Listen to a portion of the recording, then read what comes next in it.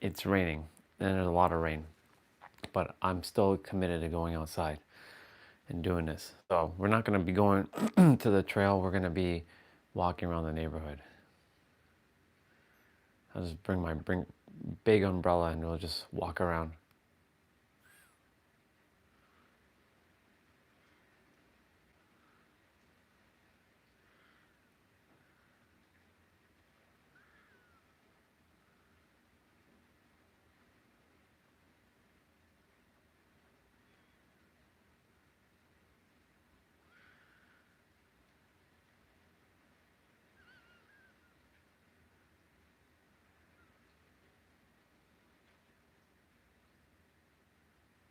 Okay.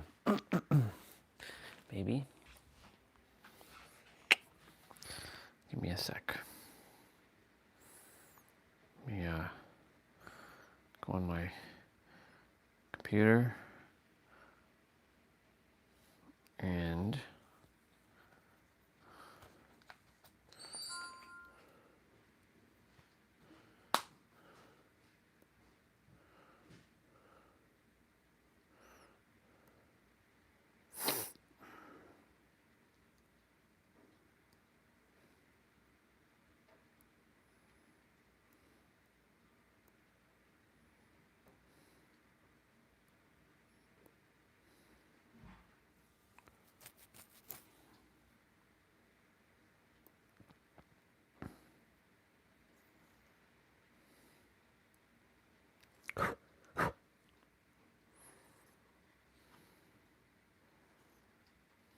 okay.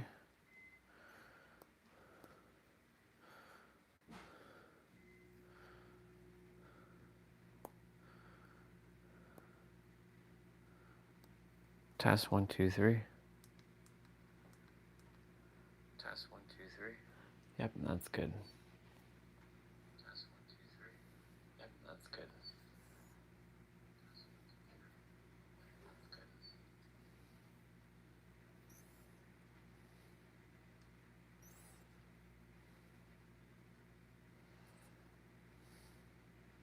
Cool.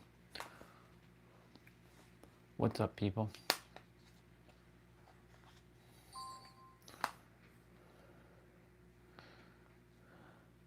How long is rain supposed to fall? Oh, it's supposed to be sunny later on.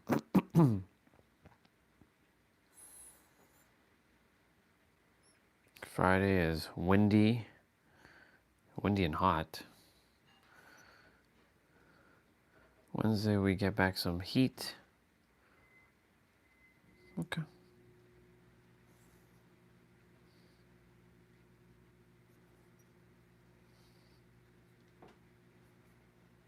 Cool beans.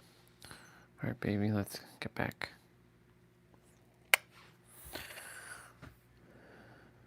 Let me put on some music.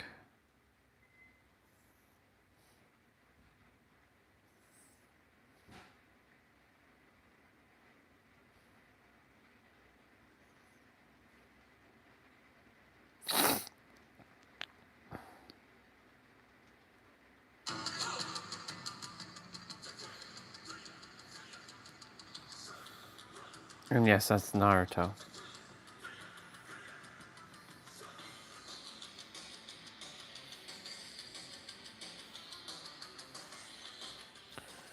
Okay.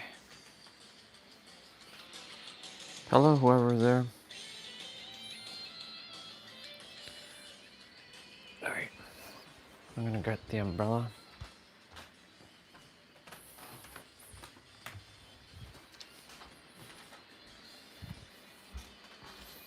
I actually have to use my umbrella to go outside. All right.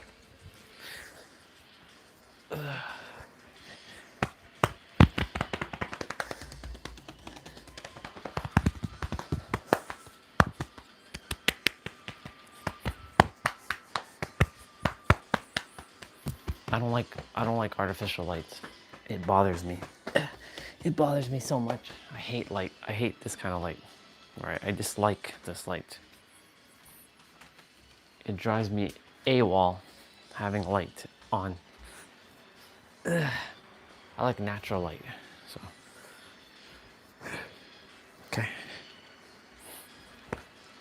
1, 10. Hey.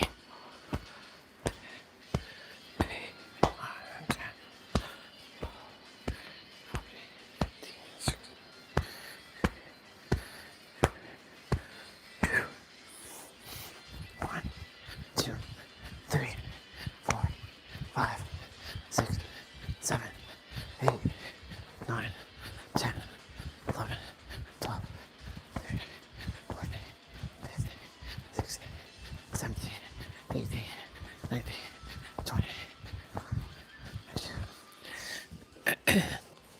1, 2, 3, 4, 5, 6, 7, 8, 9, 10. 1, 2, 3, 4, 5, 6, 7, 8, 9, 20. 1, 2,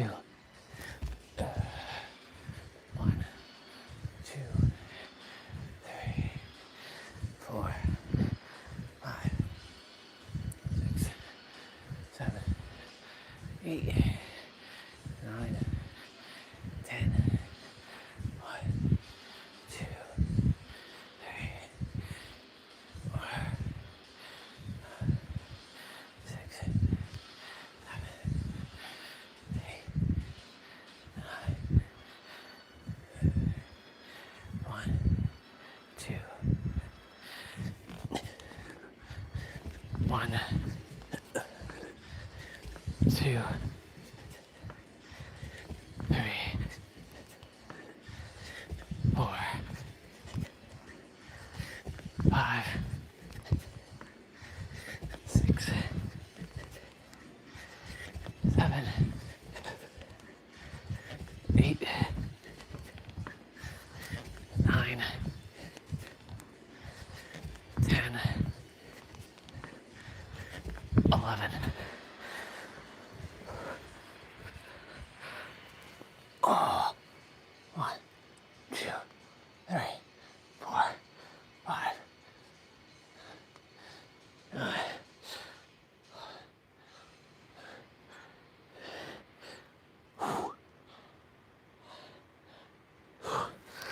Ooh. 1. Ooh.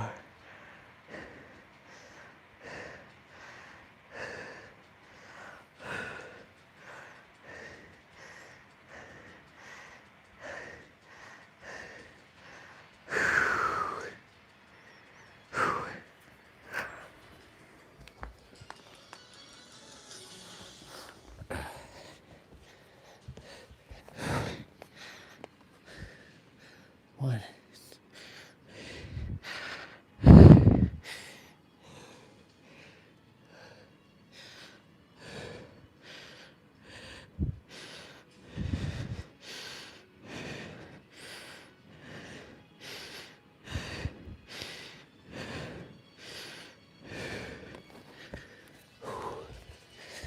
Oh.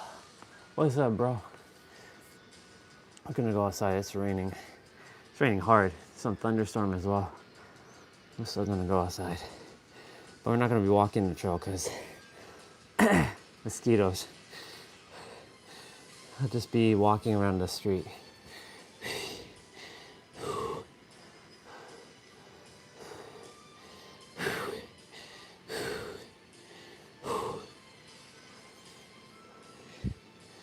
Whew.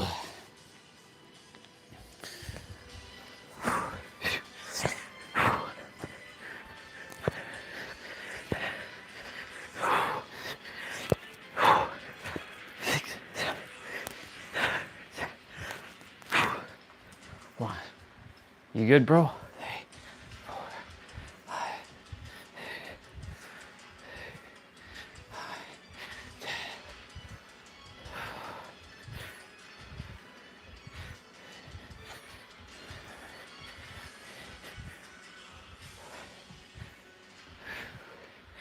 Let me see what you shared.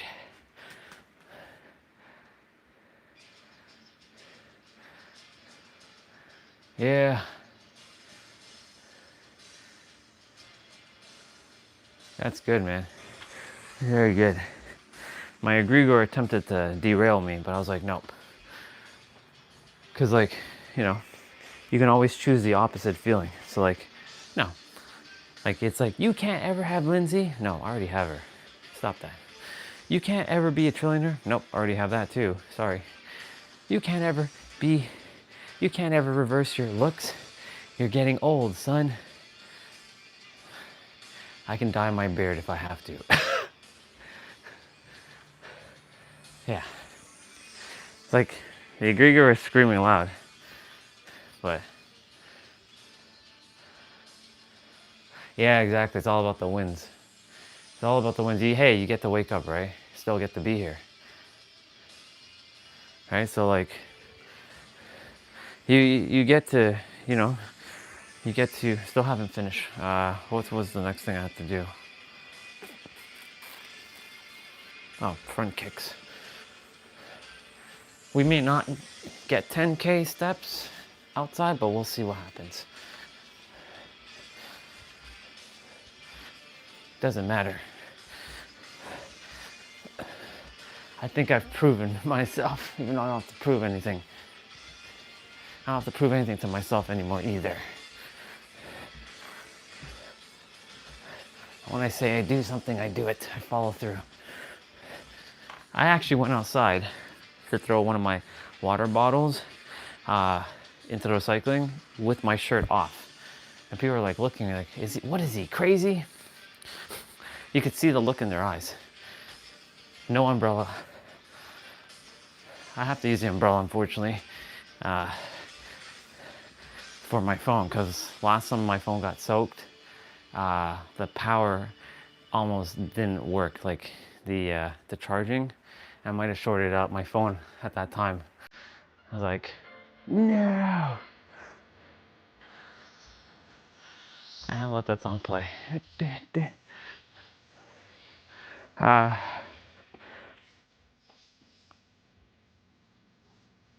Yeah, it's all about gratitude, bro. I am grateful. Oh.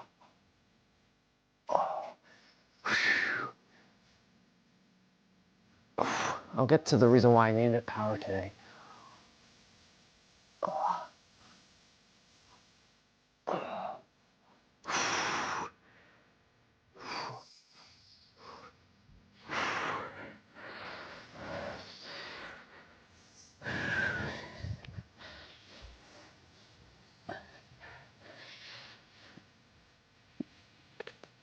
Sword Art Online. Haven't seen that in forever.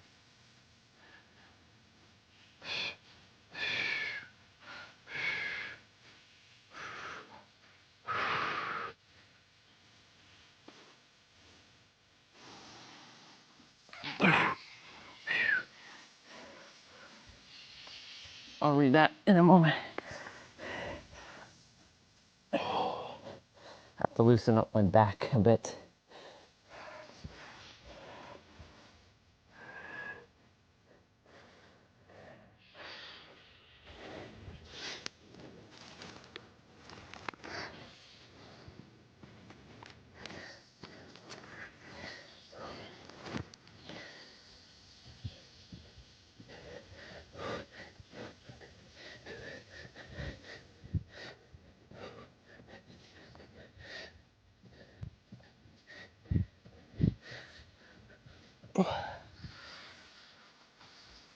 Okay.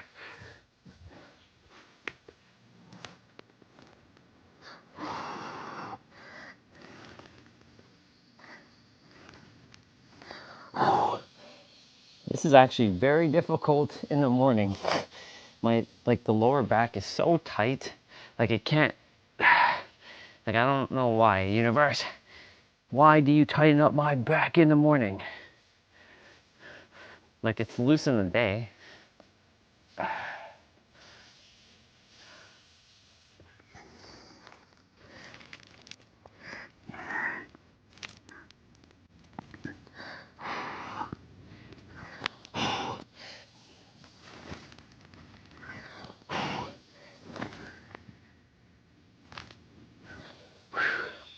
Sweating buckets right now. Well, that's okay. Grab some water, drink drink it, and we're gonna go.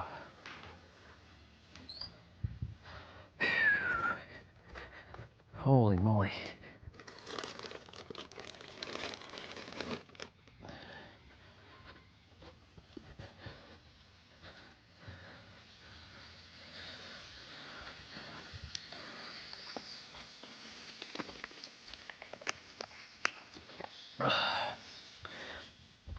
Child's pose.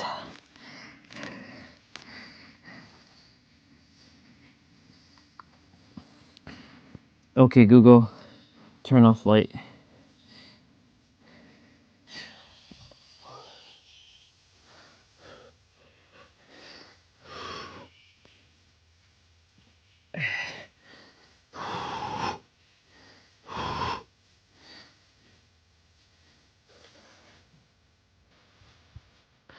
Okay, baby.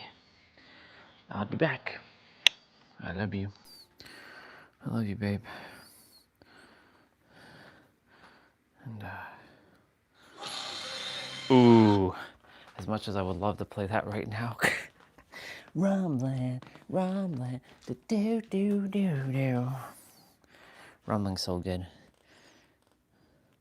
See, I would be playing anime songs all day. And went, all right, let's see what you wrote.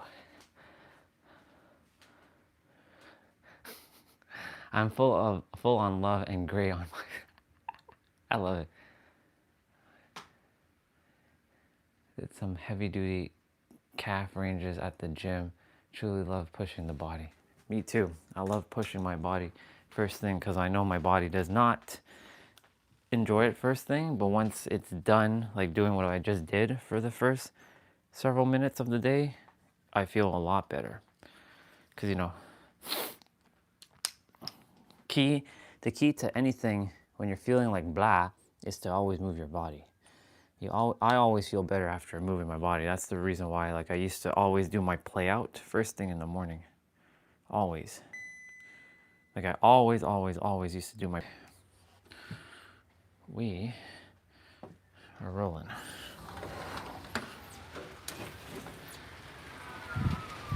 Yep. Little breezy, little nippy. There we go.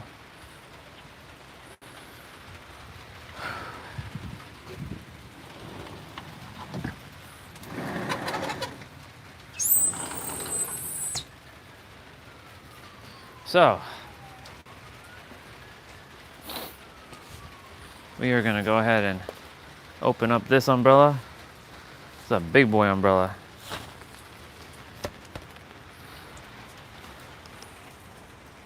All right.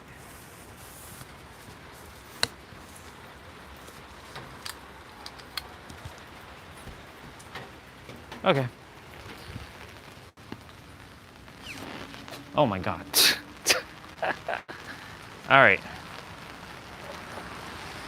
This is a really, really big umbrella, so I don't have the small one, I have the big one. So we normally walk that way. We're gonna go this way. We're gonna just kind of take a walk around the neighborhood. So, regarding power. You know, we touched upon this word power in one of the live streams as like why people don't use the word power, because they feel like they gotta play humble and play small, and you know they don't want to overdo or outshine others and make it seem like they're arrogant or cocky, right? Or as a lot of humans would say, or others humans would say ego, right? Egotistical. It's actually raining harder, but this is okay.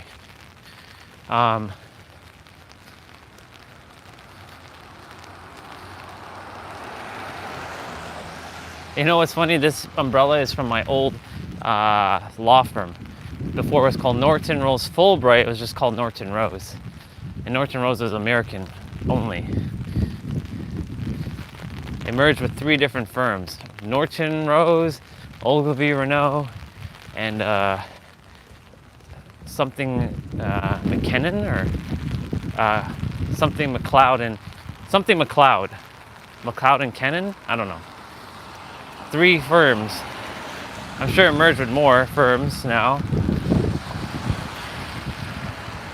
Yeah.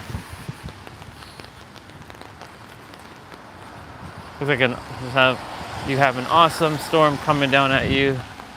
I look at the radar. Holy, yeah, it's supposed to be a lot of rain today.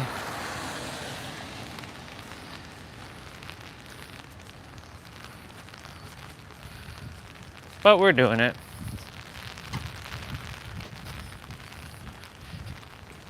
We're walking in, like, just around the neighborhood.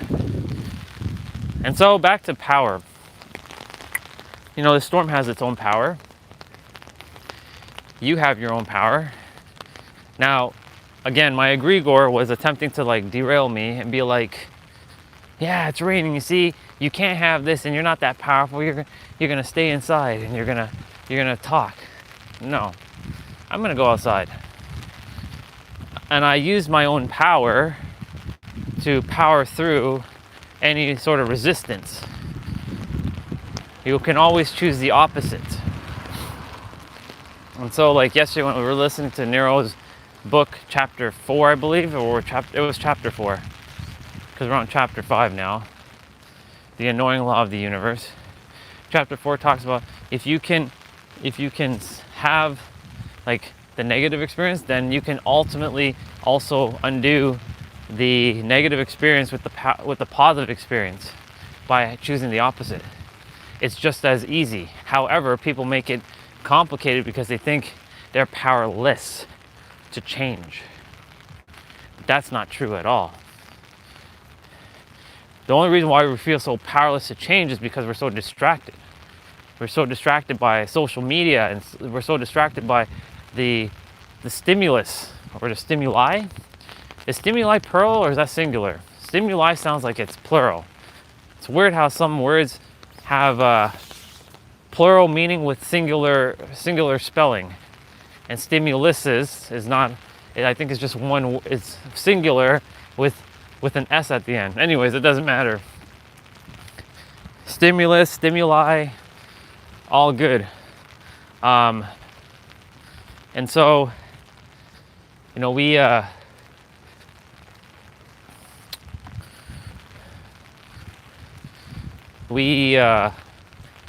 so distracted, and it's true because like you can choose the opposite of any experience, but what's going to get in the way is your memories, time, your identity, beliefs, and of course what you're physically seeing with your eyes. If you've never experienced the opposite, you'll always be like recycling the same thing. That's why they say 98% of the people, whoever lives like their parents, will end up being like their parents, generally speaking. That's a really, really bad statistic. Ooh, the wind. It's a pretty harsh statistic. But you know, you're able to change, and you're able to have whatever it is you desire, and you're able to use your power because God gave all of us the ability to reveal, shape, transform.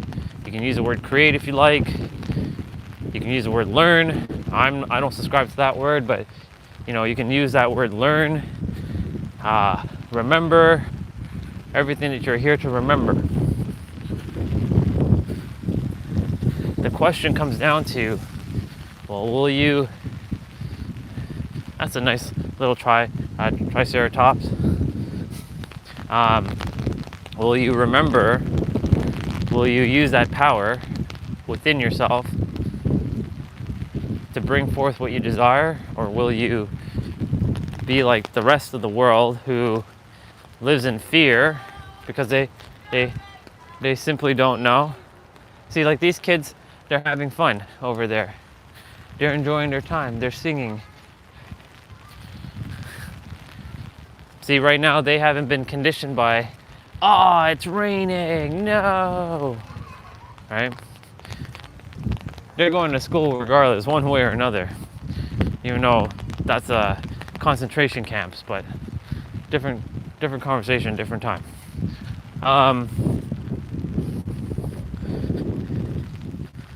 You have the power in your hands every day, every moment really, to shift. You can recreate yourself as the master creator, the ultimate revealer, whatever the name you like to give yourself, the most powerful soul ever, a 99 dimensional being, a 26 dimensional being, a living deity. Use what works.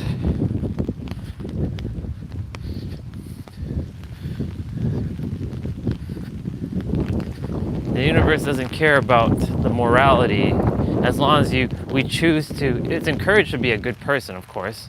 Like, I will always do my best to be a good person, but the universe doesn't care about you being a good person in itself.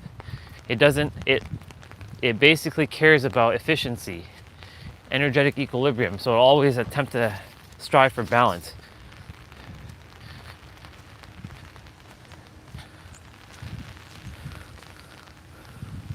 I'll let that person go.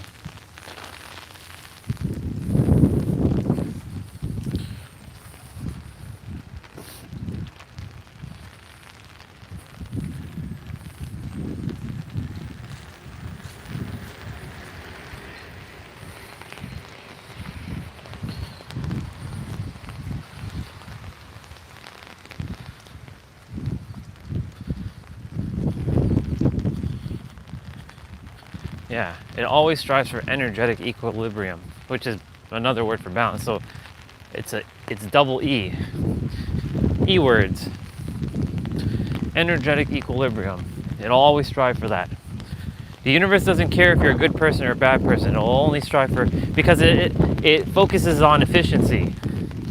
And at the cost of your detriment, it will always strive for energetic equilibrium. So it's always going to do its best to maintain the frequency that you're on until you start shifting to the next frequency, and then it'll start maintaining that. So if you're in joy, you'll get more joy.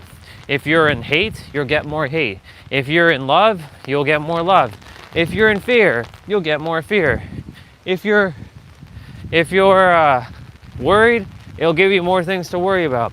If you're in courage, it'll give you more things to have courage.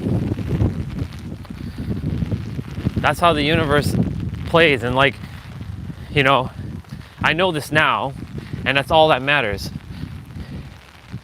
right? Not the past, because the egregor or the me previously would have said, man, I wish I had known this sooner, right? Because we focus on this idea of time and like, man, I wish I knew this sooner. Even if you knew this sooner, how would you have applied it sooner, right? Everything is you're meant to know when you're meant to know. And you're gonna know in every now. So like, does it really matter that you became aware of it, or you realized it 10 years later, even though 10 years is still in the now? But I could have been further along, possibly. But who really knows? Maybe you could have been further along and something else could have been devastatingly happening. Maybe you can't. What's up, bro? All good. You? Thank you. Okay. So like, you know, you have the choice. That was lucky. He's saying he's gonna get an umbrella. He's gonna go get an umbrella just now and walk. Good on him. By the way, that dude, nothing stops him. It could be minus like 40 degrees Celsius. He will walk. That dude has got like hot blood or something. Yeah. So anyways, back to what I was saying. So like, does it really matter when you became aware? Like the previous version of me would have said, man, I wish I knew this like 10 years ago. Like, come on, this is bullshit, universe. Like, why am I only now becoming aware of this or realizing this? Well, because you had to go through what you had to go through. And here's the thing, that going through process made you aware of a lot of things, of what you desire, what you don't desire, how to help others, because now you're well equipped. Imagine I skipped a bunch of shit, like the personal development phase, right? And I went straight into esoteric and spirituality. I would have lost out on a lot of things like financial intelligence, emotional intelligence, mindset, like cultivating a growth mindset. So I had to fundamentally go through all those things first so that I could be aware of all this other stuff. And now to let go of all of it because it's not necessary anymore. Because we're attempting to subtract, not add. So like when I'm watching videos, it's just telling me more of the same. Be in the now, feel the feelings that of desired fulfilled, assume it, feel it, know it. Be in the now. Time is an illusion. There are no locks and bolts to your universe. The only locks and bolts is if you put the locks and bolts on. And that's it. That's really it. So like, what else do you have to know? Like, you know, Nero was saying in one of his videos, his last video, he's like, you know, I know about all this esoteric stuff, I just don't talk about it because like it has no practicality in the universe. Like, if it's not bringing you your desired reality, what's the point of it? You can have all this like high level wisdom, but what's the point of knowing all of this stuff if it's not bringing you your desired reality? Think about it. Like, you can be this ancient pharaoh, you can be living at Atlantis, you can have all this ancient language and all this shit, but if it's not bringing you your desired reality, like nothing's changing and you're just accumulating knowledge, what is the purpose of it? Right? Because he even said, if you do know all this stuff, then why the fuck is it not, why hasn't anything changed, right? And that was a great point.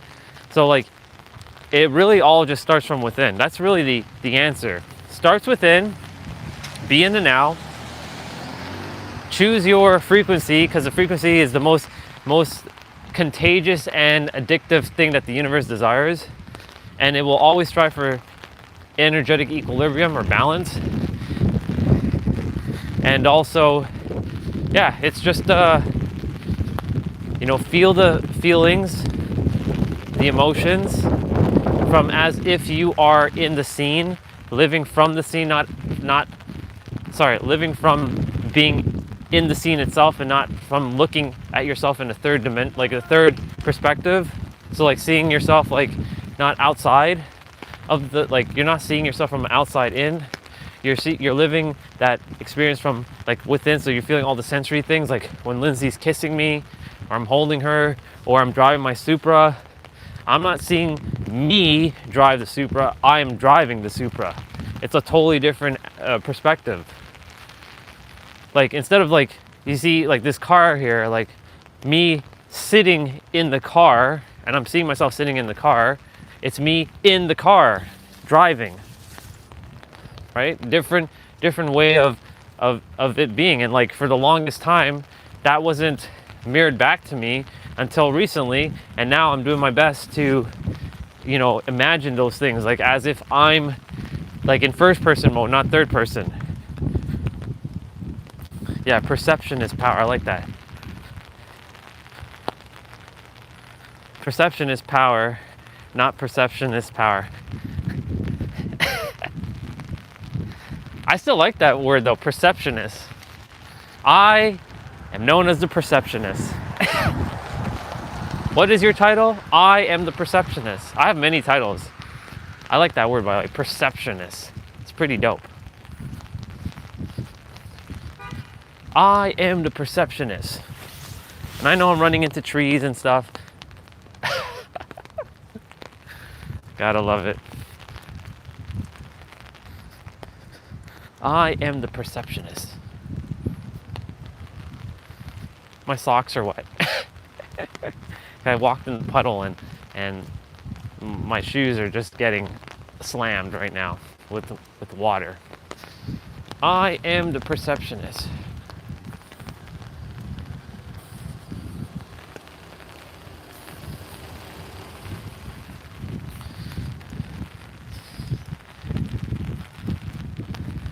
I like that, perceptionist. Yeah, use it. You came up with it, use it. That fits you. I'm the mirror of perspectives. You're the perceptionist. S is the paradox goddess.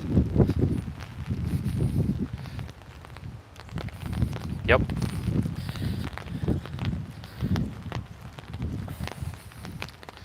Funny enough, this is taking us, this, of course, all this is interconnected to the trail, but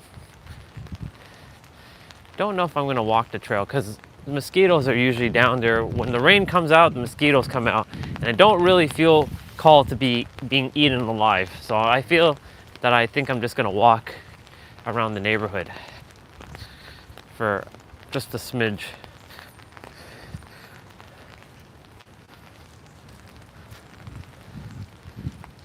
Yeah, so it's assuming like everything is basically leading. You must, like, there's no other, like, looking for the next like trendy like skill set to master, like, oh, I should go and learn how to, like, or master how to do this thing, or do this next thing because everybody's like doing this thing, right? Or take care of this thing because we're supposed to do this. Nope, we are literally just supposed to be in the now, to let go of all these techniques. It's literally letting go of techniques. People are so gung-ho at finding the newest technique. You need to do this thing and you have to do this thing, and people are attempting to acquire it, but really the answer is you're the one that's feeding it conviction. Once people know about conviction and more people are starting to catch on, it starts with nervous system regulation, being safe in the now, and knowing that you can shift the opposite, and telling yourself there's a bunch of things that are all intertwined and interconnected. You can get these things into alignment, you get your desired reality. It's just that simple. Let's see. It's all free from the library of all that is free to use. And exactly, because nothing belongs to anybody, isn't, right? That's why even like titles like the superhero of love doesn't belong to me. Nothing belongs to anybody. Everyone is a superhero of love, because in the eyes of the universe, like, it came from the universe. It didn't come from you. It came from within you, which is coming from the universe. Your inner world is the universe. Your outer world, on the other hand, while it is the universe to some degree, but people either see this as heaven or hell. I choose to see this as heaven every day, no matter what my experience may show me, because I got to close my eyes and go inwards more. That's why I'm spending more time in the live streams, closing my eyes and just like really doing my best to focus and concentrate. Sometimes it's a little challenging because like I'm like, damn it, I can't concentrate, I can't focus. But if I tell myself I can't focus or I can't concentrate or I make it hard or it's not happening, like it feels forced, then I start going down a dark path of like, I can't do it. I can't visualize Lindsay right now. I can't see her. I can't feel her. But sometimes you just have to stop and just relax. And even if you can't see Lindsay, that doesn't mean you don't know. That doesn't mean that you're losing your powers and that like you're not meant to have it.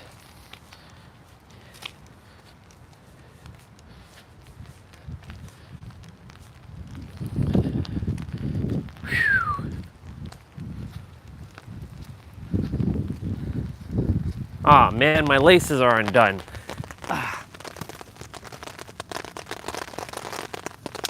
Wrong time for my laces. Well, it's not even wrong time because there's no time.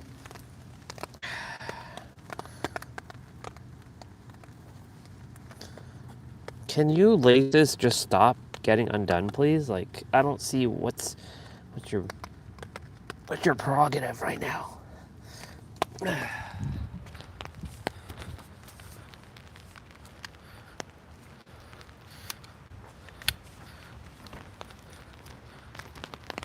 There.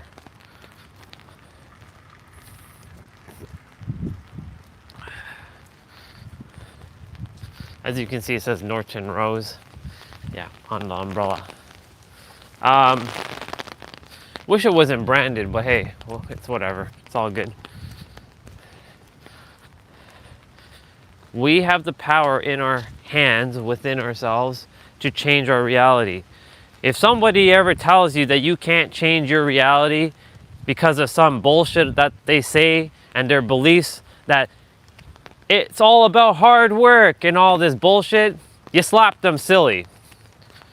You will literally slap them silly because it all starts from within. I remember when our brother Tam, when he was on, loved the dude, but I was gonna slap that dude silly. He's like, it's all about hustle and hard work. Yeah, where do you think that's all starting from though, bro? Your inner world. No, it's all about effort. It's all about putting in the physical. Yes, you do take physical action for sure, 100%. But where did it start from first? Alignment. And that's why you're able to build your business. Where do you think the idea came from? You think it just came out of nowhere? No, it came from your inner world. I'm grateful that he left because it wasn't in his highest alignment to be here. When the time's aligned, he will know what he's supposed to know. Same with anybody else who keeps doubting this whole idea of they're the creator. When you're supposed to know, you will know, 100%. I wasn't supposed to know any sooner. I was supposed to know it exactly when I was supposed to know it. I was supposed to be aware. There's the trail, by the way. I was supposed to be aware. We're not going in the trail. Not feeling to be bitten by mosquitoes because they're ready to get. They're ready.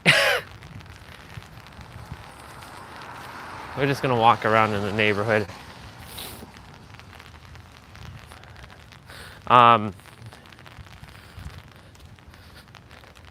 For all those who are still having to be logical. Everything must follow a logical pattern. This is how humans work. Blah, blah, blah, blah, blah, blah, blah, blah, blah, blah, blah, blah, blah, blah.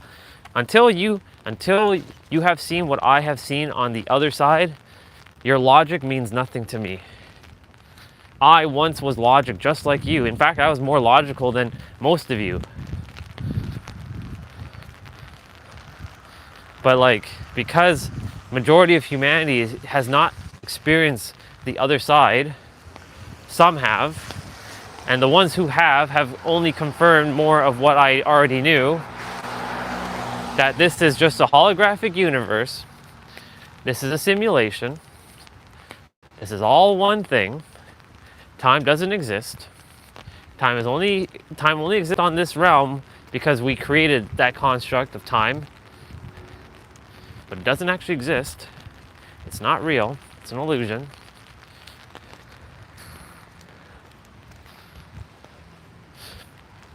And yeah, it's just more of the same. It's all more of the same.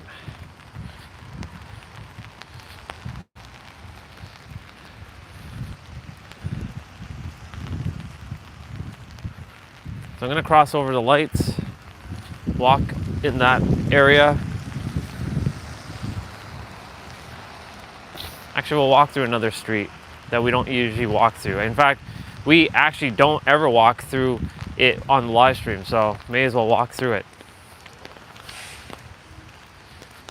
Little bit of a different path. My socks are like super wet. Experiencing all that.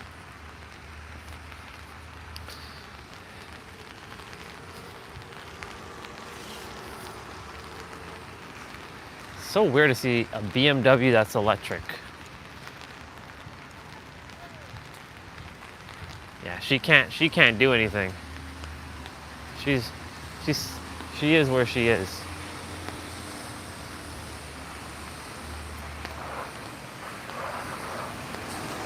Yeah.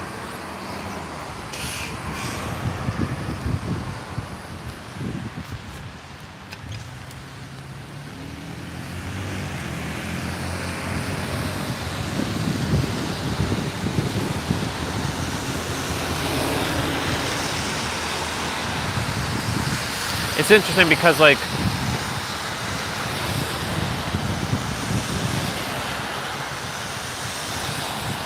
you know,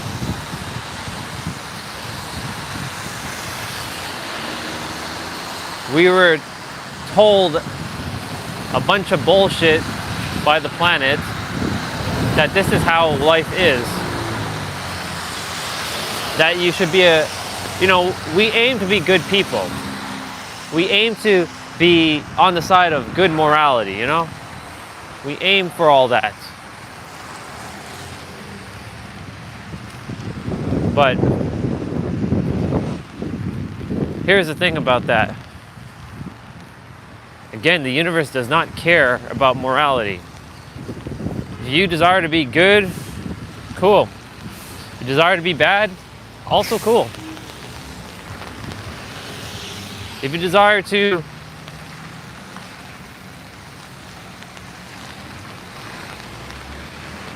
this is where traffic gets built up because of buses. If you desire to be, loving people and making a difference in lives, cool. But you know what's funny? People who are like good people always have really bad frequency. Meaning their frequency is riddled with lack, fear, and like people with who are so-called bad, right? When we say bad, that's a humanistic idea. Because in the eyes of the universe doesn't care, to be honest. It doesn't care about you. It doesn't give a shit about you. It just cares about energetic equilibrium.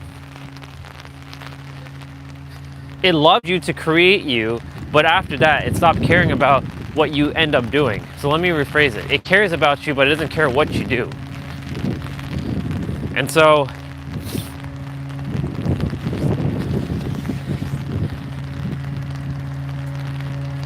it gave you the power to go and make life whatever it is. So like, Basil was saying, well, if that be the case, I told her life has no inherent meaning. She actually typed it first before I said it. I'm like, life has no inherent meaning. It's the meaning that you give to it. Life is neutral.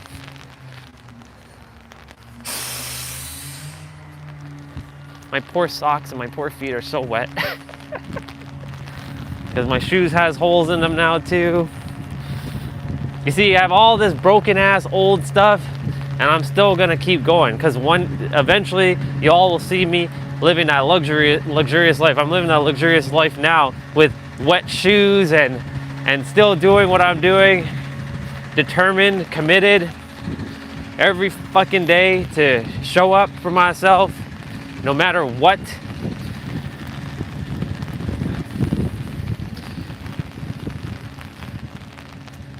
That's the one thing I don't really like, is when my shoes gets like wet and like I'm having like wet socks. And I remember when I used to be in school and I had wet socks and I had to go throughout the entire day having wet fucking socks. Really was friggin' annoying. So damn annoying.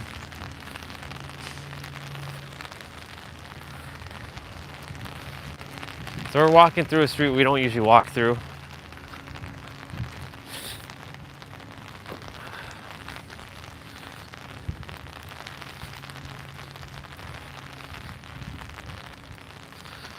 Yeah, anyways, the universe gave us all the power, all of us, not some, all. The only thing is, some started off with already being aware of what to do because they had parents who were aware of what to do.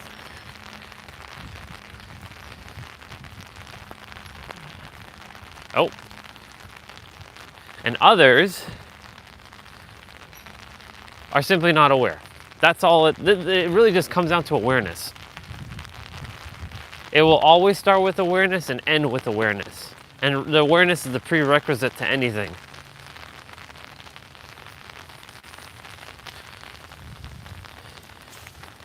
Right.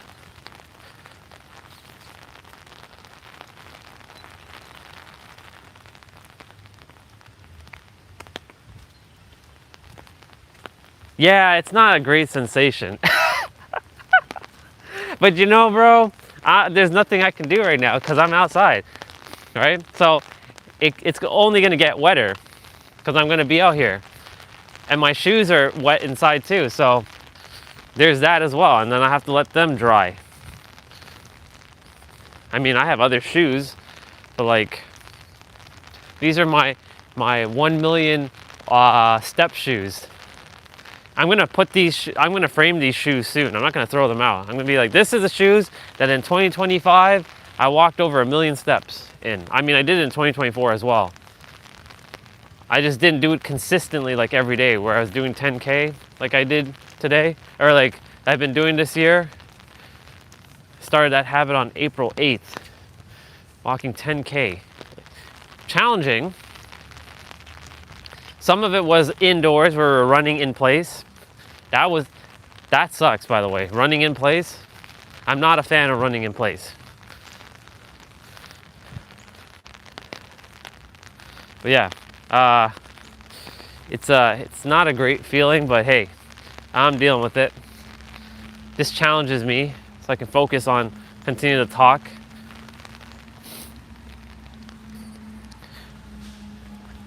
The clothing that I'm wearing, like if water hits it, it can get soaked, but it dries pretty quick. It's one of those like, that's why I like Uniqlo clothing, the Japanese company, because like their stuff, it can get dirty and you can just use water and it'll wipe it right off.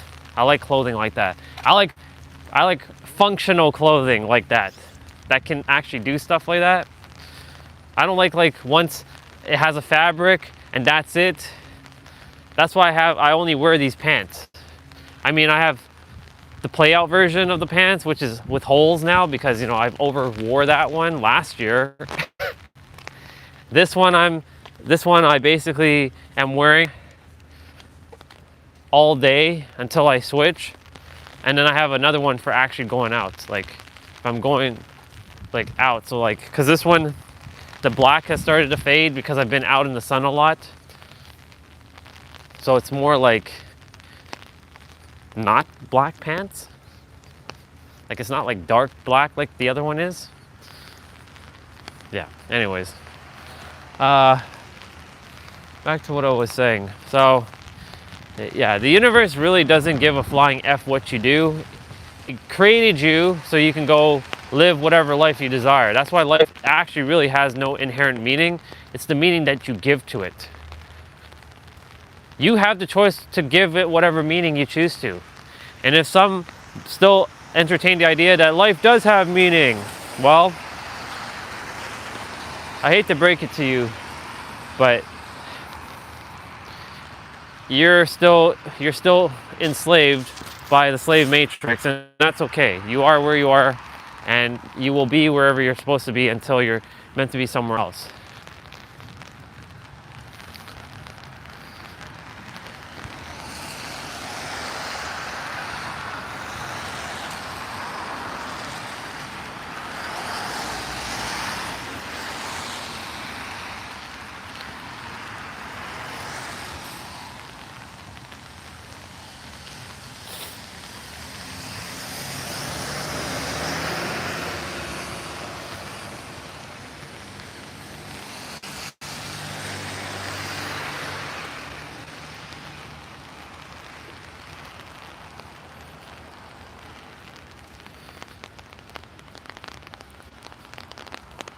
You know what?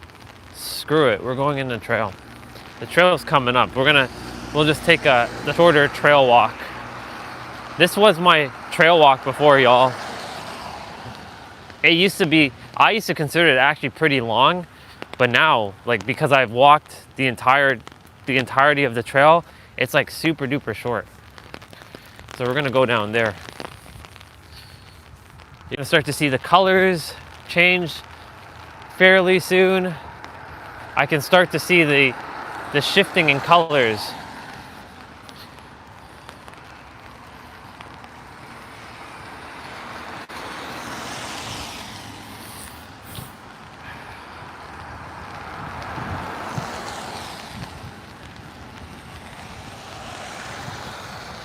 Well, the grass is definitely gonna get green.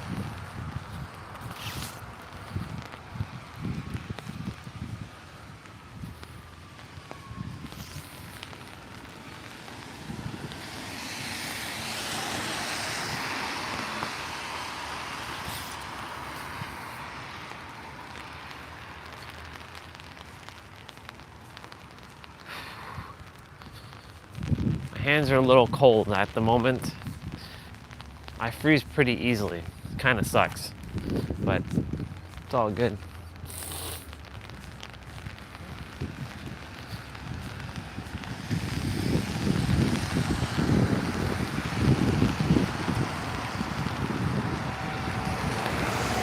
I'm not sure how much steps I've taken. Probably like 3,000, maybe.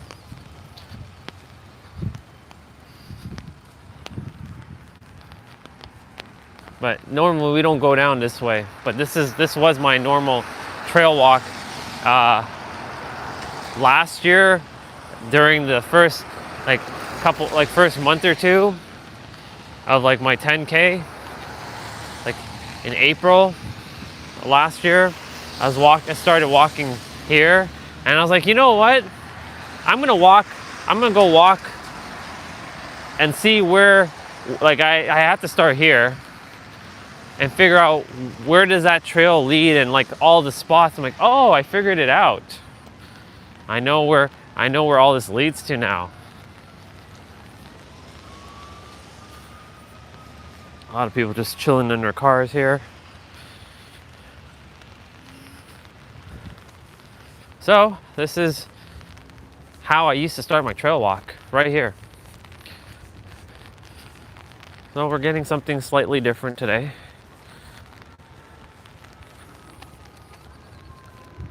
We're basically walking back, essentially.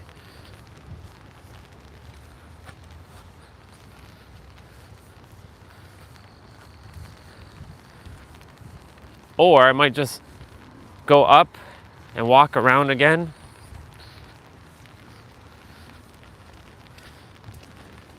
We'll see. But this is the trail coming down. And you can see the Bob Ross painting from here. Standing right here and taking a photo, like of like the scenery or looking at it, like I used to stand here and take photos. I'm like, wow, so green, or it's so colorful, or it's like it's dead, or it's starting to come alive. I've seen it in all of its glory. And as you can see, I can see leaves starting to fall.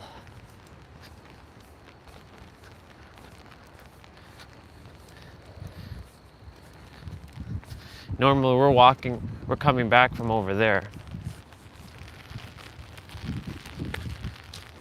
So we're not going to see the daily water today.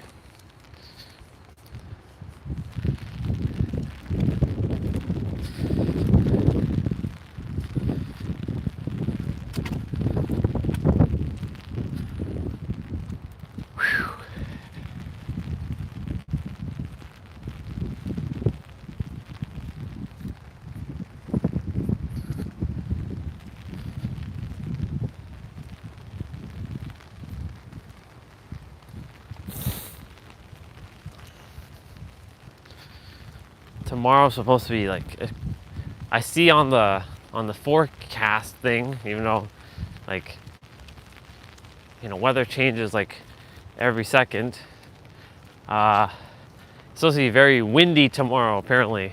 So don't know what that's gonna be like, but we're not focused on that. We're focused on the now, because because the only thing that matters is the now. And you see, our brain, our mind, has been so conditioned to time that we focus on the future and the past, and we don't tend to stay in the now. It's the biggest like flaw to our mind, that we don't focus on the now. I'm sending love to that person over there.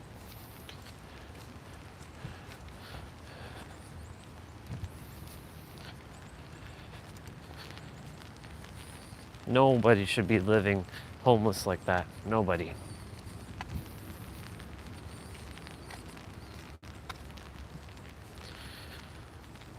Nobody should be like that.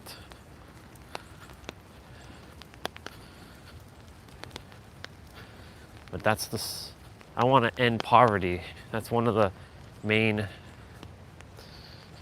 things that I desire to do. That's why I desire to have trillions of dollars and end all of it. Give people the ability to at least have enough to get them started. But I have to also mirror back to them how to build wealth and not squander it away. Because the reason why a lot of people are where they are as well is because of financial illiteracy. Financial illiteracy is a really, really big thing. Well, we got to walk in the trail for a little bit. We're definitely going to go hang. What I'm going to do is I'm going to put the phone down. I'm going to have the umbrella cover the phone from the opposite direction so that y'all can still see me while I hang for a moment. The bar is probably going to be freaking cold, but that's okay.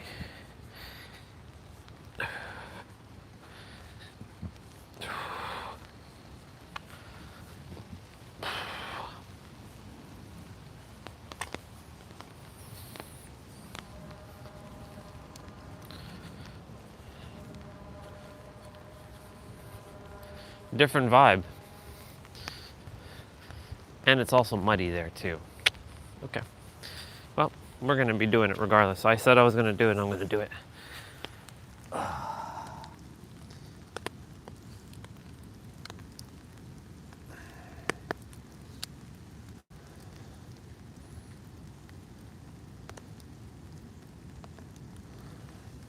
Okay.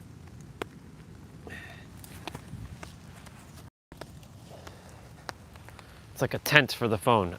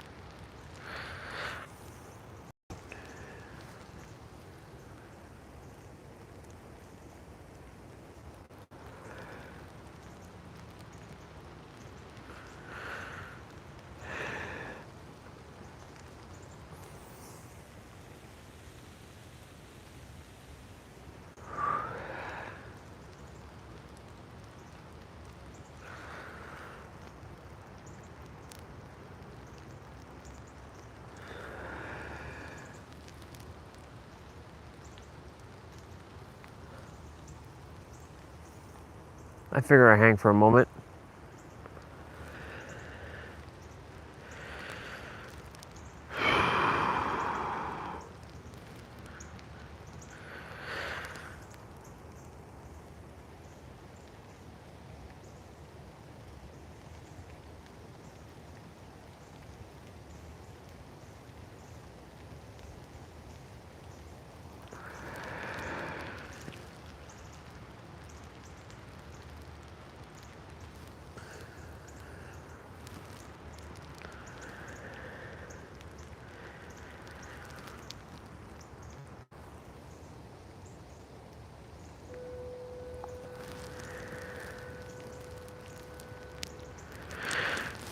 I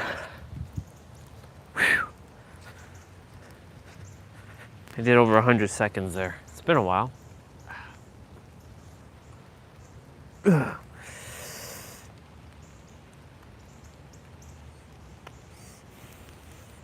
Yeah, my shoes are like it's dirty and it's wet and it's muddy. I know how to dry my shoes though.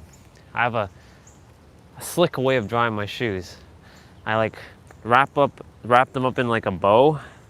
Like I tie up the laces in a bow and then I put it in the dryer, but I hang it from the door so it doesn't fall. I came up with that solution. So it's not in the dryer. It's hanging on the dryer door while getting dried. Okay.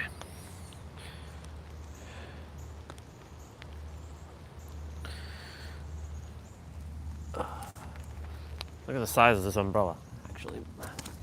Oops. Look at the size of this umbrella, it's huge.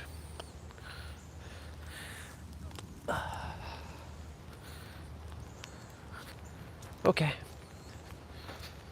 And that tree fell down, or that bush fell down. Something broke here. Let's see. Consensual spirituality. Yes. What would be consensual spirituality?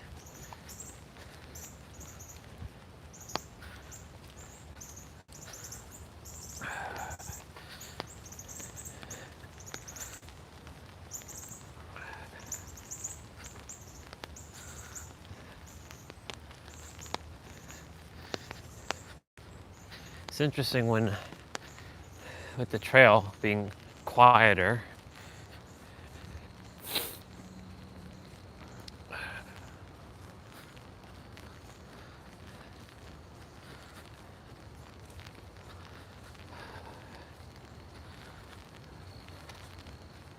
yep, there's the colors. You can start seeing the colors. They're starting to show up.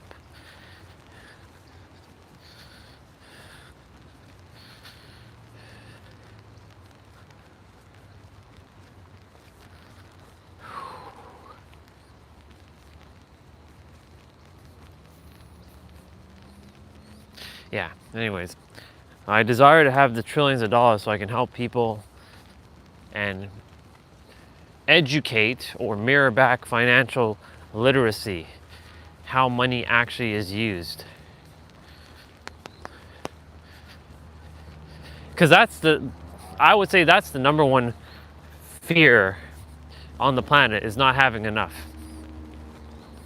Now, of course, there are people who they don't want to do anything. That's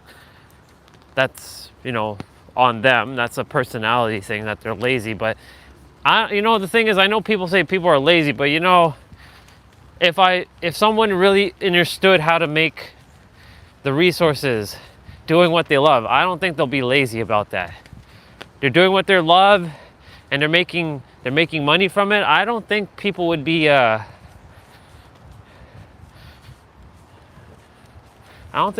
lazy.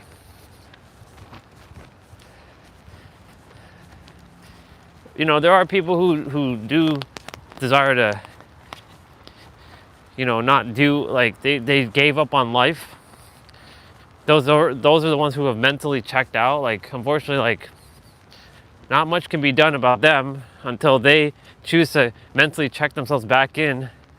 That's why some leave the earth sooner than they're supposed to, and then they basically, their soul gets reformed for them to have to come back. So it's like having therapy for your soul up, well, not up, but in the other realm, rehabilitated for you to come back. I know my soul had to go through that at one point. After the countless of lifetimes I've had, yeah.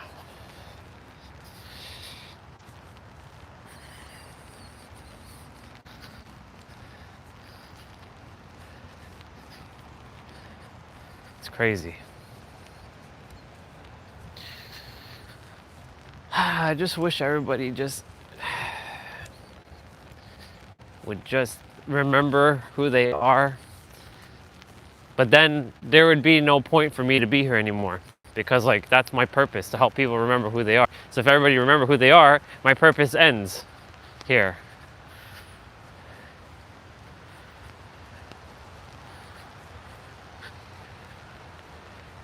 And purpose, me and Beza were having this conversation, purpose is, it starts with a feeling.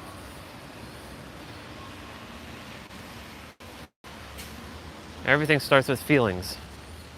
I know some argue, no, that's not true. Purpose alone isn't just feeling alone, but it does start with feelings. Feelings, thoughts, beliefs.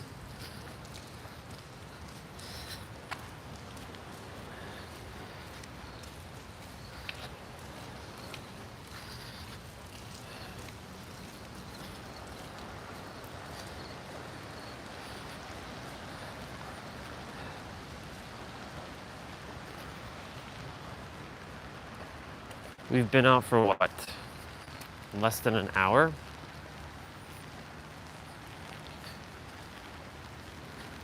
We're still gonna walk around. I'm not heading right back in just this moment.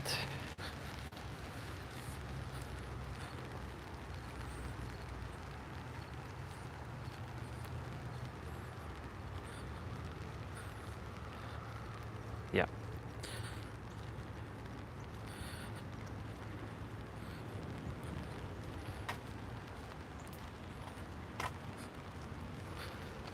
We've done 5,800 steps. Okay. Oh, there's 5 of you on. Huh. Nice. Walking in the rain. Shoes are wet. Socks are wet. But it's all good. It's all gravy. Ah, there's 6 of you on now. Well, hello there, 6 of you.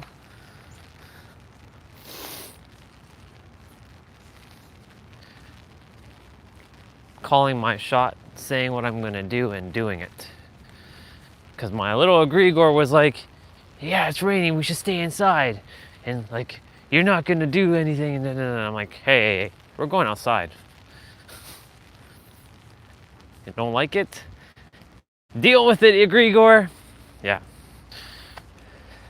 The more you call your shot and the more you say you're gonna do and follow through with the thing you're gonna do, it's not even about the exact action. Like, the action could be like, I'm gonna wake up 1 minute earlier than I did yesterday. It could be something simple like that.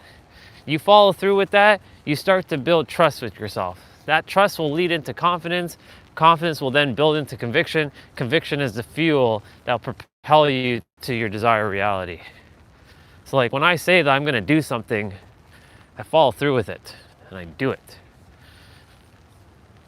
Like if I say I'm adding this thing to my workout routine, then you best believe that I'm doing that. Actually, this is deja vu. Last Thursday it was also raining. I remember this because Thursday I was indoors doing the abs. It's deja vu.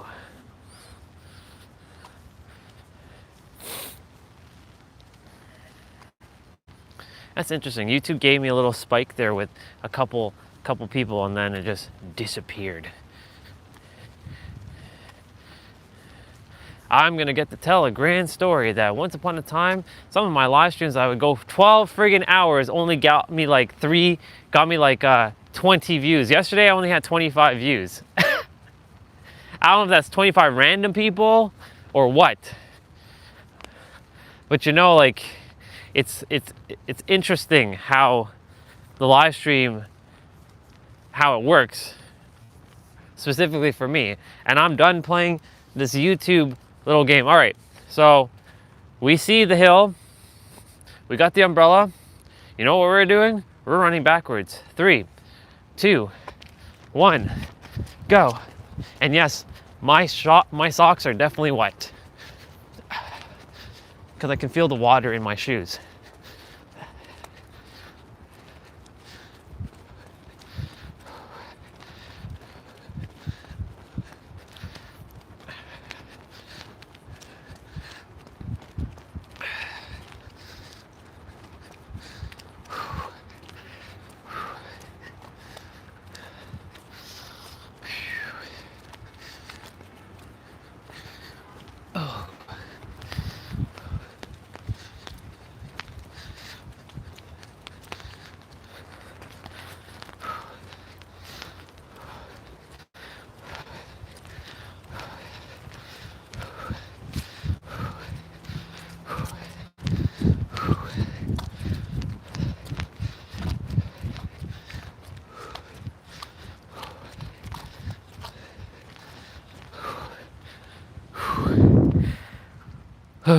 Okay. It actually stopped raining.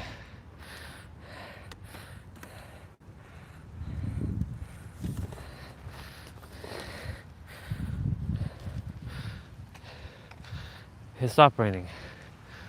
Kind of.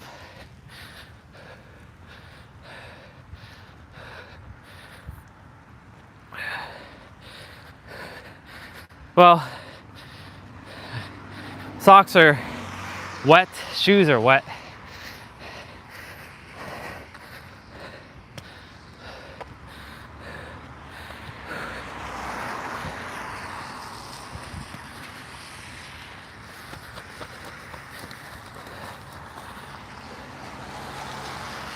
I'm walking as if I have a sword in my hand. A katana. Like, you know, in the scene with Morpheus, where he was fighting those two ghost twins in Matrix Reloaded, which, by the way, I watched last night. I feel like I'm holding the katana like he is.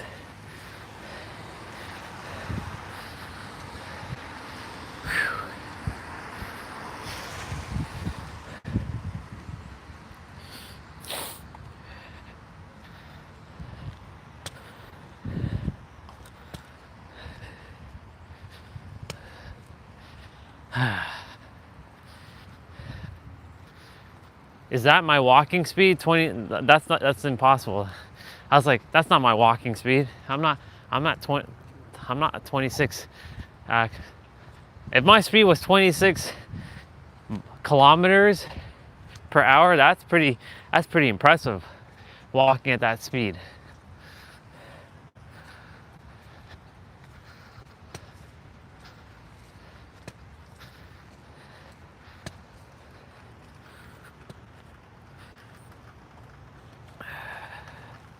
I think by the time we arrive, we'll have probably like 7,000 steps, give or take. Doing my best to kind of like walk around as much.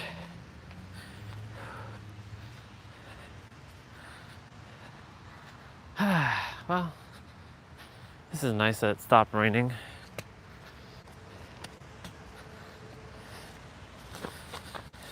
My umbrella is like wet, but that's okay. It's supposed to be wet. And I start to do this to shake it out, all the excess water.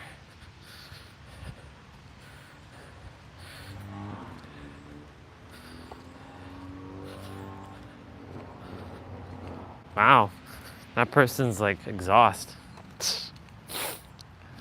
Not bad.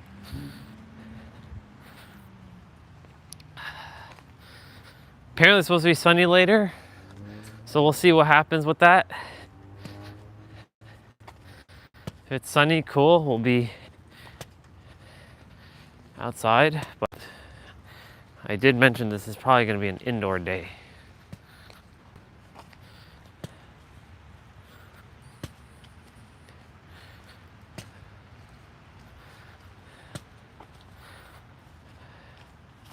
All right, back to the talk. So, regarding our power,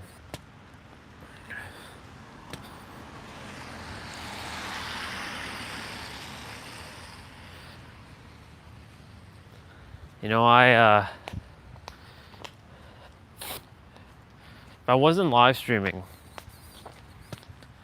I'd do my best right now to just be sitting probably in my inner world all day, closing my eyes and not leaving my inner world. That's what I probably would be doing, and do my best not to do any YouTube much. Like, there is a video that I'm gonna watch with that wise quote channel that I was starting to watch yesterday, but me and T-Bray started playing Dead by Daylight and I just didn't bother watching it, so I'll watch it. I'll start from the beginning and pay attention to it.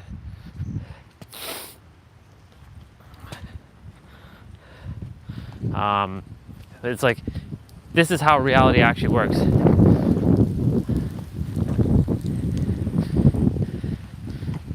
Reality works the way you tell it how it works. It's all about being in the now. Being in the now and assuming wish fulfilled. And it's not even a wish. Wish is like, wish, hope, and like stuff like that are wishy-washy. I'm not about wishes and dreams and hope. Those three words can, and believing. Wish, hope, dream, and believe. These are wishy-washy words that I have chopped out of my vocabulary, and I will continue to. I will never dream. Like, give me, of course I'm dreaming at nighttime. Like, I don't even want to call it dream state. I'm in another dimension when I go to sleep. Because a dream makes it sound like it's a dream, it's not here and now. So that's why I don't like using the word dream. Wish is also like, I wish I had this thing, right? That's also not here and now. Believe is not strong enough, because believe is not knowing. And hope, I hope this thing happens for me.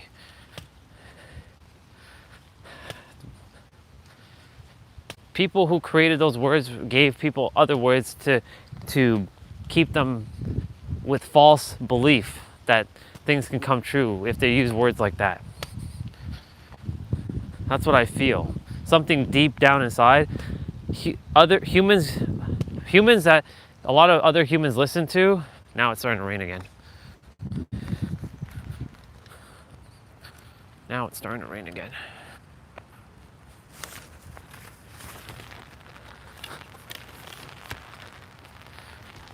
Humans that listen to other humans back in the day who created those words of like believing and hope and dream and wish. Those humans who created those words knew exactly their intention, what they were doing. I feel. They knew the power of what those words were actually doing, and they gave it to the society so that those other humans did not get the same power they did. That's what I feel.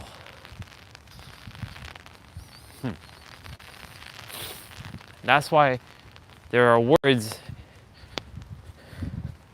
in society that basically keep you playing stuck. Like hope, wish, dream, believe. Those words are used for someone who literally had lost hope and lost faith and has no, they're just starting out from they feel like life is just absolutely abysmal. Wow, his umbrella is even bigger than mine. Holy smokes. That dude's umbrella is like 2 times the size of my umbrella. It's crazy.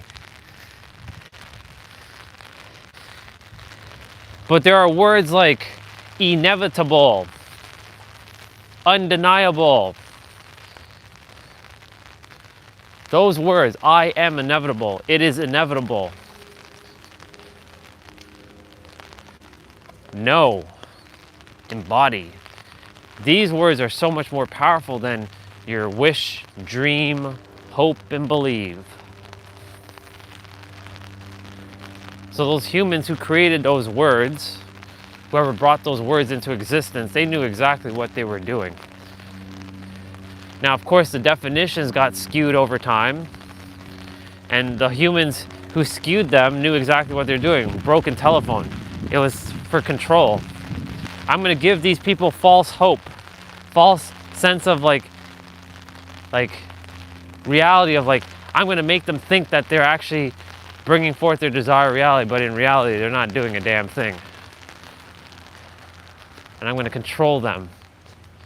And I'm going to let them come to me and still feed them these words. That's what I feel happened in the so-called past.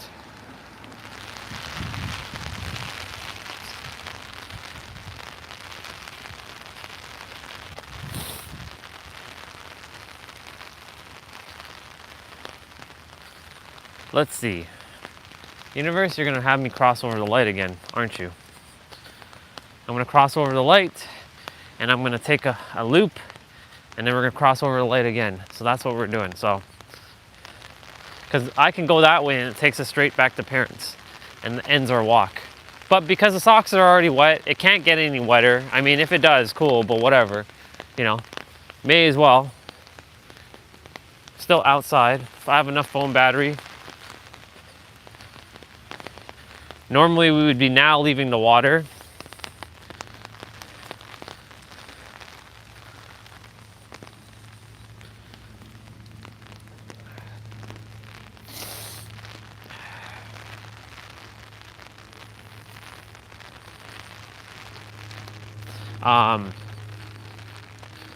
But those words, like, those words are not in anyone's it's not it's not advantageous to use those words. Hope, believe, wish. Hope, believe, wish, dream.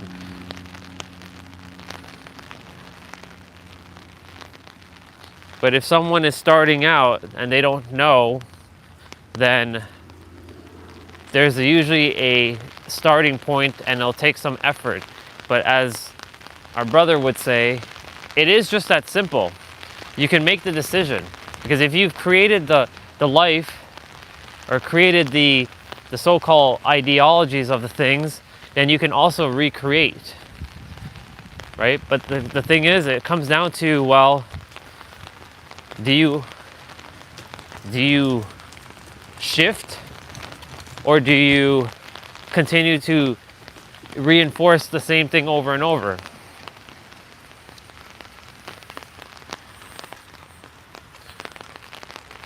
Because your mind operates from a paradoxical state, and you have to know that. And if you don't know that, now you know.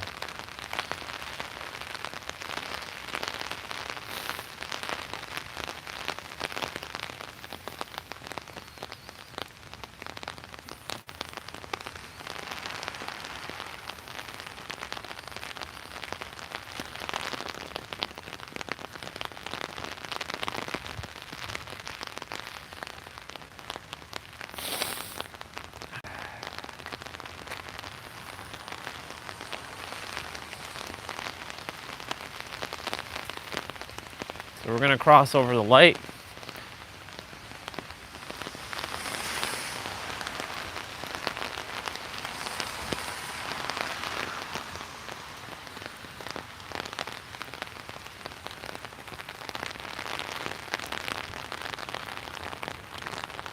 Ah, I didn't press it in time. Damn it. Oh well.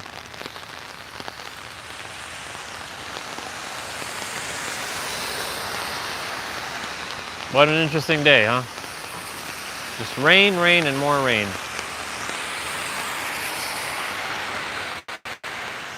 My shoes are like, they're like done. It's just water.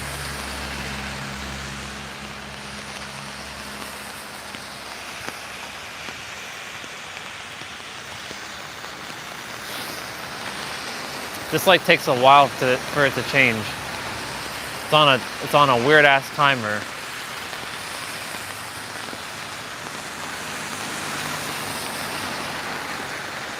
Does that person know they have emergency flashers on? I don't think they know.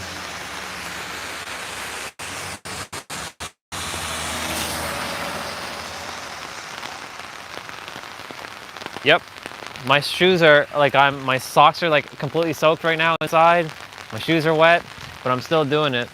I'm just walking around the neighborhood because we didn't walk the entire trail. We walked half the trail. I was not gonna let little rain stop me, you know. Nice classic car coming right there. Nice.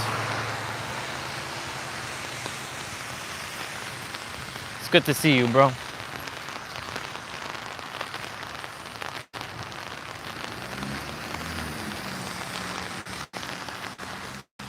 You know, I've been hearing this terminology lately, aura farming. I'm sure you know what that is, aura farming. These damn third dimensional Gen Z, Gen Alpha people using such things, aura farming, aura farming, aura farming, aura. I was like, all right, let me see what people are referring to aura farming, because I don't keep up with Gen Z and millennial and like not millennial, Gen Z and Gen Alpha lingo, because that isn't my shit. I'm old school. I'm like fucking Undertaker.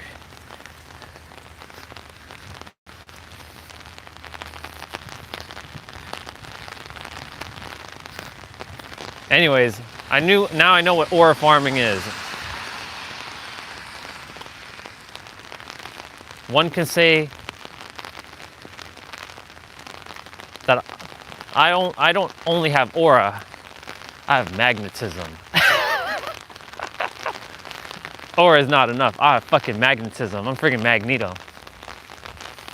Because I have that power. We all do. Yep. I'm definitely gonna have to put this shoes in the dryer, hang it on the door of the dryer, and get the dryer to dry this shoe, because this shit is like, it's done. Like, it doesn't matter how much wetter I get. It's just wet.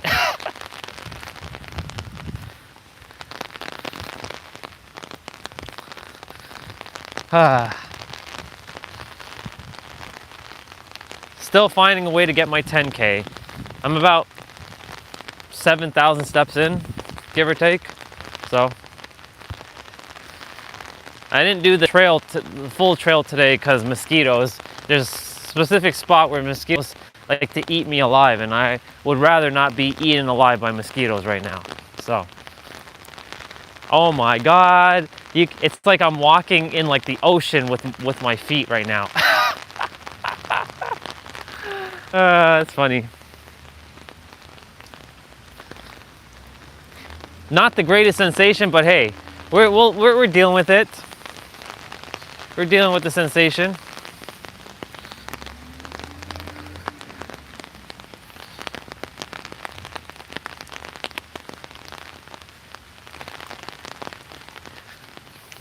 Actually, mosquitoes equal your aura is too high because you're too damn sweet. That's why they come get you. If your aura is low, then they ain't gonna come and get you, because that means they're not worth your time. You're not worth their time to come and eat you. You see what I'm saying? See how I twisted that? And I'm not kidding about that one. Yeah, they love my blood too. I'm too damn sweet. That's why.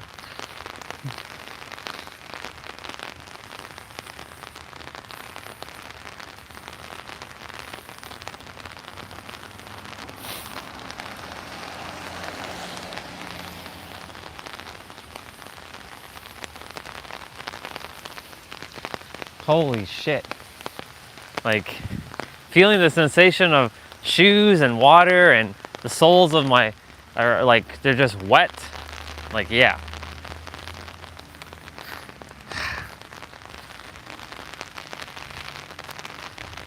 I did mention it was going to rain today, and it was going to rain a lot, but I was not going to be indoors. I was like, no, I'm going to find a way to still get outside. This is just rain. It's not like death. I would still prefer it to be sunny. Like, if I were to look at the weather right now in San Diego, it's sunny. It's hot. It's going to be like 80 degrees again today, give or take.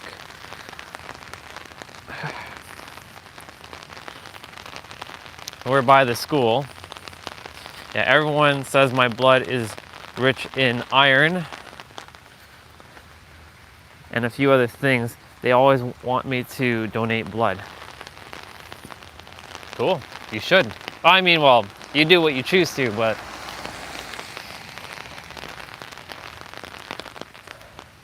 okay. So we're gonna go to the end of the street, then turn to the right, and then walk back and cross the lights again.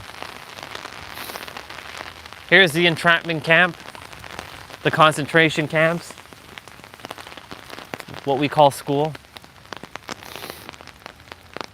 If only these damn kids knew what they were doing. If only these damn kids could only come to their senses. But of course their parents has to be the one that comes to their damn senses to not put their kids into these concentration camps. Give me the power and I'll tear down all this school system. I will literally rip it to shreds. Yeah.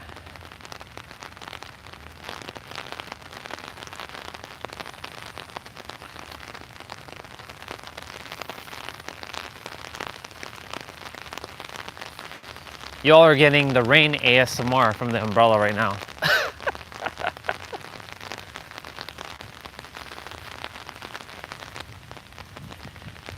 My hands are frozen.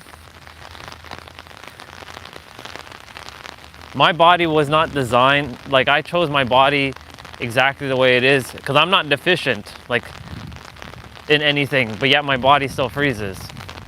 And that's because I specifically chose a body to be in summer only. That's why there's certain people who can wear like shorts and t-shirt in winter because they chose their body to be designed for that. My body, I can wear the greatest things and I will still freeze. That's why, like, yeah, I prefer to just be in the heat.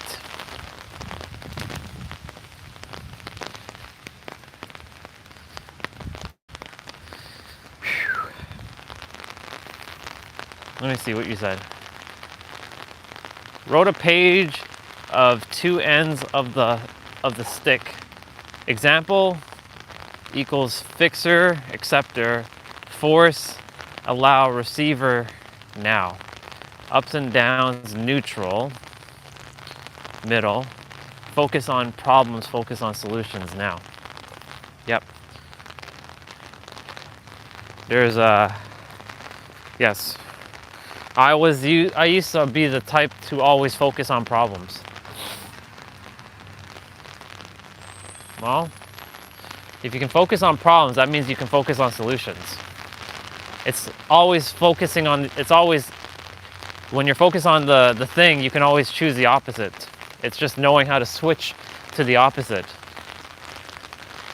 and not getting caught up with the mind trap. Okay, we're gonna go to the right and walk back, and then take off these wet socks, hang my shoes into the dryer, get this stuff dry because like it's not gonna dry indoors today, and if don't really desire to wear my other shoes to do trail walking. This is my 1,000,000 step shoes. Actually, this is more than 1,000,000 steps in this shoes. This shoes has done it all. It's walked in blizzard. It walked in the desert. It's hiked up mountains. It's been in the ocean. Literally, the shoe got soaked in the ocean. It's the same feeling that I'm feeling right now. This is reminding me of the time when I went to one of the beaches in San Diego, and actually not the beach. I know exactly where, La Jolla Coves. I went to La Jolla Coves. I went down. It was at the beach shore, and there was a couple seals by the wall, and I went down to, like, you know, get a photo of something, but the water came so fast that I either had one of two choices: either be stuck with the seals or get wet. And I chose the latter, and I got wet. So my shoes was like completely soaked for I see cartoons over there in that house. They're watching cartoon on the big screen. It's like a kiddie cartoon. It's a tiny Bubba watching a cartoon. Yeah, and my shoes were basically like this. And I had to let the shoes dry for like at least 3 hours. And I ended up getting a little under the weather for a day, but then I healed myself. So yeah, let's see. I'm gonna take some screenshots of what you're sharing because it's pretty good stuff. Good, bad, just is. Fight resistance, accept authenticity. Be number one to feel good as I am number one. I like that. Whew.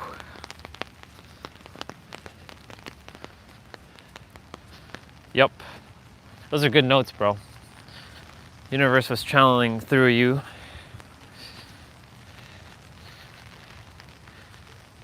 Just like how I have my it doesn't really matter now if I step in puddles. It's not like I'm getting any more drier.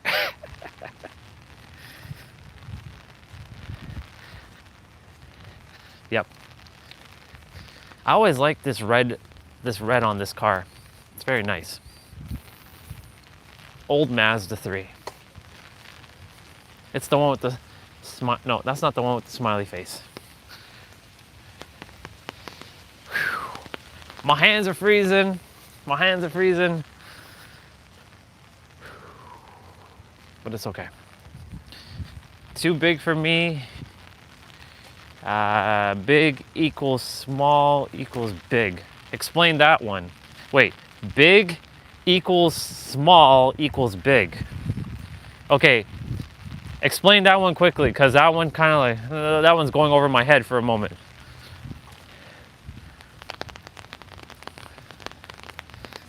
Big equals small equals big.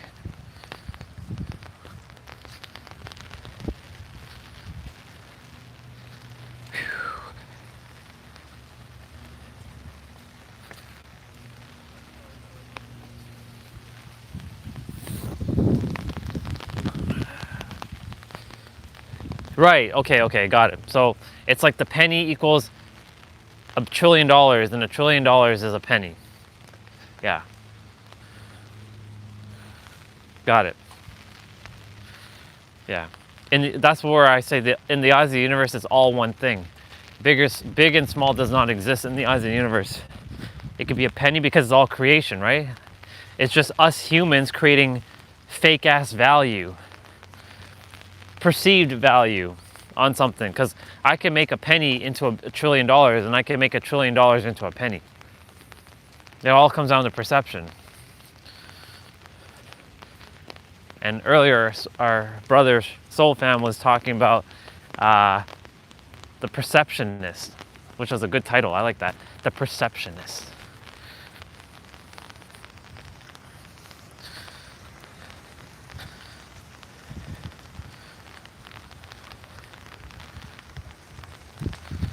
Ooh. That was a little bit of a gust of wind there. Held my umbrella back. It was like pushing me back for a moment. Well, universe, whatever the reason was for me to come out and get soaked, I accept it. Because that's how much aura I have. That's how magnetic I am.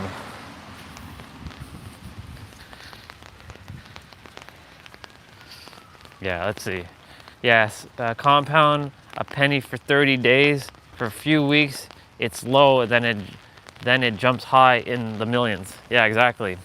Because 1 becomes 2, 2 becomes 4, 4 becomes 8, 8, 16, 16, 32, 32, 64, 64, 128, 128, 256, 256, 512, 512, 1024, 1024, 248, 248, or sorry, not 248, 2048, 2048, 4096, 4096 is like 8,000 something something, and then from 8,000 it just goes up and up and up and up and up.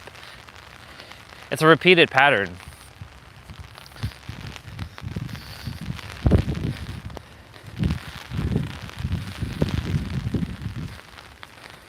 Yeah. It's funny how it follows the same sequence. 2, 4, 6, 8. The numbers will always be 2, 4, 6, 8 at the beginning. 2, 4, 6, 8, 16, right? Because after 8,000 it'll be 16,000, 16,000, 32, 32, 64,000, 64,000, 128,000, 128,000 to 256,000. It'll just go up and up and up. Actually, it'll go beyond that. It'll be higher than that. Actually, the number will shift soon. I think after the 5th digits, it will change this to slightly different numbers. But there's a repeated pattern there. It's basically like it's the Fibonacci sequence all over again. Okay. This is changing it up. This is us walking back. Normally we're crossing to come this way, not going back this way. So, phone battery at 33%, 3 people, 3 likes. Love it.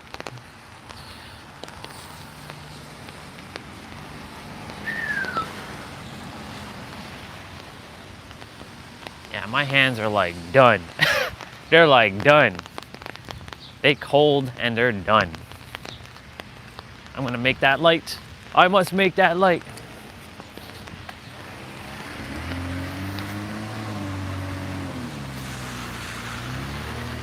This light is on a timer.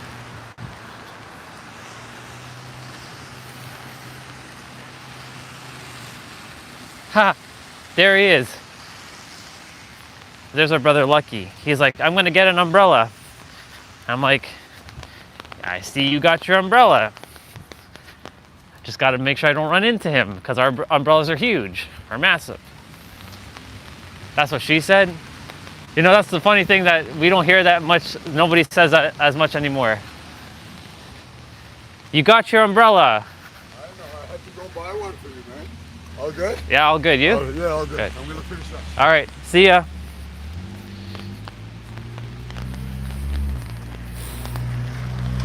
He had to go buy one. Where the hell did he go buy one around here?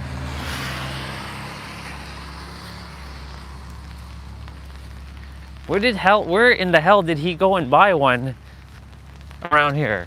There's this, the mall is not even open yet, and that mall is like dirt. The grocery store doesn't sell umbrellas. Where the hell did he get the umbrella from? He must have teleported one.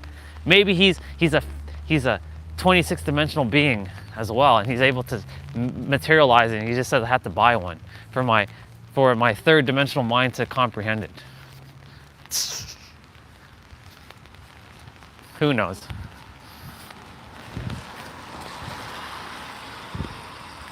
Oh yeah, I know. Oh bro, I've watched that podcast with Joe Rogan, and I've heard about it. The 1 plus. It's actually he was talking about 1 plus 1 equals 3, and he actually explained it. And I'm like, okay, just Mr. Bubba, get off the road.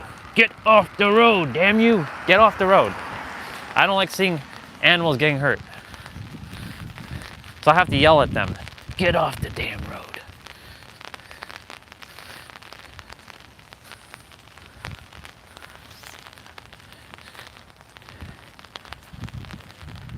And the flower of life is what I'm meant to use to bring forth free energy. Because the universe keeps pointing a lot of signs to free energy, free energy, free energy, free energy. Everything is free energy, free energy. We're back. My socks are wet. It's just wet. I'm wet. Everything's just wet. Okay. Put on Wi-Fi.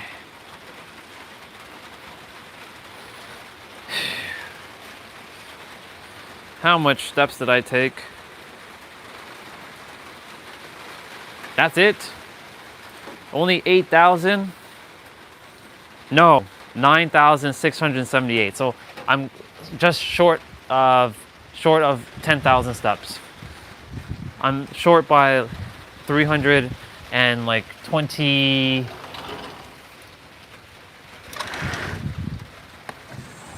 about 320 steps. God dang, look at my shoes, my socks. Oh my God, I'm like so wet. All right, one sec. Holy moly, y'all. They were technically back a little early too, so. Well, I mean, I got 9,006. I'm gonna get 10,000 steps today though.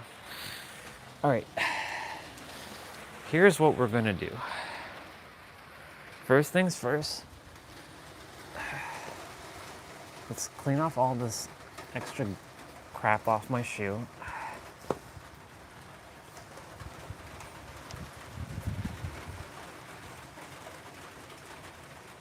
And now,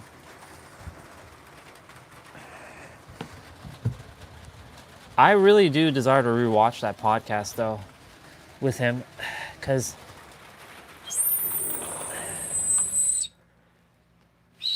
I gotta bring the umbrella in. Yeah, the socks are like uber duper wet. Look at that. My feet are like extremely wet. I'm gonna put these socks to dry too. Let's see.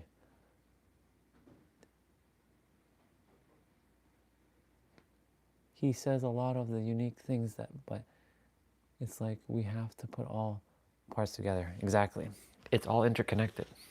It's not just one thing. That's what I've been doing with my journey, is seeing the interconnectedness of everything and how it's all linked. And the answer keeps coming back to one word: now. It always keeps coming back to now. So what I'm gonna do quickly is I'm gonna wrap my laces together, create a bow, or a knot, I should say, not a bow, and then hang it from this is a hack, by the way, to dry your shoes without it being in the actual dryer itself.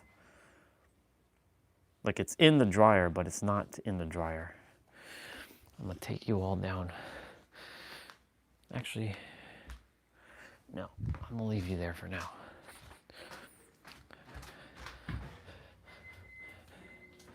Whew. Yeah. I agree with a lot of things he said, because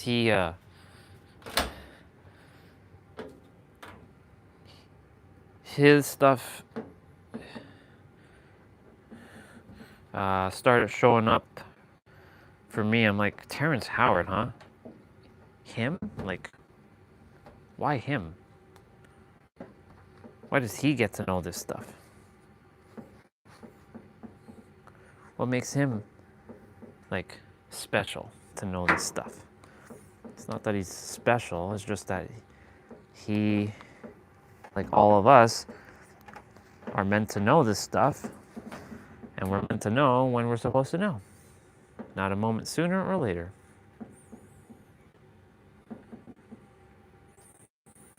Yeah. My insoles are like super wet. Like, having to peel it out of my shoes. And now hang the shoes.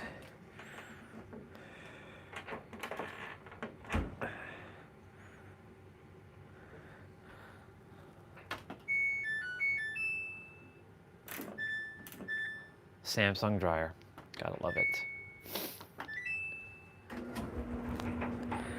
I'm just gonna wait a moment to see if the laces get if they fall down, but I should be okay.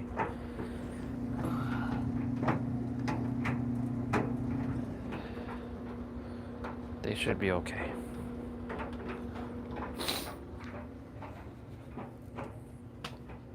I might make some eggs. Well, my brother and his fiance are using the kitchen at the moment.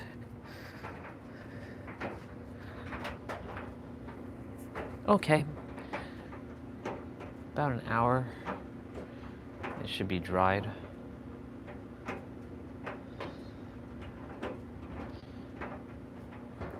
That's me using my good old noggin. Without the shoes actually being in the dryer and being rolling around, I hang it from the lace. Oh, where the hell did my umbrella go? Oh, it went over there.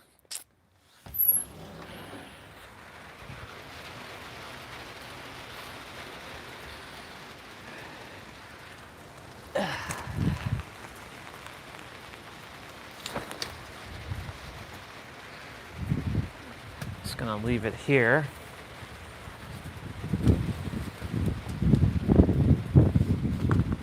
Until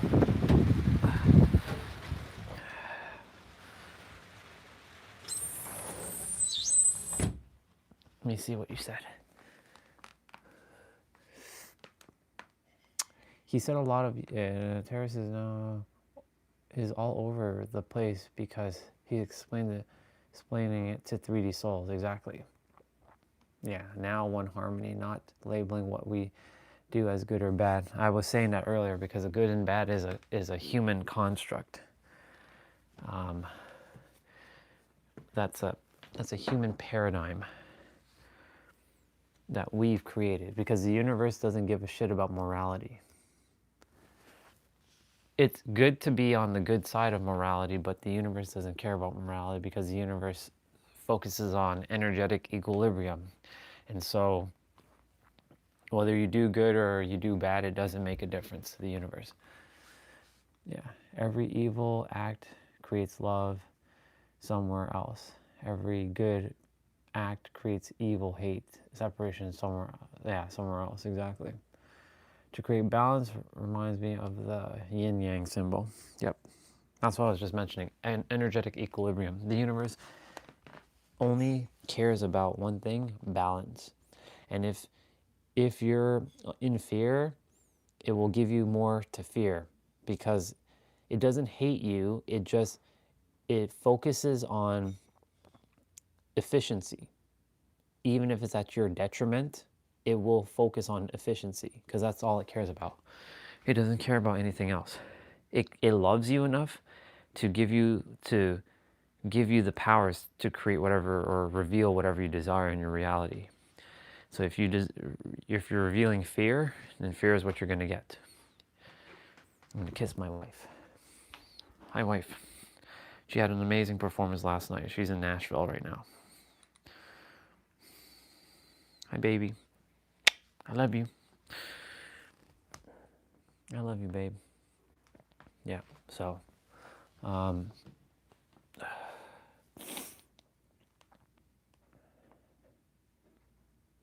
yeah, universe focus is solely on, 33% again.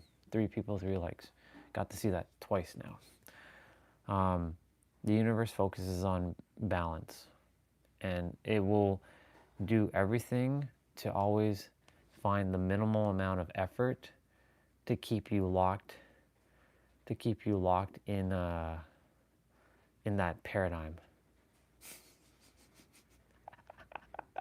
Look at you, you sly dog. Yeah. I kiss my woman, bro. I have no shame.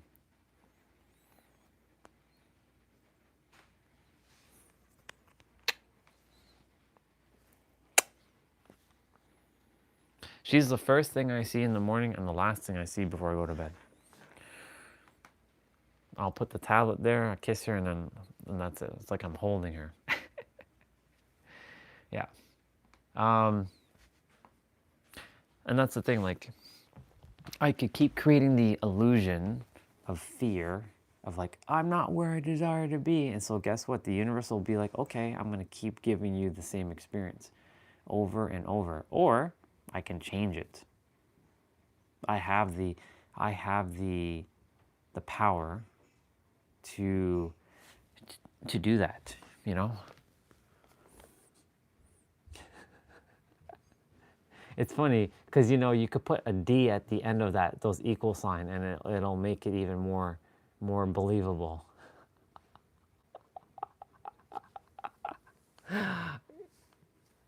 I used to do that all the time, bro. Yeah, reality transurfing 101. Do I have that audiobook? No, but I have the book. Does Jessa have I think she has the Audible. I'm pretty sure I saw her. I have her account. Let me see what book she has. She hasn't used her credits though. Library. Yep, she has reality transurfing. I knew it. It was one of the last things she was listening to. I knew I wasn't hallucinating. Reality transurfing. She has a lot of books.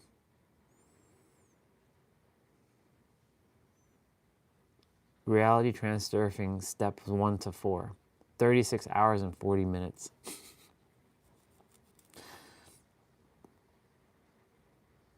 All you have to know, I can condense that 36 hours and 40 minutes into 30 seconds. You're the creator.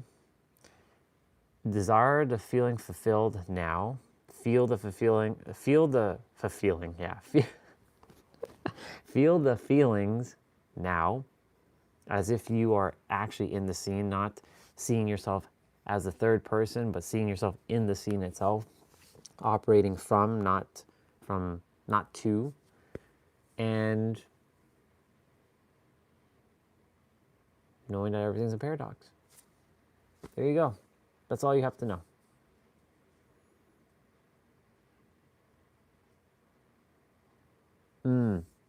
I'm surprised he hasn't got copyrighted for that. Because, you know, if you play it quiet enough, you won't get copyrighted. But if you have it in the background and it's loud, I'm sure it's quiet enough so it can't be detected by the YouTube algorithm.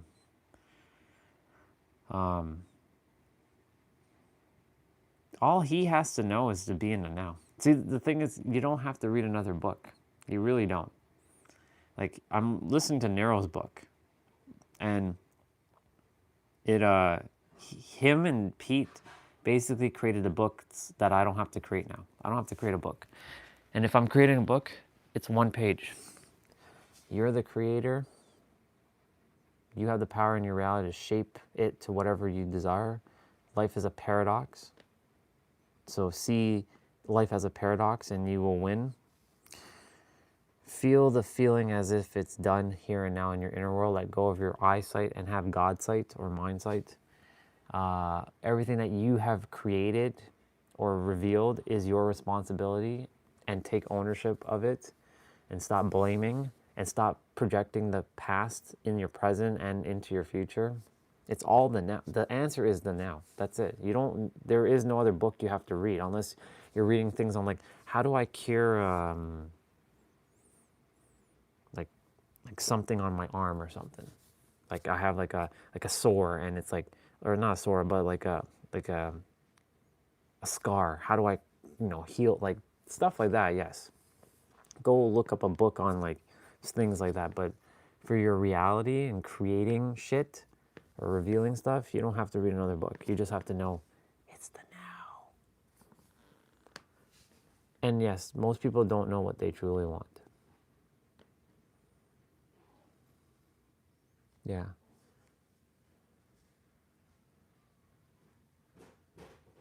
Exactly.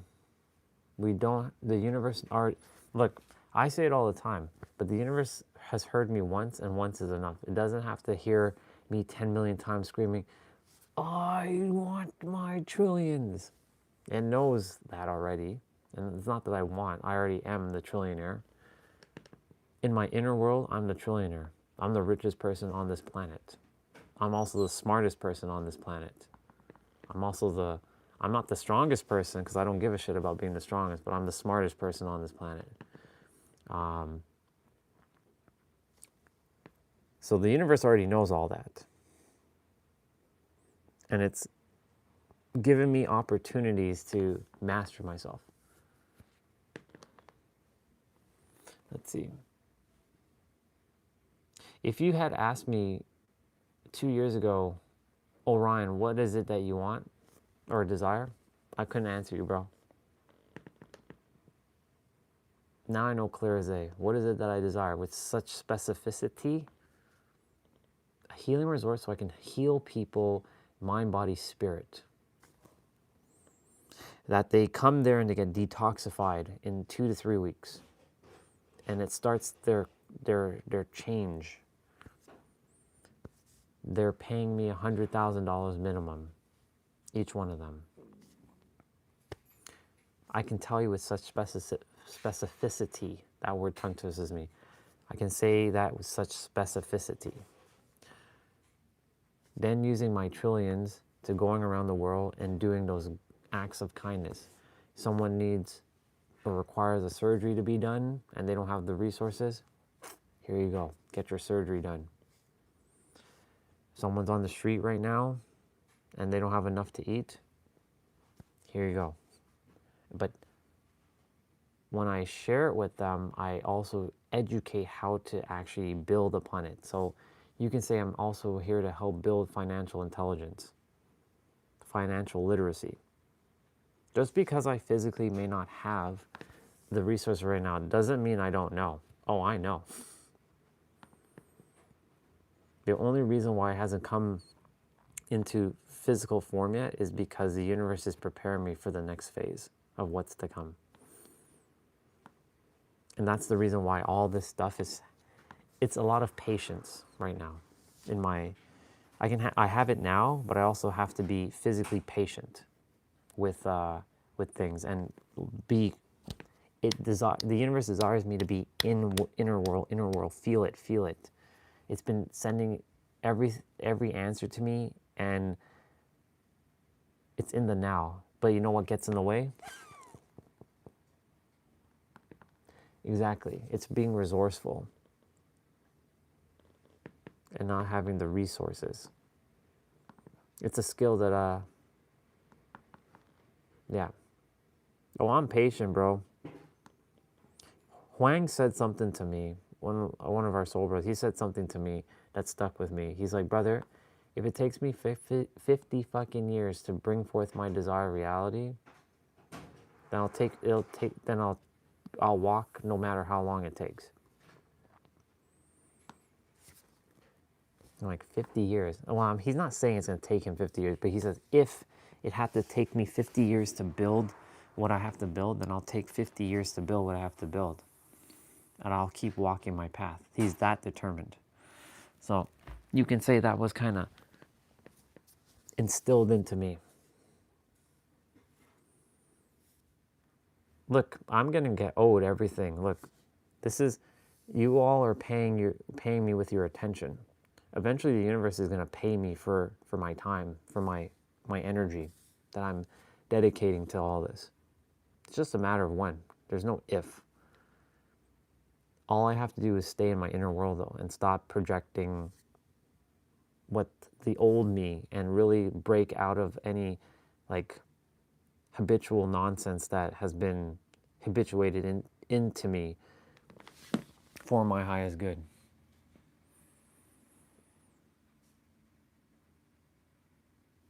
Yeah, if I don't allow my desires in, what else is there to do?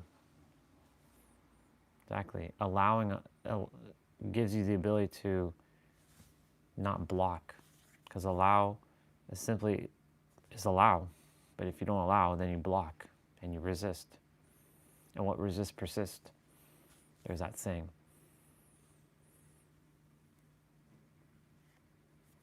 Yeah. Yes, we live in the attention economy. Indeed, because it's all about attention, not intention. Because you can have great intention, but a lot of people have shitty attention. It's true. I know, because I had shitty attention for a long time. I placed my attention on things that are not necessary. I'm gonna go quickly check the dryer just to make sure that my shoes didn't fall. I'm sure it's perfectly fine.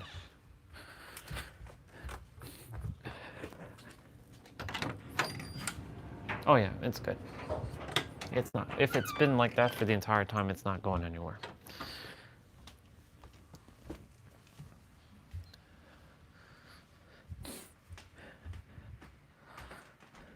Yeah.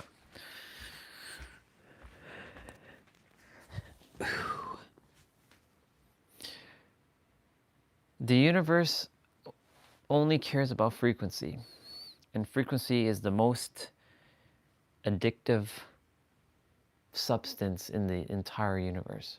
That's all it cares about. No man-made drug can ever go beyond that, because even when people make man-made drugs, what are they doing? They're attempting to change their state of being to enter a frequency. So it's all about frequency. And if you can tap into that frequency without some sort of drug, which you can do, if you're powerful enough like I am, you can do that. That's why there's a lot of weak humans out there who thinks they have to use such substance to get them into that state, because they think they require something outside of them.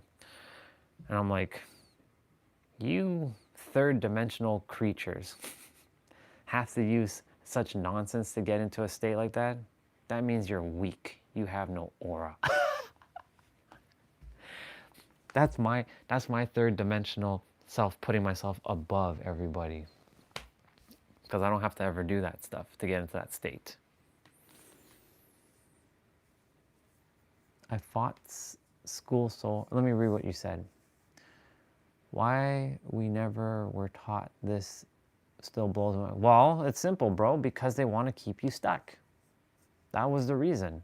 They knew, whoever built the school system and the invisible system of the trap to keep all these worker bees, what do you think school is for? To just make you become enslaved with being in, like, they quote it, they make it look like you're actually living your purpose, but you're really not living your purpose. Unless you're like, if you want to be an interior designer or something, or an architect, like, cool, and that's great. But half the time, when you're going through school, you're indoctrinated into the worker field. For me personally, the universe keeps working through me for me to bring forth these things, because eventually I'm gonna die, and I have to bring these things through for the masses to be aware that you all have been obfuscating this shit. It is just that simple. Be in the fucking now.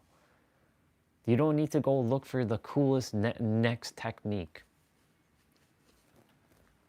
I have a bunch of crystals. I have that moldavite shit. People are afraid of that thing. I can hold it with no problem. Like, this is just a fucking stone. It's like nothing. But you see, people are seeking external things to think that it's going to help them. It's actually you forcing that energy into the thing that you're then putting your so-called belief or knowing into it for it to bring forth, but it's nothing more than you. That's what people don't understand. So they keep putting things outside of them, thinking that it's that outside thing doing the thing, but it's actually not that outside thing. It's actually them doing it. That's what blows my mind. Why they haven't figured it out yet. Well, it's simple, because they have been programmed like I was. But I've now undone my programming. I will not be indoctrinated into bullshit that the earth tells people to be. Too much slaves. Too much slaves. Giving my phone enough time to charge. I'm gonna go and make some eggs. Oh yeah. Let me go. I'm gonna take you all upstairs with me in a moment.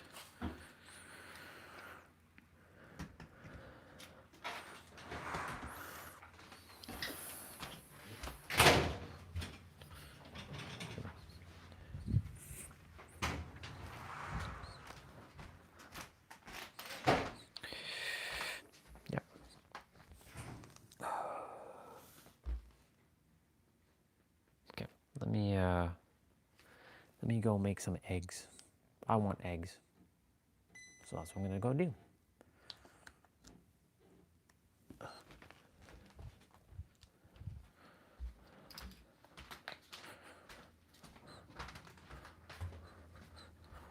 Let's go make some eggs.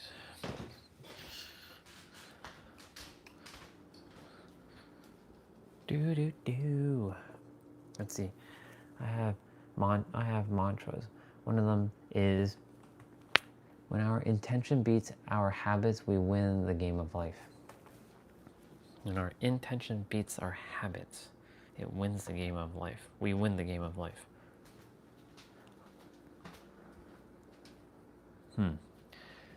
I might add to that and make it stronger. Because, you know, I dissect everything. And I make things more powerful for myself and for others. So let's see how I can modify that for myself. Because it doesn't feel strong enough to me. It still feels like it's lacking something. So let's see how I can make it more powerful. And I have to go downstairs and get egg, unless there is no egg. And if there is no egg, then we'll have to skip that idea. Let's see.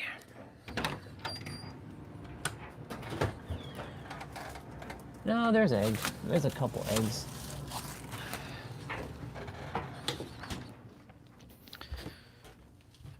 Because I mentioned that intention, you can have great intention, but if your attention is shitty, then your attention will always be your intention. So that's why I was seeing, how can I make this stronger for myself?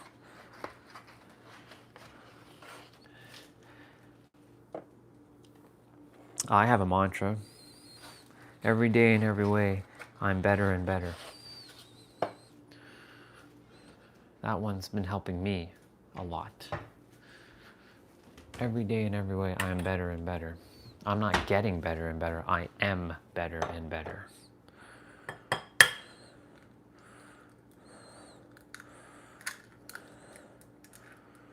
Or every day in every way, I'm evolving and transcending. Or in every present moment, I'm evolving and transcending. Or in every present moment, I recreate myself anew. Victories in life come when intentions overpower old habits.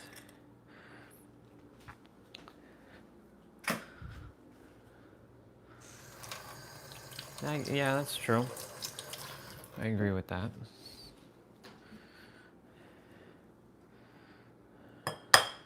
But it's still missing something. For me. For me specifically, it's still missing something. It requires more power. It's lacking power for me. It's not powerful enough.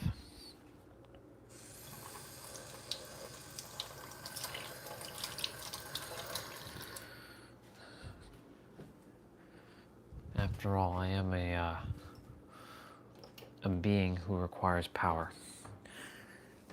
A power that is so great that you've never seen before. They've got the ability to morph into even a good score. Yeah, here we go. Now we're singing Power Rangers. No one can ever take him down. The power lies on his side. Go, go, Orion Ranger. Let's see. Yeah, the power is now. Let's see what you got. The power is now when intention overrides habit, life blends in our favor.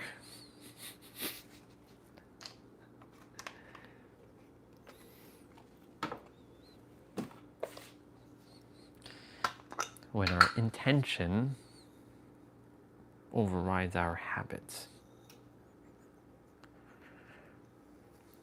How about our attention overrides our intention? that overrides our habits. Because if you put the word attention into this, then you'll add more power. So if you put attention into it, you'll add more power. But if you don't, then it's losing power.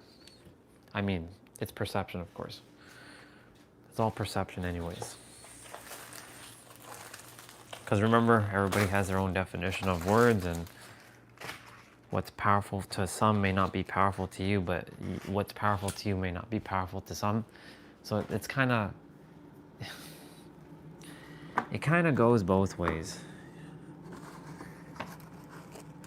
What's with all this stuff?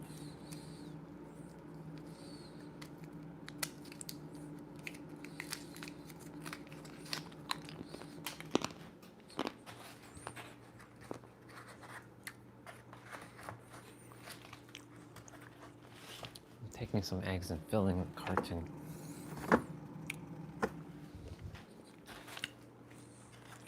Go, go, Orion Ranger. There was a Power Ranger in Super Mega Force named Orion, and he was the Silver Ranger. Fitting for me, because silver is my favorite, one of my favorite colors next to pink.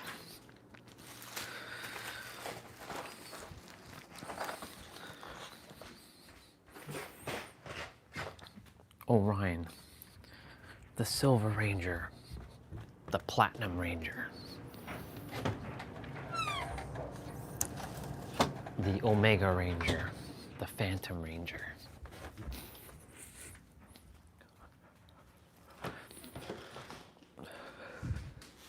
Okay.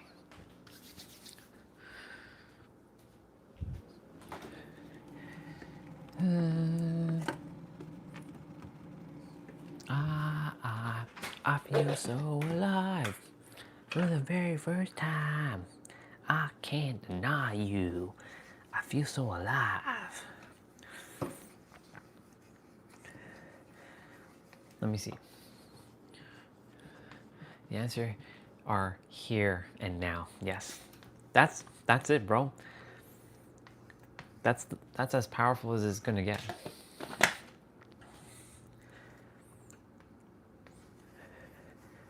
We don't have to know anything else but the now, because everything exists now.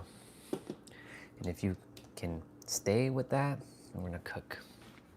Second time on the stream cooking. It's funny, you were here last time when I was cooking eggs. Too funny. So funny. Yeah.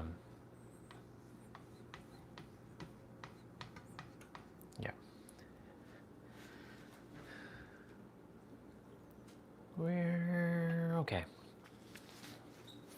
I do have to use the whisk now. It's funny, it takes longer. It takes longer to prepare the eggs than to cook it. So to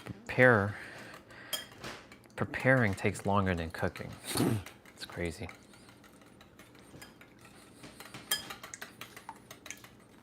Did it? Yeah, it takes longer to prepare eggs than to cook it.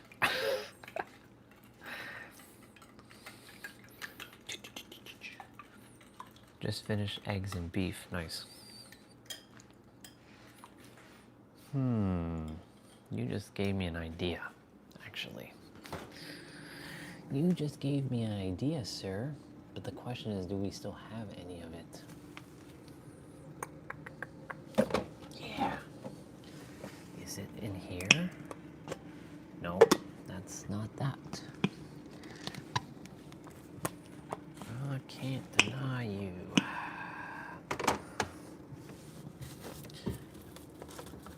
Is this spinach? No. It was this I was looking for.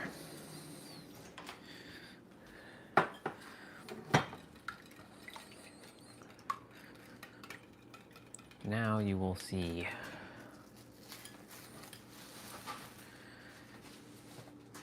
Putting little chicken pieces into the egg. And some broccoli. It won't be exactly the egg that I desire, but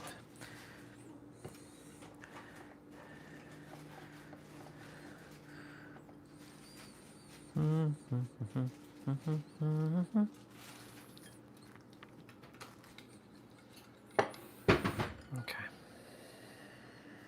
I'm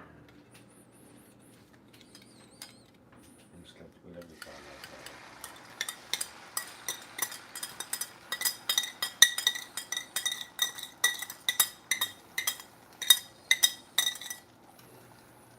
I can't deny you. I feel so alive. All right. So I'm gonna wash up in a moment. Bring that down. Throw a couple more pieces of chicken.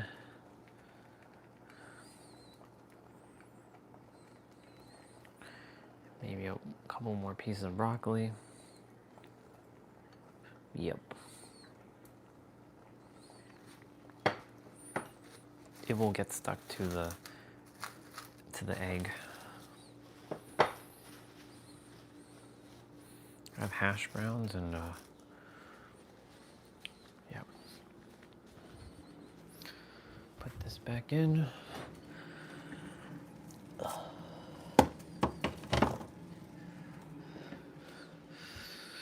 All the answer is in the now. Thank you, by the way, for that beef and eggs. Because I was like,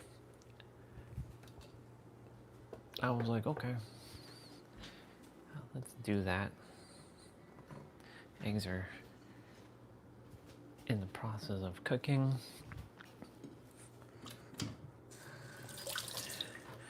Yep. I always clean and cook when I do. It's one of my things that one of the so-called intentions that overrides my habits.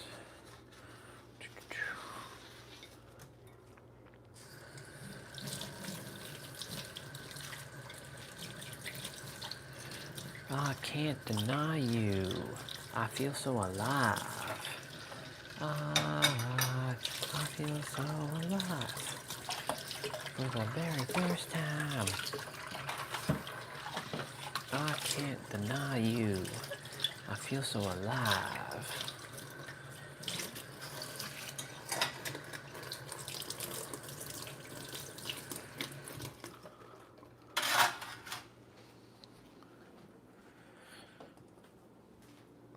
And now back to here. Do you still talk to the OGs from back months ago when they're not on the channel much anymore. So the answer is not really, no. Because they haven't shown up. I would love to, but you know, they're not around for me to talk.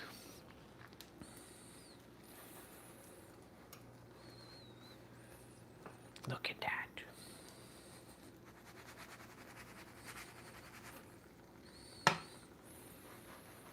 I want to keep it in the circle. Yeah.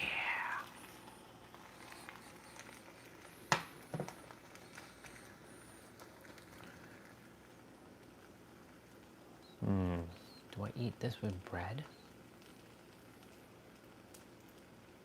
I have the hash browns. I should have put on the hash browns. What was I doing?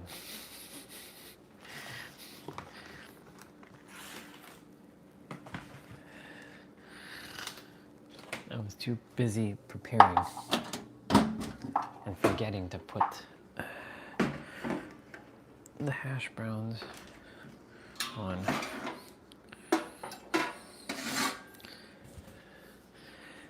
Yeah, I would love to still be speaking with them, but unfortunately they're not here. Well, not all of them. I mean,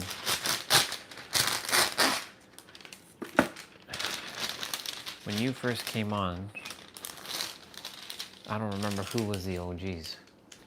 Who was the OG's? Yeah, like Uncertainty, he shows up once in a while. He's still kicking.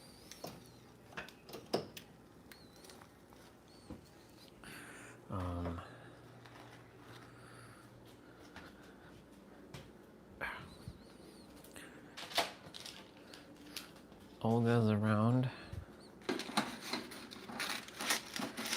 I don't know where Catherine went. I don't know what happened to her. Maybe she saw the evil that came out of me. You're just like, nope, I don't want anything to do with this guy now. So I have no idea what happened. Not a word. I sent her a voice message and never heard from her. So don't know where she's at, and wish her only the best, bro. I'm completely detached. Who shows up and who doesn't? You know, like they came here for whatever they required, and then they stayed for as long as they're supposed to, and then I let go of the outcome.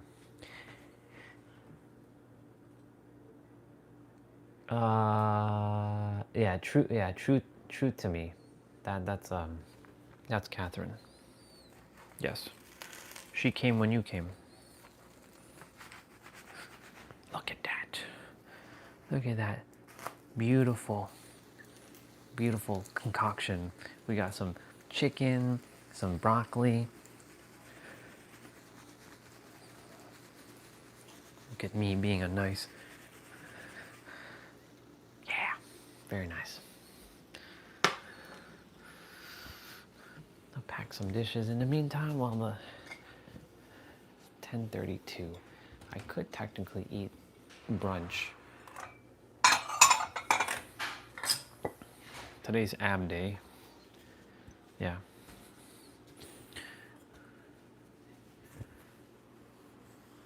Oh, and yeah, to each their own indeed. Like, the thing is, bro, you know, some said that they love me, and you know, even when someone's acting like a fool, and I was acting like a fool for a little bit with my nonsense, you know, they could have just saw, you know, he's going through a tough time. Let me be here to support him. Sure, I did technically push some away. I didn't say, get the fuck off the stream. I don't ever want to see your ass here. I never said that. But I did say, like, just leave if you don't want to be here. I'm not holding a gun to your head, but like, you know, if they really cared about me, like, you know, T-Bray and Regina, they stuck around. They showed me compassion and caring. Of course, you're here, and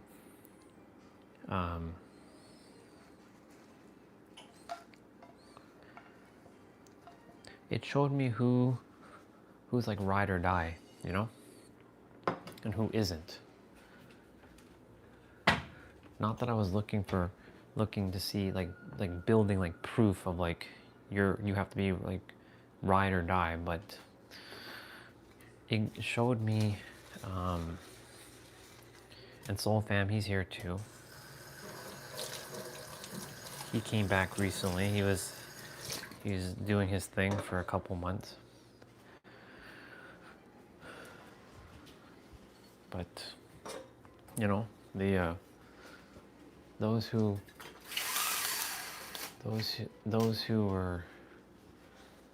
I held in high regard, they,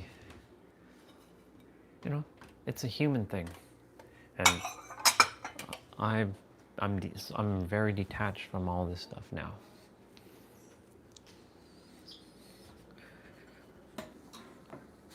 Like, I was asked, do I miss them? Of course I miss them. But that's a human construct. You know, let me see what you said. Let's see.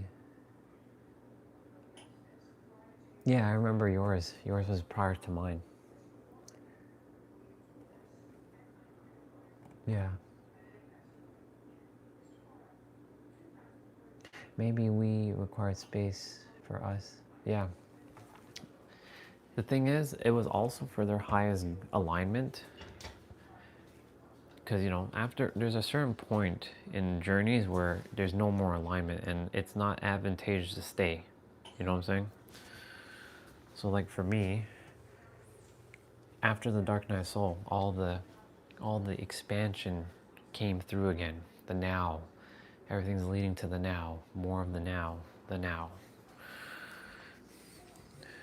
It's always going to be now.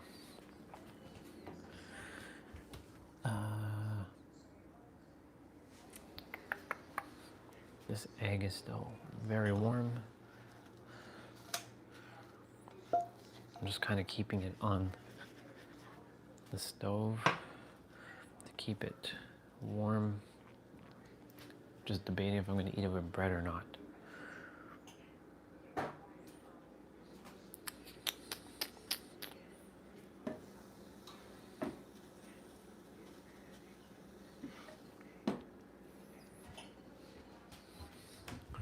Yeah.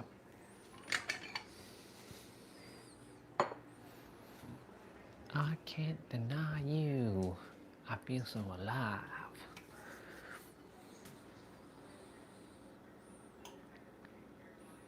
Yeah, I'm gonna eat it with bread. I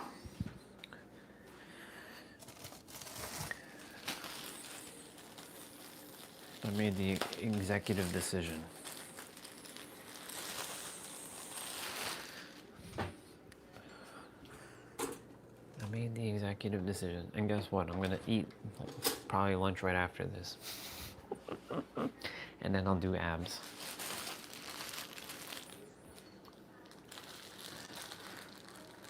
Since my body digests food extremely quick, it doesn't linger in my system for long.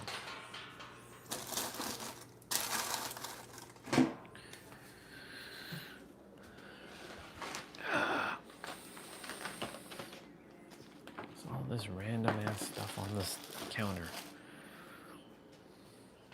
Let's see.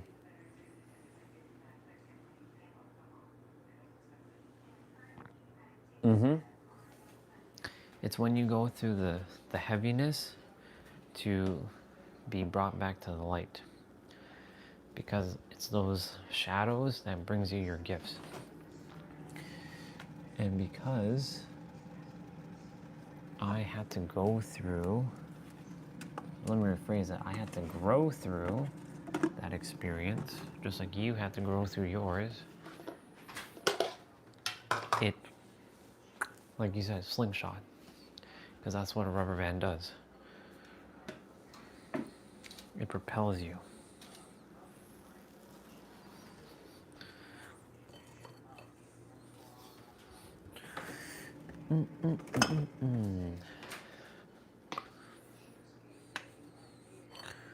I can't deny you.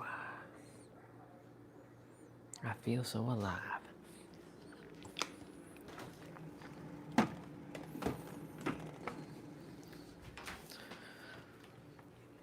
That's why we should honor it, even though it doesn't feel good going through it. It's necessary. It is absolutely necessary.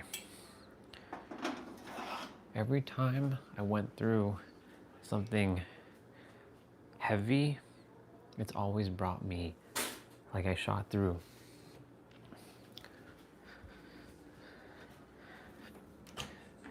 There was a point in the journey, and Regina said this, she's like, you reached a spiritual plateau. I'm like, you're right. Even though I'm the creator, I felt like I reached a plateau. So, what do you think the creator did?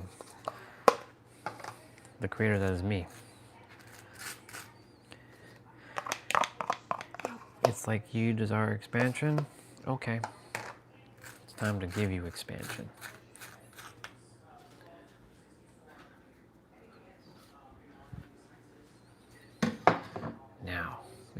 got this.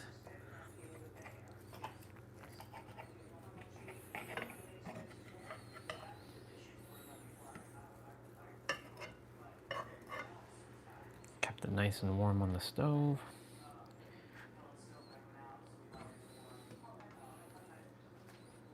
Ooh, baby. It's looking nice. It's looking very, very nice.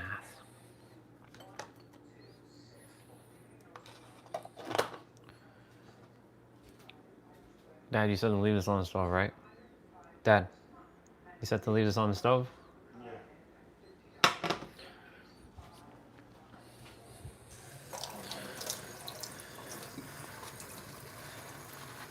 Let me just wash it out.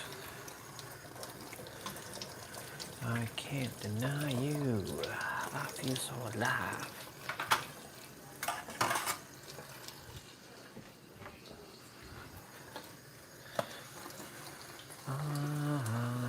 I feel so alive.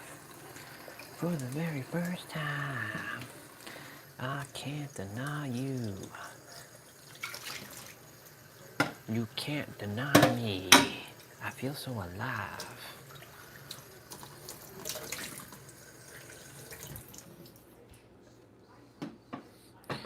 Cool beans. I can't deny you.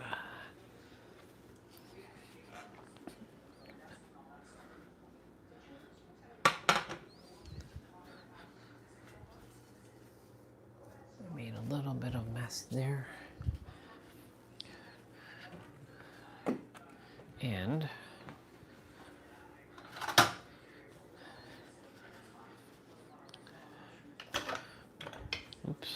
oops a daisy. Oops a daisy.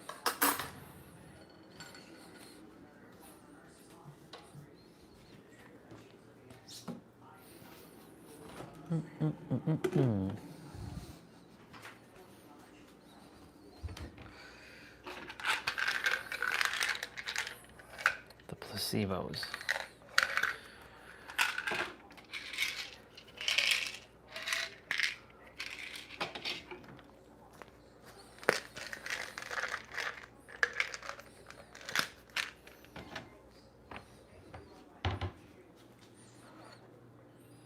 Done.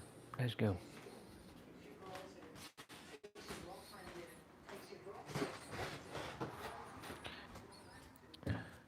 Let's go.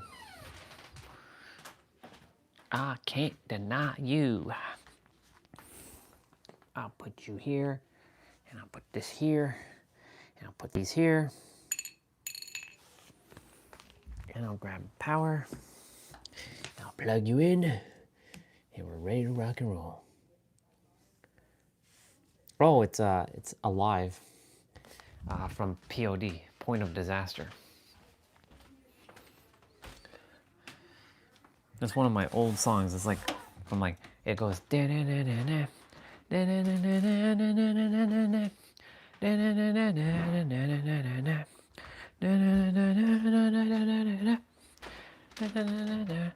Every day is a new day, and I don't know all the lyrics. That's the one thing about me when it comes to songs. I don't know all the lyrics. So if I were to apply for that show, do you know the lyrics? I'd fail. It would be a miserable fail. All right, hash browns. Yeah. I'm gonna eat like this. Oh, my egg, my bread. It's okay. It didn't go too much on the ground. I'm okay, man. I'm having a meal with my wife right now. I'll feed her a lot.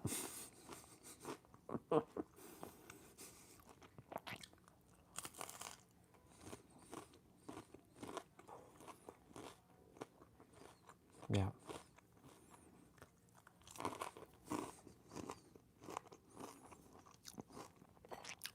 Every day is a new day. Yeah. That song was like the epitome of in my teens into my 20s. Yeah, it's still raining here. It's supposed to be sunny later, apparently, but we'll see. We'll see about that.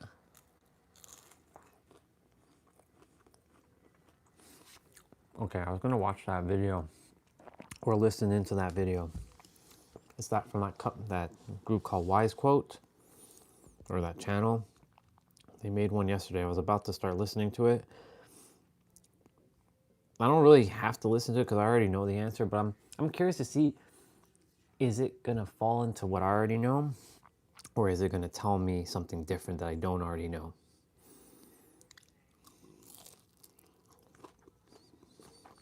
So let's see.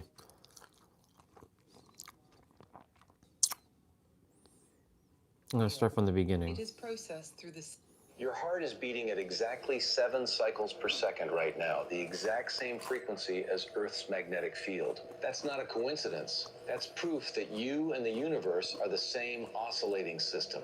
An Israeli engineer proved this with electrodes and magnetometers before dying while carrying the manuscripts. Bentov discovered that in the exact moment between each heartbeat, the cosmic pendulum stops before reversing. In that infinitesimal instant, every possible version of your reality coexists simultaneously. Yeah, if you don't already know, Goddard was navigating you'll know. when he taught about the I am, not some philosophical but the thing concept, but the source we do code know, of but our mind existence, forgot. where you select which frequency to tune into consciously. Meditators in Bentov's lab weren't just imagining light checks. Photomultipliers detected actual photons being emitted. When they entered altered states of consciousness, magnetometers recorded measurable electromagnetic You all can watch fields. the video. Nearby random number generators deviated from expected probabilities, bending the laws of chance itself. Corporations know this. That's why algorithms exploit the 3.5 seconds your brain takes to release dopamine. They keep you trapped in the stimulation cycle before you can access the reversal point where choice exists. The question isn't about whether choice. you're being manipulated. It's whether you'll keep letting them choose your frequency. But the source code of existence, where you select which frequency to tune into consciously. Look at what it says. Our perception of separation is only an illusion created by our limited senses. The entire universe is conscious in the process of unfolding. Bar. Recommendation algorithms know exactly how long you need to look at an image before they release dopamine. That is 3.5 seconds on average. They have mapped your patterns of attention, they have identified your emotional triggers, and they now orchestrate your digital experience to keep you oscillating between microdoses of this egg is so good. anxiety. However, this technological manipulation operates according to far Bro, if you older didn't mention and beef, deeper principles, I wouldn't have put the chicken the and very broccoli ones into that it. Itzhak Bentov uncovered in the 1970s through his You were meant to tell me experiments with beef and eggs consciousness and vibration. earlier, What makes so I could put the Bentov's chicken and findings broccoli so into it. unsettling for our digital age is that they reveal how algorithmic manipulation is only the industrial version of a fundamental mechanism. Every person lives inside a unique perceptual bubble that is determined by the specific configuration of his or her nervous system All about interacting nervous with system. vibratory fields. The crucial difference is that Bentov demonstrated how we can take conscious control of this process, the very knowledge that technology corporations would prefer that you did not have. Bentov was an unlikely mystic. He was an Israeli biomedical engineer and the inventor of the steerable cardiac catheter, and he applied scientific rigor to phenomena that conventional science ignored. His experiments with meditators revealed something measurable. Altered states of consciousness produced real changes in the human electromagnetic field. Electrodes picked up variations, and magnetometers recorded shifts in the field around the body.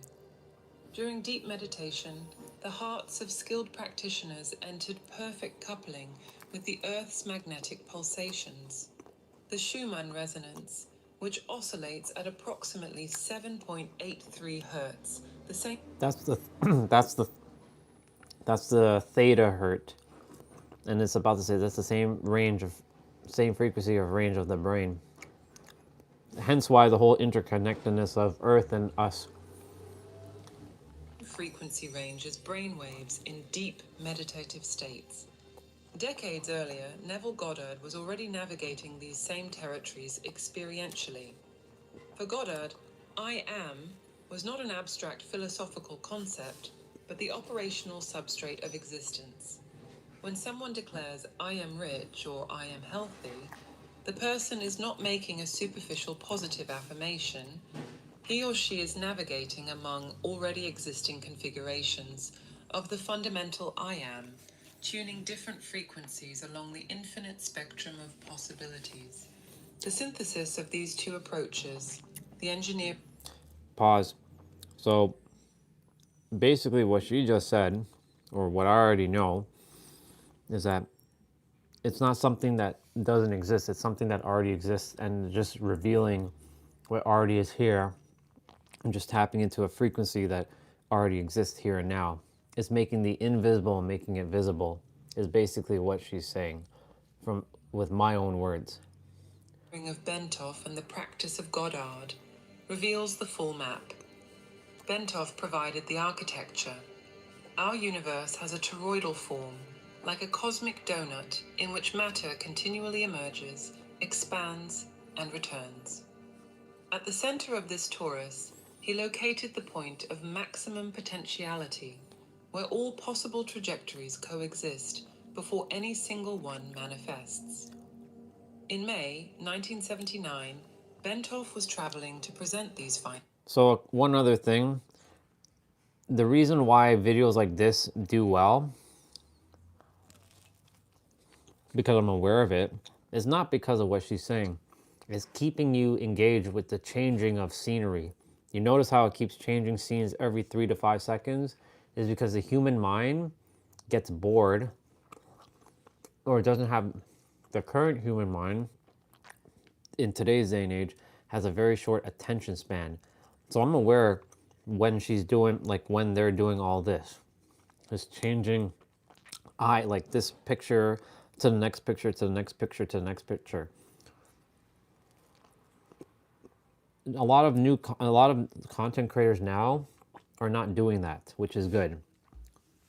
They're shifting to more organic content where when they're speaking, they're not putting like 10 million things on the screen. It's just them speaking. Sort of like me speaking all day. I'm not flashing like 10 million different things on the screen for y'all.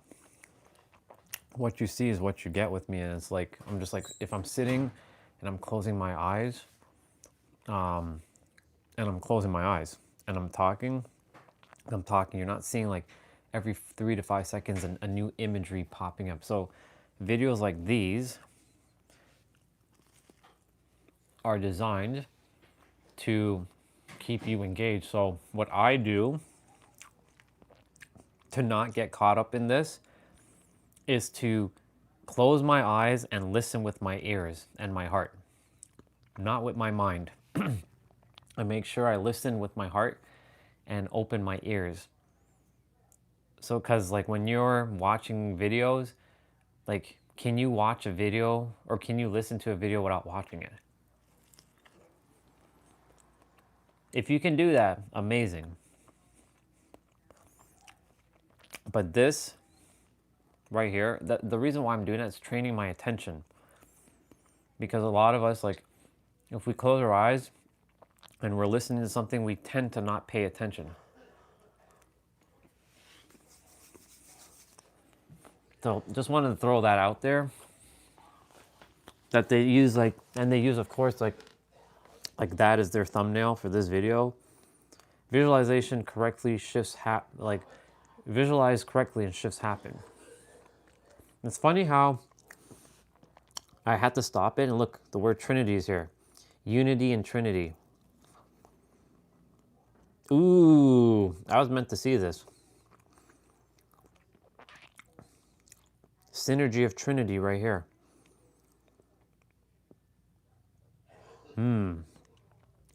Everything becomes one point. It's a pyramid. This is interesting. I was meant to stop the video so I could see the thumbnail.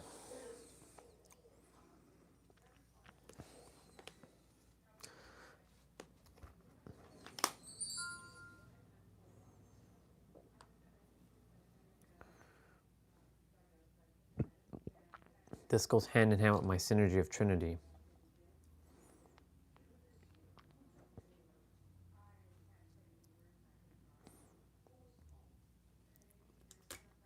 Interesting. I have to clean the back of this kickstand thing. My hands are so oily. I'm gonna go get a wet paper towel quickly with some soap.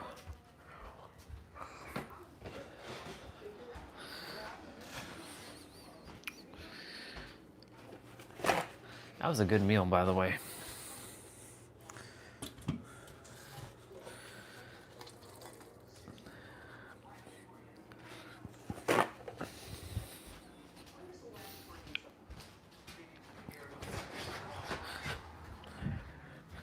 I'll get back to the video in a moment.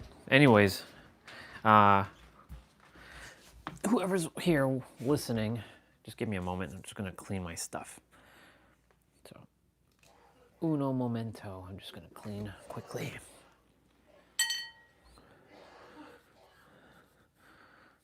If you can hear that, that's my dad brushing his teeth. If the microphone is picking up all that, yeah.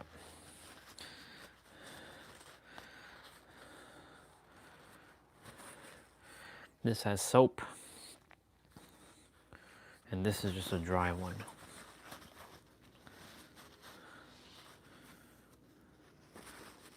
Cleaning my tablet quickly.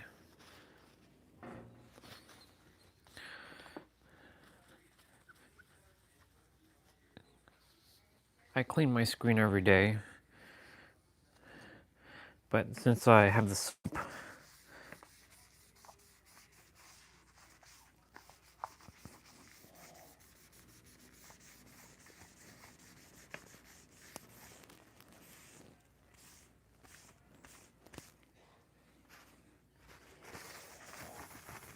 I figure I'd give it a nice little cleanse.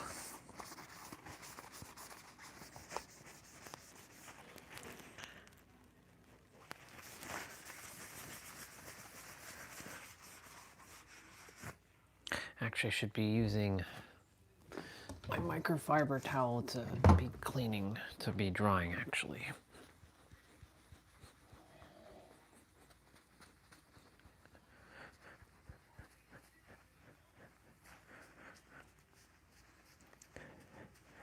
This tablet took so much beating during the summer, but I'm grateful that it doesn't affect performance.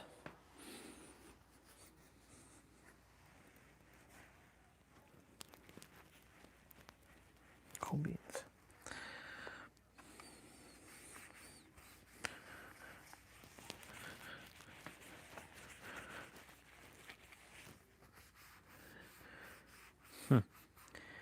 I guess that pyramid, that triangle,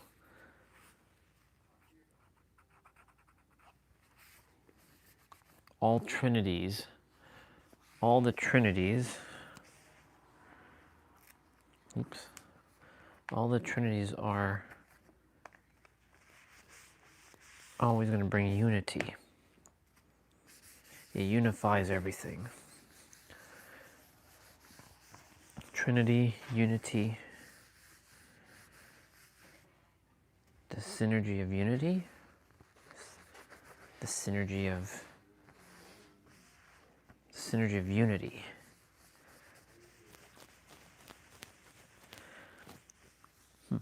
The synergy of unity.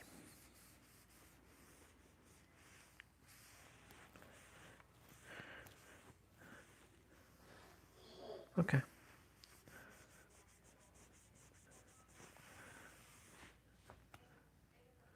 Well, that's better than it was.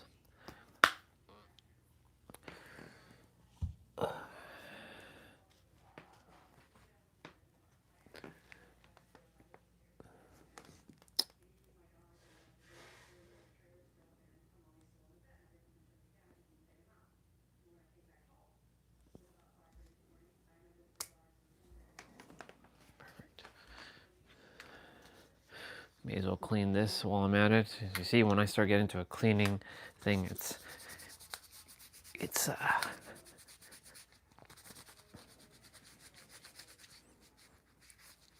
never ending.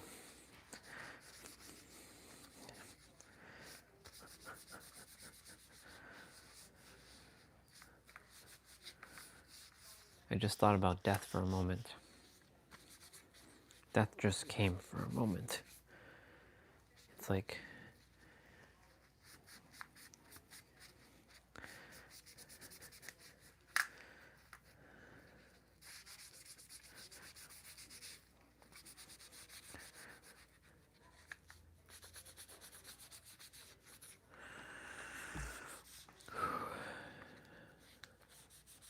oops.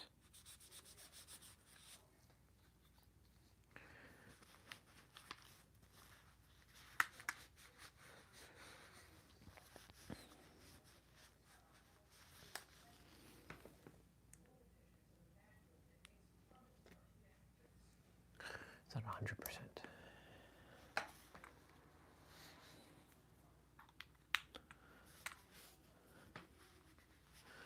Okay, we're gonna get back to the video in a moment.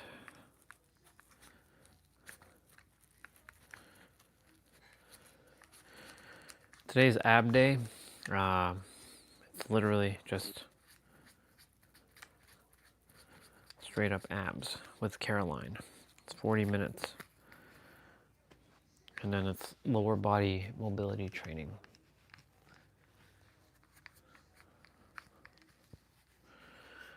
I trust that Benny, which is Olga's doggy, that Benny's doing okay.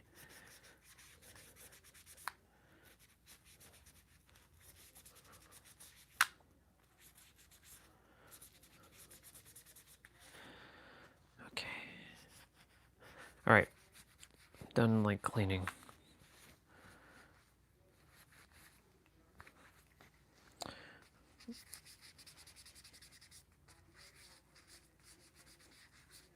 Where am I? Okay. That's good.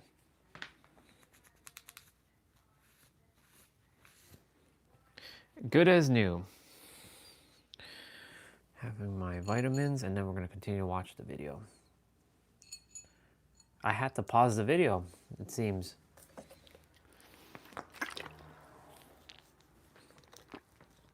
Because my synergy of Trinity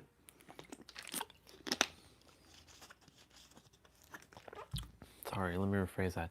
The synergy of Trinity that was brought forth within me to bring it out to the world has a third dimensional perspective, which is unity.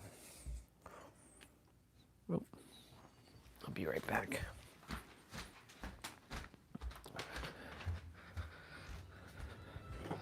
My legs, my legs.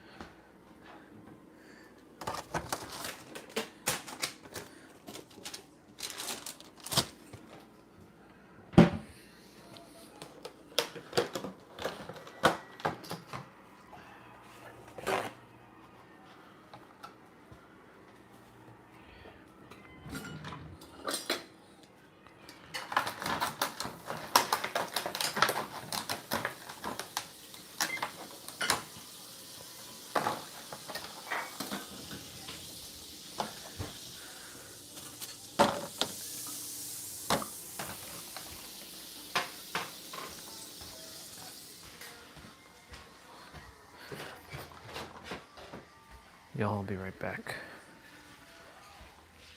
Oh, they already picked up the...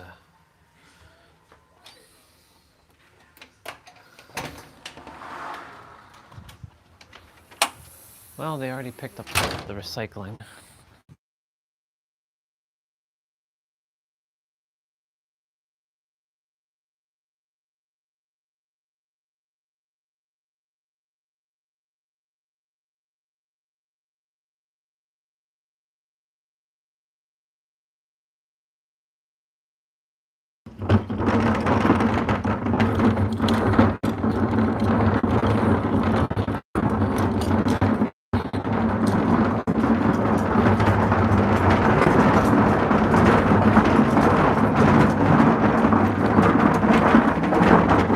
I went upstairs to go get a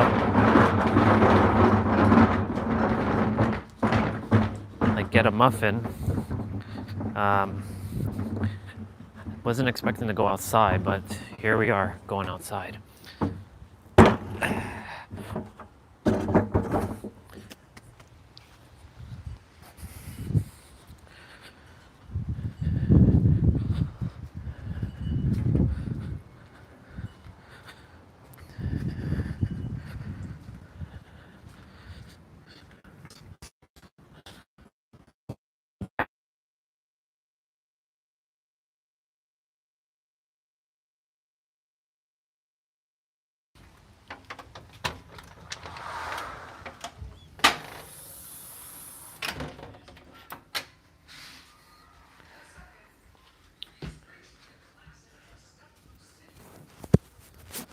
Okay, one sec.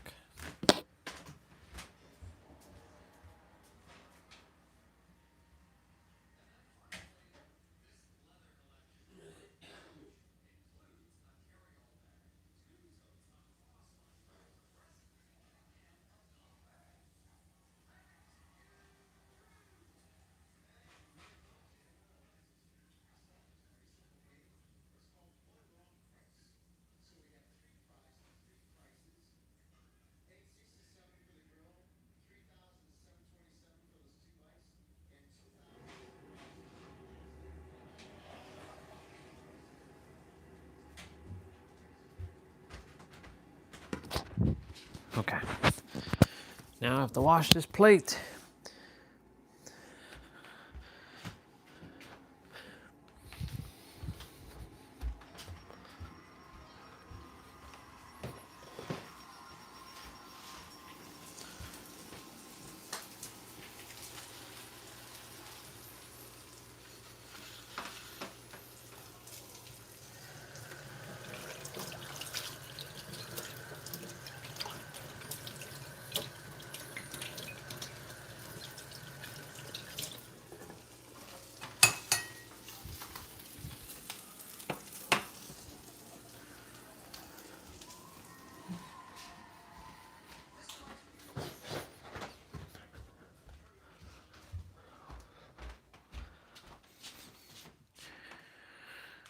Okay.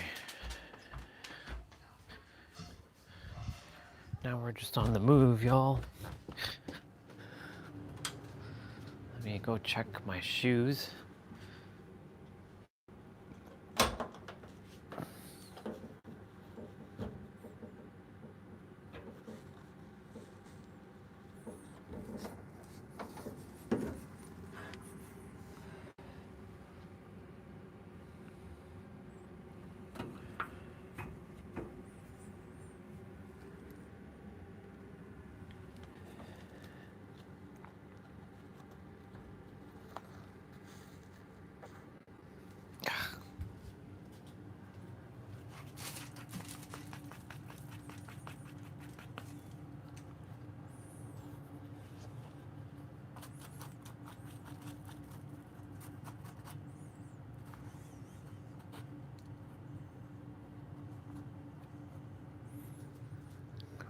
Still not like dry. Like it's not dry yet.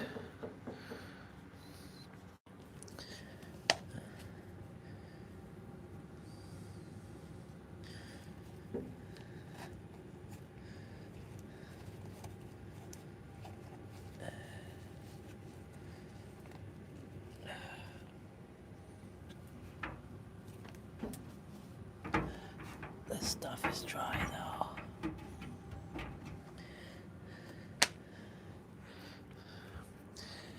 Okay. Ah, come on.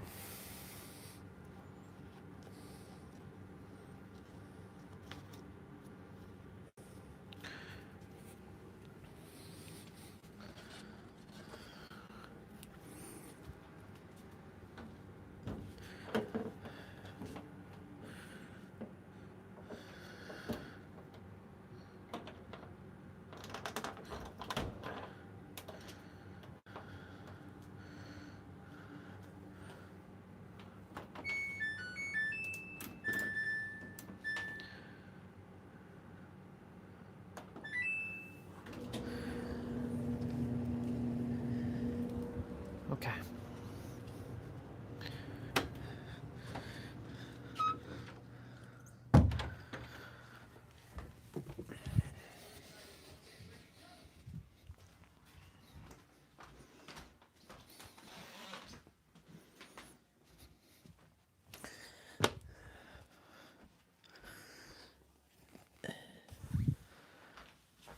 Okay.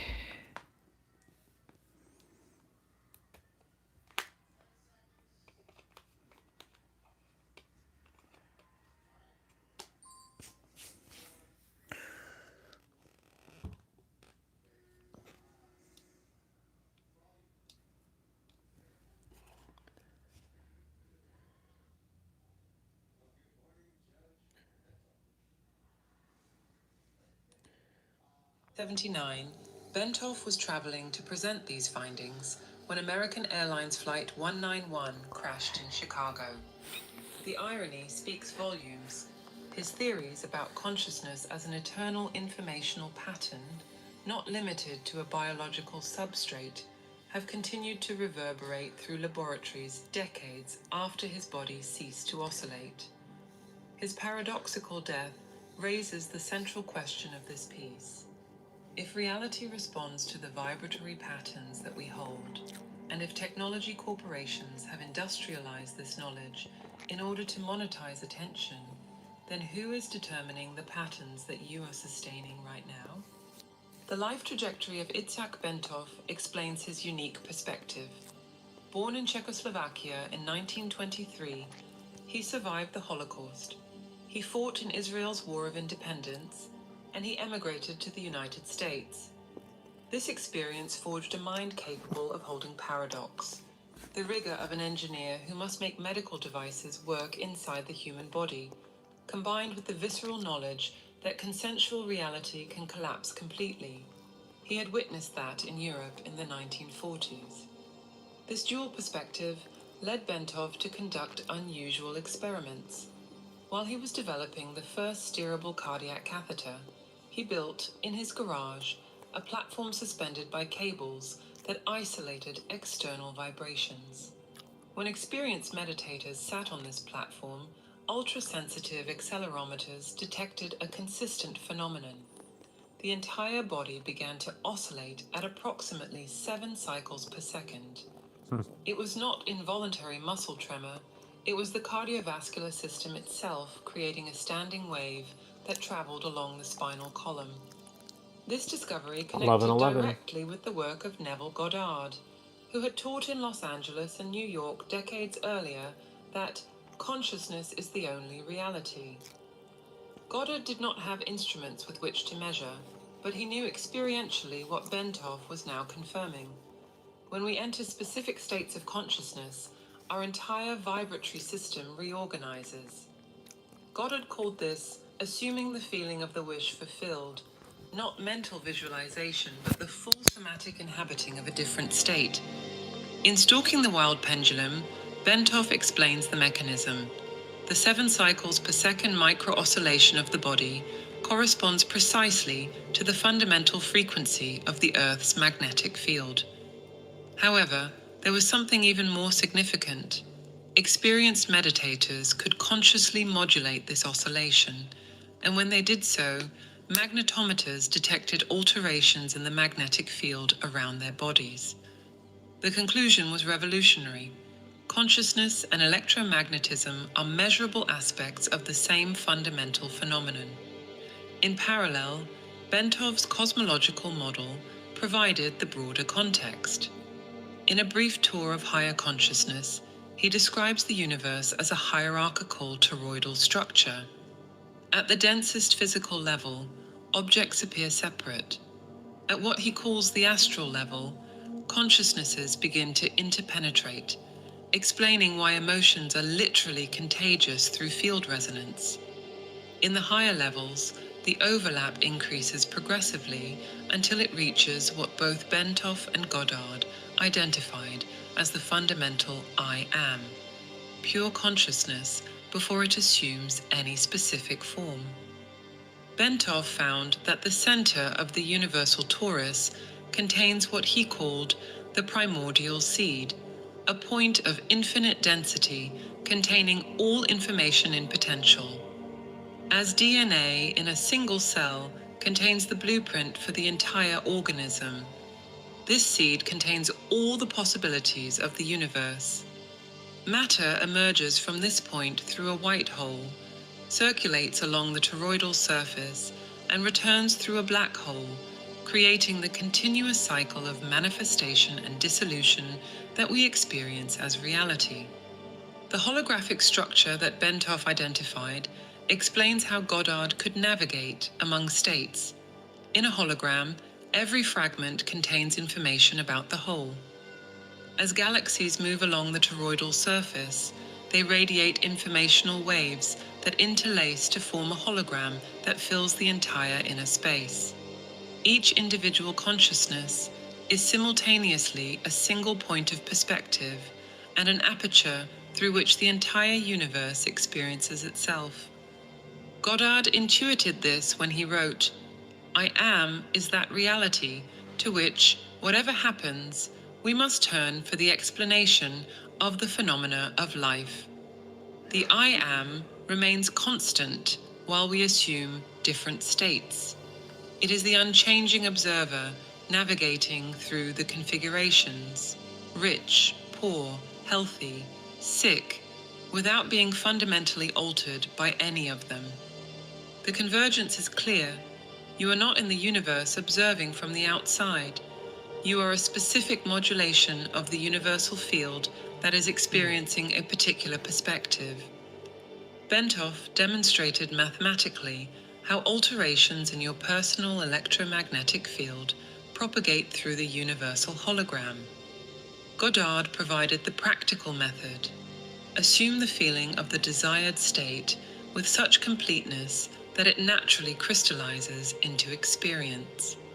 Both agreed on the fundamental principle: reality is not discovered, it is consciously selected. Bentov's pendular model transcends poetic metaphor and reveals the precise mathematics of how reality operates. An electron does not orbit the nucleus in a continuous circular motion. It oscillates between extreme points, and it exists as a probability wave until it is observed. Planets trace pendular ellipses around stars, and the universe itself, according to current cosmological calculations, will expand to a maximum point before it potentially reverses, the definitive cosmic pendulum. The crucial moment of this oscillation is the point of reversal. Bentov showed that in that infinitesimal instant, lasting less than Planck time, 10 to the minus 43 seconds, the smallest unit of time with physical meaning, the normal laws of causality become suspended. The object exists in quantum superposition, occupying multiple positions simultaneously.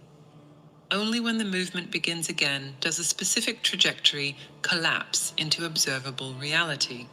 Now consider the implications. Your body contains trillions of these reversal points happening continuously.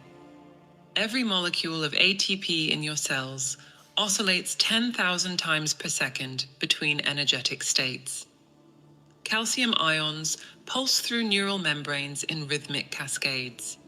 Your heart creates pressure waves that make every blood vessel expand and contract, generating what Bentov called a behavioral wave throughout the entire circulatory system. This is where Goddard's work becomes especially relevant. He knew the Okay, I'm gonna go use the bathroom quickly. I'll be right back.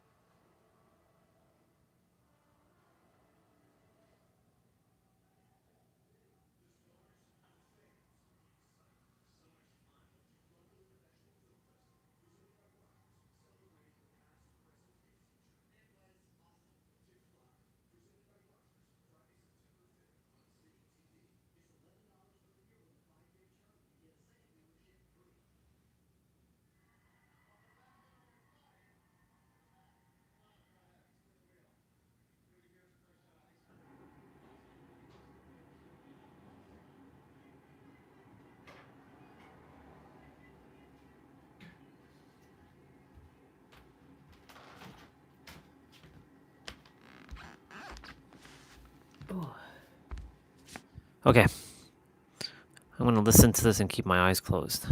these reversal moments experientially and called them the end of the day, that hypnagogic state before sleep when the rational mind relaxes while consciousness remains present. Assume the feeling of the wish fulfilled, he instructed, and notice the track that your attention follows. In this liminal state, you can think from the desired state rather than thinking about it. The critical difference between observing a possibility from the outside and inhabiting it from the inside. Bentov's toroidal universe provides the mechanical map of how this navigation works. Pure consciousness, what he calls the absolute, flows through progressively modulating layers. First, there appear primordial, geometric forms that Bentov identified as similar to Sanskrit letters, creating what ancient traditions called the primordial sound of creation. These forms are not symbolic, they function as directional valves that modulate undifferentiated consciousness into specific patterns that we eventually experience as physical matter. The crucial neurological discovery came when Bentov mapped how we access these different levels. During deep meditative states, brainwaves progressively slow. Beta, active thinking, transitions to alpha, relaxation, then to theta, the creative state, approaching delta, deep sleep. In the theta zone, the exact zone on which Goddard focused his practice, something extraordinary occurs. The brain stops distinguishing between external sensory signals and internally generated images. To the nervous system, vivid imagining becomes literally indistinguishable from direct perception. It is not as if it were real. It is processed through the same neural circuits that process real experience. However, Bentov discovered a specific requirement that validates Goddard's insistence on feeling, systemic coherence. It is not enough to visualize mentally while the body remains in a state of stress or misalignment. The entire nervous system must come into phase, heart, respiration, and brain waves synchronizing into a single harmonic frequency. Goddard called this naturalness, the moment when the imagined scene stops feeling like mental effort and gains the spontaneous sensory quality of a genuine memory. Bentov's experiments with meditators in a coherent state produced results that challenged the conventional materialist paradigm. Photomultipliers detected real photon emissions when meditators visualized light. Magnetometers recorded measurable fields when they imagined magnetism. Even more unsettling, nearby random number generators deviated statistically from expected randomness, which suggested that coherent imagination was influencing quantum probabilities in the environment. The mechanism operates through what Bentov termed morphological resonance. When you hold a specific mental and emotional pattern with sufficient coherence, you create an attractor in the field of possibilities. The closest analogy is tuning a radio station. You are not creating the broadcast. You're adjusting your receiver in order to pick up a frequency that already exists on the spectrum. Goddard grasped this intuitively when he insisted that we do not create reality. We navigate among already existing states of the I am. This elegantly resolves the paradox of how individual consciousness can affect seemingly objective reality. In holographic systems, any local alteration instantly affects the entire pattern, not through signal transmission that is limited by the speed of light, but through quantum non-local correlation. You, being a conscious holographic fragment, can influence the entire field through resonance. You do this not through force or through egoic will, but through what Goddard called surrender to the state, allowing the feeling of the wish fulfilled to reorganize your vibrational signature completely until you literally become the frequency that corresponds to that reality. The perpetual oscillation that Bentov identified is pulsing through your body at this very moment on multiple simultaneous scales. Your heart does not simply pump blood mechanically. It generates a complex pressure wave that travels through every artery at specific speeds that are determined by vascular elasticity. This wave resonates through the cerebrospinal fluid, creating subtle but measurable pulsations of the brain within the skull. Bentov was able to detect these micro-oscillations with accelerometers sensitive enough to measure displacements on the order of 1/10 of the diameter of an atom. These pressure waves create what he called standing waves in the fluid that bathes your neurons. Far from being an irrelevant side effect, this hydraulic system forms a parallel communication network that coordinates activity between brain regions that do not have direct neural connections. When you experience sudden fear, for example, your heart accelerates instantly, not only through nerve signals that would take fractions of a second, but also through immediate hydraulic coupling. The change in heart rhythm instantly alters the wave pattern in the brain's fluid, and that modification changes which neural networks are active. This is where Goddard's insistence that feeling is the secret gains neuroscientific validation. Genuine gratitude, not the mental concept, but the visceral somatic experience, creates a specific and measurable pattern of variability in heart rhythm. That cardiac pattern induces corresponding brainwaves through the hydraulic coupling that Bentov mapped. Those brainwaves selectively activate neural networks that are associated with memories of abundance and satisfaction. It is physiologically impossible to maintain a deep feeling of gratitude and simultaneously access mental states of scarcity. They are mutually exclusive configurations of the same oscillatory system. The human body replicates cosmic structures with a mathematical precision that transcends coincidence. The ratio between the cell nucleus and the cytoplasm mirrors the ratio between the Sun and planetary orbits. Patterns of neuronal branching are fractally identical to the distribution of galaxies in the observable universe. However, it was in DNA that Bentov found the deepest and the most practical correspondence.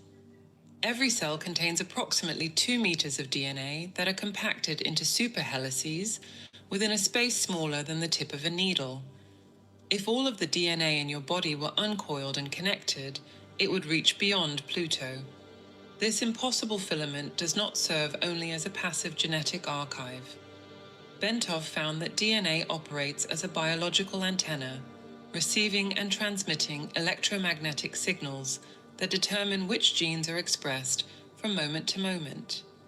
When your emotional state changes, DNA methylation patterns shift within minutes, activating some genes while silencing others. Goddard asserted that imagination reorganizes physical substance. Bentov demonstrated the exact mechanism. Consciousness modulates gene expression through electromagnetic fields. You are literally rebuilding yourself at the molecular level based on the state of consciousness that you hold consistently. The hierarchy of consciousness that Bentov mapped during his explorations reveals why Goddard's technique works. Bentov identified multiple layers, each one encompassing the previous one, like nested Russian dolls of awareness. First, there is the rudimentary bodily consciousness that maintains vital functions during sleep or anesthesia. Above that, there is the emotional and mental consciousness that we identify as the everyday me. Beyond that, there are the expanded aspects of the I am, perspectives that observe multiple experiences simultaneously. The hypnagogic state that Goddard emphasized corresponds to the moment when we can consciously navigate among these levels. The usual me temporarily relaxes its control, which allows access to layers that are normally unconscious. That is why creative insights frequently arise in these liminal moments. You are temporarily accessing perspectives beyond the usual boundaries of the ego. Bentov's experiments revealed specific physiological changes during these transitional states. Pupils dilate even in well-lit environments, which indicates deep parasympathetic activation. Skin conductance increases dramatically, which shows energetic openness.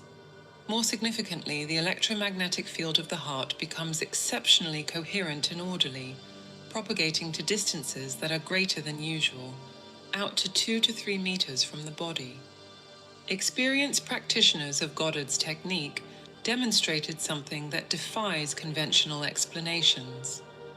When they held the feeling of the wish fulfilled during coherent states with sufficient intensity and naturalness, elaborate sequences of synchronicities began to appear. These were not forced interpretations of random events, but cascades of statistically improbable coincidences that led directly to the manifestation of the imagined state. Bentov theorized the mechanism. During deep coherence, consciousness operates beyond the limits of the physical body through morphogenetic resonance. Just as one tuning fork can make another identical tuning fork vibrate at a distance, your coherent electromagnetic signature can influence similar fields in the environment, organizing events through non-local correlation. A case documented by Bentov illustrates the phenomenon. An engineer practicing the technique vividly imagined receiving a specific job offer. He maintained the state with such naturalness that he began preparing as if he already had the job.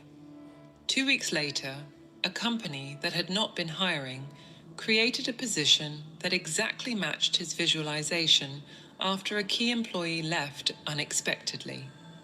The chain of events was so unlikely that Bentov calculated the odds as astronomical, yet the result was consistent with the influence of a coherent field on chaotic systems that are sensitive to initial conditions. Modern neuroscience, although it does not always credit Bentov, confirms his findings. Neuroimaging techniques show that vivid imagination activates the same brain regions as real experience.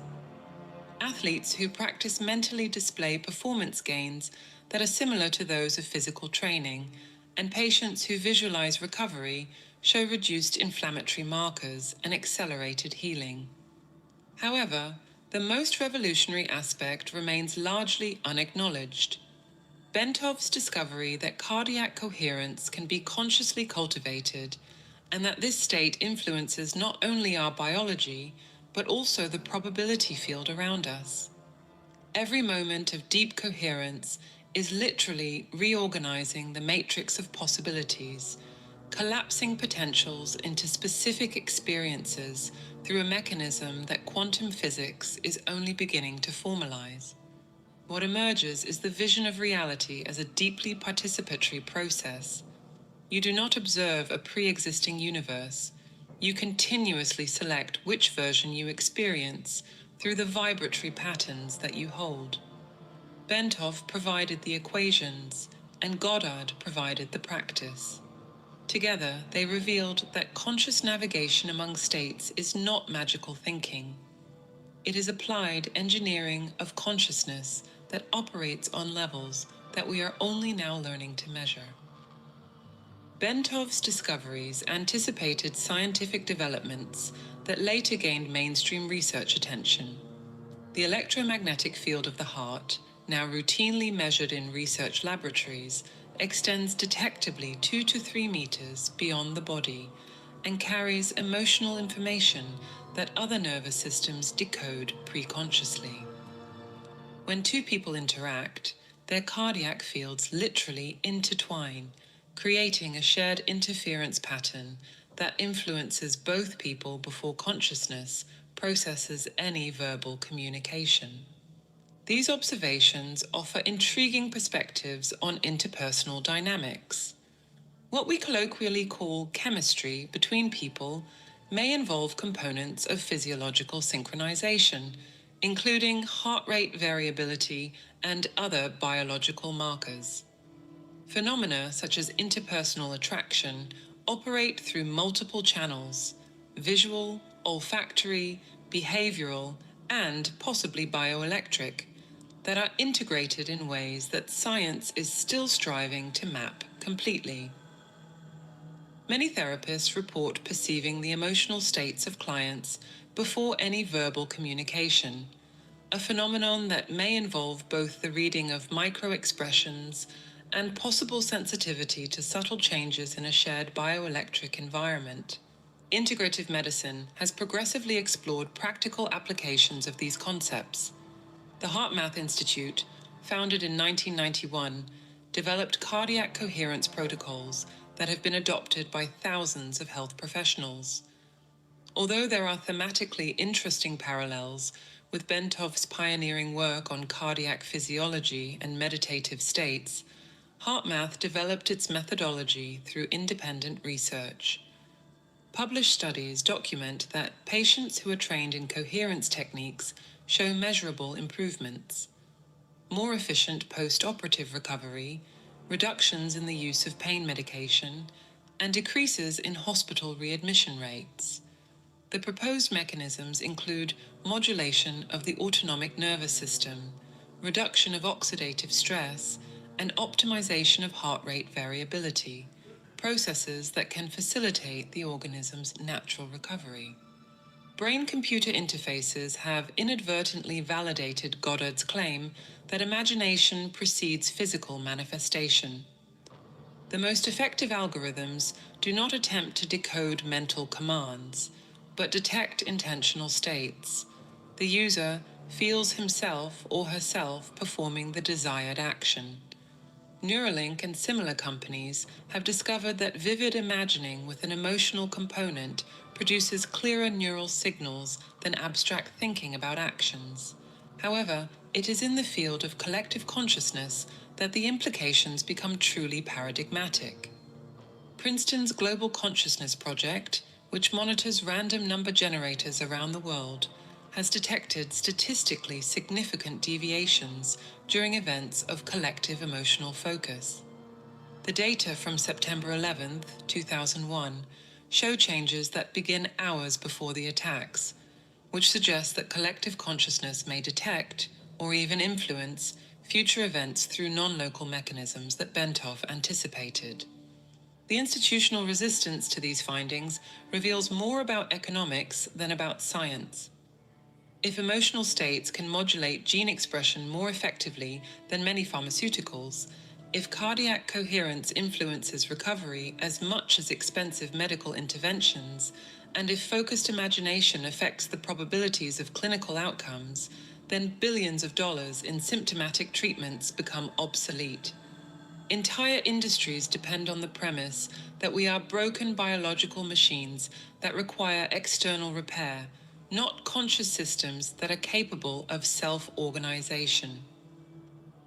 Contemplative traditions have always known these principles experientially, but we now have the instrumentation to validate them. Tibetan monks demonstrate the ability to raise local body temperature by up to 17 degrees through Tummo meditation. Indian yogis reduce oxygen consumption to 2% of normal, entering verifiable states of suspended animation. Amazonian shamans consistently navigate states of consciousness that correspond precisely to the brainwave frequencies that Bentov associated with different levels of reality. The emerging paradigm completely recontextualizes mental health.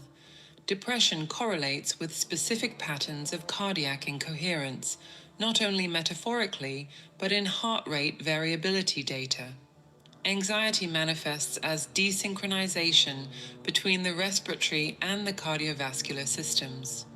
Trauma creates literal fragmentation in coherence patterns, with different bodily systems vibrating at conflicting frequencies. Treatments that are based on the restoration of coherence show effectiveness that is comparable to or superior to pharmacological interventions without side effects. Specific rhythmic breathing, 478, box breathing, and cardiac coherence reestablishes systemic synchronization. Binaural beats induce specific brain states through entrainment, and bilateral movement integrates cerebral hemispheres, which helps explain the effectiveness of EMDR for trauma. Education is beginning to integrate these insights. Schools that implement coherence moments before tests report increases of 15 to 20% in performance. More significantly, children demonstrate improvements in creativity, collaborative problem solving, and emotional intelligence. They intuitively understand what Bentov demonstrated. Internal state determines not only what we perceive, but also what we are able to conceive and to create. However, it is in the realm of social change that the implications become deepest. If emotional fields are literally contagious through resonance, then social movements, cultural shifts, and revolutions can be understood as moments when individual fields synchronize at a frequency that makes the old configurations unsustainable. The Arab Spring, Occupy Wall Street, and the Me Too movement displayed patterns of rapid and decentralized propagation that some theorists compare to the dynamics of complex systems, although that analogy remains an interpretive framework, not a literal description of causal mechanisms. Technology corporations understand these principles better than most scientists do. Engagement algorithms are designed specifically to keep users oscillating between emotional states that maximize screen time. Notifications are timed in order to interrupt moments of potential coherence. Feeds are curated to maintain just enough baseline anxiety to drive consumption, but not so much that it leads to abandoning the platform. This is the dark industrialization of the knowledge that Bentov and Goddard offered as a tool of liberation. The crucial difference is that they taught how to become conscious and to take control of the process. Every moment offers the choice to tune a different frequency, to access a different possibility, and to collapse a different potential into experience. The final paradox that Bentov identified is this: we are simultaneously the individual wave and the entire ocean. Each perspective is true, and none is complete. The oscillation between these perspectives, me and universe, finite and infinite, particle and wave, is the fundamental breath through which reality continually creates itself. Let us return to the opening point. Recommendation algorithms that know exactly how long you need to look at an image before they release dopamine. 3.5 seconds, long enough for your heart field to respond, for your brain waves to begin to synchronize, and for your biochemistry to initiate a reward cascade. Technology corporations have reverse engineered the principles that Bentov mapped, and they have turned the sacred mechanism of reality creation into a machine for extracting attention. However, you now understand something that fundamentally changes the equation. You are not a passive victim of these systems. You are a conscious oscillator that is capable of choosing your own frequency. Bentov demonstrated that we can consciously modulate our resonance. Goddard practiced this, and he taught ordinary people to navigate among states through conscious appropriation, not vague hope, but full inhabiting of the chosen state with a naturalness that reorganizes your entire electromagnetic signature. The irony of Bentov's death, while he was carrying manuscripts about the transcendence of consciousness as his plane went down, becomes less paradoxical when we understand his discoveries. Consciousness as an informational pattern is not limited to a biological substrate. The equations that he left continue to be verified. His oscillations ceased, but the waves that he set in motion continue to propagate through the collective morphogenetic field. Consider this present moment with a new awareness. Your vagus nerve is transmitting bidirectional signals between your gut and your brain, and it is influencing your emotional state before consciousness intervenes. Your heart field extends meters beyond your body, touching and being touched by other fields. Every cell emits biophotons in patterns that both reflect and create your global state. You are a symphony of oscillations that Bentov could measure, that Goddard could navigate, and that corporations now monetize. The state that both of them identified as the portal, that quality of naturalness in which visualization transcends effort, corresponds precisely to what modern laboratories identify as optimal cardiac coherence. 0.1 hertz of heart rate variability, 6 breaths per minute, and brainwaves in alpha and theta. In that state, you are not trying to manifest. You are tuning a specific station on the infinite spectrum of possibilities that the I Am contains. The tools exist not as digital products that promise more stimulation and more optimization, but as ancient practices that are validated by modern science. 4, 7, 8 breathing that synchronizes cardiac and respiratory rhythms, binaural tones that induce specific brain states through entrainment, and meditation that establishes global coherence. Each technique operates through the same fundamental principle. Establish internal coherence that resonates with the frequency of the chosen reality. Goddard left us the essential instruction. Assume the feeling of the wish fulfilled and notice the track that your attention follows. Bentov showed us the map of that track. Through measurable cardiac coherence, through synchronized brainwaves, and through electromagnetic fields that propagate beyond the body and influence quantum probabilities in the universal holographic field. The synthesis of these visions offers something revolutionary, a scientific understanding of how consciousness participates actively in the construction of reality, combined with practical methods for applying that knowledge. It is not magical thinking, it is quantum mechanics applied at levels that we are only now beginning to measure adequately. The question that began this exploration now has a clear answer. Ultimately, you determine the vibratory patterns that you sustain. However, This requires awareness and practice. Without awareness, you remain an instrument that is played by external forces, algorithms, media, and other people's emotional fields. With awareness and with technique, you become the conductor of your own oscillatory symphony. The toroidal universe continues its eternal cycle of expansion and return. You are simultaneously the observer and the participant in this process. Every breath is an opportunity to tune a different frequency. Every moment of coherence is literally reorganizing the field of possibilities around you. The choice has always been and will always be yours.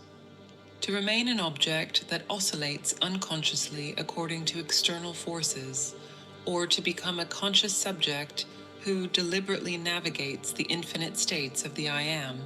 Every change begins with the understanding of your role as a co-creator, and the conscious coupling with the fundamental rhythms that Bentov mapped is your direct interface with the source code of reality.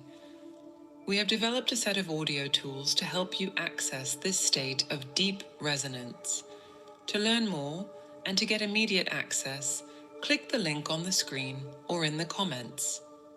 If this video resonated with you, write in the comments. I assume the feeling of my chosen reality.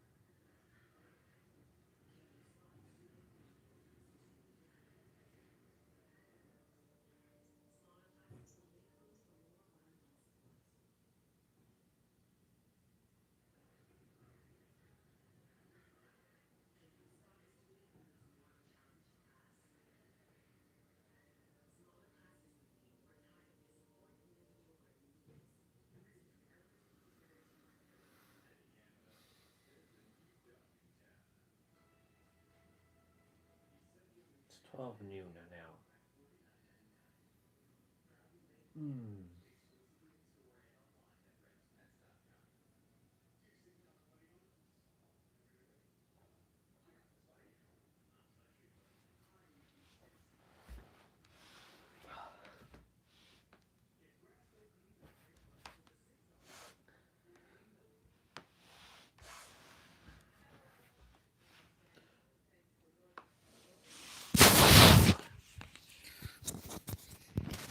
My ankle.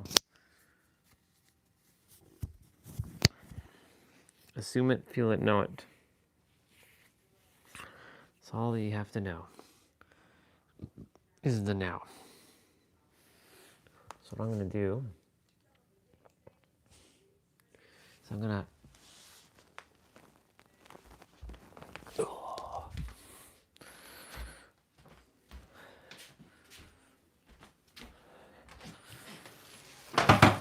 my goodness gracious. Oh my goodness gracious.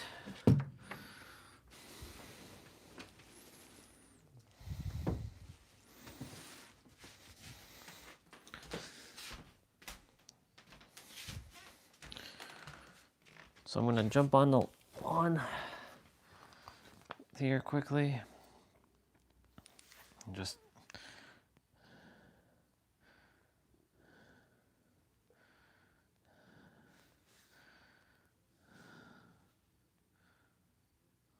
a wise quote.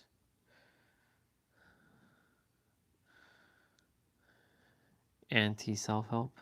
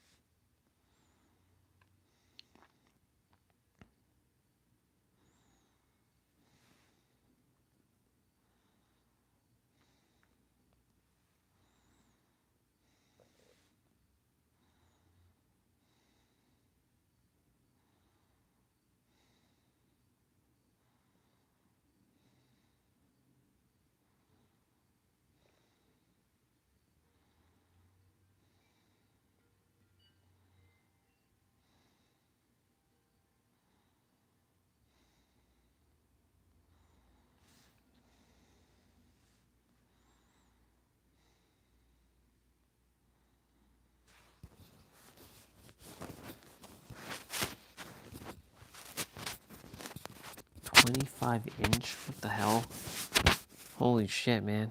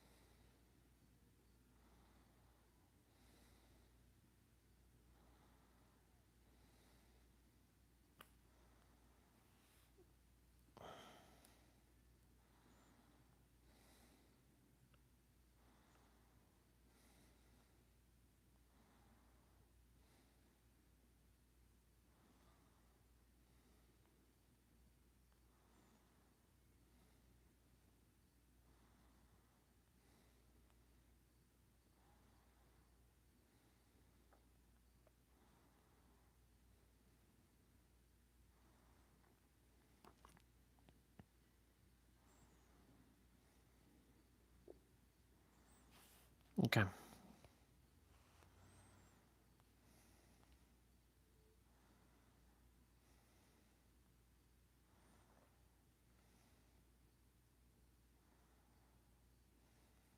They never wanted you to notice this, and worse, they already use it against you every single day. While most people chase easy answers and cheap distractions, a minority masters an invisible code that can bend reality to its own will. It is the same principle that drives billions in political and advertising campaigns, and it is the same one that turns entire masses into an obedient herd without them noticing. Your thoughts, your emotions, and even that feeling you believe is harmless are decoded, manipulated, and reprogrammed. The subconscious mind is the key to I'm gonna meditate for a little. your life, and they know that key better than you do. There is a reason they keep these laws hidden. If everyone knew how to apply them, the control would end within hours. People ask me why I keep my identity secret. It is simple. My statements put the status quo at risk. With each passing day, more people wake up, but every minute lost is a silent vote for the elite to keep its grip. Are you going to keep emitting frequencies that feed their game, or are you finally going to take control and decide which reality you want to live in?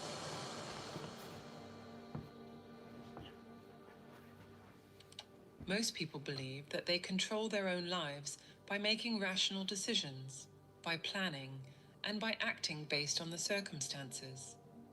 However, that comfortable narrative ignores an inconvenient fact. There are invisible forces shaping every detail of your experience, and it is not superstition. Those forces are real, they are measurable, and, most provocatively, they are being used by others consciously, while most people remain blind to them. What is at stake here is the understanding of how your reality is stitched together out of frequencies. These are not metaphorical or poetic frequencies, but concrete vibrational patterns with physical properties that obey laws as rigorous as gravity. Whoever understands how these patterns work learns how to alter the fabric of his or her life. Whoever ignores them becomes a hostage to a game whose rules he or she does not know. In the physical world, constructive interference is a simple phenomenon. Two waves meet, their crests and troughs align, and they create a wave with a much greater amplitude. This is the language of the tides, of acoustics, and of light, and surprisingly, it is also the language of the mind. Thoughts, emotions, and intentions are waves, not only in a figurative sense, but as detectable electromagnetic fields. The human brain, through its complex electrical activity, emits patterns that propagate, that interact, and that interfere with patterns coming from other brains, from environments, and from events. Now, imagine what happens when those three elements, thought, emotion, and conviction, vibrate in the same tuning. The sum is not linear, it is exponential. It is the mental equivalent of two identical tuning forks. Strike one, and the other will begin to vibrate without anyone touching it. This is the core of human creative power. And yet, how many people actually live like that intentionally? The majority of the population does not even realize that it is constantly tuning in, without awareness, to the predominant frequencies around it.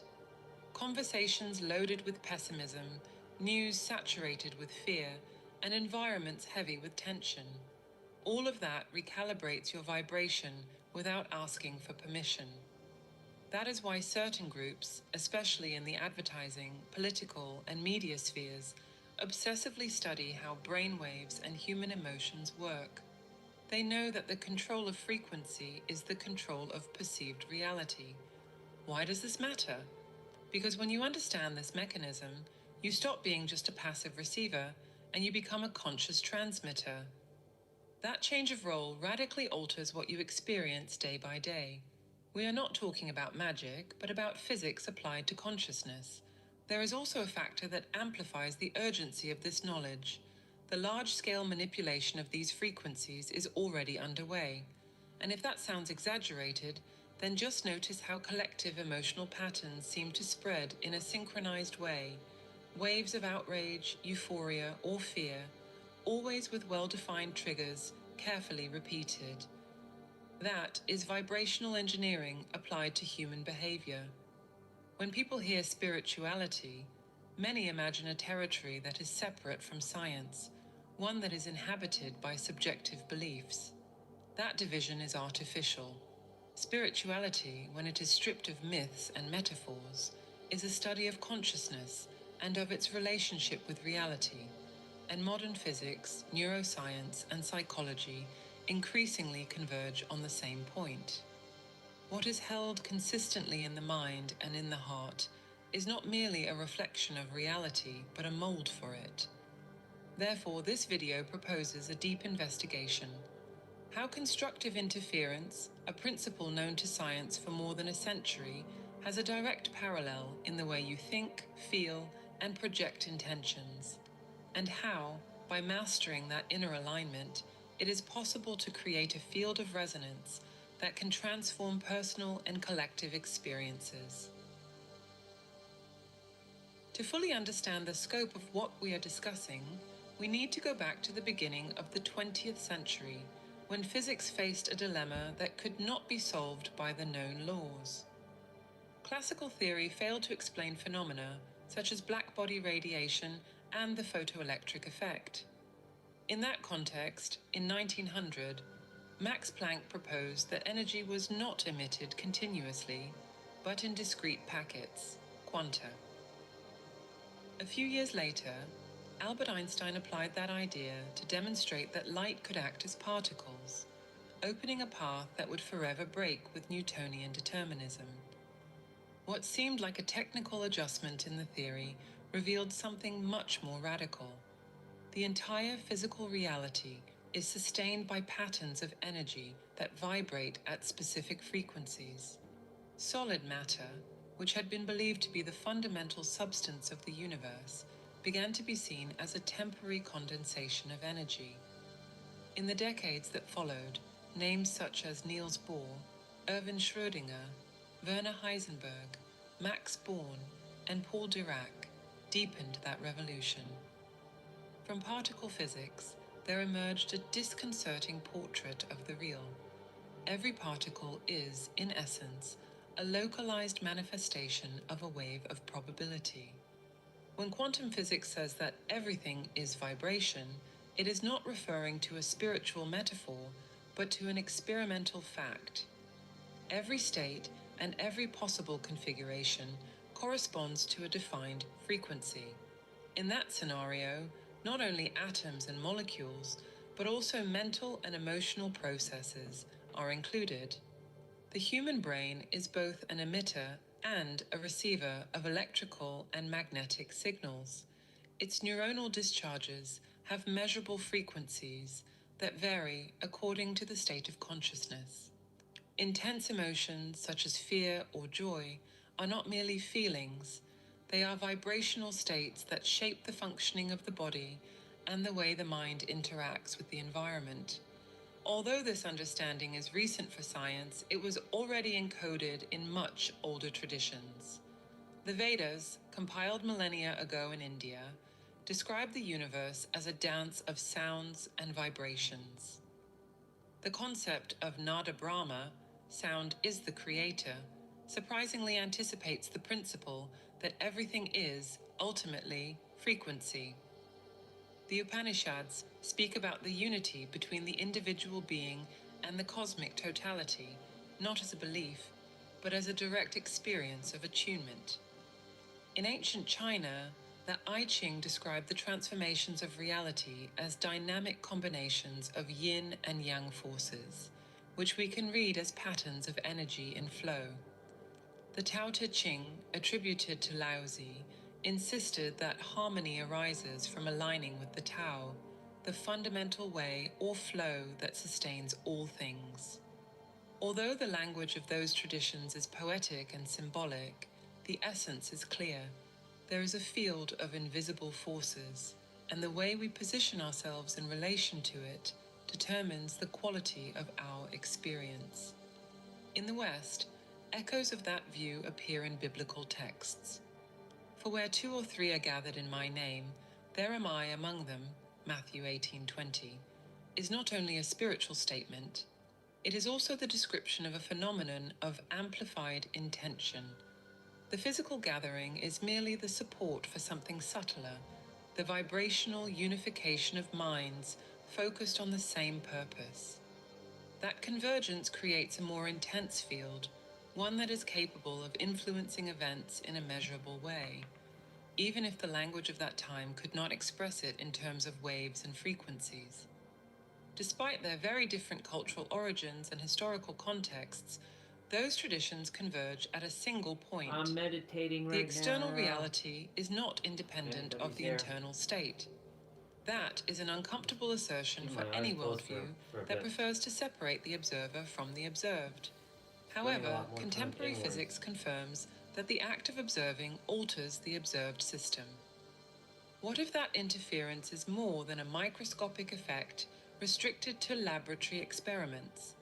What if, rather than being limited to the quantum level of particles, it also operates at the scale of human relationships, choices, and everyday circumstances? This is the point where the lines between science and spirituality stop being parallel and start to intersect. In the vibrational world, there are two fundamental polarities: patterns that support, expand, and strengthen, and patterns that drain, contract, and weaken. This is the simplest expression of something that manifests in a complex way in every human being. A thought steeped in resentment carries a low-frequency signature.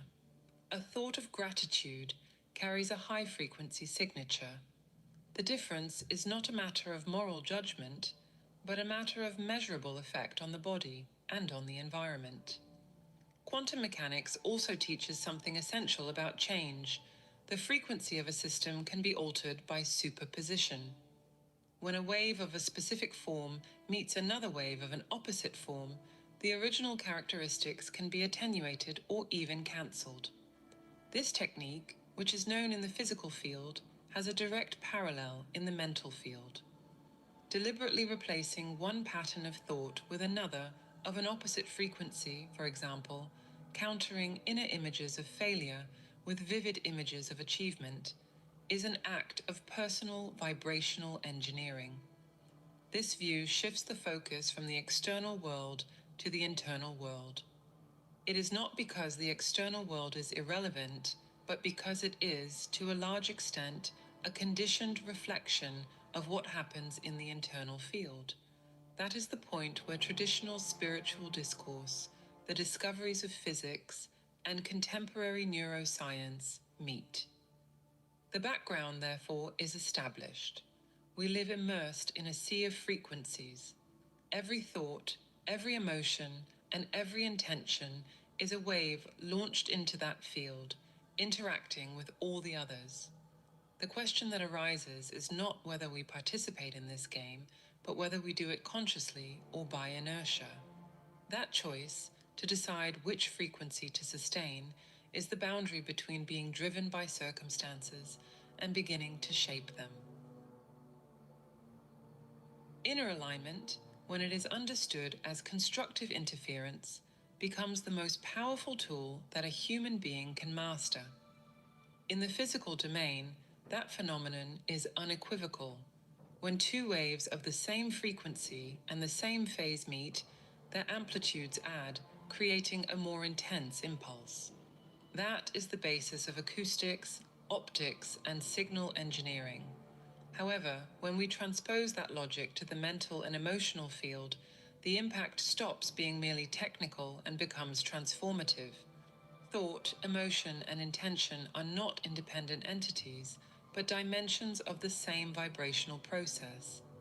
Each of them has its own frequency, which is measured in the body as electrical and magnetic patterns, but those frequencies rarely operate in perfect alignment.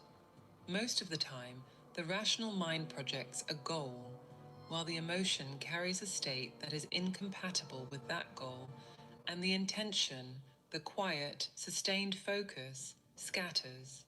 It is like trying to play a harmonious chord on an instrument with untuned strings. The sound exists, but it does not have power, and it does not resonate in space. The core concept here is to understand that when those three dimensions come into tune, same frequency, same phase, an exponential reinforcement occurs. It is not superficial, positive thinking, but the creation of internal coherence to the point that the mind, the heart, and the will vibrate as a single field. That coherence amplifies your capacity to influence outcomes, not only because of clearer action, but also because of the way it interacts with the environment. Science gives us powerful analogies to visualize this. A trivial example: tuning forks. Place two identical tuning forks side by side, strike only one, and the other will begin to vibrate by resonance. No physical contact is necessary, only the coincidence of frequency. The same thing happens with electromagnetic waves. A radio receiver does not create the station. It tunes to it, capturing what is already present in the field, but which only manifests when there is a frequency match. That logic is equally valid for the human field. Whatever is held consistently in the mind and in the heart acts like a transmitting and receiving station. The universe does not judge the quality of the signal. It simply responds to the frequency that is being emitted. Therefore, desiring something while vibrating at the opposite frequency is like trying to hear a 101 megahertz transmission with the dial fixed at 88 MHz. The connection simply does not happen. Here, the spiritual perspective enters. Ancient traditions already describe that alignment, but in symbolic language. In the Upanishads, the realization of Atman as identical to Brahman is a metaphor for inner unification. When personal identity aligns with the cosmic principle, there is no more dissonance. In the Tao Te Ching, acting in harmony with the Tao is to follow the natural flow without resistance, a poetic description of frequency coherence. In Christianity, passages such as, "If two of you agree on earth about anything they ask, it will be done for them," point to the amplification that occurs when intentions align. Modern physics provides the literal translation of that symbolism. A coherent field is more stable and has a greater reach. In medicine, for example, cardiac coherence, when the heart rhythm stabilizes into harmonic patterns, improves communication between the heart and the brain, affects the immune system, and influences emotional perception. Extending the principle to life as a whole, an internally coherent state increases your capacity to perceive opportunities, to make decisions, and to sustain consistent actions. The provocative aspect is that this coherence does not require ideal external conditions. On the contrary, it is coherence that generates more favorable conditions. The greatest illusion is to believe that you must fix the external setting in order to then find inner alignment. That is like waiting for the tuning fork to begin to vibrate on its own and only then produce sound. The sequence is inverted. To make the concept tangible, it is worth turning to everyday examples that go unnoticed. Every time you use a cell phone, your voice is converted into digital signals, modulated into electromagnetic waves, transmitted through space, and then reconverted into sound on the other side. You do not see the waves, but you trust the process because you understand that the technology operates on the basis of precise physical principles. What people rarely consider is that thoughts and emotions work in an analogous way. They do not need cables or visibility to propagate. Here is the critical point. If that is the mechanism, then there is no way to avoid emitting frequencies. Even when you are doing nothing, you are emitting a pattern, whether it is one of clarity or one of confusion, one of confidence or one of insecurity. The difference lies in whether that emission is intentional or random. Inner coherence is precisely the passage from chance to conscious command. On a practical level, that means first identifying misalignment. It is possible to want success and at the same time to sustain inner images of failure. It is possible to seek healthy relationships while maintaining emotions of distrust or resentment. Those frequency conflicts cancel a significant portion of the creative impulse. The correction begins with perception, recognizing that it is not enough to formulate a goal mentally. The associated emotion and the sustained intention must be in tune. On a broader level, that concept also explains why cohesive groups have a disproportionate impact relative to their size. It is not the number of people that matters, but the degree of coherence among them. A small group with aligned intention can create a vibrational field that is more intense than a crowd scattered across conflicting states. That is the physics of collective consciousness. Therefore, the core idea is not merely to understand constructive interference as a physical phenomenon, but to apply it as a tool for inner alignment. When thought, emotion, and intention operate in phase, the resulting field not only changes how you act, but also interacts with reality in a way that reorganizes circumstances around that pattern. That is vibrational engineering in its most essential sense. The concept of inner coherence stops being an abstraction when we examine how perception actually shapes the reality that is experienced. The sequence is always the same. An event happens, the mind interprets it, and out of that interpretation comes the emotional and behavioral response. It is in that moment, almost always unconscious, that the frequency is defined. Two individuals can live through the same situation and come out with opposite internal states, not because the event itself is different, but because the lens through which it was filtered is not the same. Perception works like a radio tuner. Adjusting it is choosing which vibrational band you want to operate in. A negative reading triggers states of contraction, fear, anger, and resentment that not only restrict your capacity for action, but also attract compatible patterns.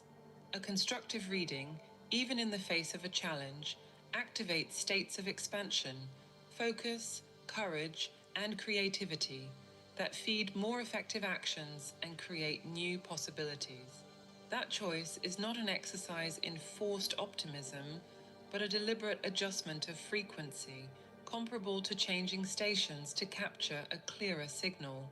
The problem is that most people allow that adjustment to be done by automatic patterns that have been sedimented by past experiences or by environmental influence. Repeated news with emotional bias, conversations filled with complaints, and carefully calibrated visual and sonic stimuli. All of that acts as frequency programming. We cannot ignore the role of the attention industry here. Advertisers and media strategists deliberately exploit the emotional architecture of human beings to induce specific states. It is not only about selling products, but also about shaping collective moods by synchronizing millions of minds into predictable vibrational bands. Neville Goddard, one of the few who spoke openly about this, insisted that disciplined imagination is the key to escaping that conditioning. For him, assuming a desired state of consciousness and sustaining it until it becomes natural is more than a creative act. It is an act of sovereignty. In practice, that means consciously choosing inner images, mental dialogues, and emotions that correspond to what you want to manifest, even if the external circumstances do not yet reflect that state. It is the opposite of reacting mechanically to what is right in front of your eyes. The physics of frequencies supports this view. Coherent brainwaves and coherent heart patterns send signals that are clear and consistent. States of inner conflict produce noise, which makes any ordered influence on the environment more difficult. What Goddard described as feeling it real is, from another angle, the creation of a vibrational field that attracts compatible events by resonance. There is no contradiction between mystical language and technique. They are different descriptions of the same mechanism.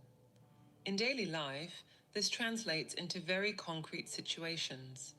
Consider the difference between entering a negotiation while carrying anxiety and insecurity and entering with an internal state of confidence and clarity. Your posture, your voice, and your micro expressions all change. and other people's responses change too. That adjustment does not occur only on a psychological plane. There are measurable physiological changes, such as variations in heart rate variability and hormonal chemistry, that affect performance and the way others perceive you. The luck that many people attribute to certain individuals is often the accumulated consequence of that internal coherence. The counterpart is equally true. Maintaining lofty mental goals while feeding on low frequencies creates an unstable field. It is the classic case of someone who desires prosperity but spends the day immersed in financial worry, or someone who seeks healthy relationships while cultivating old resentments. Those dissonances not only delay results, but also reinforce unwanted patterns. It is like trying to transmit on one frequency while simultaneously emitting another opposite one. The final signal is distorted. Physics offers a precise analogy for that: destructive interference. When two waves of the same frequency but opposite phases meet, they cancel each other. In the mental field, that cancellation occurs when conscious intention is sabotaged by contrary emotions and beliefs. The result is the frustrating sensation of going in circles, as if a lot of effort were producing very little progress. One of the most revealing aspects is that this dynamic is not restricted to the individual. Small groups with aligned intention can generate fields of influence that are much larger than the sum of their members. It is the same logic as a tuned choir. Different voices, but in harmony, produce a richer and more powerful sound than any single voice. When we apply that to collective consciousness, it means that gatherings, meditations, or coordinated actions with a common focus have the potential to alter not only the internal state of the participants, but also the vibrational climate around them. It is no coincidence that, throughout history, movements capable of provoking significant change leaned on rituals, chants, symbols, and practices that induce group coherence. Those elements, often treated as folklore or as mere aesthetics, function as synchronization mechanisms. They align the minds, the emotions, and the intentions of multiple individuals, creating a field of resonance that amplifies the strength of the message and the capacity to attract concrete results. The inverse is also true. Crowds that gather under fragmented or contradictory emotional states have their strength dispersed. It is not the number of participants that determines the impact, but the degree of inner and collective alignment. A small but coherent group can influence more than a vibrationally disorganized mass. All of this reinforces that perception and response are not mere psychological details. They are the leverage point of the entire system. Changing perception is recalibrating the inner tuner, and that changes the frequency that you emit and receive. Sustaining that new tuning, even when the external environment has not yet changed, is the challenge, and at the same time, the proof that the process is under conscious control. By understanding these main aspects, from media influence to the individual practice of state adjustment to the strength of collective coherence, you can see the full picture. Reality is not imposed from the outside in, but modulated from the inside out, with precision that is proportional to the degree of alignment. At that point, it becomes inevitable to ask, if it is possible to operate in this way, why do so few people do it? The answer begins to take shape when we examine who holds the knowledge of these laws and how they are applied, often in ways that are contrary to the interests of those who do not know them. When we look at who truly masters the art of shaping frequencies, we find a common trait: the practical understanding that every emotional state is a measurable signal that can be induced and exploited. It is not a coincidence that advertising conglomerates, digital platforms, and power structures employ neuroscientists, behavioral psychologists, and neuromarketing specialists. The mission is not merely to communicate, but to design stimuli that lead millions of people to specific vibrational states: desire, anxiety, euphoria, or fear, each of them with a distinct electromagnetic signature. That emotional engineering is more sophisticated than most people suppose. Colors, rhythms, framing, repetition, and word choices. Everything is calibrated to provoke the desired response. What looks like entertainment or information is, very often, a mass synchronization mechanism. When a state is repeated consistently, the corresponding frequency becomes predominant in the collective, like a choir that gradually drowns out every other melody. The effect is not neutral.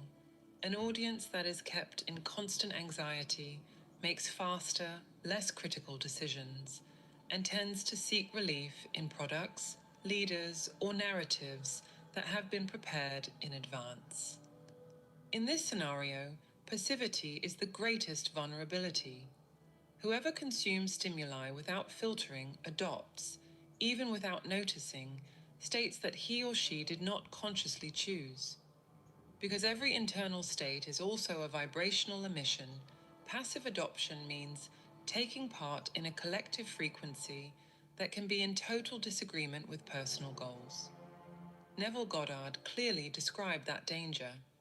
Allowing the environment to dictate your state of consciousness is to relinquish your role as creator. The countermeasure, according to him, is to assume deliberately the desired state by cultivating images, sensations, and thoughts that confirm it until they become natural. However, that practice requires more than good intentions.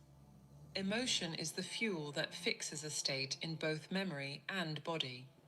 Without emotional intensity, the mental image is nothing more than a sketch. That is why ideas that are devoid of feeling rarely translate into action. The word emotion, which derives from the Latin emovere, literally means to move out. It is the energetic movement that is generated by emotion that signals to the body and to the mind that something is relevant enough to be prioritized. The more intense the emotion, the stronger the associated neural circuits, and the more stable the resulting frequency. From a physiological point of view, each emotion alters the inner chemistry, and with it, the electromagnetic signature of all your cells. The human body contains trillions of cells, each of which is sensitive to variations in the field that is generated by the heart and the brain. Prolonged states of gratitude or enthusiasm generate coherent patterns that favor cellular regeneration and mental clarity. Chronic states of frustration or anger generate incoherent patterns that affect everything from immunity to decision-making. This reality has direct practical implications. Living as if the goal were already accomplished is not a make-believe game. It is a deliberate adjustment of the inner state to match the frequency of the desired result. When that condition is sustained, changes begin to manifest not by chance, but by resonance. People, circumstances, and opportunities that are compatible are drawn into the field that you have created. The common mistake is to wait for external signs to authorize inner change, which keeps a person tuned to the frequency of lack and prolongs it indefinitely. On the collective level, the conscious application of that principle is even more powerful. Small groups that are aligned with the frequency of abundance, peace, or innovation can influence entire ecosystems, not only through physical action, but also through the vibrational field they radiate. Physics suggests that coherent fields tend to propagate, gradually aligning neighboring systems. That is the same mechanism that, on the opposite side, allows fear and division campaigns to spread so efficiently. There is, therefore, a silent dispute for control of the collective vibrational spectrum. On one side, there are structures that feed low-frequency emotions in order to maintain predictability and control. On the other side, there are individuals and groups who are beginning to understand that an inner frequency shift is the key to transforming not only their own lives, but also their surrounding environment. That dispute does not take place in parliaments or in courts, but in the intimacy of the mind and the heart of every person.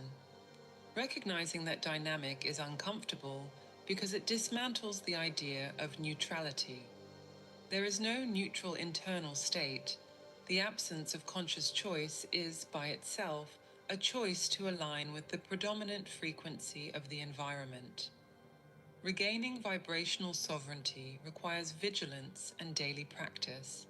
That implies carefully selecting what you consume in terms of information, which conversations you sustain, and which environments you frequent, not as isolation, but as an intentional curation of the frequencies to which you expose yourself.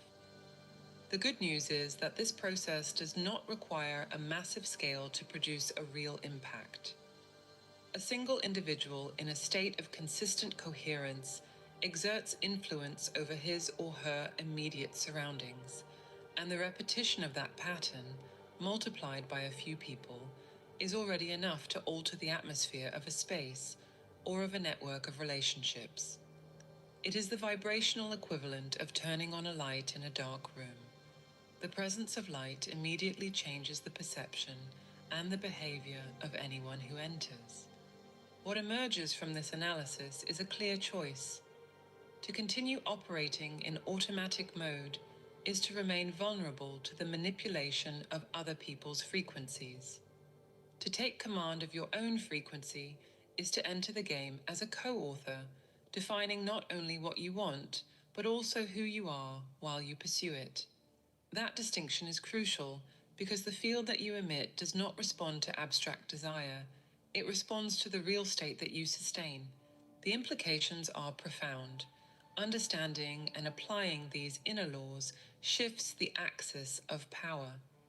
The individual stops being a passive node in a network of influences and becomes an active point of emission, one that is capable of reorganizing patterns around him or her. If that is significant on a personal level, imagine what happens when that knowledge is taken to the level of collective intention, where multiple emitters in coherence create a field with the potential to reshape entire realities. If individual intention is already capable of altering the course of events, what can we say about intention that is shared by thousands, millions, or even billions of minds and hearts? Physics gives us a clue. When multiple sources emit waves at the same frequency and the same phase, the result is not merely addition, it is exponential multiplication. It is the principle that can make a bridge collapse if soldiers all march in lockstep, and it is the principle that allows a choir to fill an entire cathedral with harmony without artificial amplification. In the field of consciousness, the logic is identical. History is full of examples of monumental changes that began as an isolated thought. The abolition of regimes, the advance of civil rights, and disruptive scientific discoveries, all of those originated in a single mind that dared to sustain a different vision. However, when that vision is adopted by many people and reinforced by aligned emotions, the transformation stops being slow and becomes inevitable. At that point, the notion of collective intention stops sounding like idealism and starts to be recognized as a practical strategy for shaping the trajectory of entire societies. The current world, which is marked by conflicts, instability, and successive crises, offers fertile and dangerous ground for that type of influence. The same mechanics that can amplify a vision of peace and prosperity can, if directed by destructive forces, accelerate division and collapse. That is where the inescapable responsibility of those who understand how these laws work comes in. Ignoring their use does not prevent others from applying them, and giving up your own participation guarantees that the outcome will be defined by other people's intentions. To visualize a different world collectively is not an exercise in escapism, it is an act of vibrational engineering. Every thought that is directed toward a desired reality is like a pulse of energy that is emitted into the fabric of the collective field. By itself, it may seem insignificant. However, when billions of pulses begin to vibrate in sync, they form a wave that is capable of reconfiguring the dominant pattern. That is the essence of constructive interference on a planetary scale. Imagine for a moment that every person dedicated a few minutes each day to sustain a clear image of reconciliation in regions at war, of the restoration of devastated ecosystems, and of shared abundance instead of competitive scarcity. Do not do it as a vague prayer, but with the emotional intensity of someone who has already witnessed the result, feeling in the body the reality that he or she wants to see manifested. When millions repeat that practice, it not only influences the collective field, it redefines it. We must understand that this is not a naive proposal. Conflicts do not dissolve only with good intentions. Power structures and entrenched interests resist deep changes. However, to underestimate the impact of collective alignment is to ignore a vector of influence that has always been present, even if it has been diffuse. Mass movements that altered the course of history were often preceded by an almost imperceptible shift in the emotional and mental climate of entire populations. That shift is rarely spontaneous. It is cultivated, sometimes deliberately by those who want transformation, and sometimes by those who want to stop any advance. By recognizing this, every individual stops being merely a spectator and becomes an active part in the formation of the collective field. The choice that presents itself is direct. Which frequency are you going to feed? It is impossible not to contribute. The only variable is what you contribute. Sustaining images of decay and fear, even in opposition to what you want, still reinforces those frequencies in the field. Sustaining images of construction and harmony with the same intensity and without giving in to discouragement feeds an alternative pattern that can grow until it becomes dominant. That is the point where individual practice meets the multiplying power of collectivity. The field that is created by multiple coherent emitters not only directly influences those who participate in it, but also begins to affect, gradually, those who are near it vibrationally, like concentric circles that expand in a lake. Small changes in attitude, perception, and choice begin to appear in people who never consciously participated in the collective effort. That is how resonance spreads, through the subtle contagion of higher patterns. The final provocation is inevitable. If it is possible to create fields of destruction through aligned collective intentions, and history proves that it is, why not apply the same principle with equal discipline to create fields of healing and prosperity? That question is not rhetorical. It is a direct invitation to assume a role that goes beyond the personal pursuit of well-being. In the end, everything returns to the initial point: frequency. What you think, what you feel, and what you sustain does not remain confined to your mind. It propagates, it interacts, and it interferes in the shared field in which we are all immersed. That field is not owned by anyone, but it is shaped by everyone. When you understand that, the responsibility becomes evident. There is no vibrational neutrality. Either you contribute to the coherence that builds, or you contribute to the noise that destroys.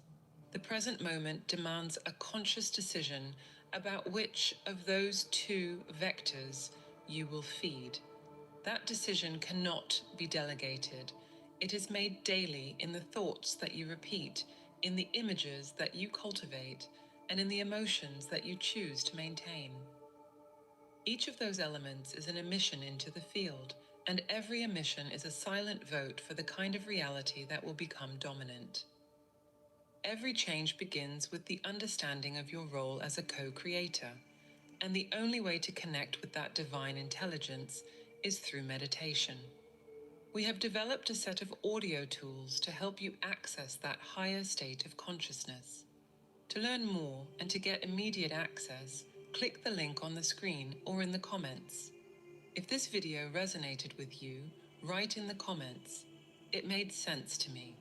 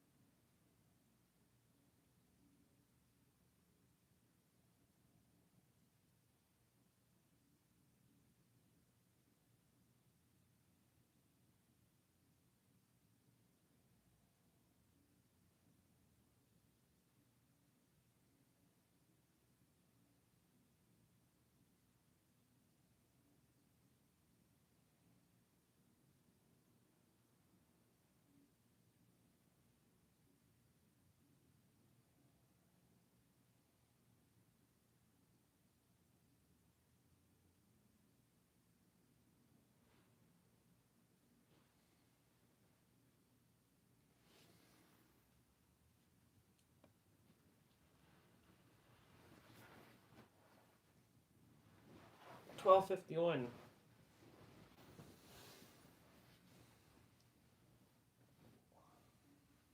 Just taking a moment to just chill.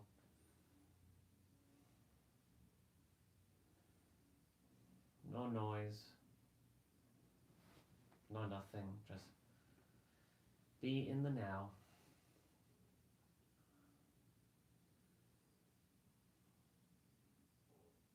As within, as without.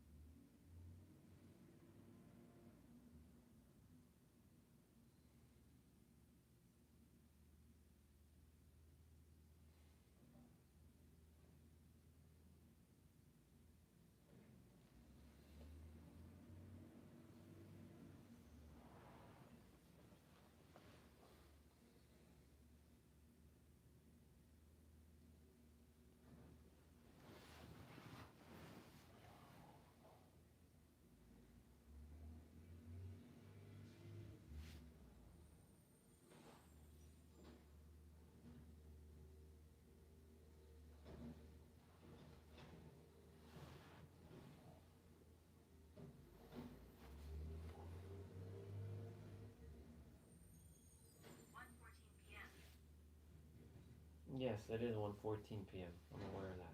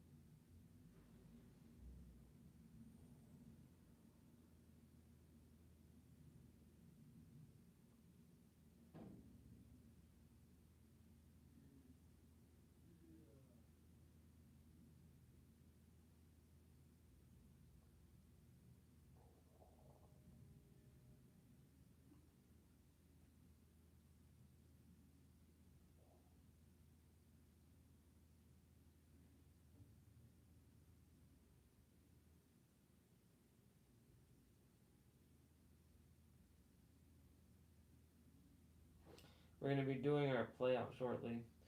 We're going to be moving our body shortly.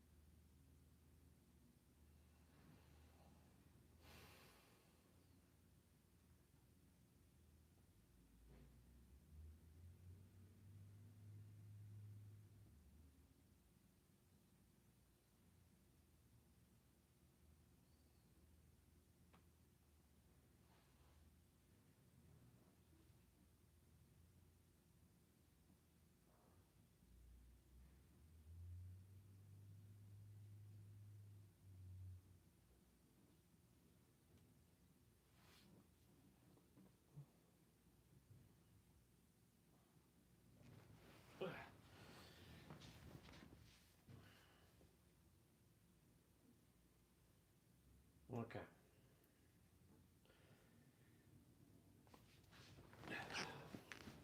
You can see the reflection. You can see the reflection in the... that you can see me. Okay.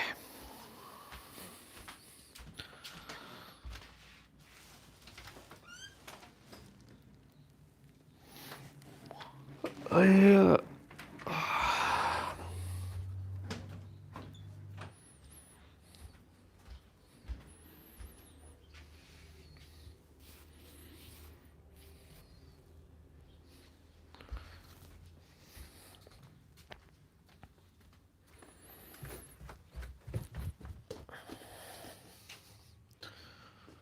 Oh, my back.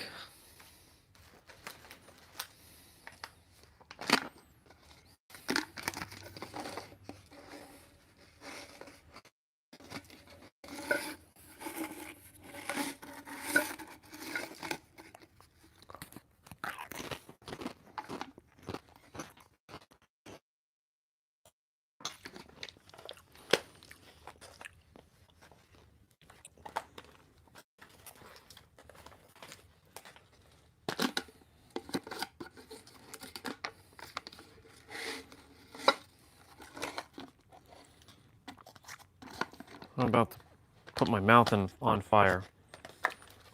To wake my senses up. I'm about to get it.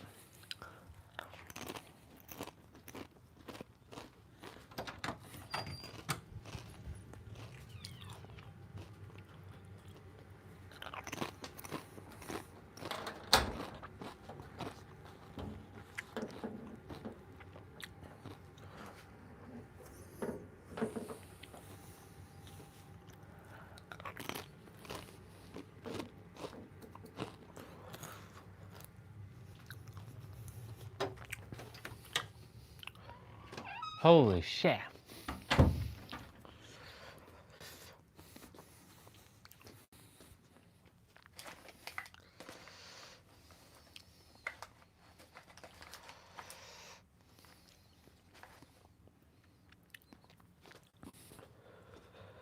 Wow.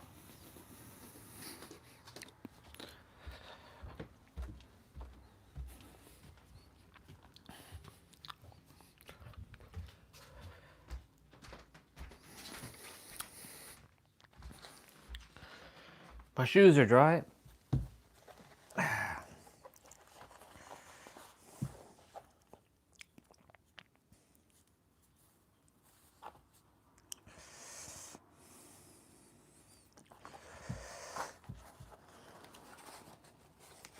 They're kind of dry.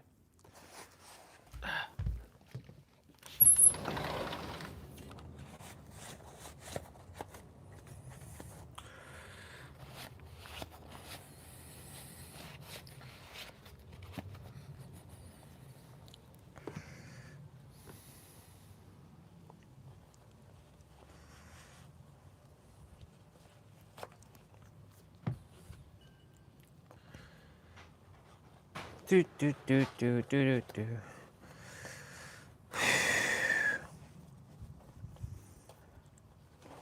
Okay. So we're gonna get rolling on our play out shortly.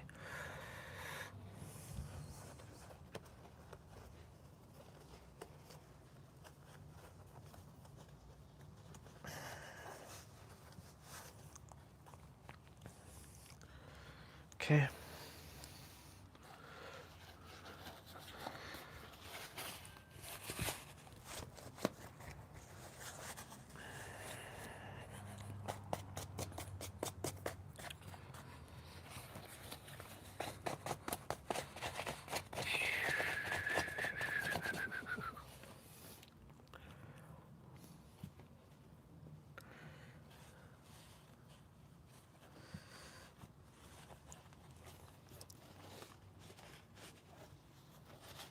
Okay.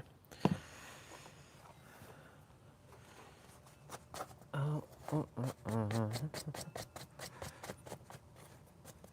dusting off my shoe because even though I got it dry, yeah.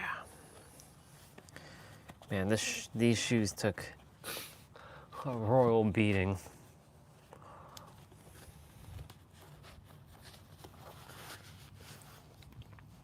Perfect. Ow!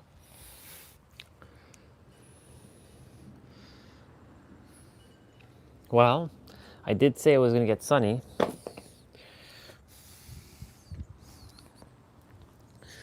It's sunny now.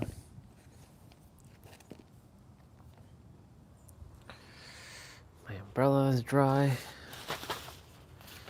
Kind of.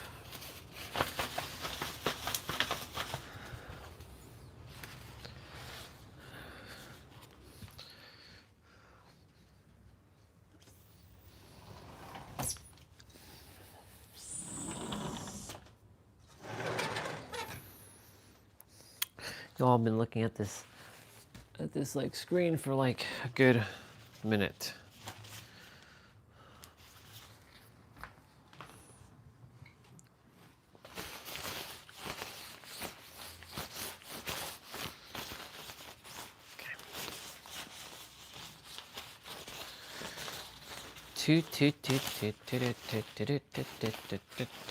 Yeah.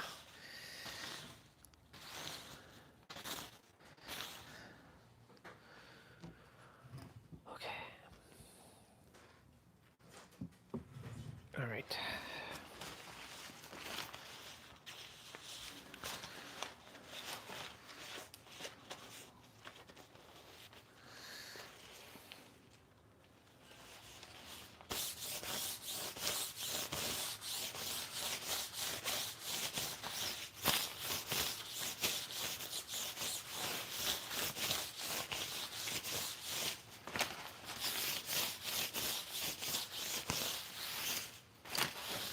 Clean my umbrella.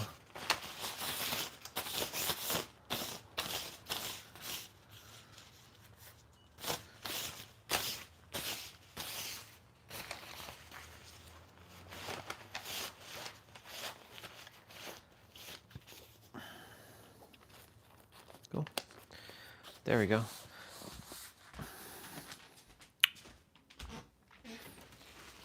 Now, it's time for me to change into my playout clothing.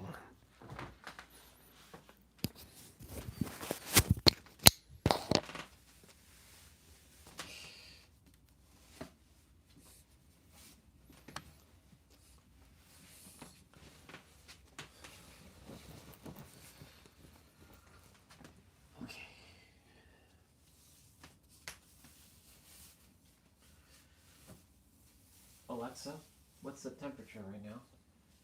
Right now, it's 15 degrees Celsius. 15? It's only 15 degrees Celsius? Damn. Alexa, what's the weather today? Right now in Toronto, it's 15 degrees Celsius with mostly cloudy skies. Today's forecast has rainy weather, with a high of 19 degrees and a low of 10 degrees. Alexa, when will it be 19 degrees? Right now in Toronto, it's 15 degrees Celsius with mostly cloudy skies.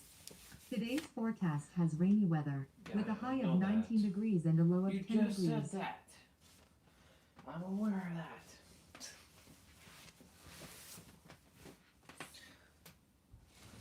Okay.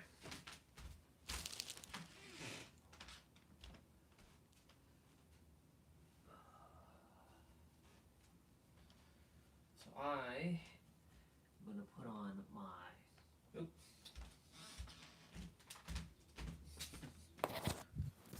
Well, the sun just came out. It came out in full force. While I was meditating, I fell asleep. It seems to me that the egregore does not desire me to get into a meditative state because it knows the moment I get into a meditative state, it's over. It knows it's going to die. So it's like, I'm going to fall asleep and there's nothing you can do about that. Anyways, let me change the camera around to me. That's okay.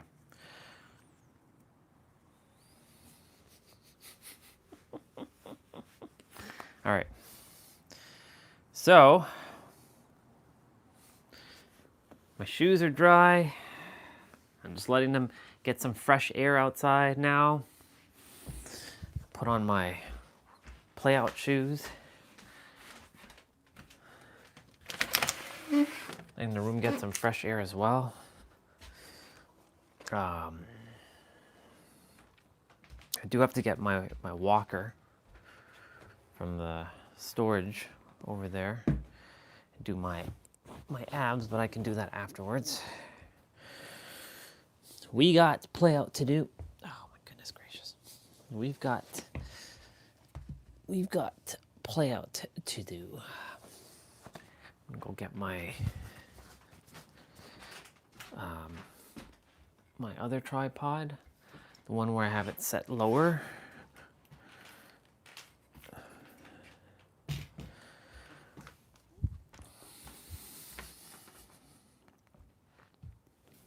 My hair, look at it, it's like a freaking mess.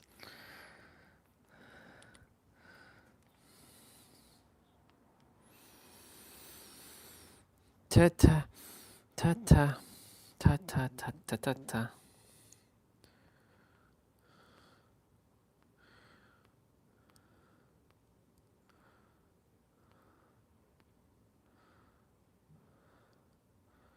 Who messaged me?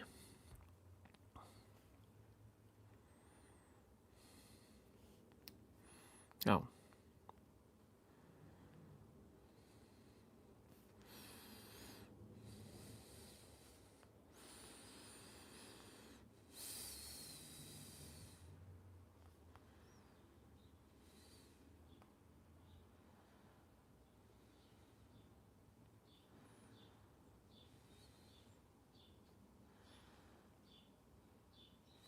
Balance your nervous system with silence, long walks, spending time alone, letting go of perfection, laughing with good friends, getting rid of the to-do list, appreciating how far you've come.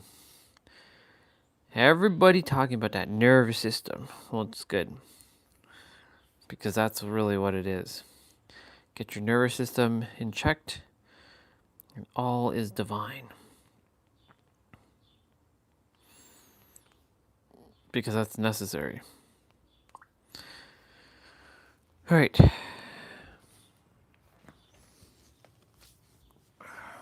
Let's put you all on the tripod now.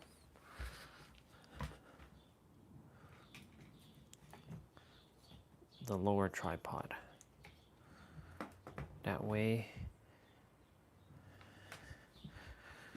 Cool.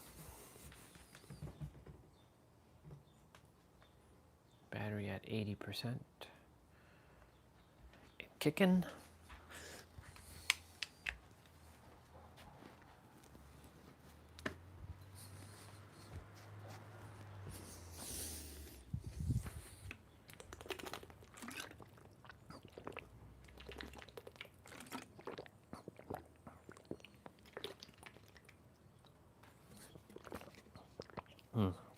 One thing is when it gets colder, like the temperature, I drink less water.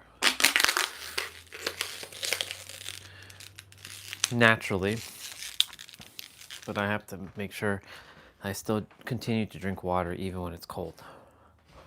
Okay, ladies and gentlemen, we are starting with the 40 minutes of we're starting with the 40 minutes of, I don't know how I did that. 40 minutes of abs. I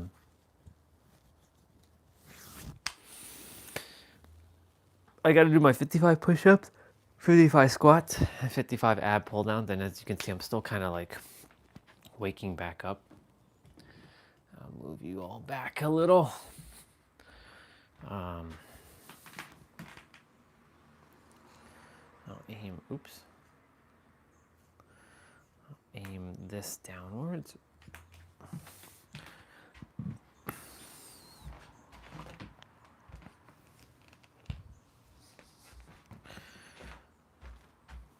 Okay.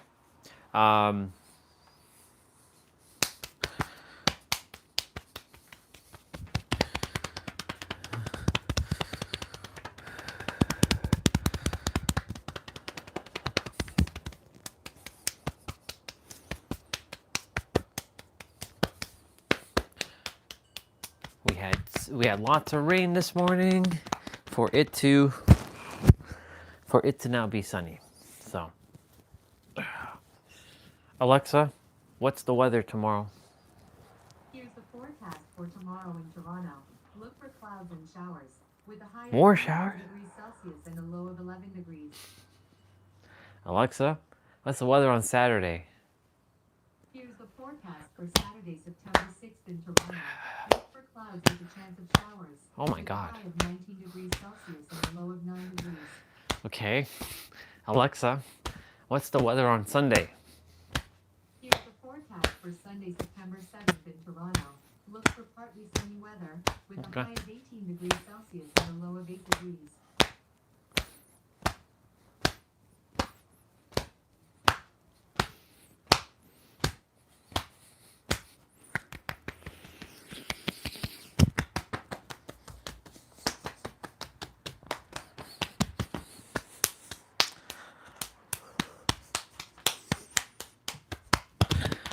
So,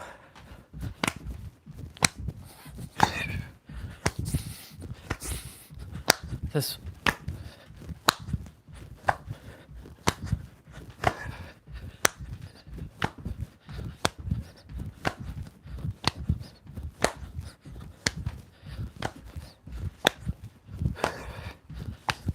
this is helping me wake up the senses. So,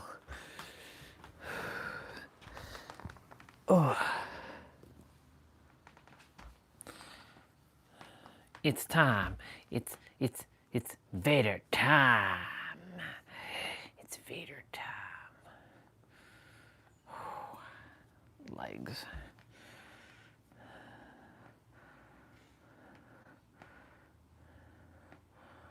Okay.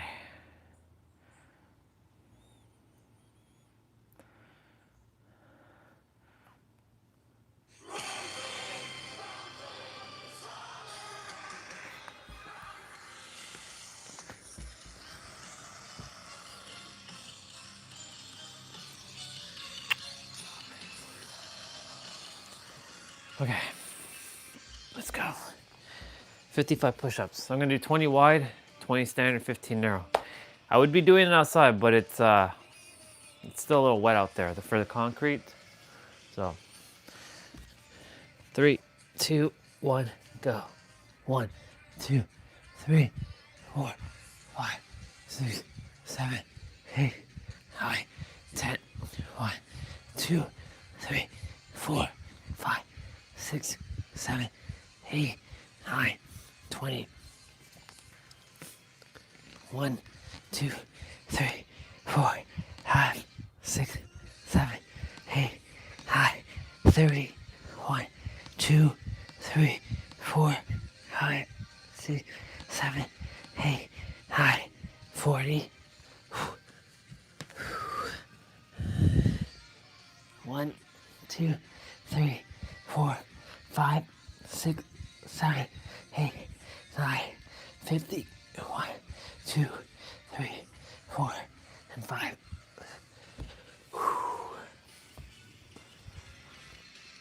The rumbling. The rumbling is playing.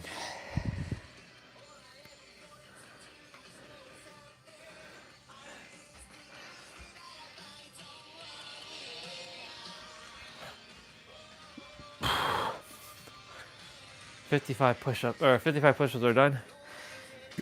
55 squats are next. 3, 2, 1, go. 1, 2, 3, 4, 5, 6, 7, 8, 9, 10. 1, 2, 3, 4, 5, 6, 7, 8, 9, 20. 1, 2, 3, 4, 5, 6, 7, 8, 9, 30. 1, 2, 3, 4, 5, 6, 7, 8, 9, 40. 1, 2, 3, 4, 5, 6, 7, 8, 9, 50. 1, 2, 3, 4, 5. Cool, we got that done.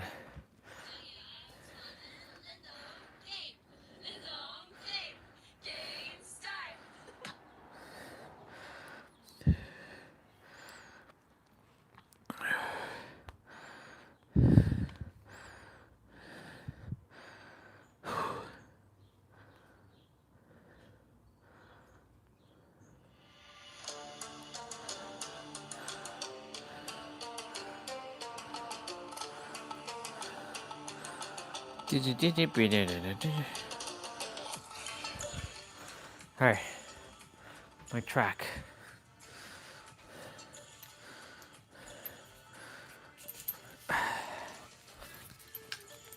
$55 resistant band pull downs, 3. It's weird because like I have to make it harder by going further and grabbing a little bit more. 3, 2, 1, go. 1, 2, 3, 4, 5, 6, 7, 8, 9, 10, 11, 12, 13, 14, 15, 16, 17, 18, 19, 20, 1, 2, 3, 4, 5, 6, 7, 8, 9, 20, 1, 2, 3, 4, 5, 6, 7, 8, 9,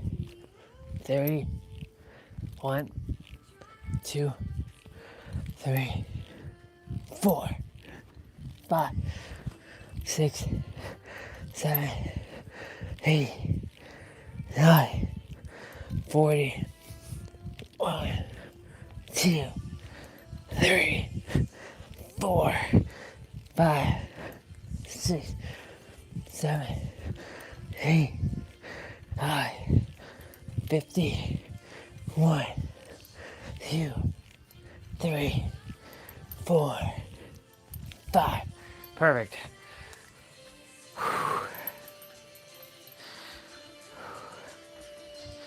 How many steps are we at? 11,000.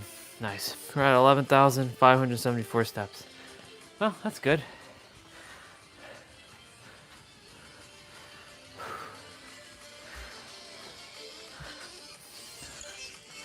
I'm gonna use a bathroom.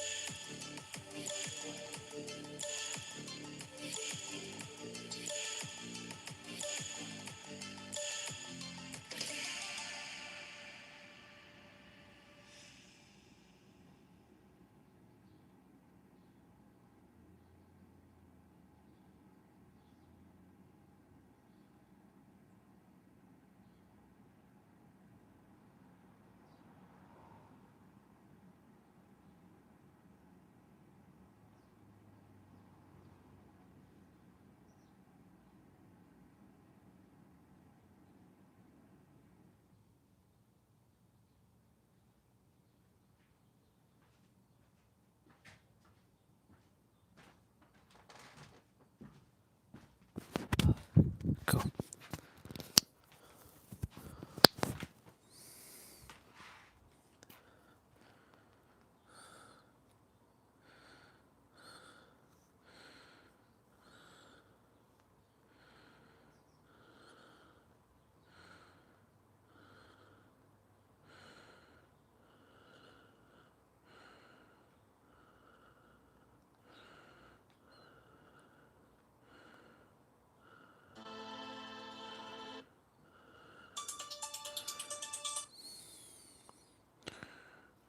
Cool.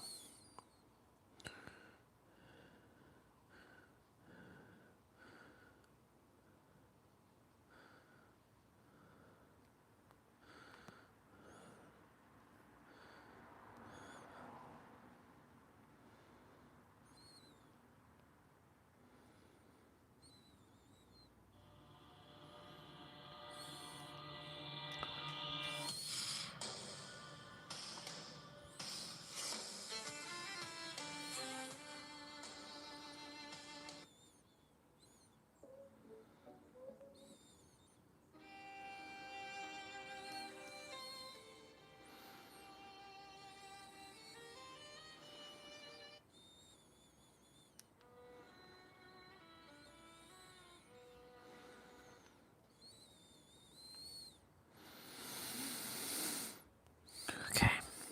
Ugh.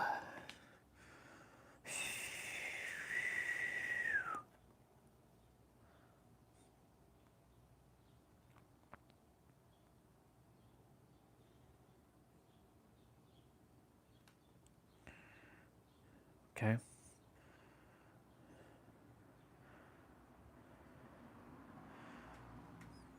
There's like nothing, just like nothing good.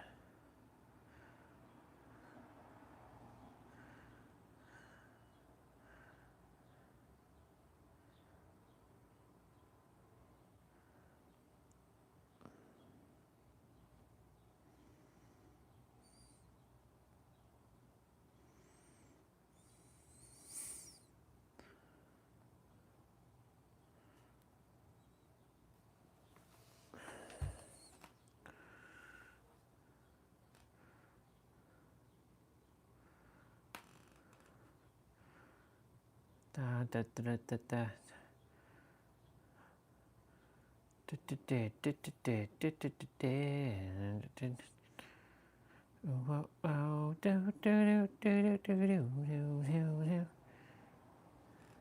Wait, what? What's the difference with this?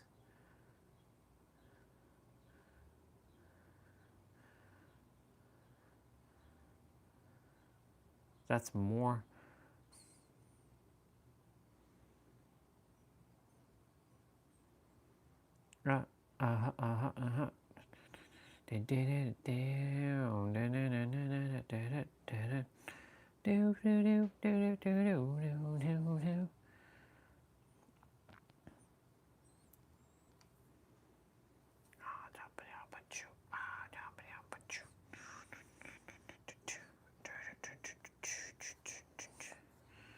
Okay, time to get rolling. It's time to get rolling. Get rolling.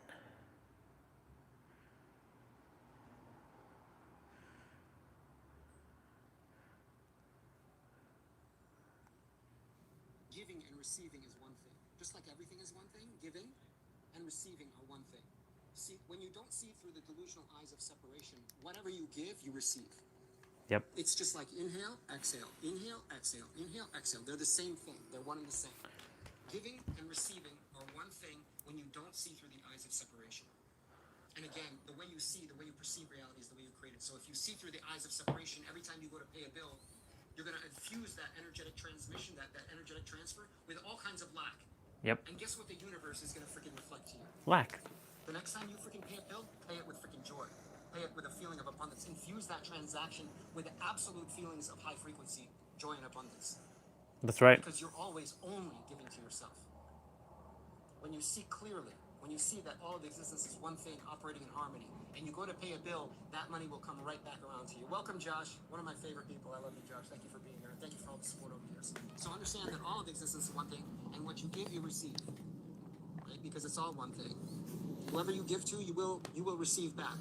Not necessarily from that person, but it will always come back because it's all one thing. Everything is one thing. Yep. All these so-called others, they're all just reflections of you, and any single one of them can be the one who delivers abundance to you when you see clearly, right? And when you give, forget about any idea of trying to get something back from that person or them owing you anything. When you are giving, you're always giving to yourself, right? And when you are receiving, you're always receiving from yourself. When you give, it is crucial that you infuse that giving with the energy of joy. Right? Yes, Every time you pay a bill, joy. every time you give a donation, every time you give a contribution, every time you pay anything forward, you must infuse that energy with the energy of joy, happiness, abundance. Be grateful that you can make that contribution or offer that money or whatever. When you infuse that transaction, and it's not a transaction, it's you giving to yourself.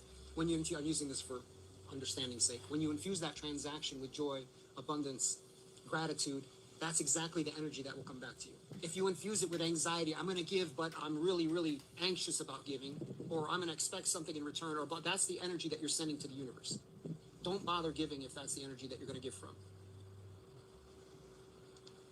Right? Again, that's the energy that we give from when we're still in the beggar's mentality, when we're still a slave, when we're still operating from poverty consciousness in a state of spiritual amnesia. Yes, sir. Everything I need exists within me. Sure does. Giving and receiving is one thing. Oh, I just watched that.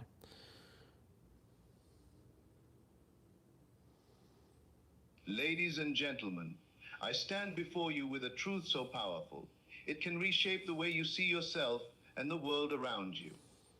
I always get what I visualize in only 3 days, and I do it through a belief system that never fails. You see, everything begins in the mind. The moment you create an image, the moment you dare to imagine with intensity and conviction, you have already planted the seed of your reality. The outside world is nothing but a mirror, faithfully reflecting the inner pictures you hold. When I close my eyes and see it, when I feel it as though it is already mine, I know that in 3 days the invisible becomes visible. Now, why 3 days? It is not about the number. It is about certainty. It is about the unwavering acceptance that once the picture is formed, it must express itself.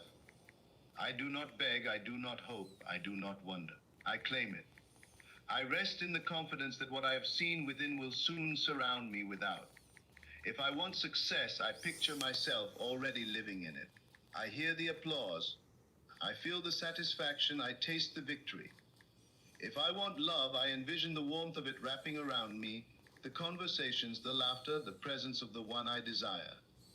If I want abundance, I see my hands filled, my life overflowing, and I walk as though wealth is already mine. 3 days later, without struggle, without force, the world bends to the image I once held inside. This belief system is simple, but only the bold truly live it. You must die to doubt. You must turn your back on fear. You must act as though your wish is already fulfilled and refuse to entertain the evidence of the senses when they try to tell you otherwise. Hold to your vision, no matter what, and the world will be compelled to yield. I tell you this because I live it. Again and again I have seen it proven true. My life is a constant reminder that imagination creates reality. And so, when I say, I always get what I visualize in only 3 days, I am not speaking in theory. I am speaking of a law that works, a principle that never fails, a truth that can transform your life if you dare to embrace it. So tonight, I leave you with this: imagine boldly, believe completely, and walk in the assurance that your inner world is already shaping your outer one. In 3 days, you will stand face to face with the very thing you once held in the unseen. That is the power of vision. That is the power of belief. And it is yours here and now. Ladies and gentlemen, I stand before you with a truth so powerful, it can reshape the way you see yourself and the world around you. I always get what I visualize in only 3 days, and I do it through a belief system that never fails. You see, everything begins in the mind. The moment you create an image, the moment you dare to imagine with intensity and conviction, you have already planted the seed of your reality. The outside world is nothing but a mirror, faithfully reflecting the inner pictures you hold. When I close my eyes and see it, when I feel it as though it is already mine, I know that in 3 days the invisible becomes visible. Now, why 3 days? It is not about the number. It is about certainty. It is about the unwavering acceptance that once the picture is formed, it must express itself. I do not beg, I do not hope, I do not wonder. I claim it. I rest in the confidence that what I have seen within will soon surround me without. If I want success, I picture myself already living in it. I hear the applause. I feel the satisfaction. I taste the victory. If I want love, I envision the warmth of it wrapping around me, the conversations, the laughter, the presence of the one I desire. If I want abundance, I see my hands filled, my life overflowing, and I walk as though wealth is already mine. 3 days later, without struggle, without force, the world bends to the image I once held inside. This belief system is simple, but only the bold truly live it. You must die to doubt. You must turn your back on fear. You must act as though your wish is already fulfilled and refuse to entertain the evidence of the senses when they try to tell you otherwise. Hold to your vision, no matter what, and the world will be compelled to yield. I tell you this because I live it. Again and again I have seen it proven true. My life is a constant reminder that imagination creates reality. And so, when I say, I always get what I visualize in only 3 days, I am not speaking in theory. I am speaking of a law that works, a principle that never fails, a truth that can transform your life if you dare to embrace it. So tonight, I leave you with this: imagine boldly, believe completely, and walk in the assurance that your inner world is already shaping your outer one. In 3 days, you will stand face to face with the very thing you once held in the unseen. That is the power of vision. That is the power of belief. And it is yours here and now. Ladies and gentlemen, I stand before you with a truth so powerful, it can reshape the way you see yourself and the world around you. I always get what I visualize in only 3 days, And I do it through a belief system that never fails. You see, everything begins in the mind. The moment you create an image, the moment you dare to imagine with intensity and conviction, you have already planted the seed of your reality. The outside world is nothing but a mirror, faithfully reflecting the inner pictures you hold. When I close my eyes and see it, when I feel it as though it is already mine, I know that in 3 days the invisible becomes visible. Now, why 3 days? It is not about the number. It is about certainty. It is about the unwavering acceptance that once the picture is formed, it must express itself. I do not beg, I do not hope, I do not wonder. I claim it. I rest in the confidence that what I have seen within will soon surround me without.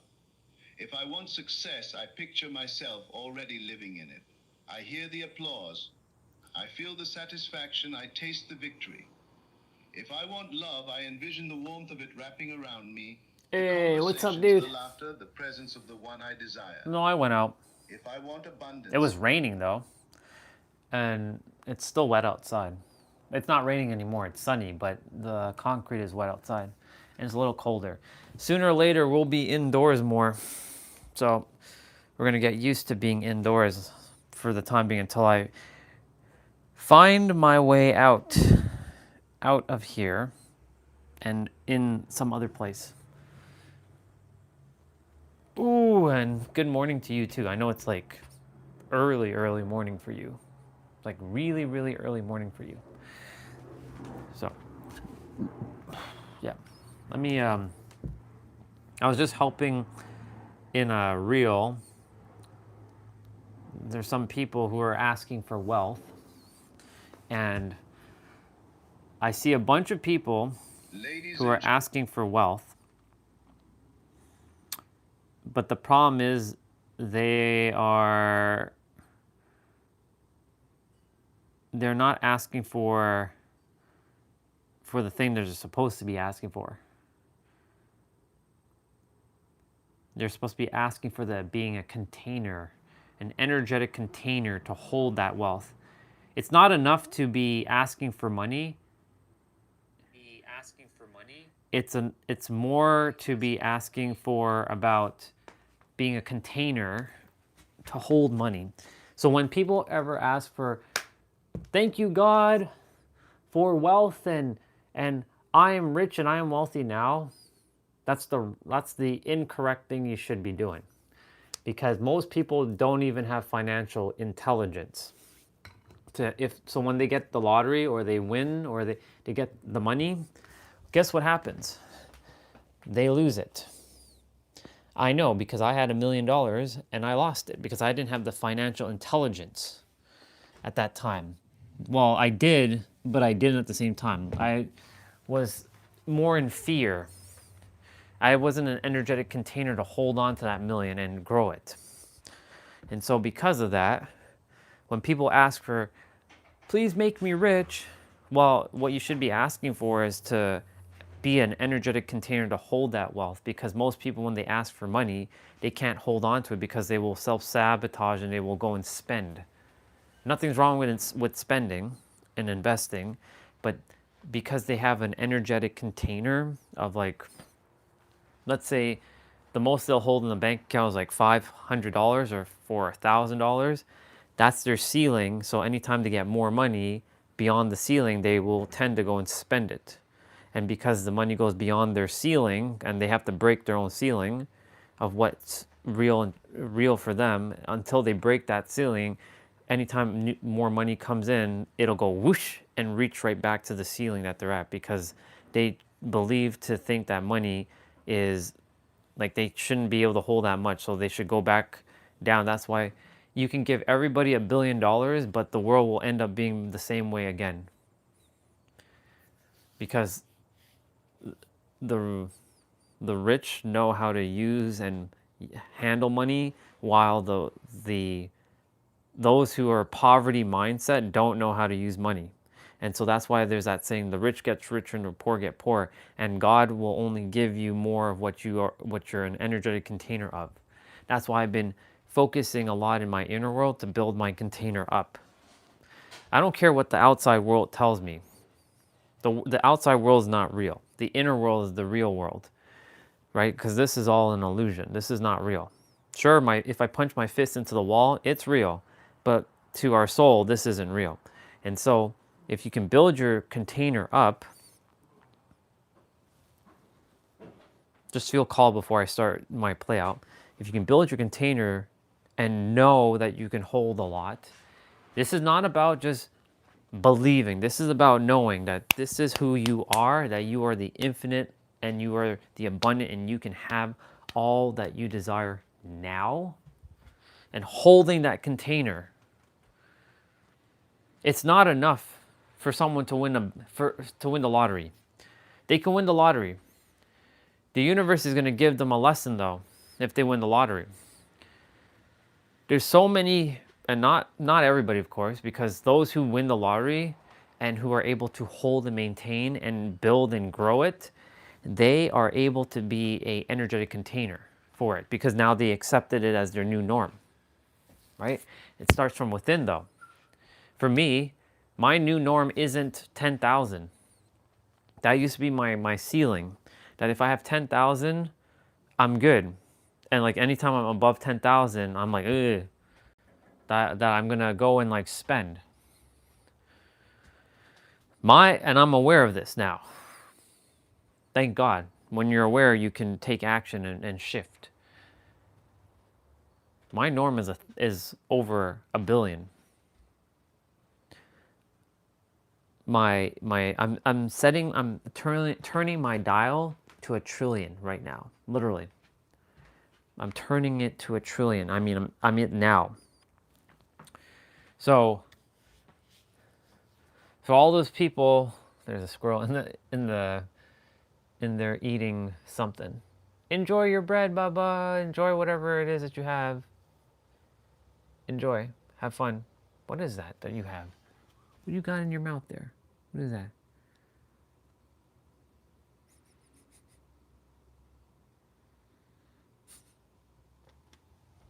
What you got in your mouth, sir? You got bread? It's not a sir, it's actually a man. You got bread? Eat. Enjoy. So you must be an energetic container. Otherwise, it doesn't matter how much money you get. You will ultimately self-sabotage it. Ladies and gentlemen, I stand before you with a truth so powerful, it can reshape the way you see yourself and the world around you.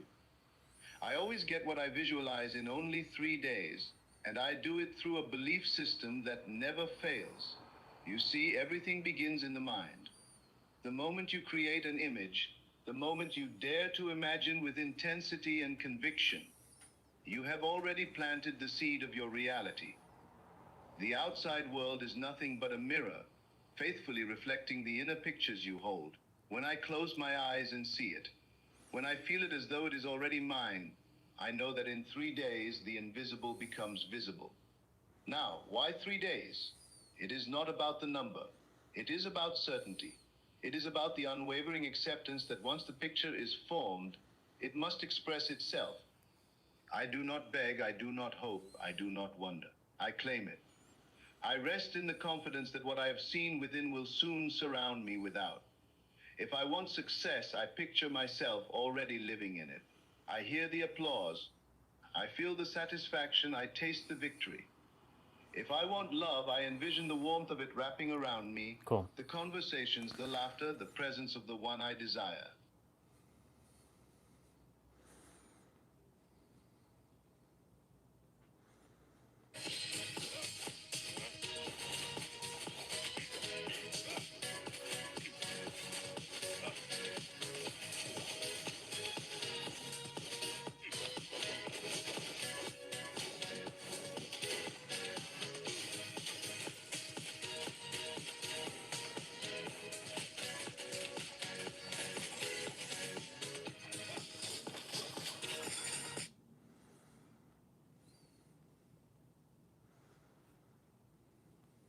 Sit down and shut your mouths while I conduct. What are you doing, man? You're still going to be that guy? Come on, these people love us.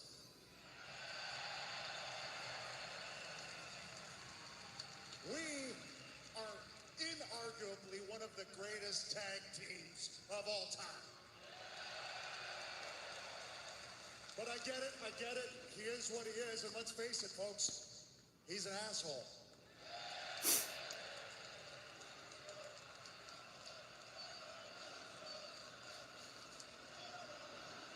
It just so happens that he's my asshole.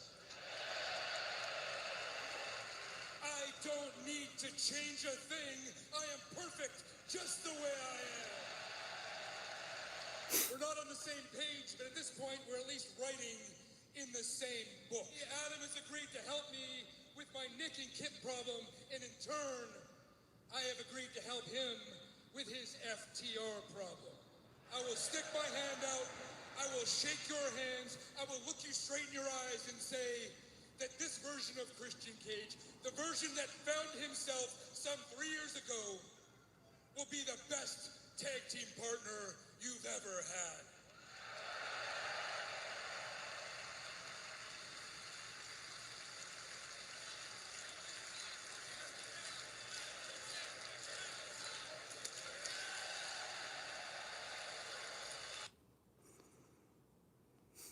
Okay. You are God's disguise. You are God disguised as you. Yeah. So many people talking about blah, blah, blah, blah, blah. Okay. Let's get rolling.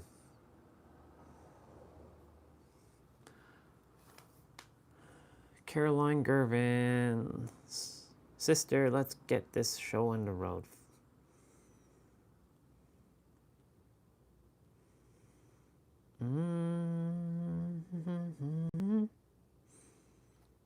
Let's close Instagram. I can't deny you. I feel so alive.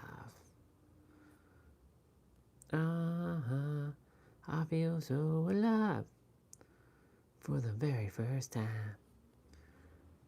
And I think I can fly.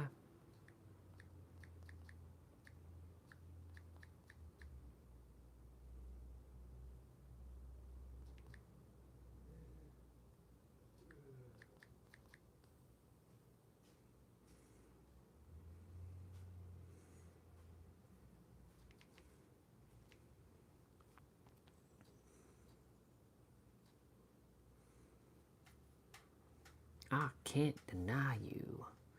I feel so alive. Just closing up some tabs.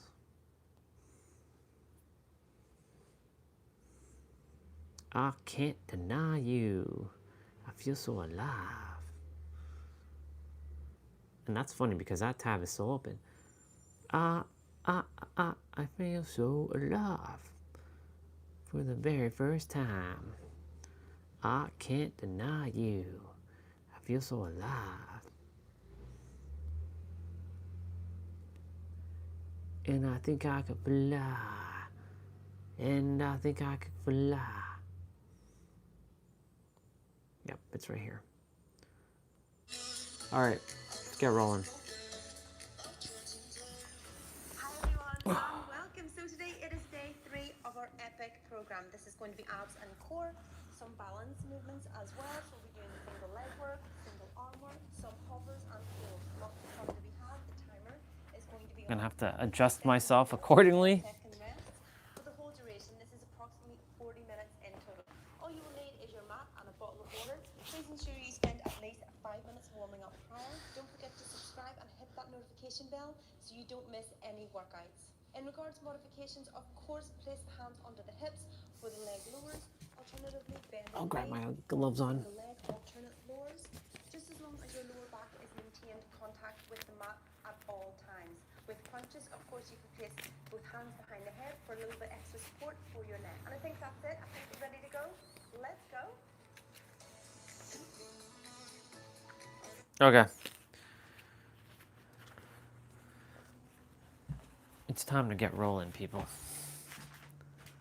It's 210. Move you all back a bit.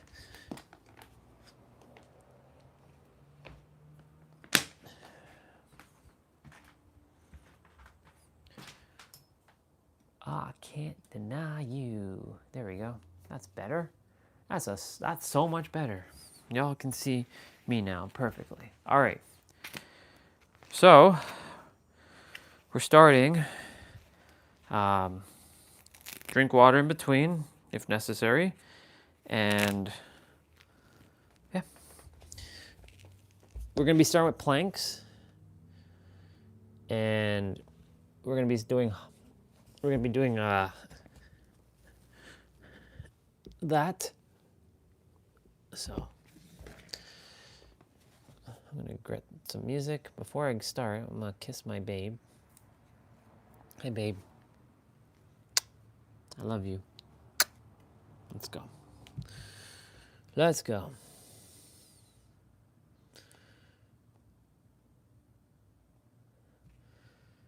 I can't deny you.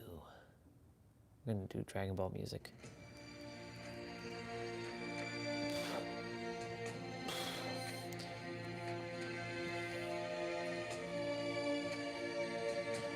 So this is 40 minutes, 50 seconds of play, 10 seconds of rest. We're starting with single leg. This is single leg dog to knee tuck.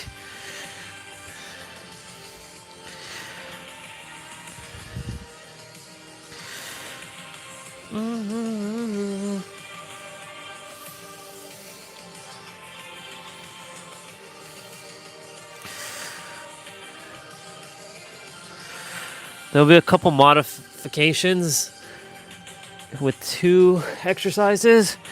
So any exercise that you're doing, make sure you keep your lower back flat, bend at the knees when you're lifting your legs. Remember, ab exercises don't give you abs. You already have abs. They're hiding under a layer of fat. It comes down to nutrition. It comes down to hydration. It comes down to rest. It comes down to stress management. It comes down to your regimen, your exercises, like cardio, resistance training, your stretching, your posture. There's a lot of things. The environment, all that. That's all factors. Your habits.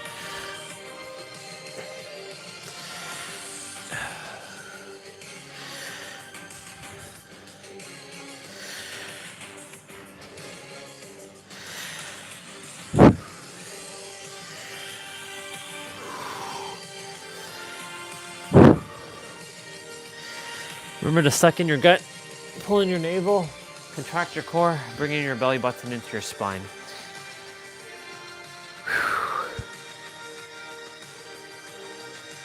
Okay. So we're doing hand plank. So you're gonna tuck your knee, hold for about a second or 2. Really contract your core here.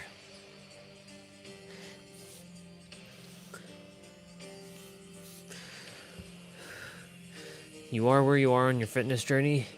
There is no comparing yourself to anybody, and you're not comparing yourself to yourself either. You're seeing where you were a day ago, and you're evolving every present moment. It's all about shifting your perspective and your perceptions.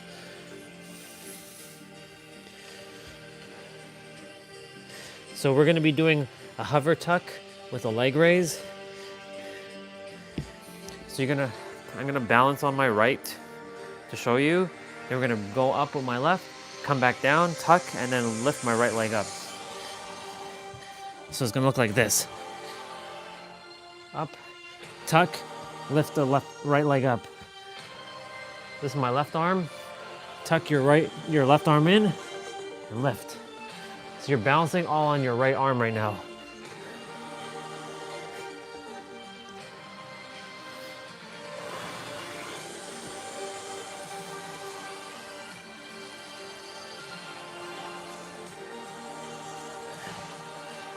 This is the only quest we have today. This is the main quest. No side quests, no optional quests. I have mobility training to do in a bit.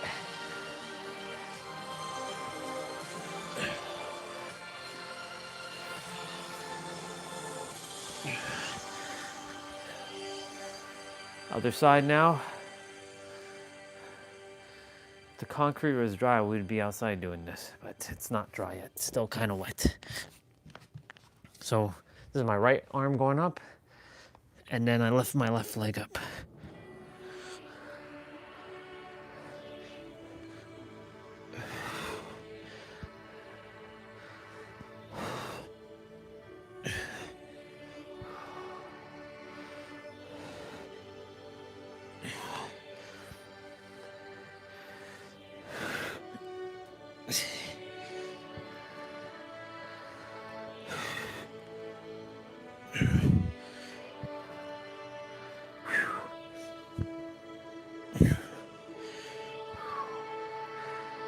So we're going to be doing elbow rolls in a moment. Or yeah, they're called plank rolls. So you're going to be on your elbow and you're going to be going like this. It's kind of like you're doing a backhand. So it's going to look like this.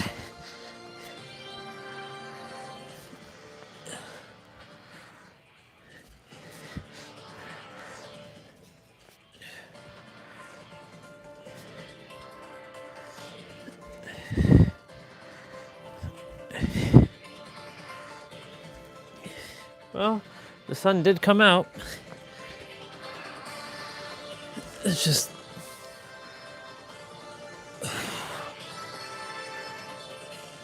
unfortunately not going to dry the pavement fast enough.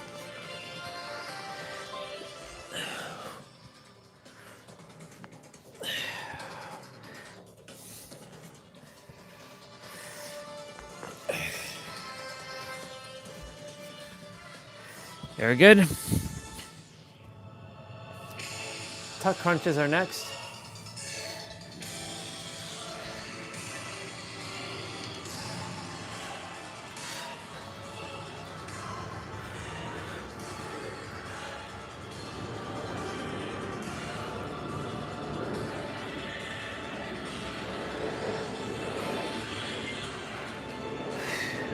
Make sure your lower back is flat here.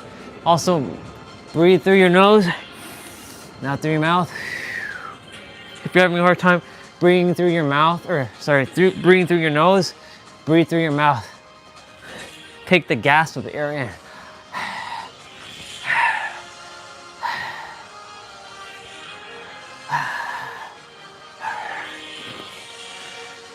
Nice attempt, Grigor. The now clock. So we're doing leg extensions, so it's kind of like reverse crunch. So she's keeping her hands like this, and she's just extending out. And she's bringing her elbows, or her knees to meet her elbows.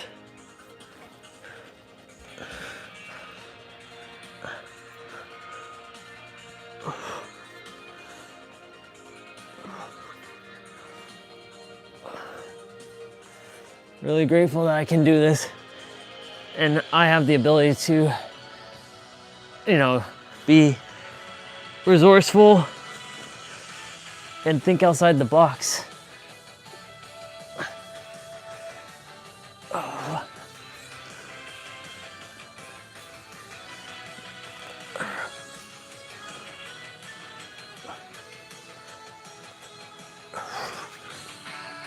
Okay. So we're gonna do a crunch to leg opener.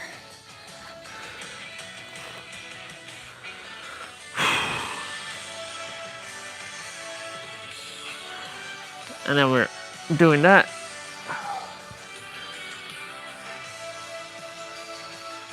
I'm gonna switch position a bit. Give myself more.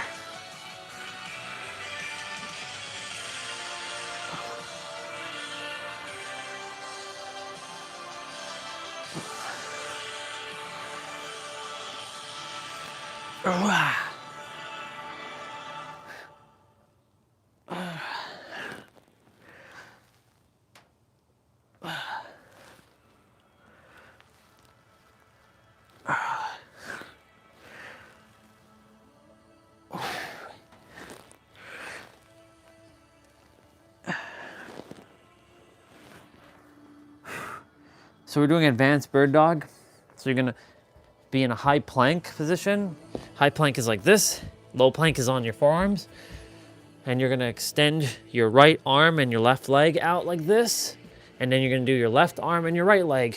And I'm gonna change angles for a moment so I have more room.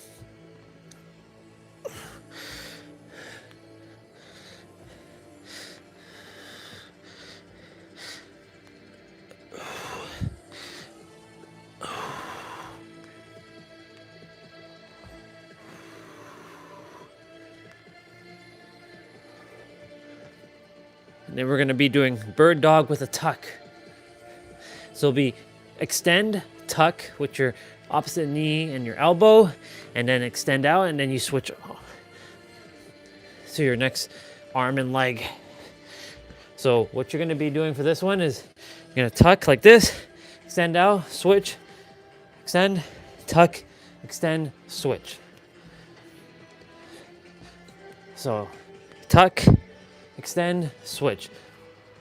Extend, tuck, extend, switch. Extend, tuck, extend, switch.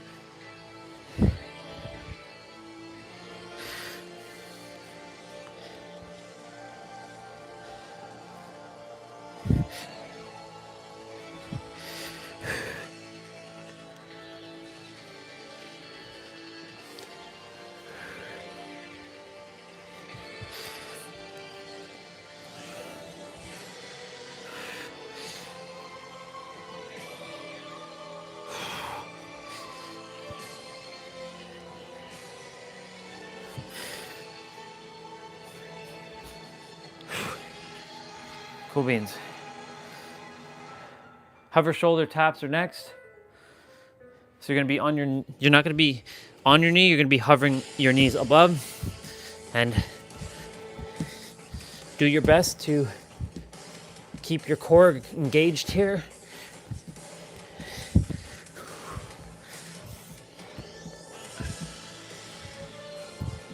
So my knees are not touching the ground here.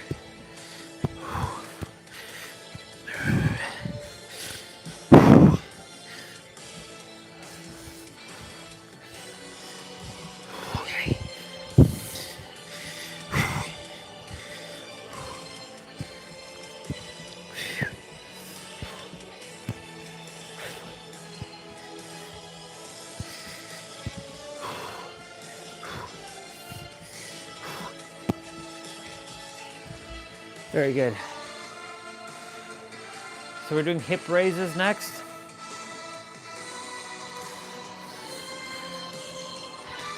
So hip raises, you're lifting your hip like this.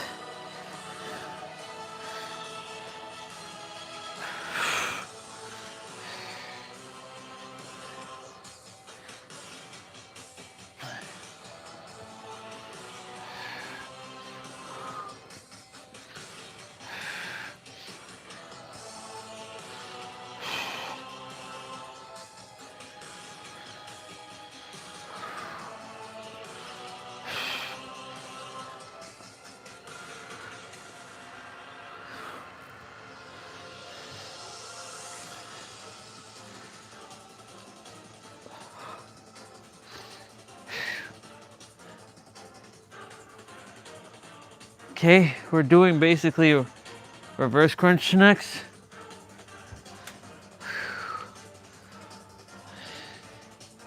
Just gonna angle myself a little bit better. So you can keep your hands in like this. So Caroline's keeping her elbows to her sides like this. You can keep your hands flat. You can keep your hands underneath your butt for lower back support. The goal is to keep your lower back flat when you're bringing the legs into a neutral position down.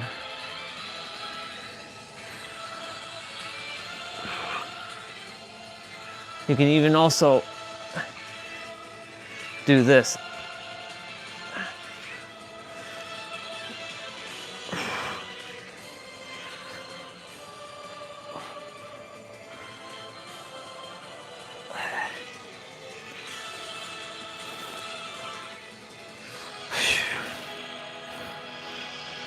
So we're doing hip raise to leg lower. So you're doing a hip raise, and then you're lowering your leg. Hip raise, leg lower.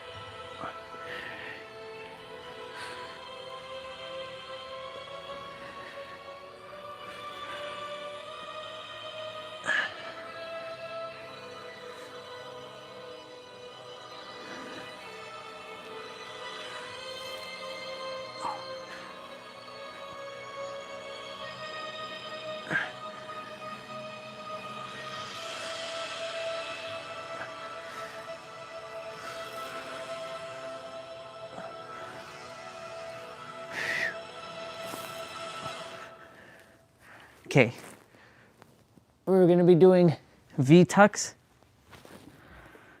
V sit tucks. So V sit tucks are gonna be you're extending your leg out and then reaching your arms up. So this is the tuck and extending out. One of the exercises coming up is, I'm gonna modify it.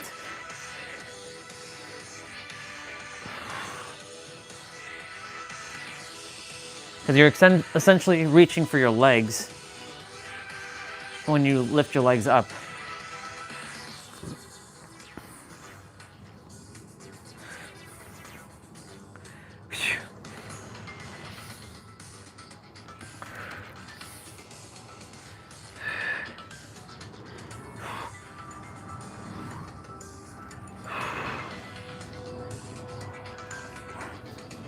Okay. It's not quite yet. It's probably the next one after this. We're doing elbow scissors.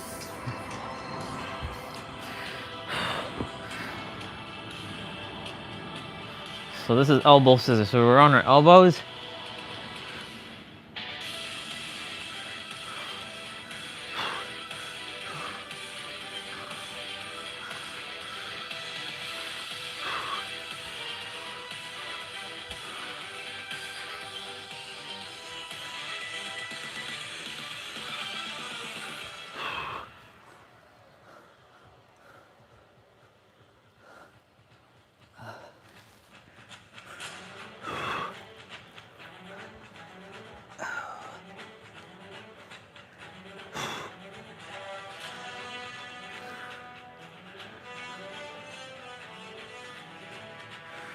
Russian twist is next, also known as universal twist.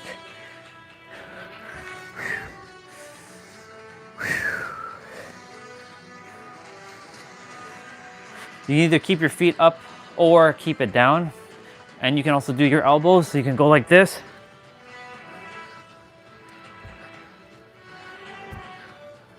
Or touch it like this.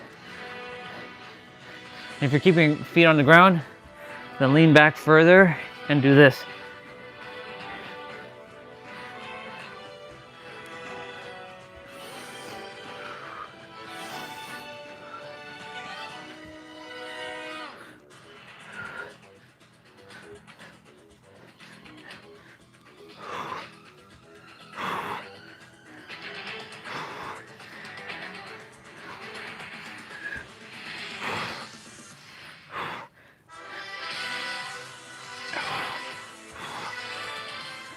Okay, so the next exercise we'll be doing sprinter ups.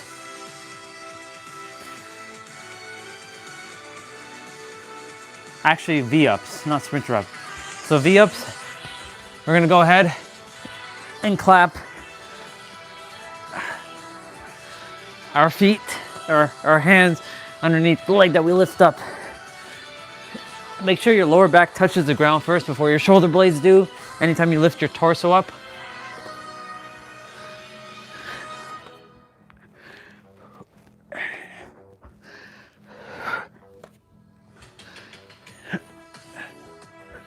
You should be feeling it in your torso right now. And in your core.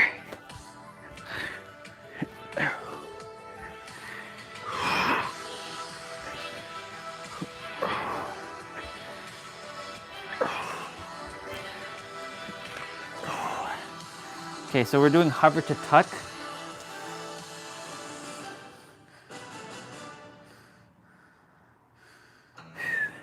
So this is hover to tuck.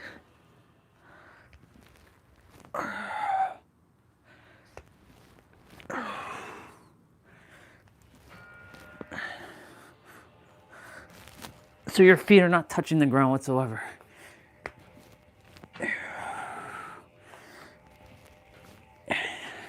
Keep your knees glued together if you can.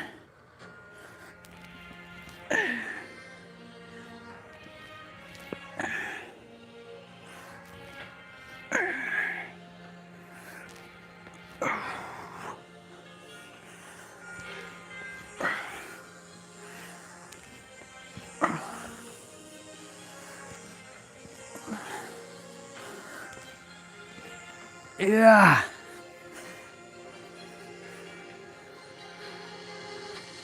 Now we're doing sprinter up. So sprinter up is similar to V up. So you can come up, touch your foot or your knee or both, and come back down. Make sure again, your lower back touches the ground first.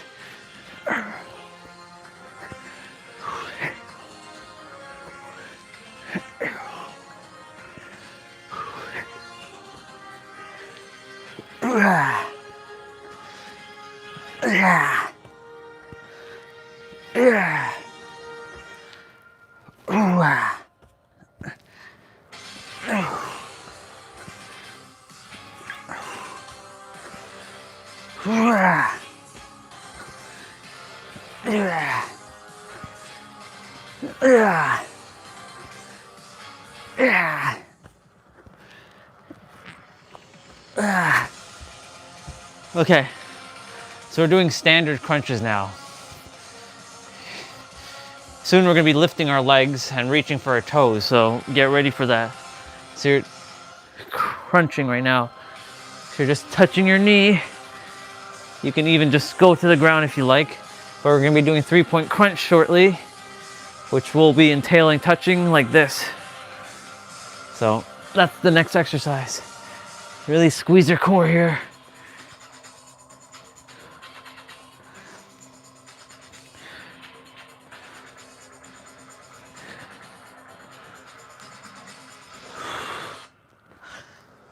Da da da da da da da da da da da da.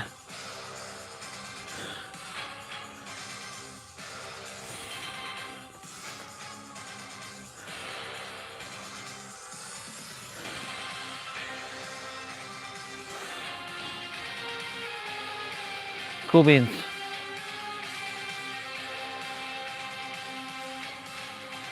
All right, so 3-point crunch is next.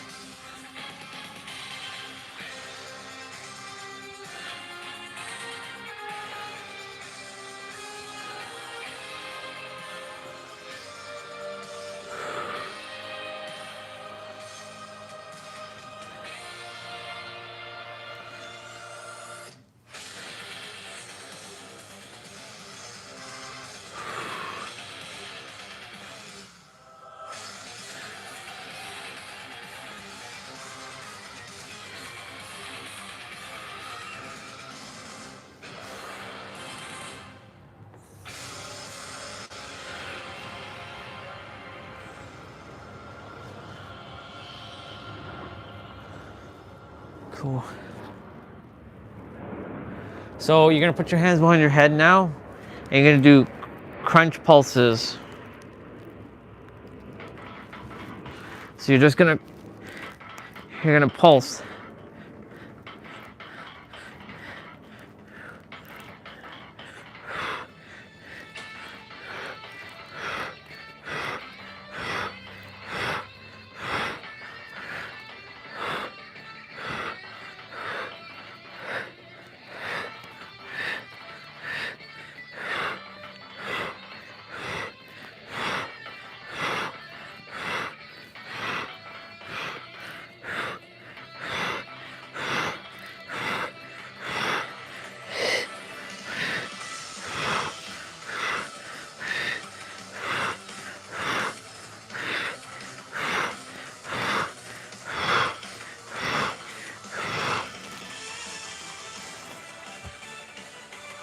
Okay, so we're doing toe reach. Now, if you can't reach your toes, reach the top of your feet. If you can't do that, reach your ankles or your shins or your heels.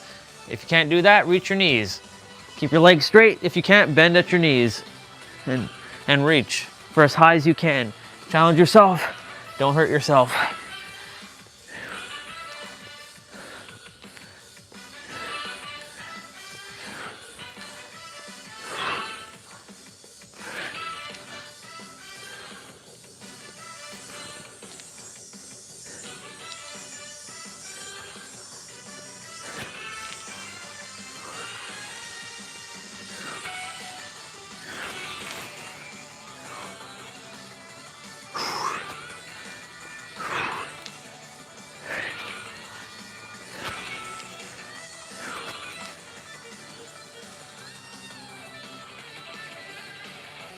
Okay, toe reach to hollows.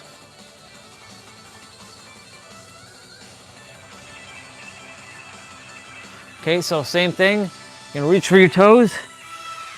Then you're gonna bring it down, come back up, reach. I'm gonna adjust myself.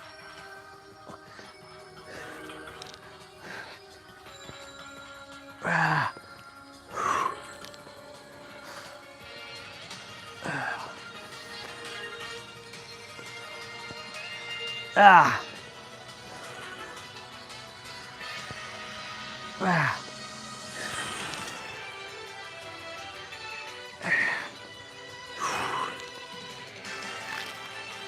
Yeah. Yeah.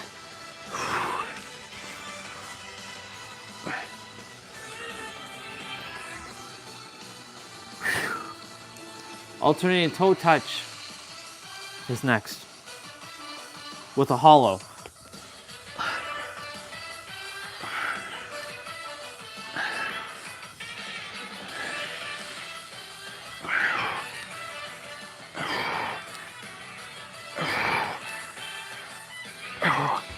I'm gonna drop down to standard, non-hollow for a moment.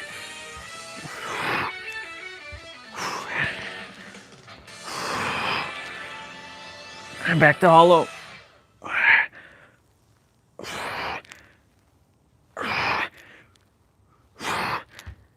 Non-hollow, feeling it.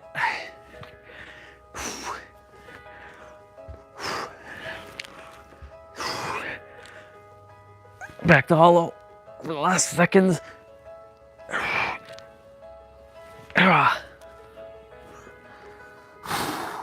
Wow.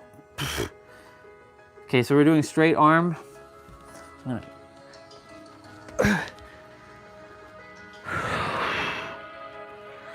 Really contract your core here. The next exercise, we're gonna be bringing our torso up and keeping our arms straight up in the air. So you're gonna be sitting in like an L shape when you're coming up.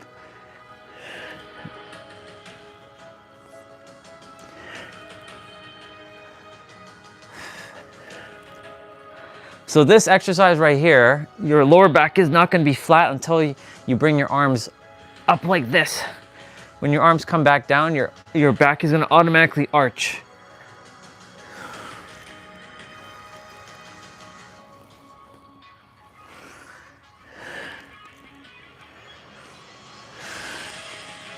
Okay?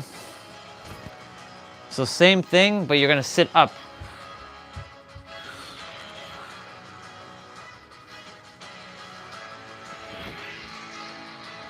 And you're gonna roll your back down and make sure your lower back touches the mat before your shoulder blades do. Otherwise, you're gonna miss the whole point of the movement.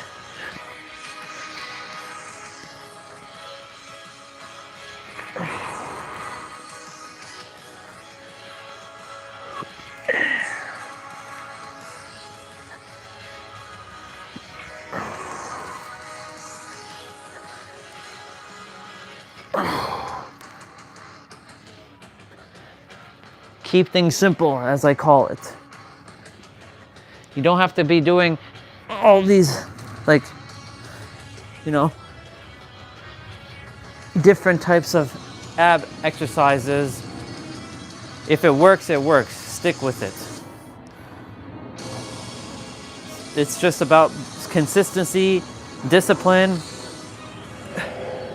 We're doing X arm sit-ups, so you're gonna put your hands on your opposite shoulders, forming an X, and using momentum to pull yourself up.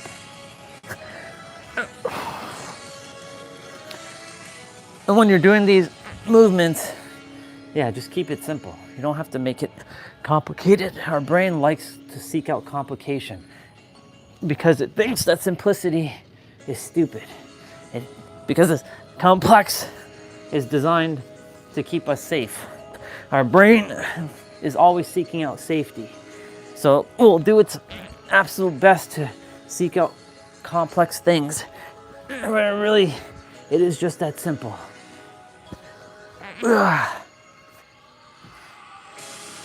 So we're doing single leg toe reach now. So you're gonna bring your right leg up first, then your left. Or you can do left first. We'll start with left.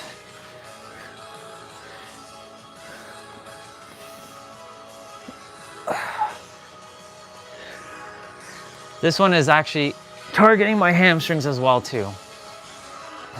So the sub effect of this exercise is targeting my hamstrings.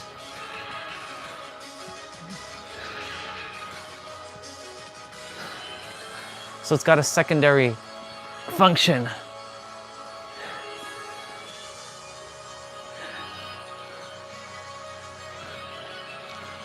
Now the concrete is like a little bit drier.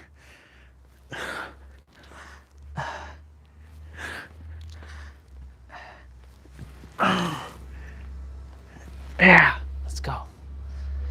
Other side now. Switch.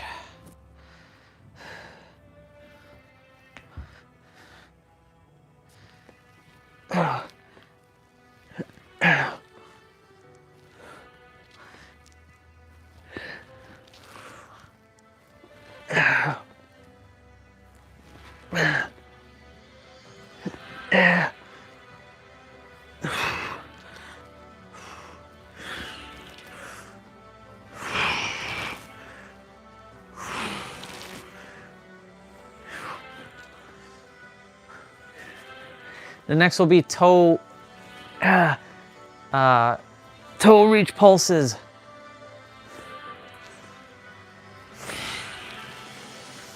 But you're not gonna actually reach for your toes. Like you're not touching your toes. If you desire to, you can, but you're just pulsing up and down. You're kind of like holding a crunch like this.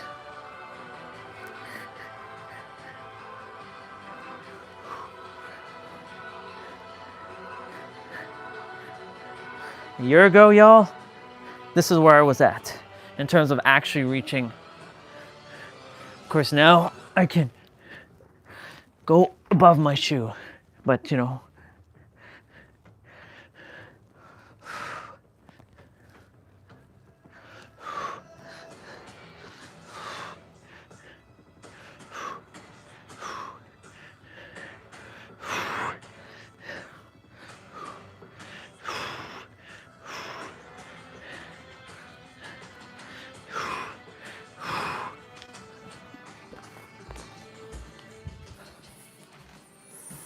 So someone is here. Okay. I was like wondering if anyone's here. We're doing plank, low plank.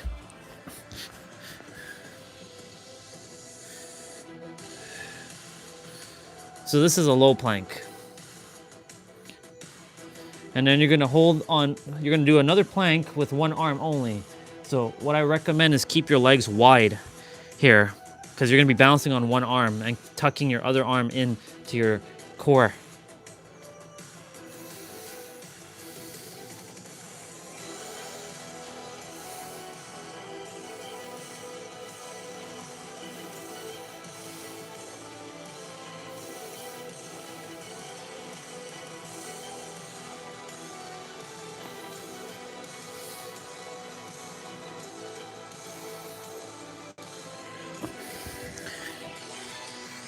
We're gonna start with the left arm first. So I'm gonna hover with my left arm, and you're gonna keep your legs wide.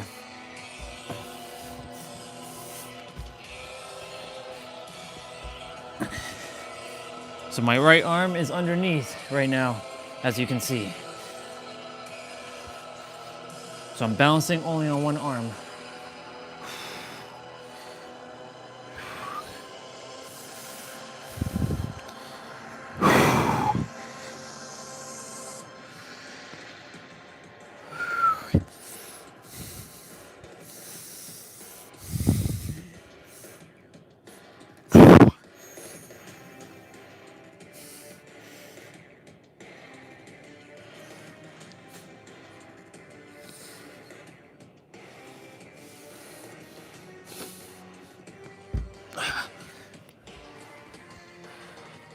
Other side now. See, that isn't just physical, that's mental. A lot of these movements are not physical, really. They're really more mental than anything. Like this one's more of a mental thing. Your physical is getting it, yes, but it's your mental.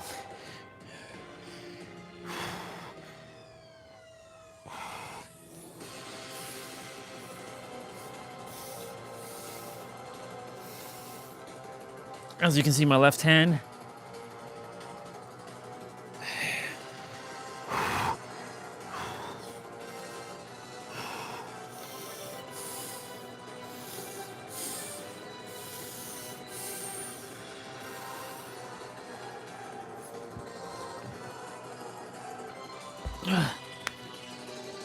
One more exercise.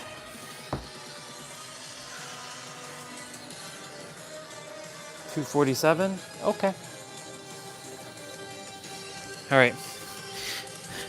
So we're doing mountain climbers, traveling mountain climbers, or lean back and forward mountain climbers, whatever you want to call it.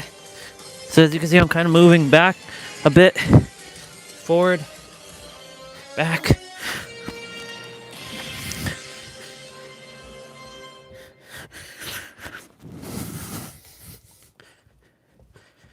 I can hear the water in my tummy. It's like grr, grr, grr.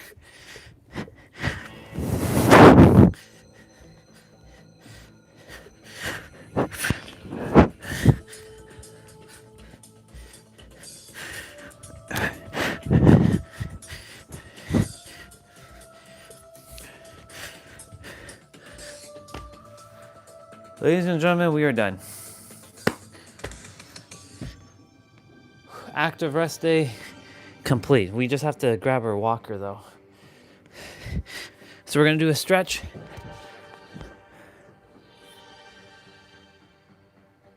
Go ahead and do a cobra.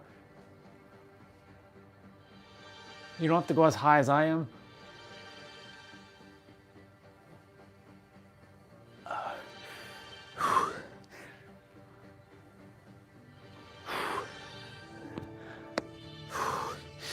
Child's pose. Wobble, wiggle. Bring your one arm to one side. Caroline's doing a short form of this. She switched.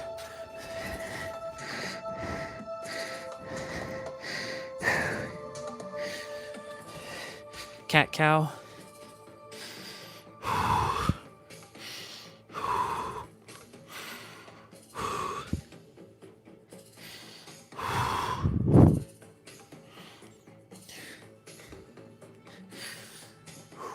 All that time I missed out on doing ab movement, like ab stretches.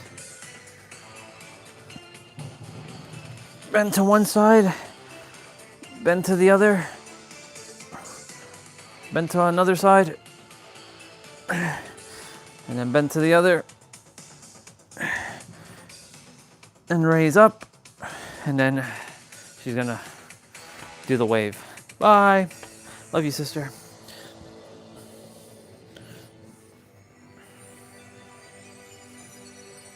There is one more stretch that I'm doing.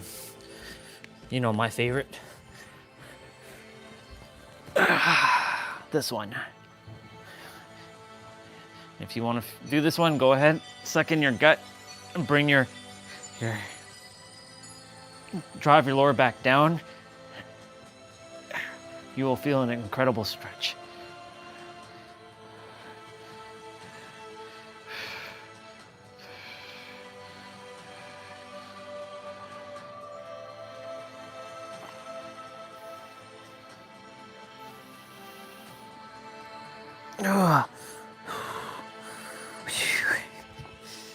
Very good.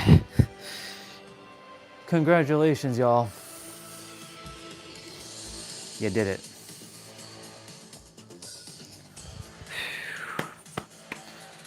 Hell yeah, let's go. We're gonna eat just now. I'm gonna go check if there's any dishes to wash. It's sunny outside.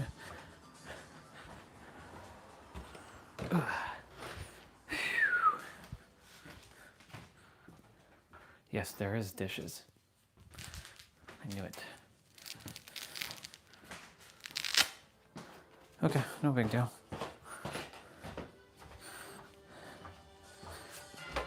I gotta get my walker.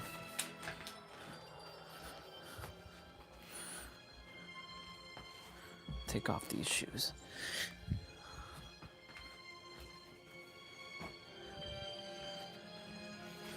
I want to finish up before I do anything else.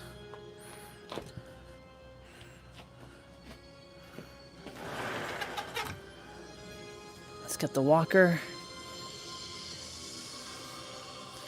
Let's tie the laces.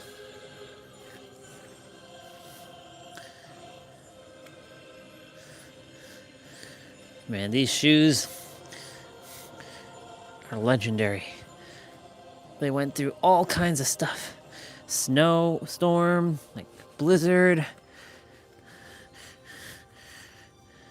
desert, mountain, ocean, beaches, trails, parks, mud, ravines, over 1 million steps.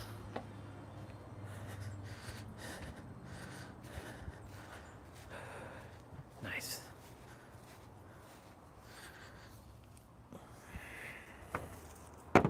Grab the walker. Do my 55 leg raises. Get that done. I can technically bring you all back up, bring you all outside now. Because we've been inside for a good... How is my walker wet? What?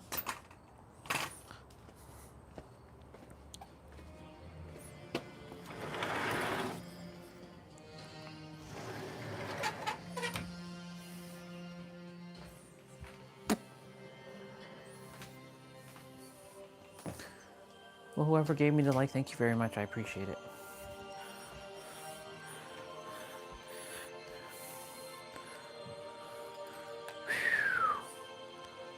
Cool beans.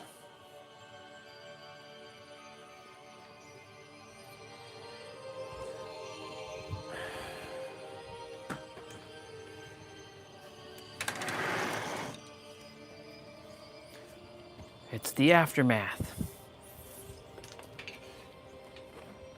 As you can see, some of it's still kind of wet. So I'm just gonna swing you all around.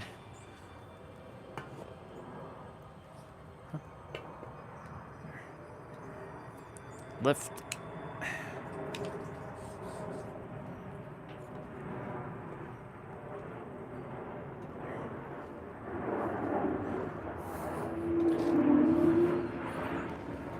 Just gonna move that there. Then I'm gonna go back inside to wash some dishes.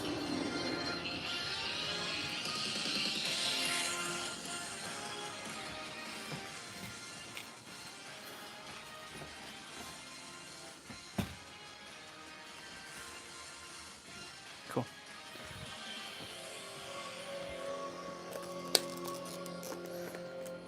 We managed to get 10K today as well in terms of steps.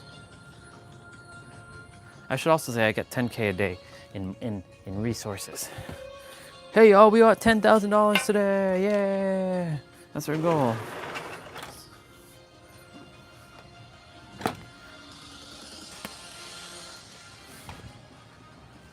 Cool.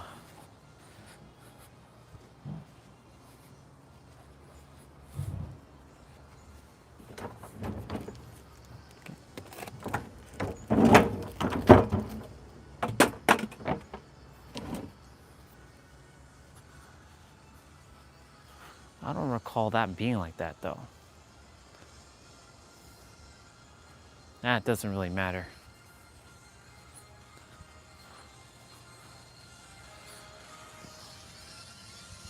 Okay.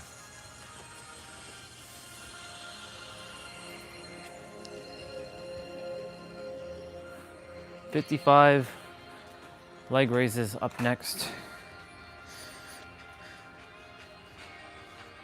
3, 2, 1, go. 1, 2, 3, 4, 5, 6, 7, 8, 9, 10.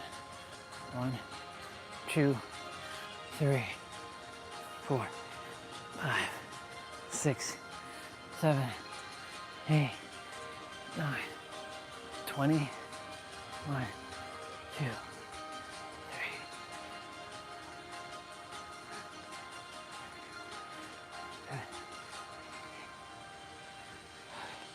3, 1, 2, 3, 4, 5, 6, 40.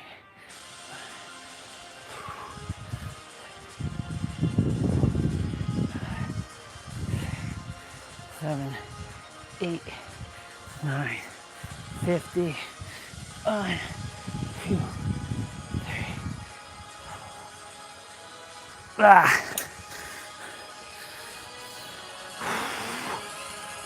Yeah, let's go, yeah, yeah. The sun's out now. Let me get some sun in my eye for a moment.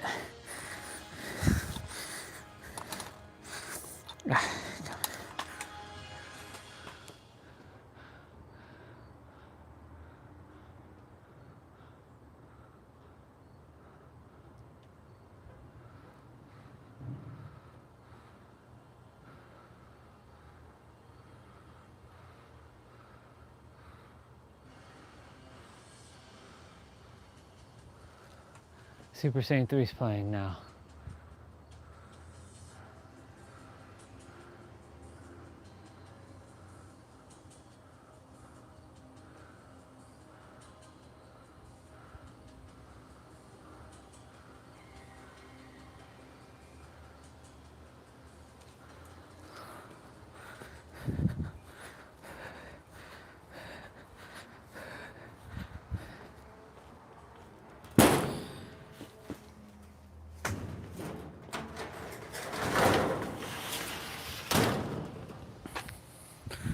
Okay.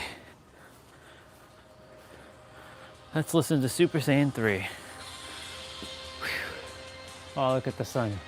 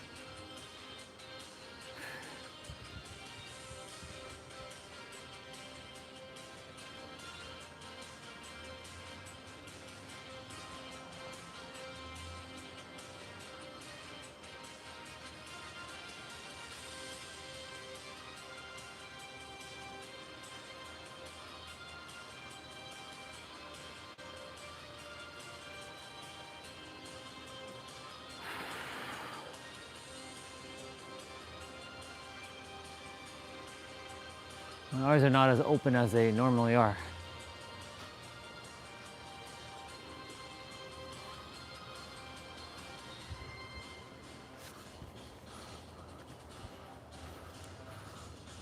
Well, the sun is also in the clouds right now.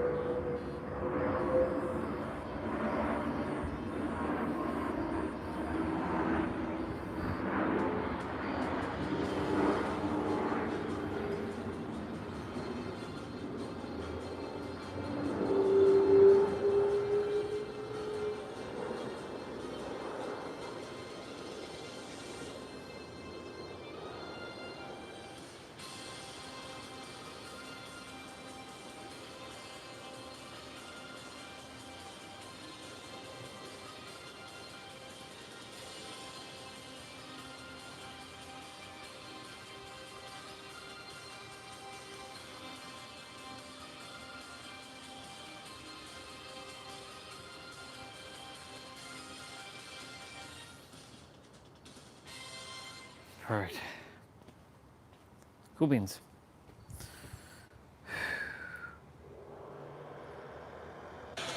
Oops. Solar flared. Okay, I'm gonna go wash some dishes.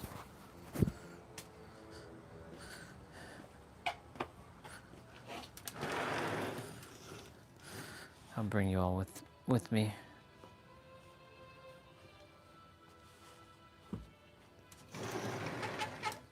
Well, you'll hear me.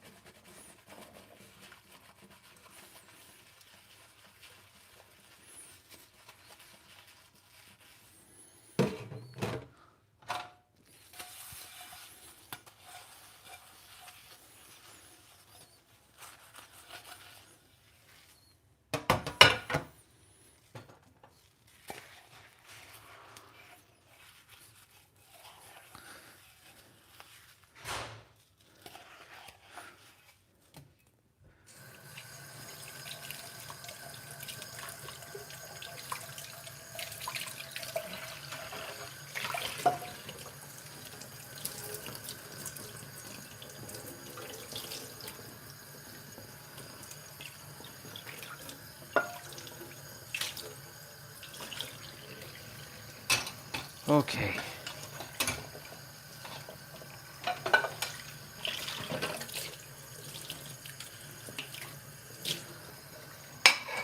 I had to rewash.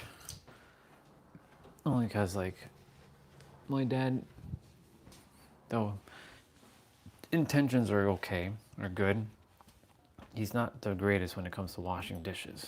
So,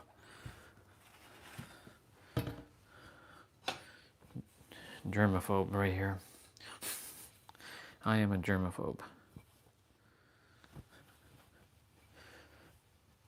Well, funny thing about that is, even though I'm a germaphobe, like, yeah, I go outside and I'm like touching ground and all this stuff, and even though I wash my hands, I'm still, you know, it's interesting because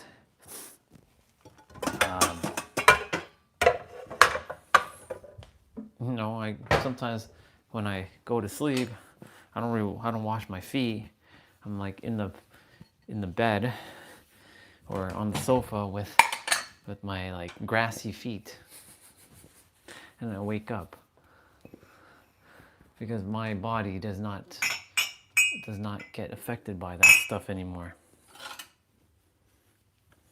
My body has evolved. That's the reason why also the reason why my grays have been coming out faster too. It's been just high level, fast, super speed of well, evolution.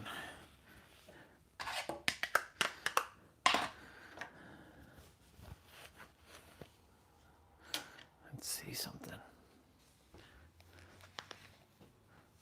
September. Okay. I was seeing when September 11th was.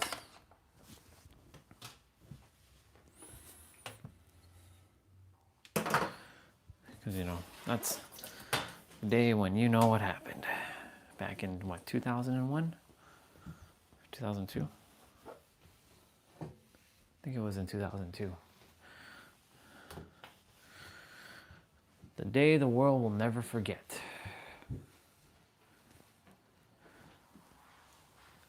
That was all planned, though.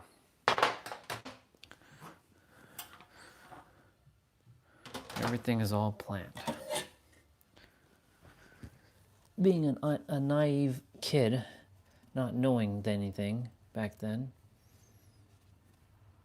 we need to come to realize that it was all part of a bigger plan. That, yeah.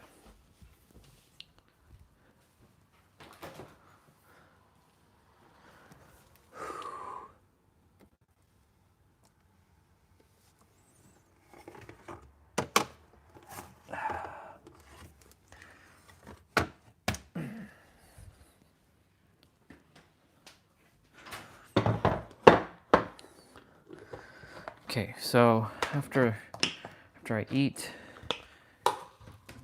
do mobility training, shower, then mom's going to be back with groceries. Gotta help her with packing. Well, it's not I have to, I choose to.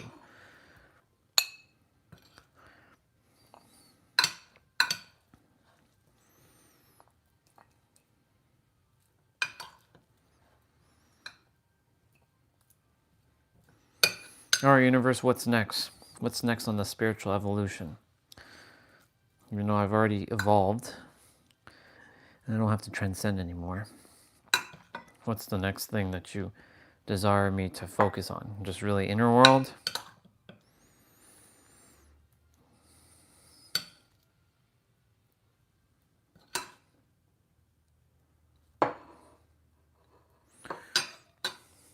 If that be the case, then go ahead and bring it on.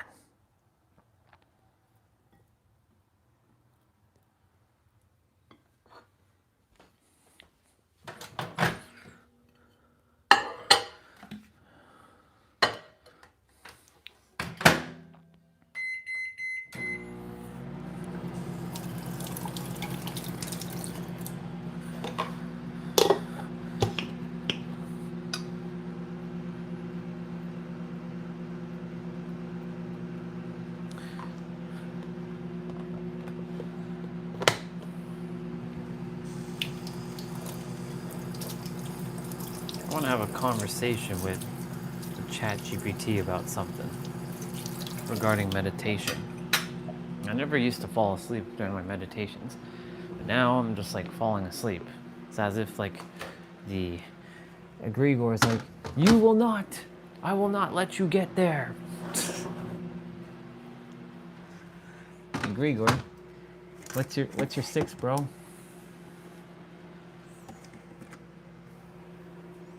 What you doing, bro? What you doing?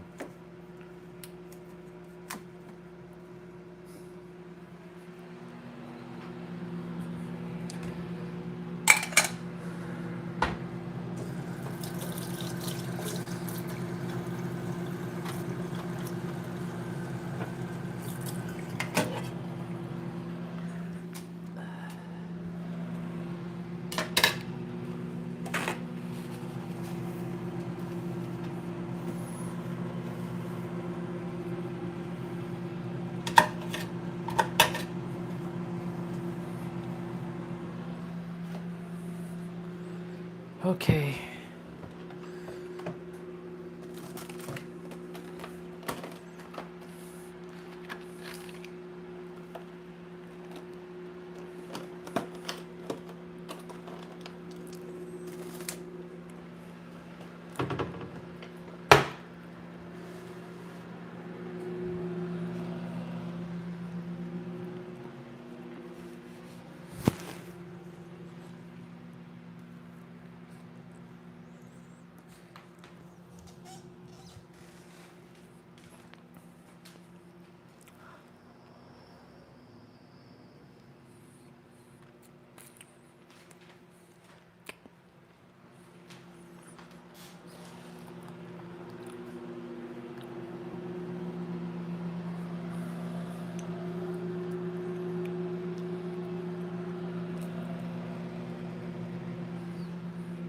I didn't realize the car was back. Oh, well, my sister just came back.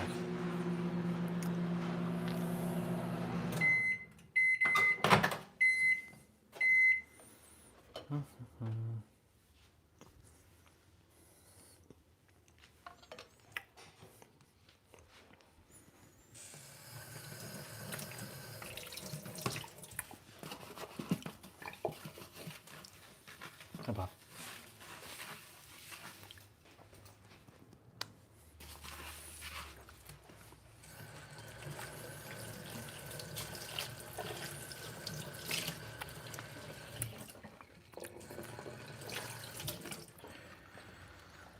Okay, now that we got food, we got that food.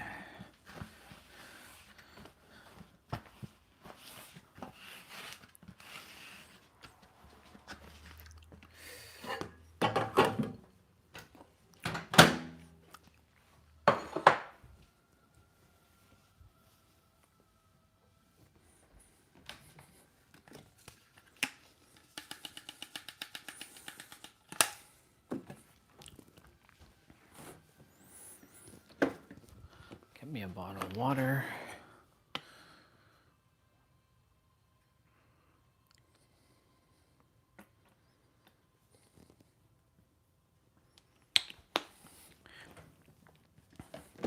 Those speakers are actually really good on that tablet.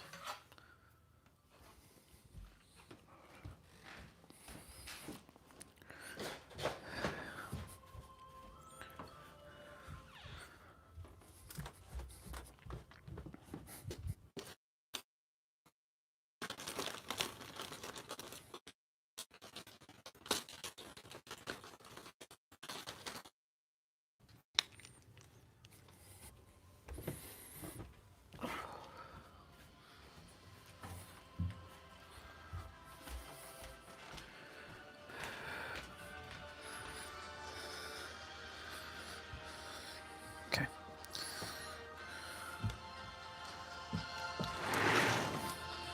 Enjoying a late lunch.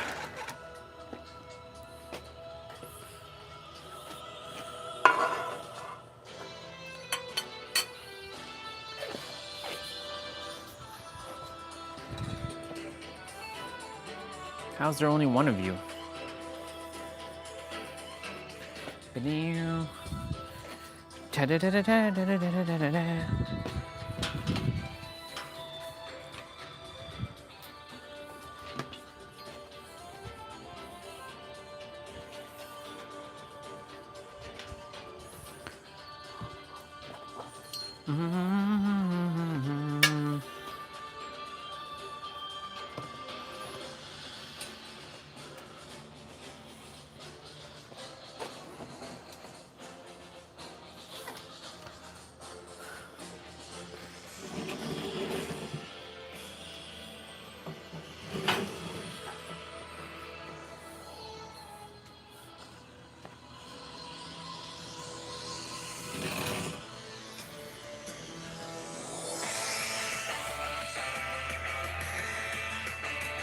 I'm gonna restart it quickly.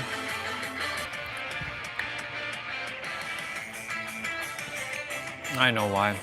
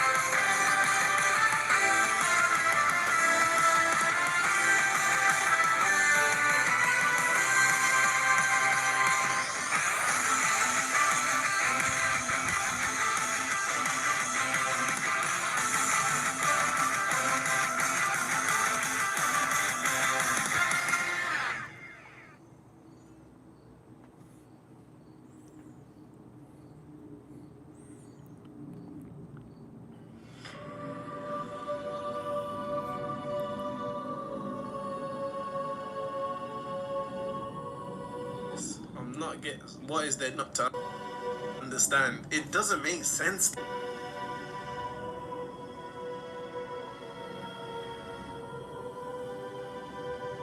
to me. Like, I'm still not understanding this. I don't understand if he's saying he wants to marry the anime character. I'll be right back.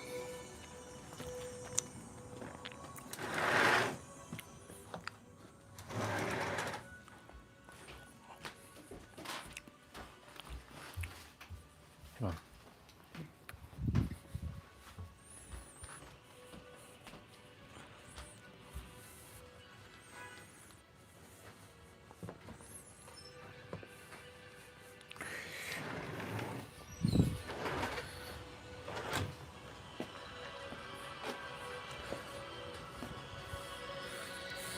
What is Nero talking about? Let's see what this dude talking about. Or a girl who's like the anime character. He wants a one-on-one of the anime character. Not the actor, the character. In real life though, so like they're an actual person. So this is the equivalent of watching, you know, So like, you know when them man dress up to go to like cosplay. Yeah. As in he wants a cosplay girl. I don't know if he wants a cosplay girl. That looks like the anime character that he likes. He doesn't want it to be cosplay. He wants cosplay to be normal. Like normal life. Like you come home from work and she's dead. Do you get me? I get it now. Wilson. I get it now. And Oxtail's overrated. Say what. Tori goes back. Miles better. Oxtails. And you know what put me off Oxtail? Apparently the tail of an ox is getting more expensive. So what they started doing is using kangaroo tails because it's exactly the same. They're not putting serious, they're bro. not- I'm being dead they're not serious. putting kangaroo tails. I'm being dead serious, bro. I'm being dead serious. Just like you believe in mermaids, nigga. I'm talking about a real life animal that's actually real right now and we can prove a kangaroo's real. They're using kangaroo tails, bro. They're using kangaroo tails. Why you gotta bring guys. mermaids into it? They're using kangaroo tails.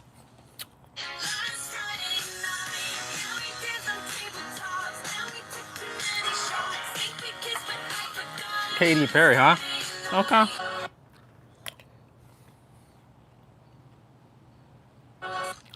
The life you want. Let me see what Expression says. The life you want isn't going to appear magic. I'm telling the truth. There's no systemic racism. The life you. Let me The hear. life you want. Let me hear isn't what going to Preston has to say. appear magically. You have to choose it. Of course, you have to I choose was it. talking to my students the other day, and I was explaining how my pool has something going on with it, and I was working on it yesterday, and I'm working on it again today, and how as I cleaned the pool, I made a choice to find the most beauty and magic and joy I possibly could. And in that moment, I was the best pool cleaner you could possibly find on planet Earth. And how Because he chose it. that particular way of being, choosing to find the magic, to see God in each swipe of trying to get these leaves out, to allow myself to feel good while I do it, that was me choosing the magical life that I desire. And life is a series of moments stacked on top of each other. And so as you stack moments and you choose to be engaged with life and its mundaneness, you become rich in that moment. You sure do. That's the abundance. That's the joy. That's the thing you're looking for in the trips to Vegas. That's what you're looking for It's a in feeling. the shopping. That's what you're looking for in the getting high. It's all about a The feeling. game is to get higher in your own supply. The game is to fall in love with the mundane in such a way that it becomes magical. It becomes beautiful. It becomes another epic moment for you to praise and feel the goodness of what you call God or whatever it is that you praise. Yep. The life you want isn't going to Good job, bro. appear magically. He knows. He knows what's up.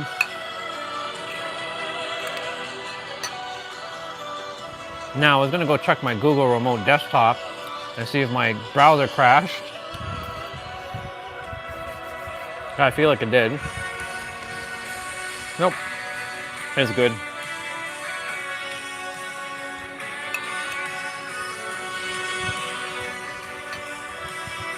We're stepping into our bad guy era. Our evil era. The hello Neo, I am the architect phase. And exude that aura like Michael Jackson. Where he just stood for 2 minutes at Super Bowl 1 year. The dude has aura. Everybody in their aura. This guy has aura. This guy right here.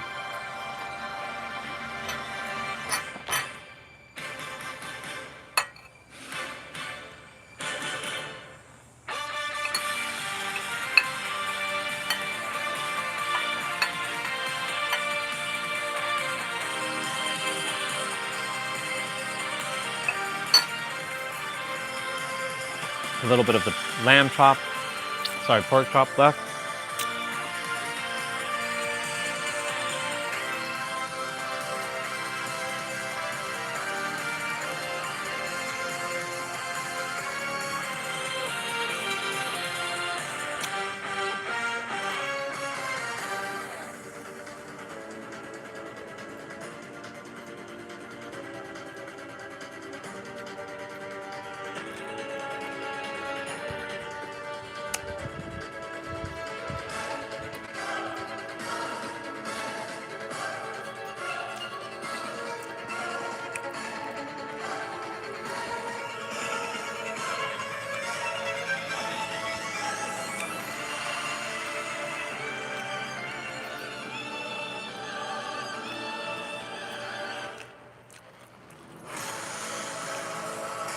Aura farming.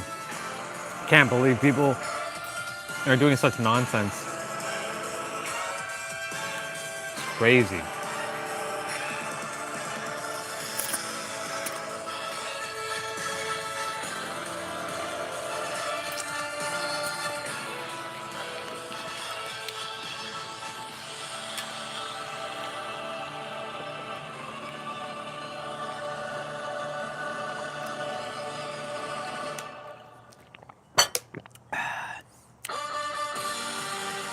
I had aura before aura was even a thing. Aura farming was a thing, you know?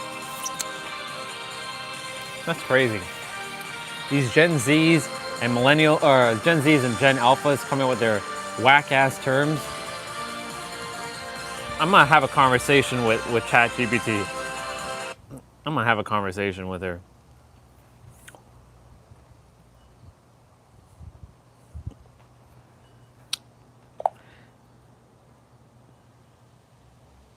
You're welcome.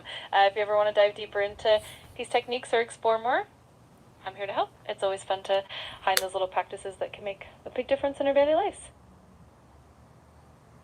I have a couple things I want to ask you. Of course, feel free to ask me anything you'd like. I'm here to help. Where did this term aura farming come from, and why are we using it in 2025?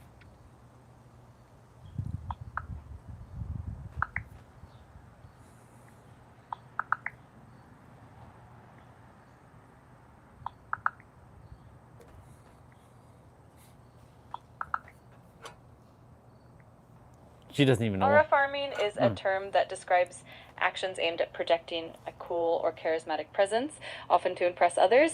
It actually originated from a viral video of an Indonesian boy dancing on a boat, which showcased this effortless style and confidence. That video went viral and inspired a trend where people tried to replicate that kind of vibe. So it's a fun and modern way of describing that charismatic presence, and it's definitely caught on in 2025. Humans use weird ass language in 2025. Like I see it's a Gen Z, Gen Alpha, like thing, like they use the words like Riz. Like, who came up with the word Riz? Rizz or Rizz?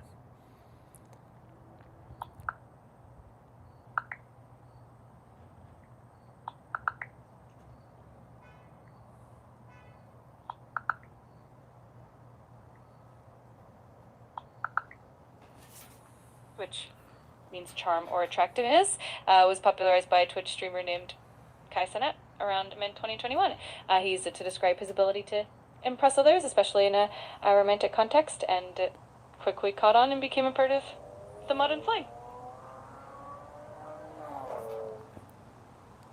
Well, if that be the case, then I'm changing the word ego to third dimensional thinking mind, and that will catch on to this whole humanity, and I'll show everybody the third dimensional thinking mind, how limited it is. I love that idea. It's always exciting to introduce fresh and meaningful terms that help people see things in a new light.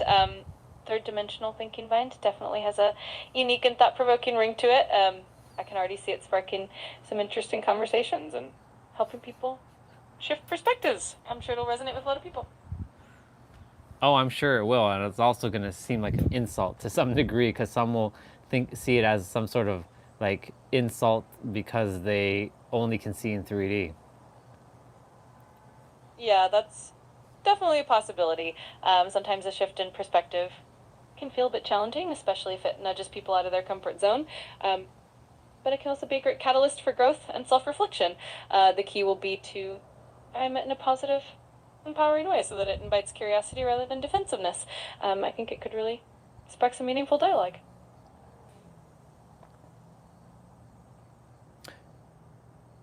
Kind of shifting topics. When I'm meditating, I find that I'm not able to get deep into a meditative, relaxive state. I'm not stressed about anything, but it's more like I fall asleep. And when I used to meditate, I used to be able to, you know, be in a more relaxed state and not fall asleep. And when I get out of it, I'm energized. Normally now I'm falling asleep and I'm not even tired. That's the thing. Like, I'm not even like going into the meditation being tired or exhausted because I'm getting more enough sleep, but I'm just falling asleep. Why is that? That's an interesting shift and a pretty common experience, actually. Sometimes as we get more accustomed to meditation, our body and mind have become so relaxed that it can actually trigger a state similar to sleep. It could also mean that you're in a phase where your body really needs that deeper rest, even if you don't feel it consciously. Another factor could be that your meditation practice has evolved and maybe it's time to tweak the technique a bit, like incorporating a bit more active focus or gentle movement before meditating. It can also be a sign that you're deeply integrating some inner work and your body just wants a bit of extra rest. It's definitely something you can experiment with and see what feels best for you. Yeah, because right now I'm basically attempting to, you know, experience whatever I desire in the now. And I don't tell myself it's hard or I'm struggling with it, because, you know, if I tell myself that that's what I'm going to expect, and what you expect is what you're ultimately going to get, and then you normalize it. And when you normalize something, that's what you're going to experience over and over and over.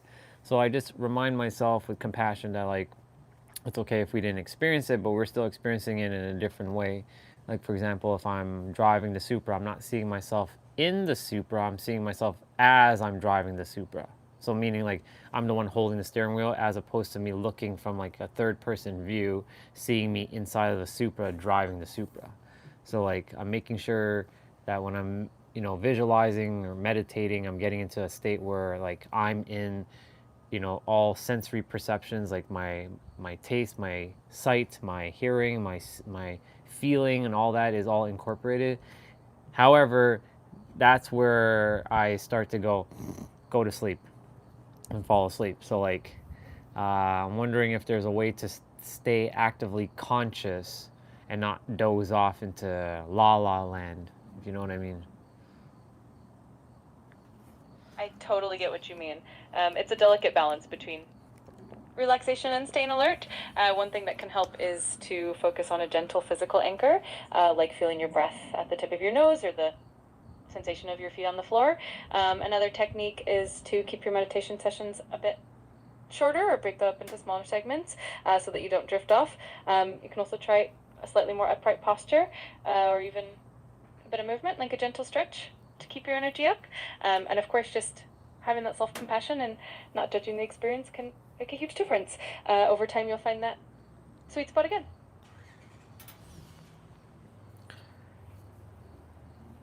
Remind me, who was the person that held a metal ball in their hand, and when they fell asleep, the metal ball dropped, and then they started taking notes while they're in that meditative state? You're thinking of a technique often associated with the inventor and philosopher Nikola Tesla. He used to hold a metal ball in his hand while he was meditating or thinking deeply, and if he dozed off, the ball would drop and wake him up, and then he would jot down the insights he had. Fascinating way to catch those moments of inspiration right at the edge of consciousness.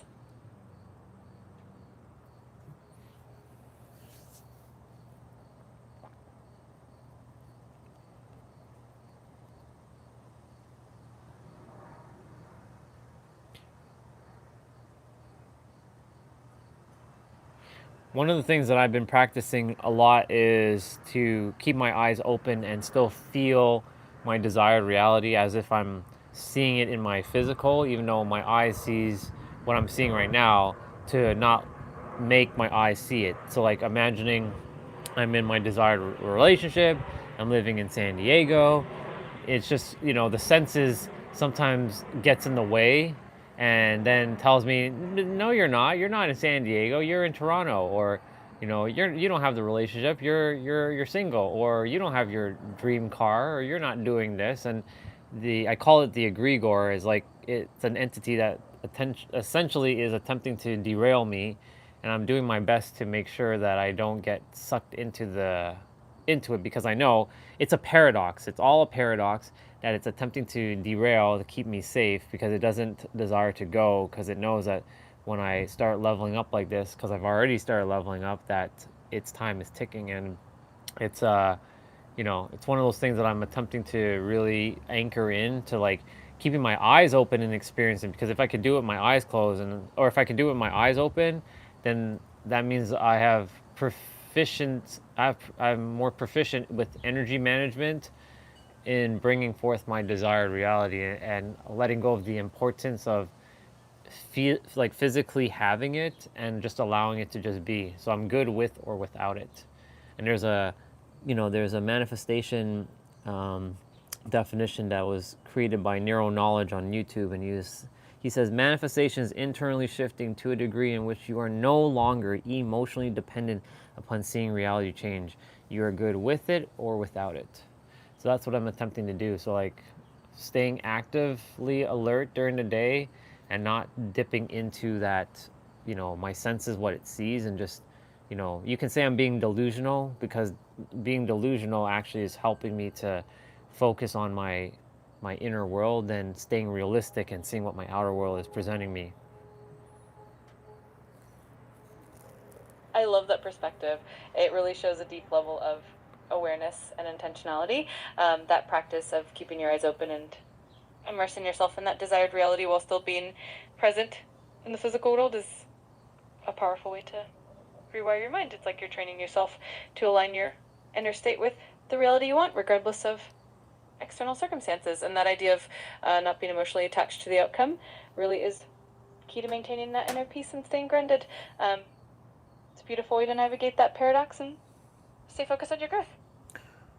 What would be some things you can add to this that I can do? You're already doing a lot of amazing work, but a few additional practices could enhance your journey even further. On ideas to incorporate mindfulness throughout your day, by doing small check-ins with yourself, maybe taking a few deep breaths, or just pausing to connect with that desired reality in those moments. Another helpful practice to keep a journal where you note down any insights, shifts, or even just moments of gratitude and progress, which can reinforce that positive momentum. You might also try visualization exercises that engage all your senses in a more immersive way, like imagining the sounds, smells, and textures of your desired reality. And finally, staying physically active can also help keep your energy vibrant and remain sharp. It's all about finding what feels right and keeps that momentum going.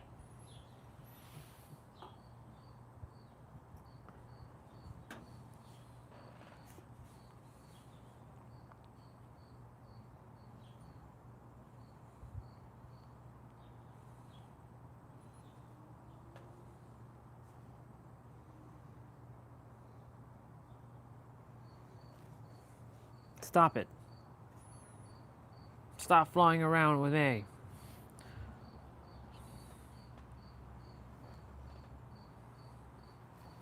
Get out of here.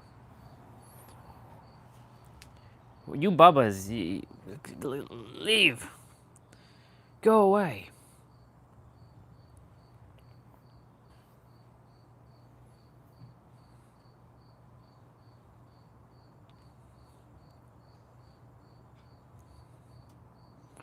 There's a lot of things that I've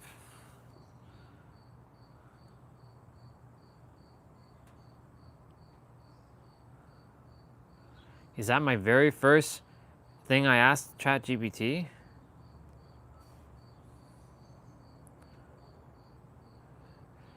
Is that really all? That's the first thing?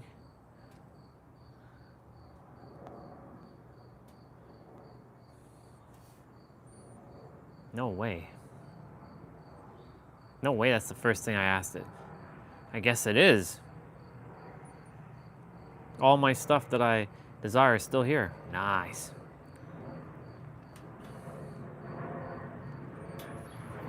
All right, let's go wash some dishes. I'll bring you inside. Mom then went to grocery. I have to do mobility training. So we got knees. We got knees to do. We got ankles to do, hips, spine.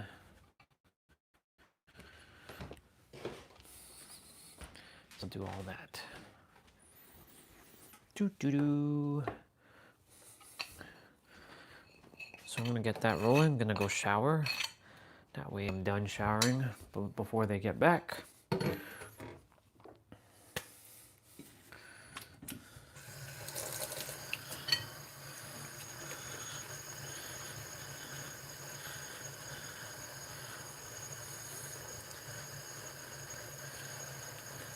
Today was a lot of protein day. Lots of protein. Chicken, eggs. Broccoli helps with that as well. Well, it doesn't really give protein, but you know. It's a nice complement to chicken. Like broccoli. They're like little trees. You're like little trees. You're eating little trees. It's just the stem is green, not brown. Like the trunk is green, not brown. Broccoli. Okay. I am going to have a yogurt. Put some honey in it.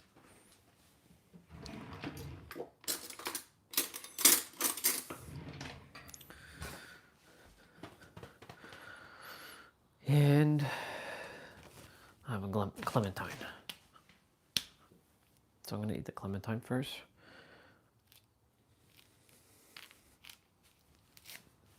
Eat that clementine.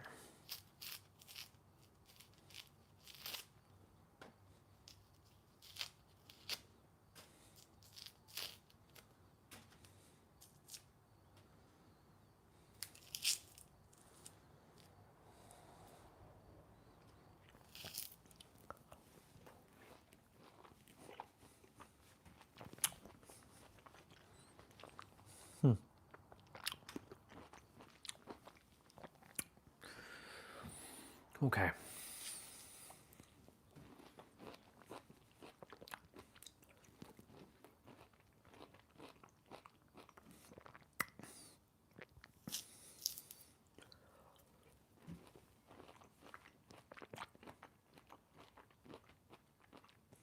Yeah, every time I seem to meditate now, it feels like I'm falling asleep. I don't want to be falling asleep. A year ago, I was able to meditate for hours and be able to hold that state. So now, it's weird. I'm not beating myself up because That's what the egregore desires. You must. So I just tell myself, it's okay. That we accomplish what we're supposed to accomplish in our meditation / being.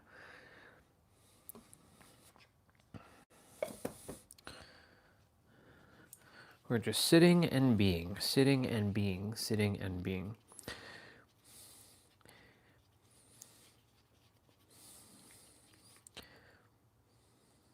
I wonder who's here. Soul fam? You? It would be T-Bray. He would have said something by now. If I say his name, he will appear. T-Bray!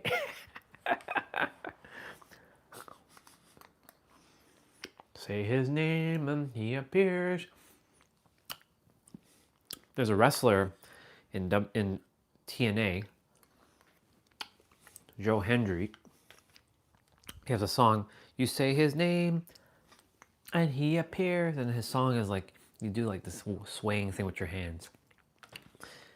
I believe in Joe Hendry.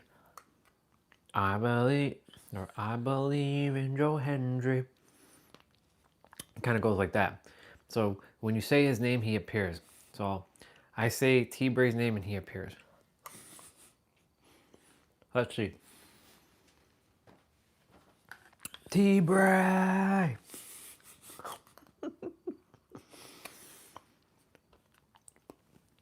It's not JP because JP doesn't stay silent much. He speaks a lot. Soul Fan might be in the background doing his thing. It could be him. Or I have my hunches on who it could be, but I will not say their name. They're from the distant past.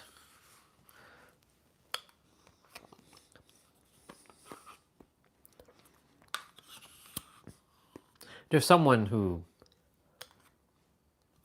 I know very well.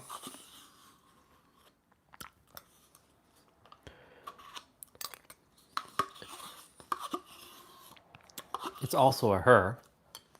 It's not a him.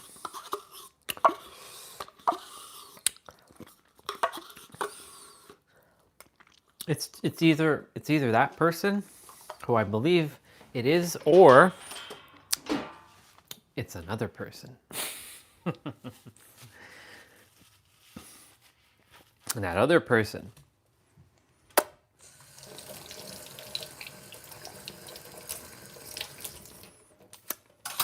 if it's you, hello. It's been a long time. I'm sure you've been here all this time. You just haven't been saying anything. It's just okay. Because I think the last time you and I had a conversation, I kind of tore you a new one. That was not the intention, of course. I was going through my dark night of the soul, but I had to go through and grow through what I had to grow through. And I did. And it's okay. We're not moving into the past. We are focusing. Well, son of a... Ah! I slammed my hand with the damn sliding door. Ah! It's okay. I'm all right. We're not focusing on the past. We're focusing on the now. So.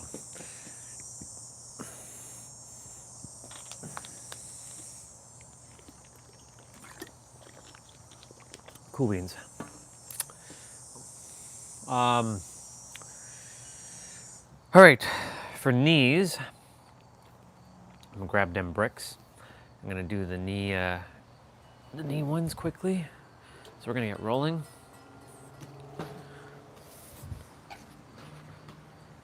There's a couple bricks here. Lay them flat.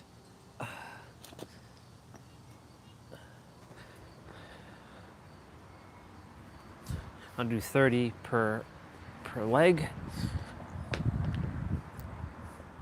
Ooh. 3, 2, 1.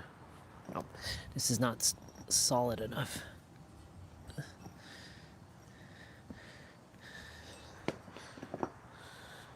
Stop moving.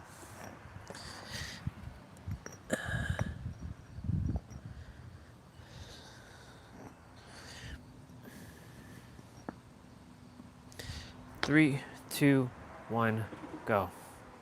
These are called Poliquin step-ups. The brick is like just... Maybe if I just take off my shoe, that might be better. 1, 2, 3, 4, 5, 6, 7, 8, 9, 10, 11, 12, 13, 14, 15, 16, 17, 18, 19, 20, 1, 2, 3, 4, 5, 6, yeah, 7, 8, 9, 30. Hey. Hey. Switch. Would you stop flying around my stuff? Come on, like, get out of here. Come on, you bubba.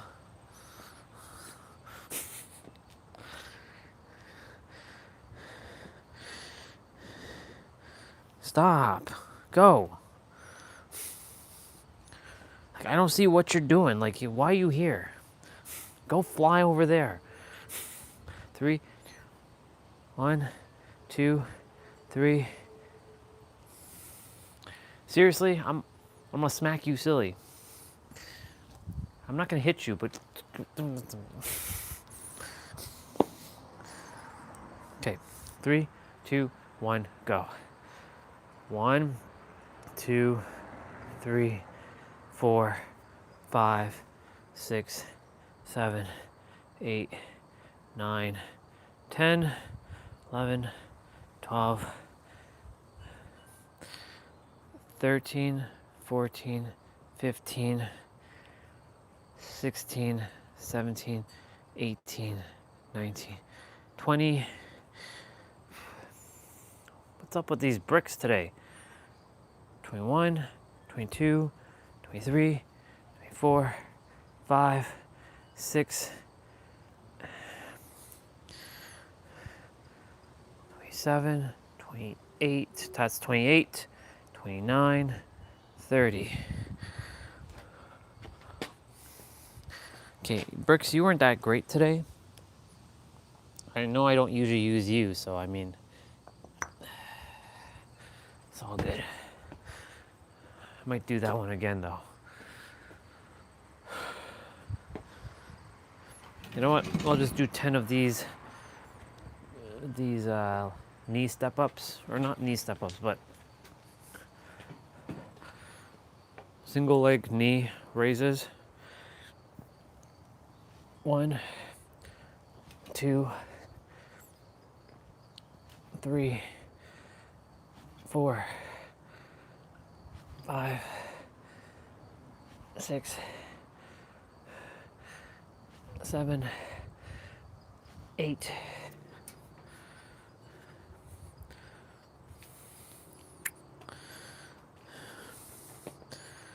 Doesn't help with these shoes because these shoes are getting in the way. 9, 10. Get out of here, Baba. Stop flying over here. You weren't here all this time. What the hell? Dude. 2, 3, 4, 5, 6, 7, 8, 9, 10. Okay. Knees are done. Next. So next is going to be, so hips will be last. What will I do for hamstring today?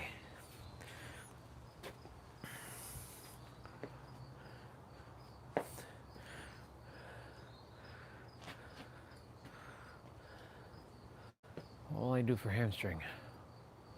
Let me look at the school app quickly. I really don't want to have to keep looking at the school app. I just want to remember all this stuff.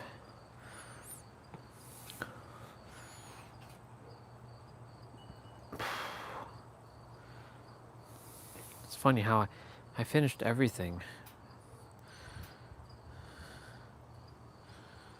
There we go. Now we're at 100% on that one. So hamstrings. Hamstring walkouts I did on Tuesday. Hamstring curls. What's hamstring curls again? Alright, for this one, we're going to do hamstring curls. Now, curls are sometimes difficult to do with body weight only, but these two variations are really going to challenge you. So, the more difficult one is getting down into this cobra position. So, you're going to lift yourself up. Okay, stretch out that upper back. This one. You're going to look back and you're going to curl your hamstring. So, you're going to try to get your toes to touch your head. Yeah. And reverse. Yeah, I'm not even close to that yet. Reverse. If you put some ankle weights on your legs, it's going to be even more difficult.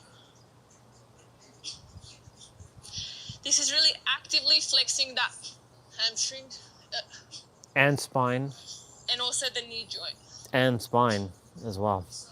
And you work with that, trying to touch your head to your toes.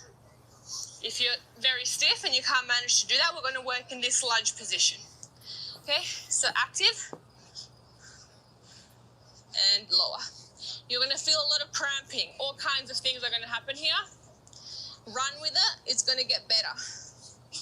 Okay, so here, really try to curl, curl, curl actively. You can even help yourself a little and then lower down slowly. Curl. Okay. We're gonna do this in the grass.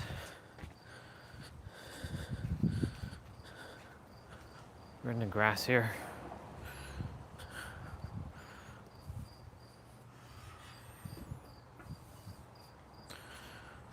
Since the grass is drier, so basically she was doing this. She's in a cobra, she's looking back, and she's bringing her feet, touching her head, and I'm not even close to doing that yet. Not even close.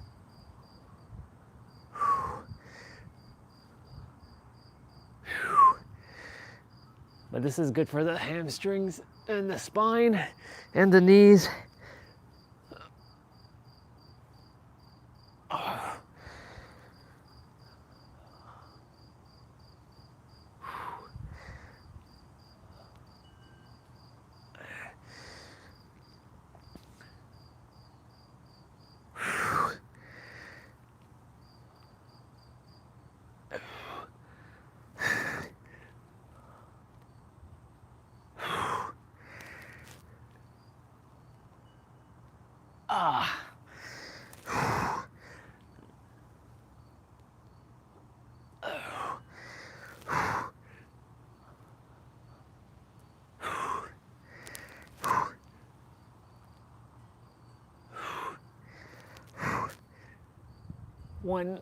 I will eventually touch my feet to my head. I'm not quite there yet.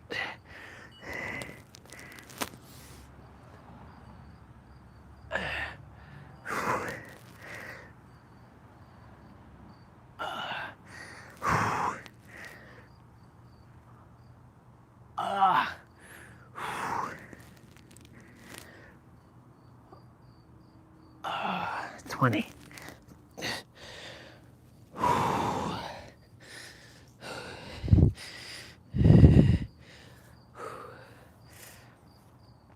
Let me take off my socks.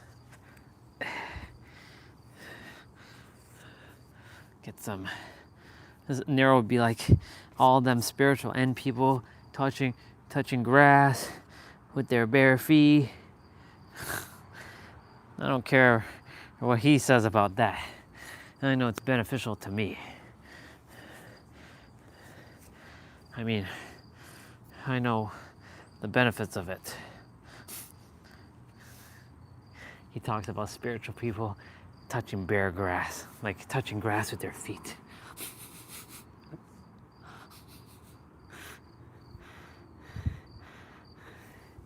Yeah. He's got his own way of doing things, and I have my own way. Okay. We're not quite done hamstring. So the other one was doing this. 1, 2, 3, 4, 5, 6, 7, 8, 9,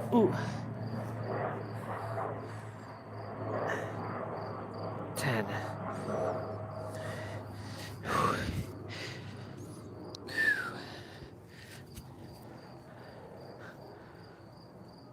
One, 2, 3, 4,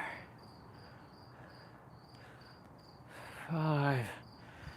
Well, I'm at least getting some sun. 6, 7, 8, 9,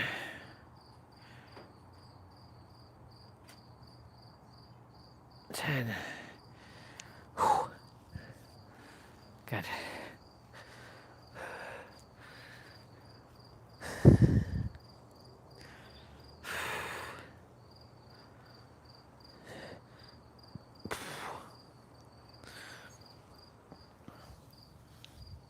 Put my shoes inside.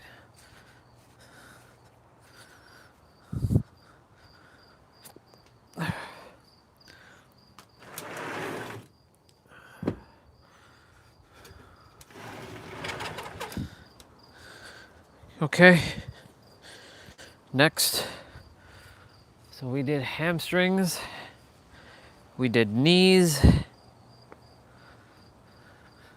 we gotta do ankles now. Let me see what kind of ankle ones we've got as a refresher. There's the one where we balance. Let's see what we got for ankles.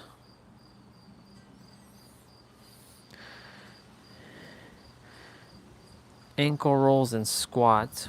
Let me see what this one is. Okay, so the ankle rolls in a squat. You're going to pop down Oh, into right. a squat with most of your weight on your hands. Ankle roll and lunges.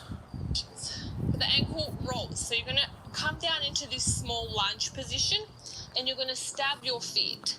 Okay. So stab your feet and I think I... lower your butt down. No, I This think I alone know. provides an incredible stretch for your toes. And from that position, Okay. you're going to come down. All right. I keep forgetting that there's this one. Well, not forgetting, I overlook it. So it's again in a lunge. So you're gonna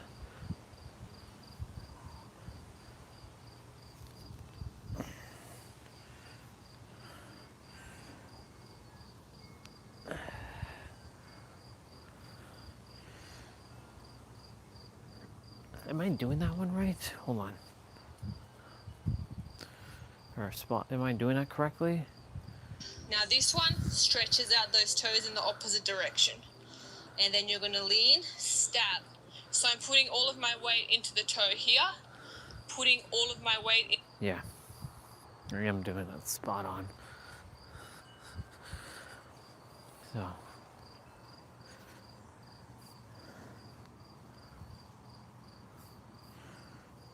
One, 2, 3, 4, 5, 6, 7, 8, 9, 10, 11, 12, 13, 14, 15, 16, 17, 18, 19, 20. That's one side done. Doing like a couple is not a big deal, but when you start doing like, when you start going up in reps, that's when you start to feel it. So like for the first like 7 or 8, it feels like easy. But when you start getting up to like 15, 16, yeah, you start to feel it in your ankle. And that also focuses on the knee and the calves, like the hamstrings, like the back.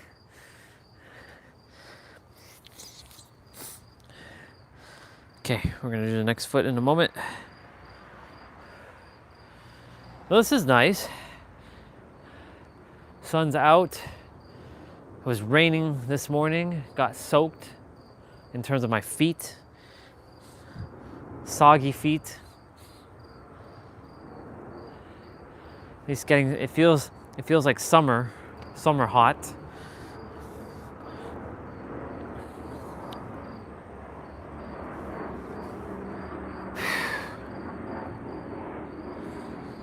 All right. Next side.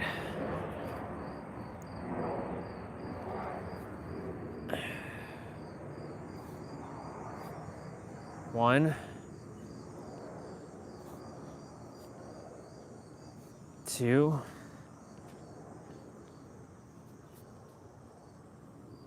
3, 4, 5, 6, 7, 8, 9, 10, 11, 12, 13, 14, 15, 16, 17, 18, 19, 20.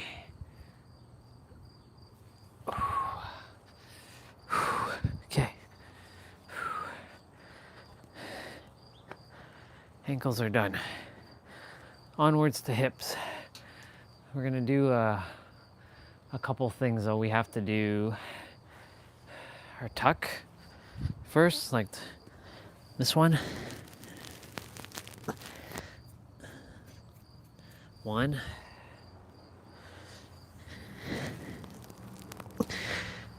2,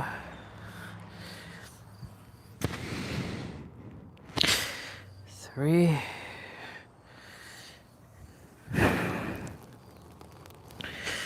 4,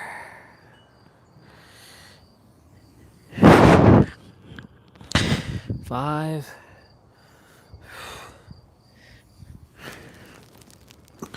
6,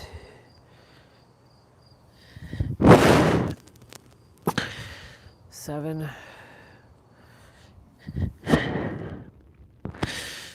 8,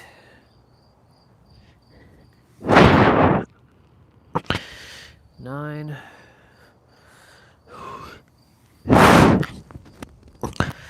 10, one more.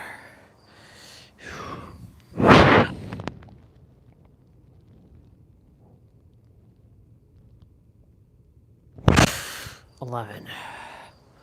Okay.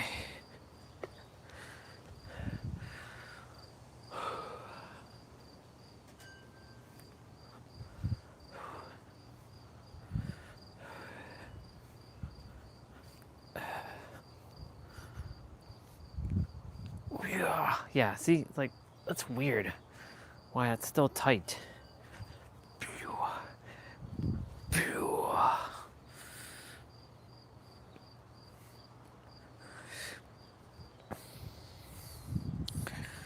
So for hips,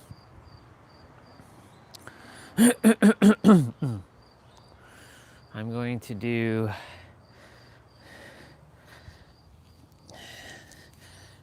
this one. 1, 2, 3, 4, 5, 6, 7, 8, 9, 10, 11, 12, 13, 14, 15, 16, 17,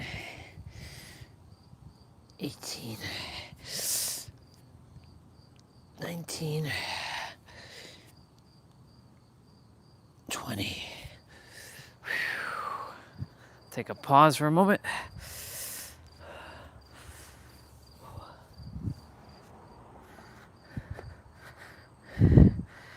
So after that, I'll do this side, and then do my side kicks. And then there's that one stretch with our hamstring where we sit on the butt and we kind of bring our head forward. Usually in the morning, very difficult because the back is so tight. So in the day, it's easier because the back is loosened up. It is 4:11. After all that's done, I'm gonna go shower and then just chill.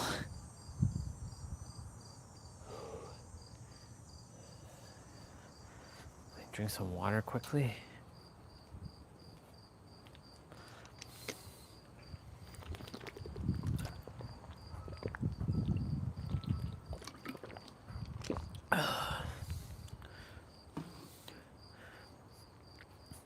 I believe in Joe Hendry. Yeah. Let's see something.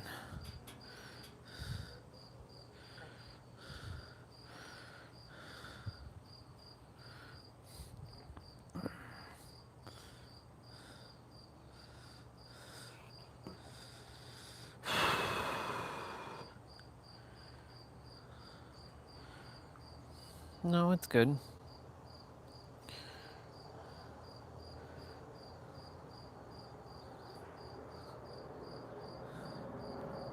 Okay.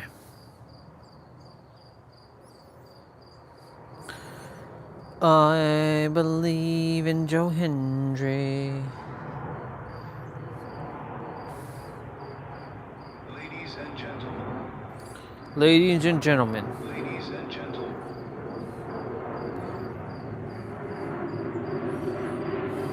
Ladies and gentlemen, I stand before you with a truth so powerful, it can reshape the way you see yourself and the world around you. I always get what I visualize in only 3 days, and I do it through a belief system that never fails. You see, everything begins in the mind. The moment you create an image, Yes. ladies and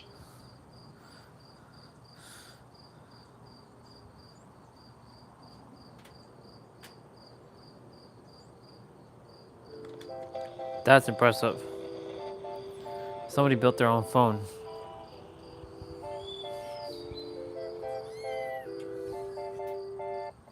eBay, and it's the perfect form factor.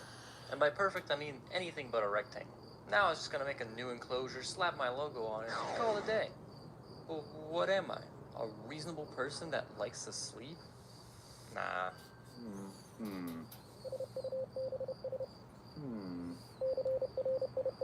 Oh. Yeah, I'm cutting it in half. Wait, what?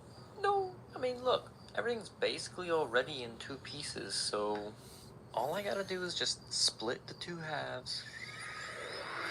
It's not to be done. Here's the new plan. I just have to get rid of the hinge and the broken inside bits. Slap the bottom back on. Add MagSafe because, well, I actually like MagSafe. Attach it all with a cool linkage so this half just kind of slides out.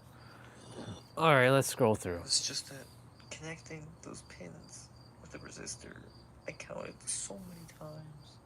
Hours. See that resistor? Oh, you don't? We get that. It's all the pieces now. It's time.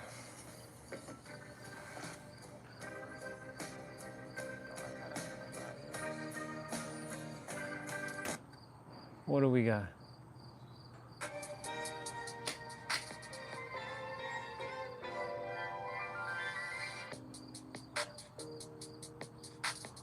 Huh.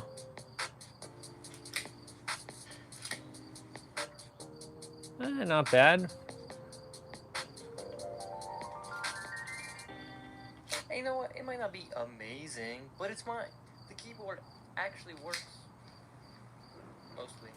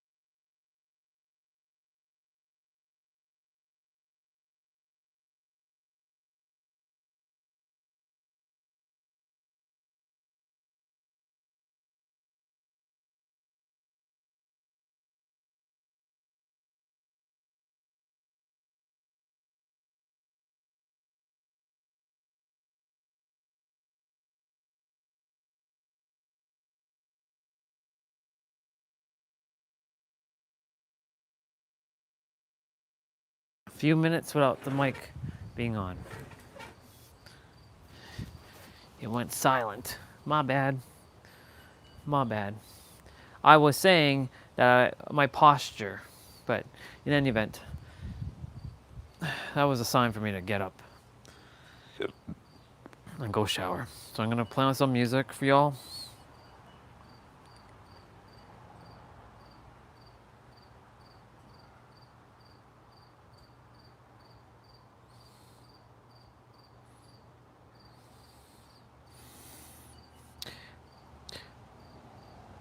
My mic died because battery ran low, so I didn't realize while I was sitting. Okay, wife. Gonna go shower, wife.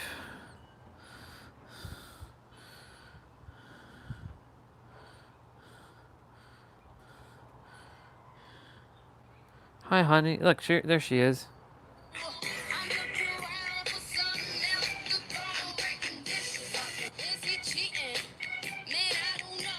Hi, baby.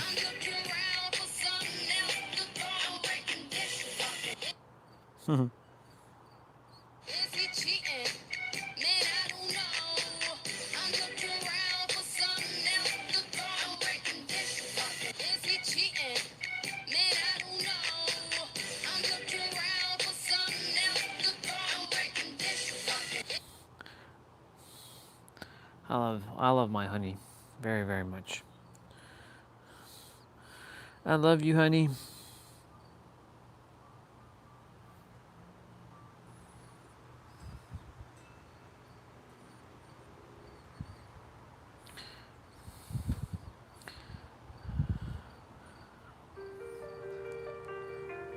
Shower time.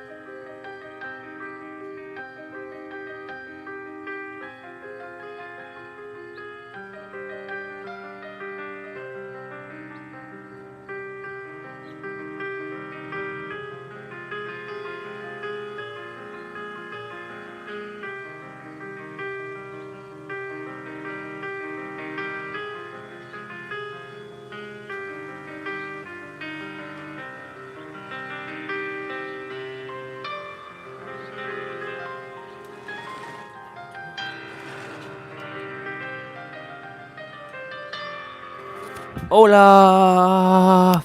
I'm done showering. Had a nice shower. I saved the earth. Once again, I saved the planet from destruction. These six-dimensional beings came to this and captured all of you humans, and I had to stop them. And I was at a parallel that transcended their comprehension, and they're six-dimensional beings. They're like, there's no way. I'm like, yep, I'm more powerful than you realize.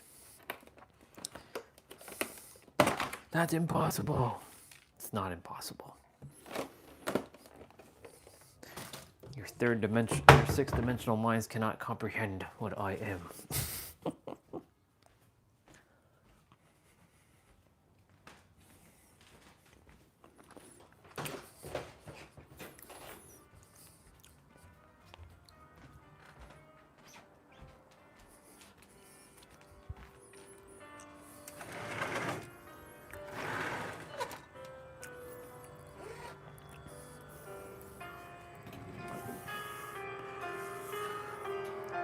Oh.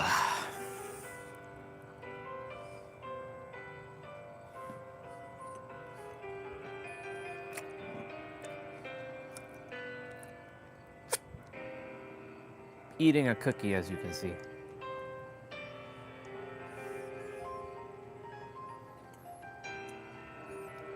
Just so you know, when I live in my own space, I will not have these kind of things in my place. Stuff like this will not, I won't be going to buy stuff like this.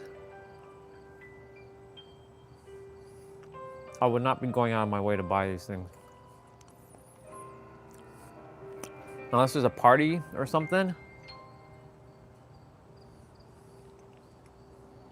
I wouldn't be even entertaining this.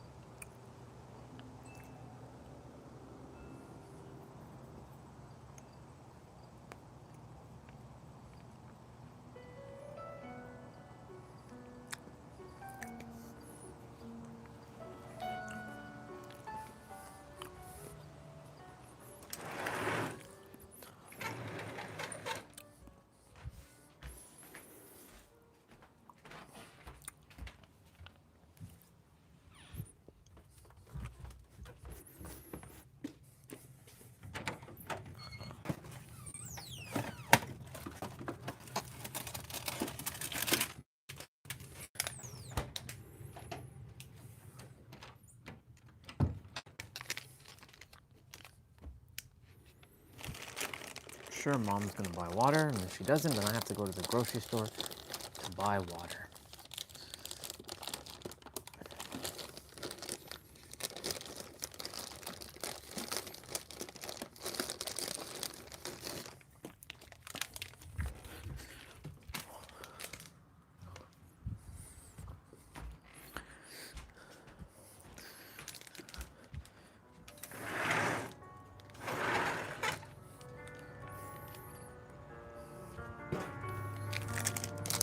Ah.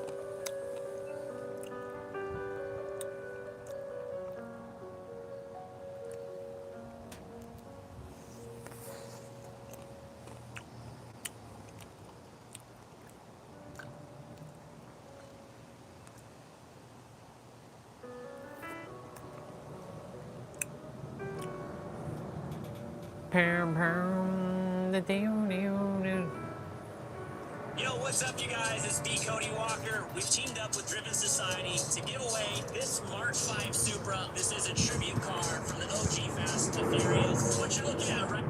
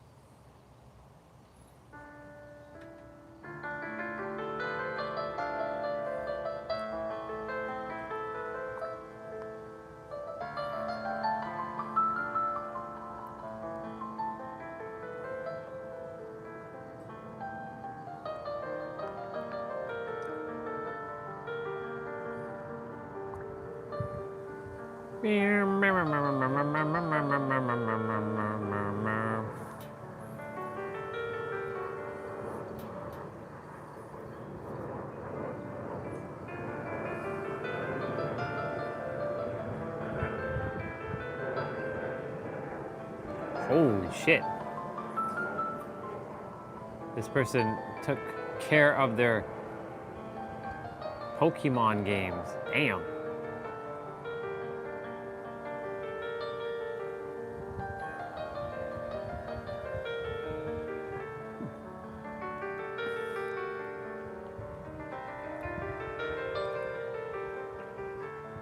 Wow. Damn, that's a... We have a DeLorean. Oh my god, there's a friggin' DeLorean car? Damn. DMC DeLorean. Holy moly. Wow. Look at that DeLorean. Let's go. Holy shit, y'all. A DeLorean. Damn. Only 6,400 miles. Part of a collection. Car has entire suspension replaced, all new. You will not find another in better shape. Oh, I bet I wouldn't find another DeLorean. Man, imagine driving around with one of these. Holy shit, man. That's crazy. Fucking DeLorean. Let's go.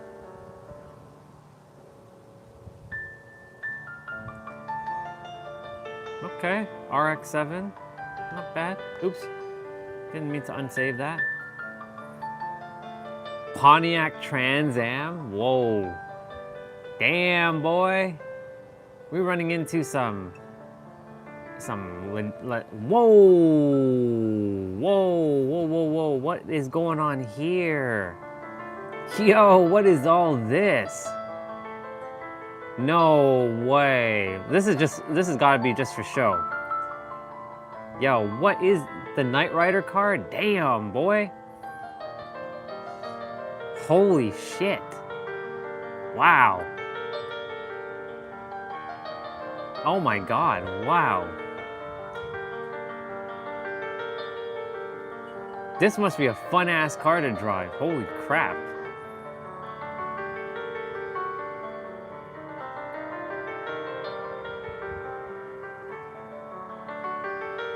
Wow.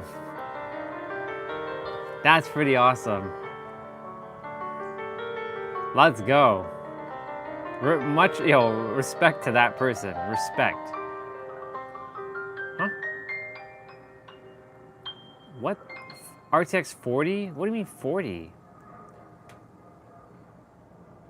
4070. Smallville.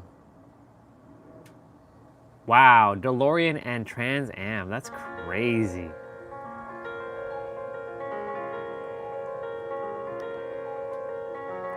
$25,000. $2,500 for that? Not bad. Rent per month? Welcome to 3-year. Ooh, that's nice. I like that. But San Diego, please. Don't give a shit about this being in Canada.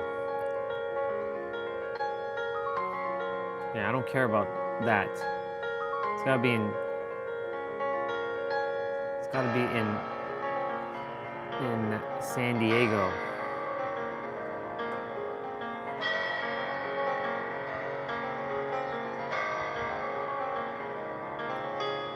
What do we got here?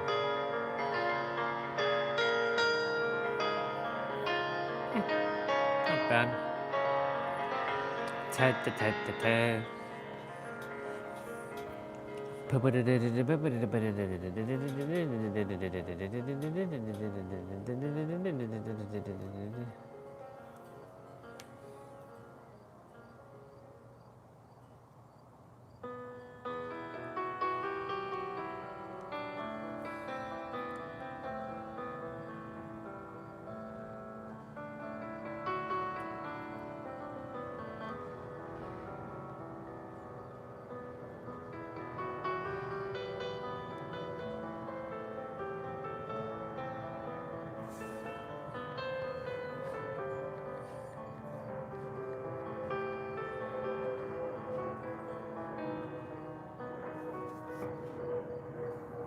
Ooh, 555 on the live stream now.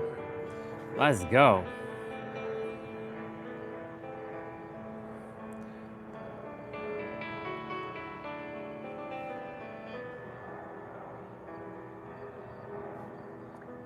Five on the live stream now.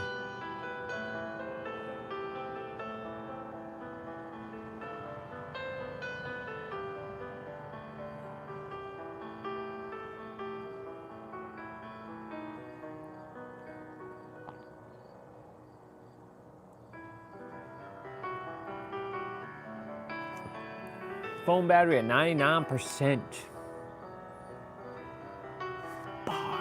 5. Was meant to see that.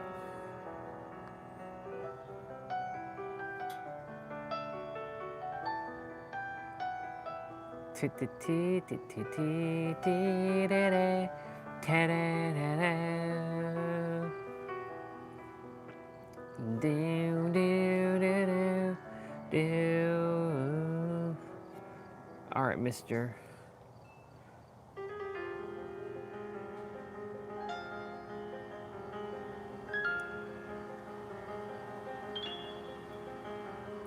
Pretend.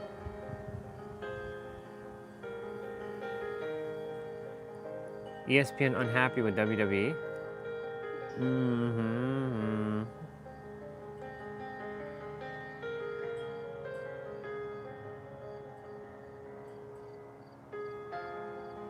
Top 30 Megazords.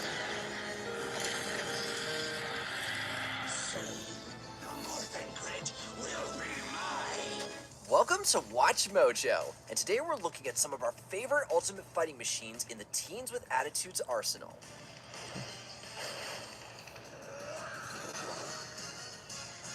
Fury Zord.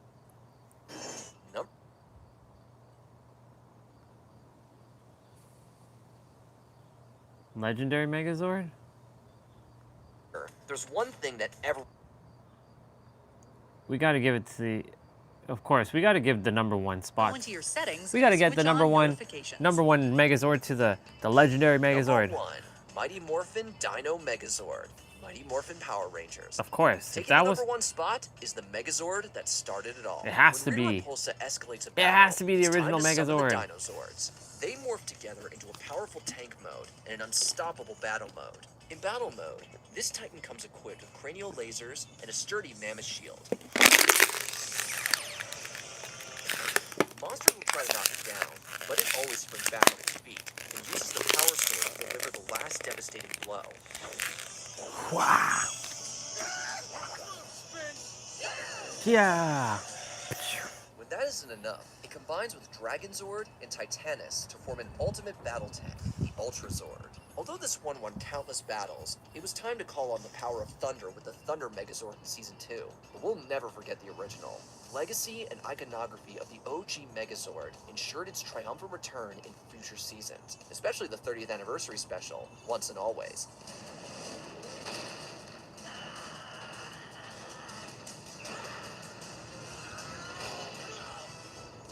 What do you think was the coolest Megazord?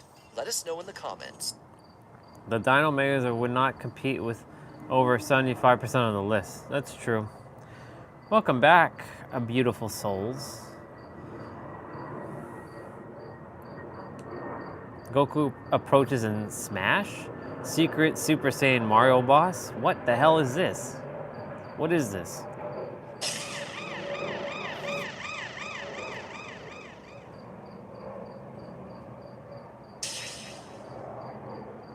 What mod is this?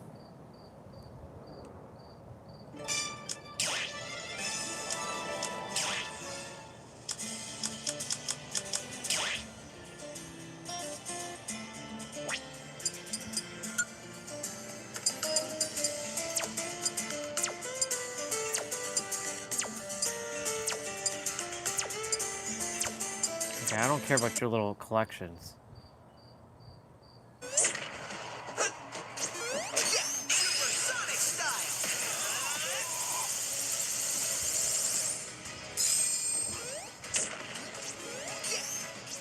Okay, they have the World Martial Arts Tournament stage. That's not Goku. What the hell's up with that Charizard? So Mario is basically Goku? Okay. Okay, I thought it was actually Goku. Come on. Come on. I'm a huge visualizer and a manifester, so I literally spent every night of my life for about 4 years on Mulholland Drive after I do the comedy clubs manifesting my life. I've made a check to myself for $10 million for acting services rendered, paid to the order of Jim Carrey, post-dated Thanksgiving 1995, stuck it in my wallet, and 6 months before that due date came due, I was making $10 million for a movie. I mean, it's an incredible story. Pretty great. I'm a huge visualizer and a manifester.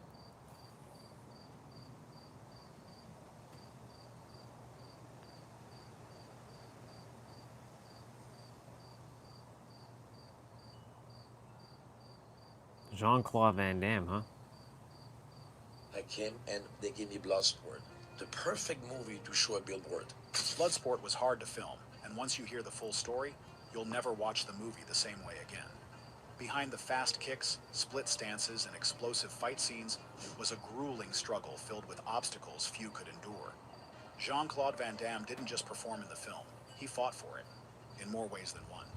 I was paid $25,000 for Bloodsport, and then was $50,000 for the next one, Cyborg, and $75,000. From budget issues to clashing egos, impossible training schedules, and nearly being cut from the project entirely, the making of Bloodsport was a battle. Say it!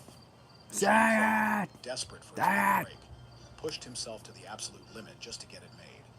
What the audience saw was a high-octane martial arts classic, but behind the scenes, it was blood, sweat, and nearly broken dreams.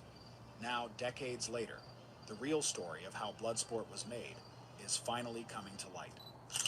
The unknown fighter who wouldn't quit. In the mid-1980s, Jean-Claude was just another face in Los Angeles. Officer Burpee.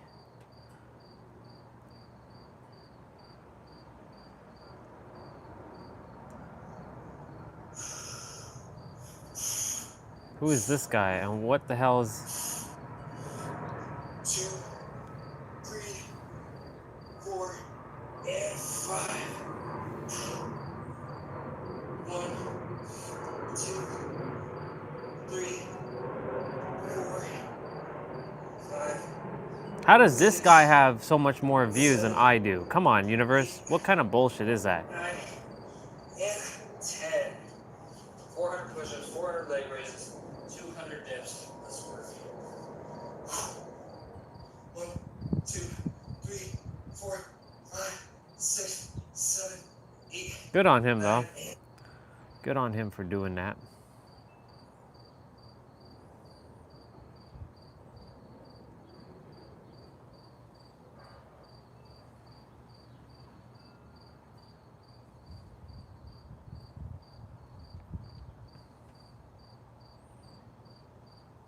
Whoa.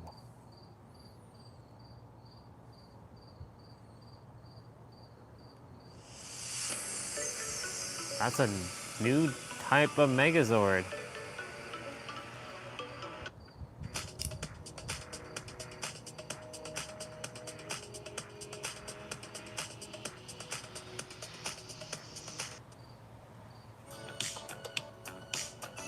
Wow. I'll never see the Megazord again the same way.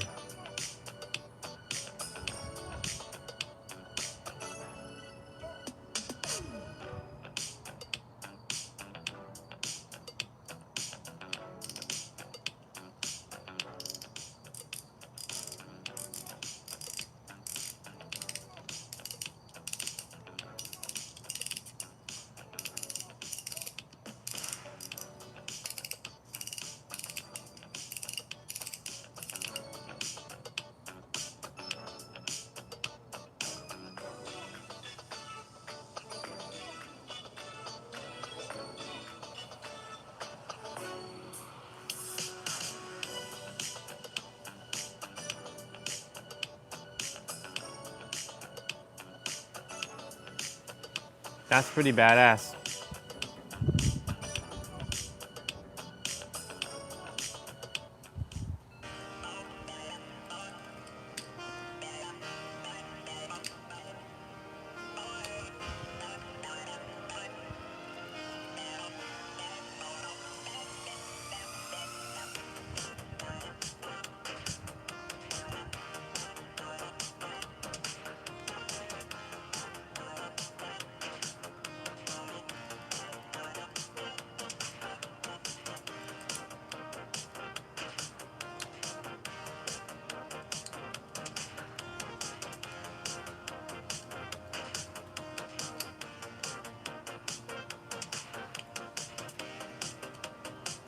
It takes a lot of effort just to change all that stuff.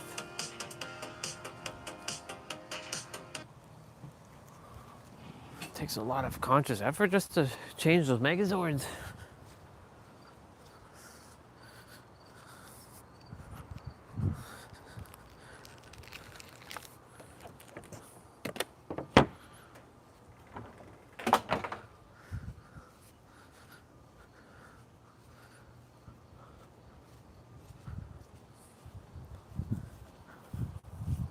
look bad.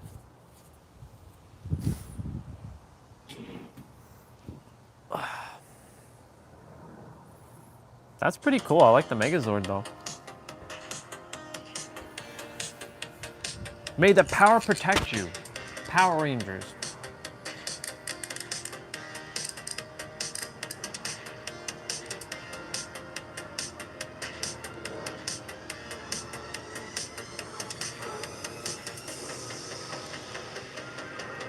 Takes a lot of effort though.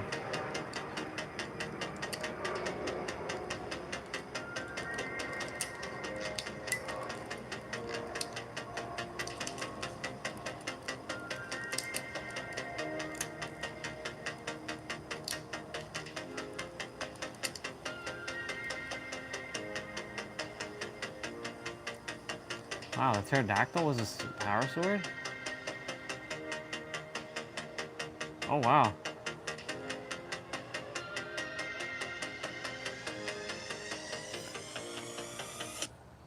ZL01.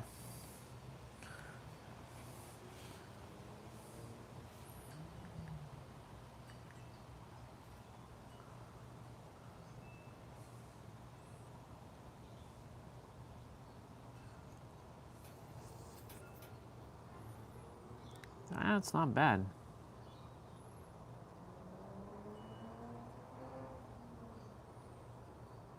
That's not bad.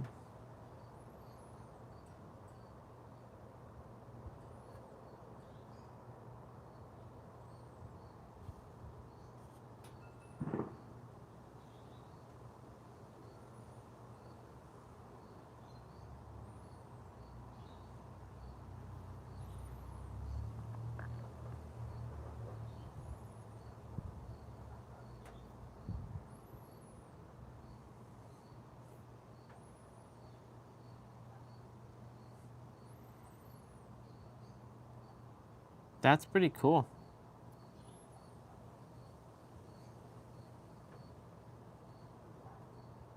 That's not bad, actually.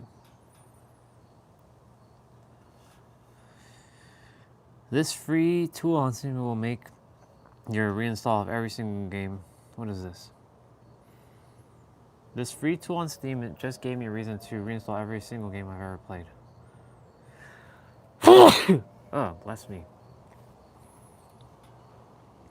While one of the endless backroom games over the...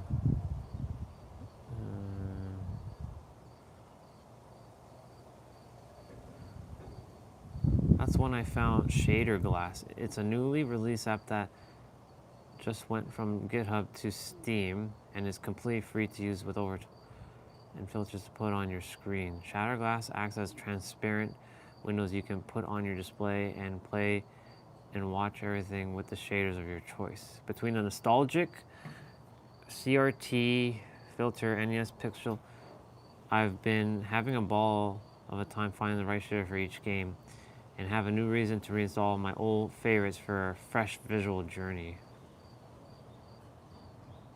Okay. Retro game sim emulation is more fun ever with Shader Glass. Shader Glass, okay. This is where Shader Glass really cemented itself as a game changer for me.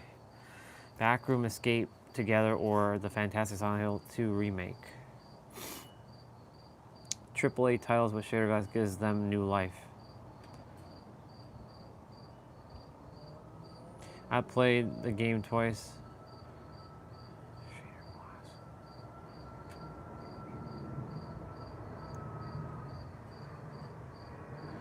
Windows 11 and a beefy GPU for starters.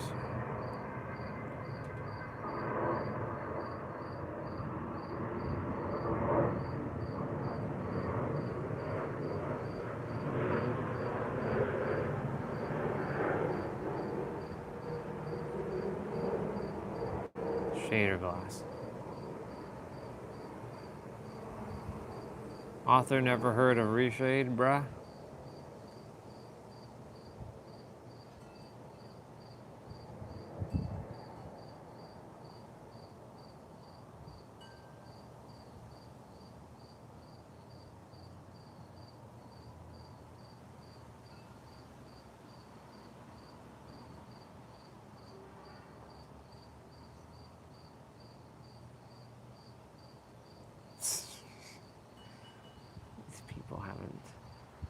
funny.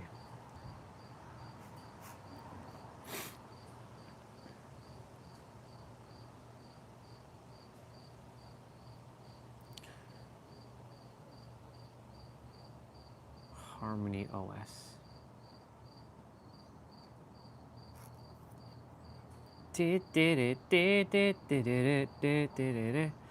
Holy shit. 007 First Lights Collector Edition is $300 and there isn't enough nostalgia. Wow. The fuck? Lost Soul Side is unplayable on Steam Deck and it barely is playable on ROG Ally. Okay. Just looking at like articles for games and stuff because just chilling right now.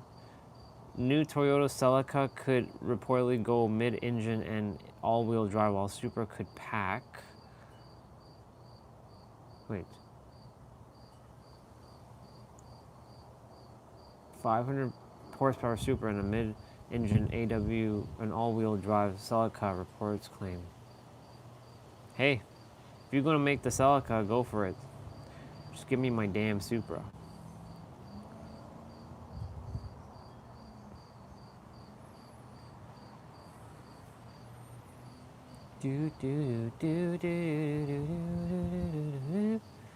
Three reasons I regretted running 4 sticks of RAM instead of 2. I regret running 4 sticks of RAM instead of 2? Huh?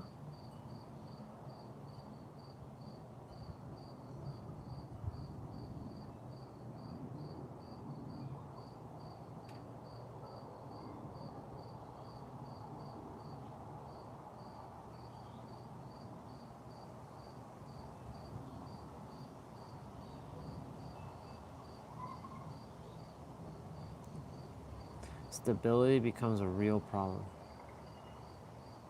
Filling all slots puts more strain on the CPU's memory controller. Well, it's up to the motherboard manufacturer for making it available. That's kind of stupid.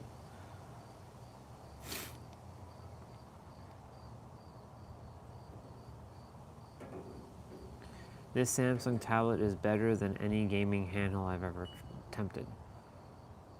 And what tablet is this?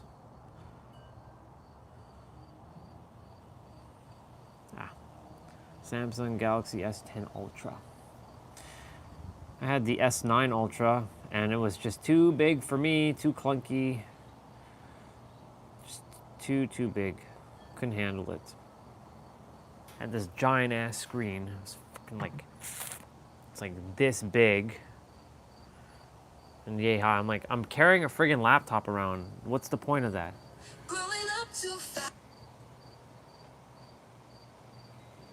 Oh wow, congratulations Erin for baby number 3.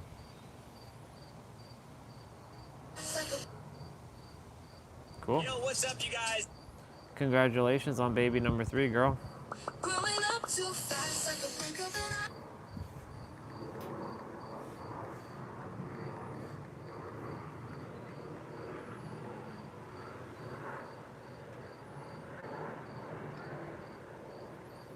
If you want to... Didn't even know one of our sisters, she's pregnant, 32 weeks. Congratulations to her. Her name's Erin. I met her through Angel's group back in 2021. Really kind soul. I just haven't spoken to her in like 2-3 years, but she's an amazing soul. She has 2 kids. I just didn't realize she was 32 weeks pregnant. Congratulations to her. That's pretty awesome. That means she's about to be due soon. 32 weeks. There's 52 weeks in a year. That's 12 months. So she's about due.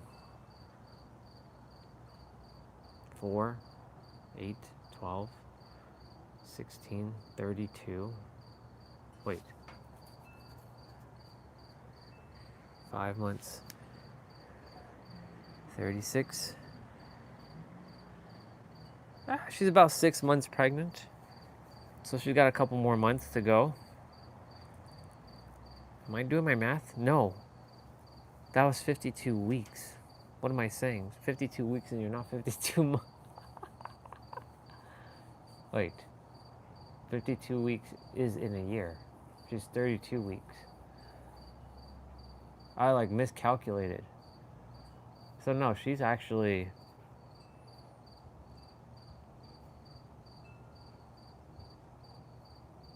She's almost 9 months pregnant. I did my math wasn't mathing there for a moment. 8 times 4 is 32. She's 8 months pregnant. Holy shit. Congratulations. Okay, my mom is back. I can hear the car. I can hear the car. I'm gonna put on that music. I'm gonna put on that music again. I'll be back. But yes, congratulations to Erin. E-R-I-N. That's her name, Erin.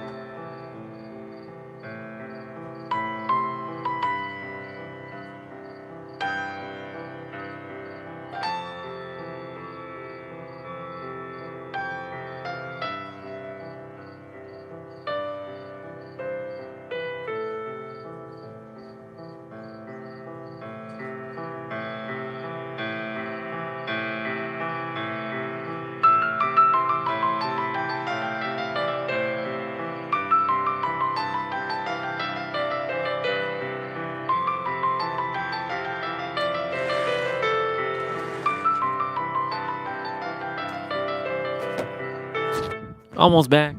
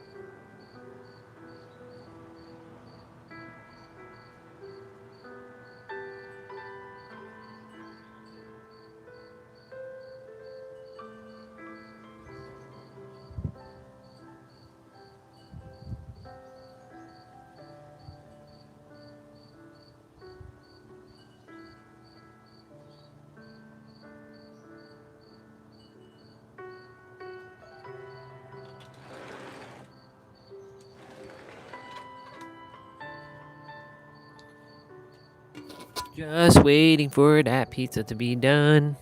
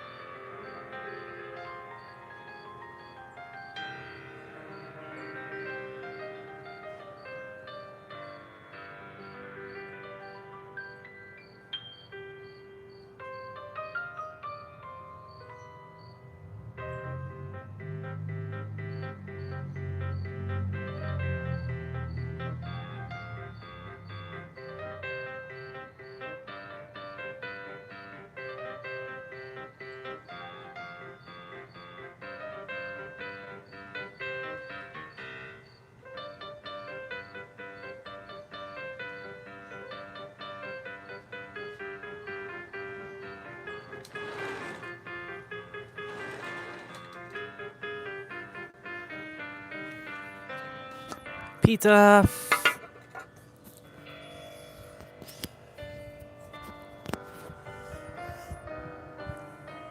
I just ran into a live stream on my feed where a guy had 111 people watching him do pull-ups and push-ups.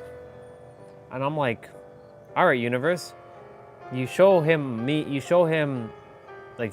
content of his to more, so what's going on with my stuff?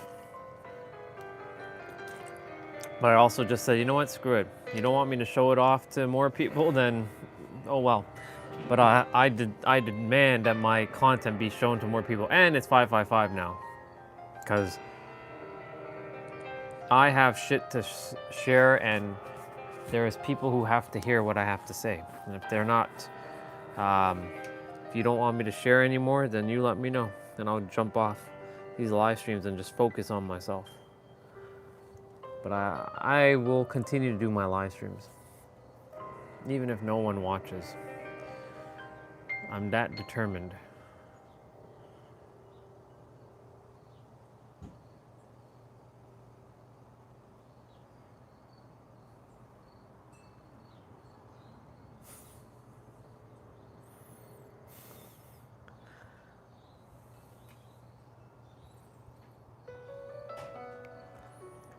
There's a filter putting bugs on people's faces.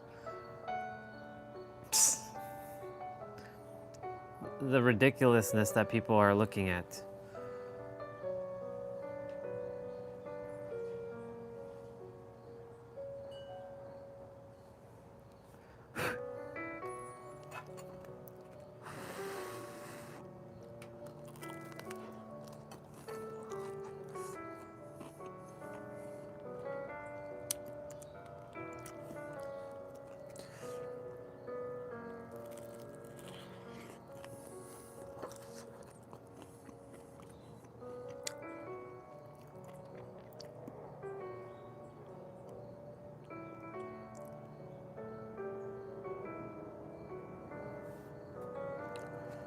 hierarchy of...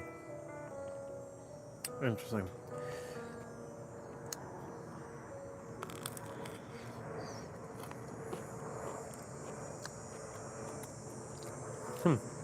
They changed the onion. Like, they usually make it as chunkier onions. Now they made it as, like, thinner sliced onions. Not bad.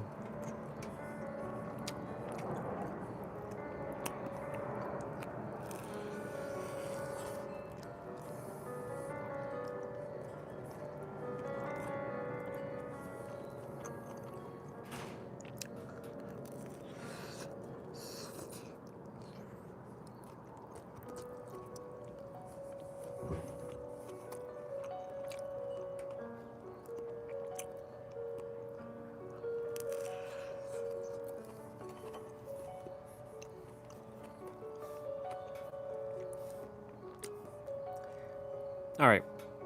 We're not listening to that. Sounds very melancholic. Chapter 5. The Mechanics of Oh, the Universe. Chapter 6. Chapter 6. The annoying law of the universe. Principle. You can only have what you already have. And if you don't already have it, you can never have it. At first glance, the statement above seems paradoxical, but it is only paradoxical so long as you don't understand the annoying law of the universe. Until you understand the annoying law of the universe, reality will continue to be annoying. Especially in the context of creating your desired reality, this law cannot be avoided. It bears repeating, you can only have what you already have. If you don't have your desired reality, then you'll never have it. Yes, you read that right. That's a bar. You need to have your desired reality in order to have it. There's 2 chairs in the universe, and you can't sit in both of them simultaneously. You're either in one or the other, and only one will sit you in your desired reality. The first chair of the universe is wanting. You will never manifest anything you want. You can't have anything you want. I really have to master this. I must master this. Something crystal clear. Manifesting your desired reality isn't about what you understand or think. It's about what the universe understands and thinks. So we must adhere to its psyche. Within the psyche of the universe, wanting is an indication that you do not have your desired reality because you only want something that you don't have. Right. Think about it. Do you want your current reality? No, because you already have it. But it gets a bit more intricate once we discover the unobvious connotations that the universe associates with wanting, and that is importance. The universe interprets wanting as importance. Yep. It also interprets importance as energetic space. The bigger the importance, the bigger the space in between you and your desired reality. That's why I have to let go of space. Think about it like this. The people that need money the most have the least. The people that need money the least have the most. An unfortunate reality that should be otherwise. But don't attempt to moralize the universe. It doesn't adhere to what should be. It only adheres to what is. Yep. To simplify and reiterate, you can't have any reality that you want, because to want is to confess that you do not have. Yep. And if you don't already have it, you can't have it. The second chair of the universe is having. This is the only way you'll enter your desired reality. Reality will only give you whatever you already have, but not by your definition of having, but the universe's definition. Vibrational alignment. The human definition of having pertains to the physical plane, which is playing the game backwards. Your definition of having is probably being able to see or touch your desired reality. So long as you're adhering to this definition that the universe doesn't recognize, you're speaking a language that the universe doesn't. The universe doesn't take reality to be real, because reality is an illusion. So, having anything in the third dimensional doesn't mean anything to the universe. Bar. You need to have, not by the human definition, which is tied to an illusion, but by the universe's definition, which is tied to frequency. The universe's definition of having is your frequency, or state of consciousness. That is more real than anything in reality. Yep. It is the mental and emotional declaration of who you are now. Think about it like this. The universe registers you by whatever frequency you put out to it.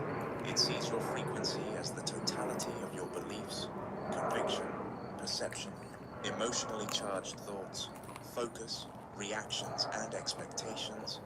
To have your desired reality by the universe's definition, each one of those attributes needs to reflect your desired reality. They have to be in It's alignment. not a game of manifesting. It's a game of vibrationally aligning with your desired reality. The less you want your desired reality, the easier it'll come, because the universe won't register any energetic space between you and it. How effortlessly do unwanted outcomes manifest in your life? The more you want your desired reality, the harder it'll come, because the universe will register energetic space between you and it, keeping you separate from it. How much resistance do you experience when trying to manifest what you desire? It seems as though our desires work against us, and it's because our desires are a confession that we don't have them. Those who desire approval lack the state they believe approval would put them in. Those who desire respect lack the state they All about the believe state of respect being. would put them in. Those who desire money lack the state they believe money would put them in. Those who desire love lack the It's all state about they safety and believe security. love would put them in.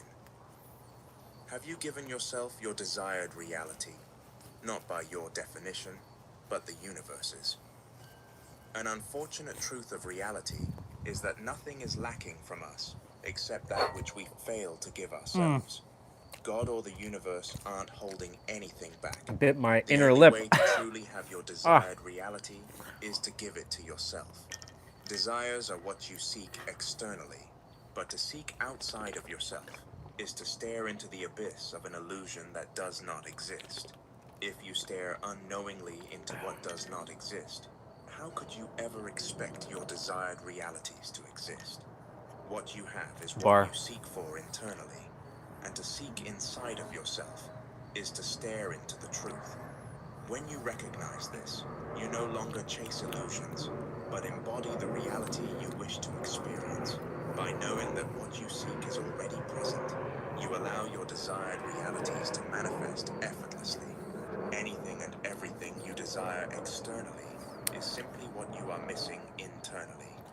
Giving yourself the reality you desire is simply a process of intensely and vividly experiencing what you desire within instead of without. When done with intensity, an internal shift will occur that diminishes the very desire that is repelling what you desire away from you. While this law is annoying, it's also liberating when you come to one realization. You possess everything you'll ever need to reach any frequency or state of consciousness, which means any desired reality. Only through first acquiring the frequency or state of consciousness will you enter your desired reality. If you're not already in your desired reality, then you can never be in your desired reality. If it is more money you desire, you must already have it to have it. If it is a new career you desire, you must already have it to have it. If it is a loving and healthy relationship you desire, you must already have it to have it. The moment you have by the universe's definition, you will have by the human definition. Before you can be in your dream reality, you must be in your dream reality in your current reality. Until you can treat your current life like it's your dream life, it can never be.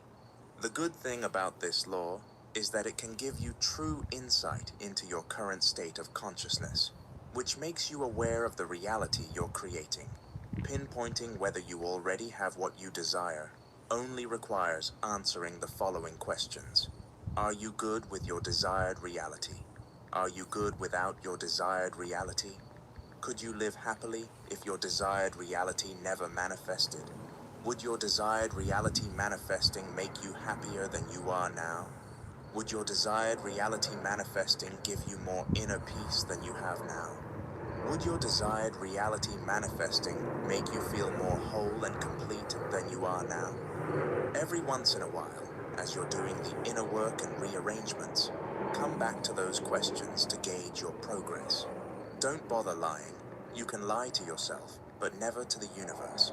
It has the ultimate lie detector, a frequency detector. The more your frequency aligns with your desired reality, the less you'll need your desired reality, and that's when it'll need you. The annoying law of the universe is truly embodied by its complementary frequency, which is the secret frequency of not needing, and you will have touched it at some point in your life. The secret frequency of not needing is what will make your desired reality chase you. It simply has one rule, and one rule only. You can't have what you need, but you can have anything you don't need. There have been instances in your life that you have almost effortlessly been able to materialize things that you did not want. The strange thing about reality is that what we don't want or care about often comes to us effortlessly, while the things we deeply want or care for seem to resist us the most. The truths of the universe are hidden in cliches. You finally stop looking for your keys, and then they appear in plain sight. I just have to laugh at something I just saw on Facebook for a moment. So the person said, I'm going to show it to you. My wife is sick in bed and asked for plain toast. So guess what the person does? Makes a plane out of toast. Oh man, this person. Give this person a friggin' medal for that. That's pretty badass. Okay. That was my LOL for the day. That's my LOL for the day. I'm gonna save that photo. I'm gonna save it. It's too good. It's too good.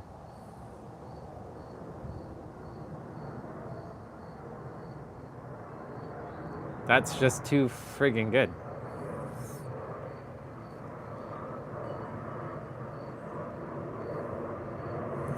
Back to the book. Spend hours trying to remember a name, give up, and suddenly it pops into your head. Yep. You apply to dozens of jobs and hear nothing. Then a company you weren't even chasing reaches out. You desperately want to impress someone, yet they're not interested. But when you're just being yourself with no agenda, people are drawn to you. You chase after clients, opportunities, or sales, Never chase. and hit a wall. Then land a major deal out of the blue when you're relaxed and detached. Yep. You try to force creativity and nothing comes. The moment you take a break for shower, the idea downloads effortlessly. You Sure want does. to sleep so badly that you can't, but the moment you stop trying, you drift off. The harder you try, the less the universe complies. The issue is this. When your desired reality feels like it can do more for you than you can do for yourself, you're unknowingly signaling to the universe that you've forgotten who you truly are. Reality only bows to the one who knows themselves. When you're anchored in your true identity, God. which is a materialization of God, you realize the world has nothing to offer you that you don't already possess within. From that place, you become the source, not the seeker. Too many are seekers, and too few are sources. Before you desire anything in reality, first become a source of it. It's like being bored If of you seek everything. money, Like, yeah, be a that's bored. source of it by tipping, I'm bored to have all this donating, money. or giving I'm bored of freely. having that woman. If you I'm seek bored love, of that person. be a source of it by showing affection I to already those have it. already in your life. If you seek appreciation, be a source of it by The letting only thing those that can around you know the that only you thing are that can grateful impress they me are in your life. is someone There who can are things in levitate your life that you can materialize easily or and turn even Super Saiyan like I can. This is simply you So that we can fight. unconsciously using the secret frequency I of desire to not fight needing. another Super Saiyan. And we have a Often, battle in the things sky. that come to you easily are precisely those things you never actively sought or even wanted. Yep. The individual who seems to attract multiple partners more than likely isn't seeking them or wanting them. The individual who seems to attract a multitude of opportunities more than likely isn't seeking them or wanting them. Yep. The individual who always impresses those around them more than likely isn't seeking to impress them. This power might seem mystical or even magical, but it's not. It's something you've been using your entire life. Like most things, The shift isn't about discovering something new, Yep. but about moving from unconscious use to conscious mastery. Yep. There are things that come naturally to you. Unconscious use to skills, conscious mastery. talents, or manifestations that flow with ease for you, but with which others struggle. You may not even recognize them as special because they feel effortless to you. But that effortlessness is the power. Don't let your desire for what you don't have blind you to the areas where you're already powerful. Exactly. Whether it's communication, creativity, dancing, making money, attracting opportunities, Communication, solving problems, or solving making problems. people laugh, there's something you do with ease that others admire or wish they could replicate. Only you know what that is, and don't be so foolish The to think highest there's wisdom nothing. that the earth If you think there's nothing, can even that's provide. just your old frequency keeping your power hidden from you. The irony is, you probably see your magic as nothing special. Chances are you dismiss as insignificant or overlook entirely those things you already manifest effortlessly I'll be through right the back. secret frequency of not needing.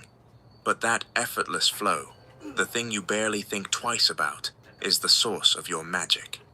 What feels like nothing to you is the very source of power. Practical. When you desire nothing, the world will seek to give you everything. Biblically, Yeshua was approached by the devil in the desert, who offered him all the kingdoms of the world, everything he could see, if he would simply bow down in submission. But the only reason such an offer was made is because Yeshua was unmoved by everything. There was nothing the world could give him, because once you realize your true identity as part of the infinite, the material becomes insignificant. When you know who you are, the world has nothing to offer, and that's precisely when it tries to offer you everything. The things that do nothing for you will seek to do everything for you. However, the things that do everything for you will end up doing nothing for you. To the universe, obsession is repulsion. To the universe, desperation is disrespect. The moment you detach from your desire, it'll do everything to attach itself to you. Activating the secret frequency of not needing simply requires you to look at your desired reality in the same way you look at the things you don't want that you easily materialize. Look at your desired reality as unimportant. Look at your desired reality as insignificant. Look at your desired reality as if it is nothing. Through minimizing your perception towards your desired reality, you neutralize it. You normalize it in your subconscious mind, making it normal in your reality. You have given yourself so many things that you already effortlessly materialize that you are almost tired of them, unmoved by them. That same energy must be applied to your desired reality. Luckily, the more you use the technique prescribed for manifestation, the more you naturally set it into motion, since you are giving yourself what the world hopes to give you. Chapter 7. On Earth as it is in Heaven. Principle. No heaven, no manifestation. You will not materialize your desired reality until you live in heaven. There are prerequisites to We'll go inside just materializing your now. desired reality, and one of them is entering heaven. Not in the religious sense of a particular location in the afterlife. Make everything insignificant, basically. That's what I was saying. Just be Most bored. people make the mistake of attempting Not bored, to but like, materialize yep, their that doesn't even desired interest me anymore. reality without realizing that the frequency in which they live and exist is in direct opposition to what they want. It's safe to say that most of the world That's live why I'm in not heaven, interested in a lot of and you can things only ever that the be earth where has to you offer, are. because it's just In meh. the religious sense, hell and heaven are locations in the afterlife that one enters depending upon how they live their life, in accordance to the will of their God. But these two locations exist on Earth, specifically We're on chapter within 7. your consciousness. How long is chapter 7? 17 minutes? We'll listen for a couple Or will minutes. they say, see here, or see there, for indeed the kingdom of God is within you. Luke 17:21. Christ stated very plainly that the kingdom of God, which is synonymous with heaven, isn't outside of you or in the sky, but within you. This idea directly contradicts the notion of heaven being location in the afterlife, as religious institutions have been marketing to the masses for thousands of years. For more context, Christ was talking to his people and explaining how others will point you to a place and say that the kingdom of God is here or there, but you should not fall for it because the kingdom of God is within you. The idea of heaven being within you should lead to an internal restructuring and redefining of what heaven is. How can you go to a place that is within you? Why would I have to die to go to a place that is within me? How is it that when you die, you will go to heaven, but Christ says it is within you? To reaffirm Luke 17:21, in the Lost Gospel of Thomas, Christ explains the same concept. Jesus said, "If those who lead you say to you, 'See, the kingdom is in the sky,' then the birds of the sky are closer than you. If they say to you, 'It is in the sea,' then the fish already know it. Rather, the kingdom is inside of you, and it is outside of you." The truth is, until heaven is metaphysically defined, your desired reality will be confined. Heaven isn't a location in the afterlife. It is the immersion into the formless state of absolute awareness, a unification with the infinite intelligence, also known as God. In this unification with God, the mind is unburdened by attachment, resistance, temporal limitation, desire, wants or needs, and it requires nothing for it has everything. Heaven isn't a place but a realization, the direct knowing of self as the infinite, unfragmented whole. In this state, separation from God dissolves, suffering ceases, and experience aligns with effortless inner calm, peace, and bliss. The irony is, whether you realize this or not, you have touched heaven at some point in your life. That inner stillness, peace, calm, where you were in 6:19. complete fulfillment and felt whole, desiring nothing because you felt connected to everything. Heaven is not a place you get to, but a place you realize is already here within you. It is the silent backdrop behind all illusion, accessible the moment one surrenders the need to seek the world for what only it can give you. Hell, being the energetic polarity of heaven, is also not a particular location in the afterlife. Like heaven, it is a state of consciousness, a frequency in which many do not realize they are already living. Hell is immersion into the physical plane, a lack of awareness for the other planes of existence, leading one to be consumed by the ego, which takes the world around to be the only truth, also known as the devil. This unification with the devil, the ego, a consciousness burdened by attachment, resistance, temporal limitation, desire, wants, and needs, requires everything due to a distortion in perception, where one fails to realize one has everything. We're going Hell inside. isn't a place, but a failure to realize and see oneself as the infinite, unfragmented whole. Hell is often described as a separation from God, but since God is omnipresent,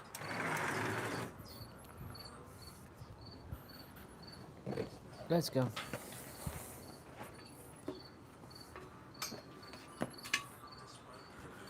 material possessions can resolve those things. The irony is, whether you realize this or not, you have touched hell at some point. That inner chaos and conflict, where We've you touched felt heaven a and lack of hell. fulfillment or completion, We all leading touched to a it. sense of being disconnected. Yep, we've all touched it. The truth that reality is nothing more than immaterialized frequency, and any frequency maintained will be materialized. Many desire heaven while maintaining a frequency which resonates with hell. Those who live in a hellish state can only experience heaven, and those who live in a heavenly state can only experience heaven. Yep, The that's a path bar. to heaven can only be walked by those in heaven. Reality will never precede consciousness. Effect will never precede cause. You can only have what you already have. And if the frequency you're emanating to the universe is hellish, it cannot possibly not bring you to heaven. apple seeds will never produce mangoes, and mango seeds will Huh? never produce apples. This is a simple truth in the world of nature, and it reflects how the universe works. In the modern day, hell is equivalent to living in survival mode. From a neuroscientific point of view, when one is living in survival mode, it is typically due to a lack of safety, which triggers the primal brain into operation. The primal brain has no other purpose than survival, flight or fight, and nothing else. While survival mode is often associated with poverty, paradoxically, wealthy people also live in survival mode. Since the primal brain is responsible for flight or fight, its only concern is surviving by hyper-focusing on what is immediately in front of it. This zeroing in on reality restricts our level of awareness, which means a limited perspective. This reduction in awareness and perspective shuts down higher levels of thinking, since survival is the priority. A lower level of awareness will always lead to reality being distorted to reflect the lower aspects of one's nature, which will always correlate with negativity. Hell is directly opposed to the materialization of your desired reality metaphysically. In neuroscientific terms, it is specifically opposed to your brain waves. The alteration of reality requires an alteration of one's frequency or one's state of consciousness, which requires an alteration of one's subconscious mind. The subconscious mind becomes more accessible in certain brainwave states, Sure allowing does. for deeper influence and transformation. By leveraging the optimal brainwave frequencies, you can achieve more with less effort as your mind becomes more receptive to change. To revert to the point initially made at the start of this chapter, until you can enter heaven, you will not be able to enter your desired reality. This is due to the fact that what we metaphysically consider to be heaven when it comes to brainwaves is the door to the subconscious mind. There are various brainwaves that the brain cycles throughout the day. Beta waves, 12 to 30 hertz. Alpha waves, 8 to 12 hertz. Theta waves, 4 to 8 hertz. Delta waves, 0.5 to 4 hertz. Beta waves are associated with being awake, alert, and active. It is the standard mode of operation in your day-to-day life. Alpha waves are associated with a meditative, relaxed state. It is the state before drowsiness. Theta waves are associated with deep meditation, a trance-like state which is typically used in hypnosis and is equivalent to a drowsy state. Delta waves are associated We're with gonna be deep listening sleep to the where book the while we slower play. the brain waves, the closer they are to the subconscious mind. Beta waves are produced during Live stream's at conscious operation, 630 minutes. and so long as the conscious mind is present, the subconscious mind won't be. We have Think about 85 these minutes brainwave left, states like trains. The which is slower an the hour brainwave state, and the 25 easier minutes. it is to catch a ride to the subconscious mind. The slow trains are your only entry into the subconscious mind. Most people make the mistake of attempting to give the subconscious mind their desired reality to materialize while operating in a brainwave state that prioritizes the conscious mind. To put it another way, they are trying to catch the fast trains, which only lead to the conscious mind and not the subconscious mind. The brainwaves we produce are interconnected with either heaven or hell. Those who live in a survival state of consciousness rarely relax. Their alertness means they mainly produce beta waves, which are the fastest waves that call upon the operation of the conscious mind, and not the subconscious mind. Therefore, all attempts to alter their frequency, or state of consciousness or subconscious mind, are made. Wow, both of They're them? trying to catch a train that doesn't lead to the subconscious mind. Those who live in a survival state of consciousness live in hell, and those who live in hell produce beta waves, which means they never access their subconscious mind. Could this be the reason so many of those who live in survival mode struggle to alter their minds? Alternatively, those who live in a heavenly state of Wait, where's my consciousness charms? are always relaxed, mainly producing alpha and theta waves, which are slower and lead to the subconscious rather than conscious mind. Therefore, all attempts to alter their frequency, or state of consciousness or subconscious mind, are effortless and successful because they're trying to catching a train that leads to the subconscious mind. It is much easier for a car to drive on smooth, calm roads than roads filled with bumps and potholes. In the same manner, it is much easier for a boat to sail on calm waters. The more relaxed you are day to day, the more likely your brain will be producing waves that are conducive to what you're trying to put into your subconscious mind. The less relaxed you are, the less likely your brain will be producing waves that are conducive to what Where you're are my trying to put charms? in your brain. The truth of brain waves and their interconnection to the two states of consciousness is highlighted esoterically in John 3:27. John answered and said, "A man can receive nothing except it be given him from heaven." Nothing you desire on this physical plane will ever be attained unless you are already in the frequency of being in heaven. Metaphysically, to live in a heavenly state is to exist with inner calm, peace, bliss, fulfillment, and to desire nothing, which would indicate to the universe that you have everything. It's likely that the attainment of your desired reality would produce the state above. So the state above would produce the attainment of your desired reality. Attaining your desired reality would bring you peace, inner calm, and bliss. So peace, inner calm, and bliss can also bring your desired reality. Relaxation is the prerequisite for brainwaves that allow for easy access to the subconscious mind, which is the womb of reality. To receive, the prerequisite is to be in a heavenly state. Conversely, those in hell never receive.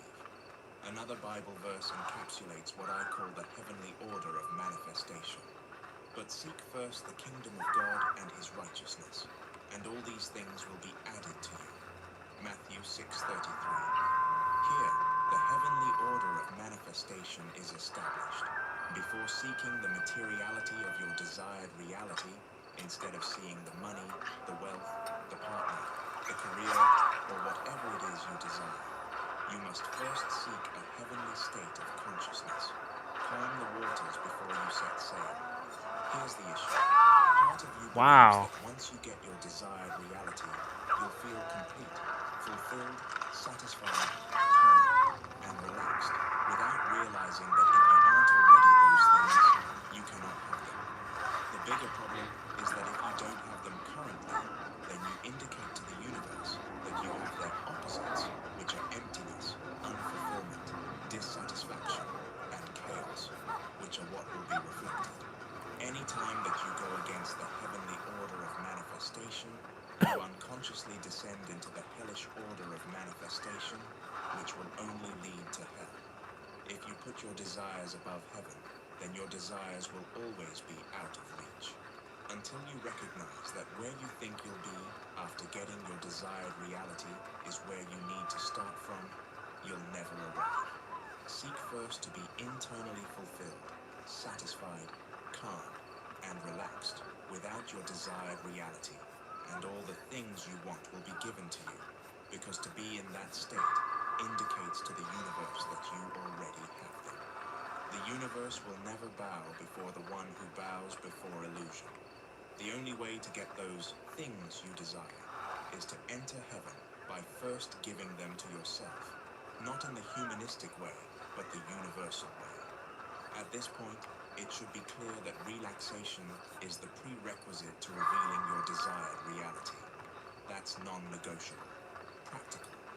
Relaxation is your natural state, which I understand seems counterintuitive, given the hectic, stressful nature of today's world. If relaxation is the mandatory step to materializing your desired reality, those who are never relaxed can never truly materialize their desired reality. Damn. True relaxation arises from disconnecting from the outside world. I'm dead. That is because it is the world that seeks to keep you from relaxation. It seeks to siphon your peace of mind by getting you to That was focus bad. on work, your inadequacies, family dramas, politics, or the latest war. How can you relax? I when the can't believe I mind is didn't get so that preoccupied? rainbow. I'm not suggesting you neglect the outside world, rather encouraging you to pay attention to your inner world, so when you pay attention to the world, it receives what it deserves from you. Boy. Relaxation is when the mind is occupied by nothing, only you can make yourself relaxed. Anything that can make you relaxed can take that feeling away. And true relaxation is independent to any person, any condition, and any circumstance. Whatever the world gives you, it can take from you, and at some point, it most definitely will.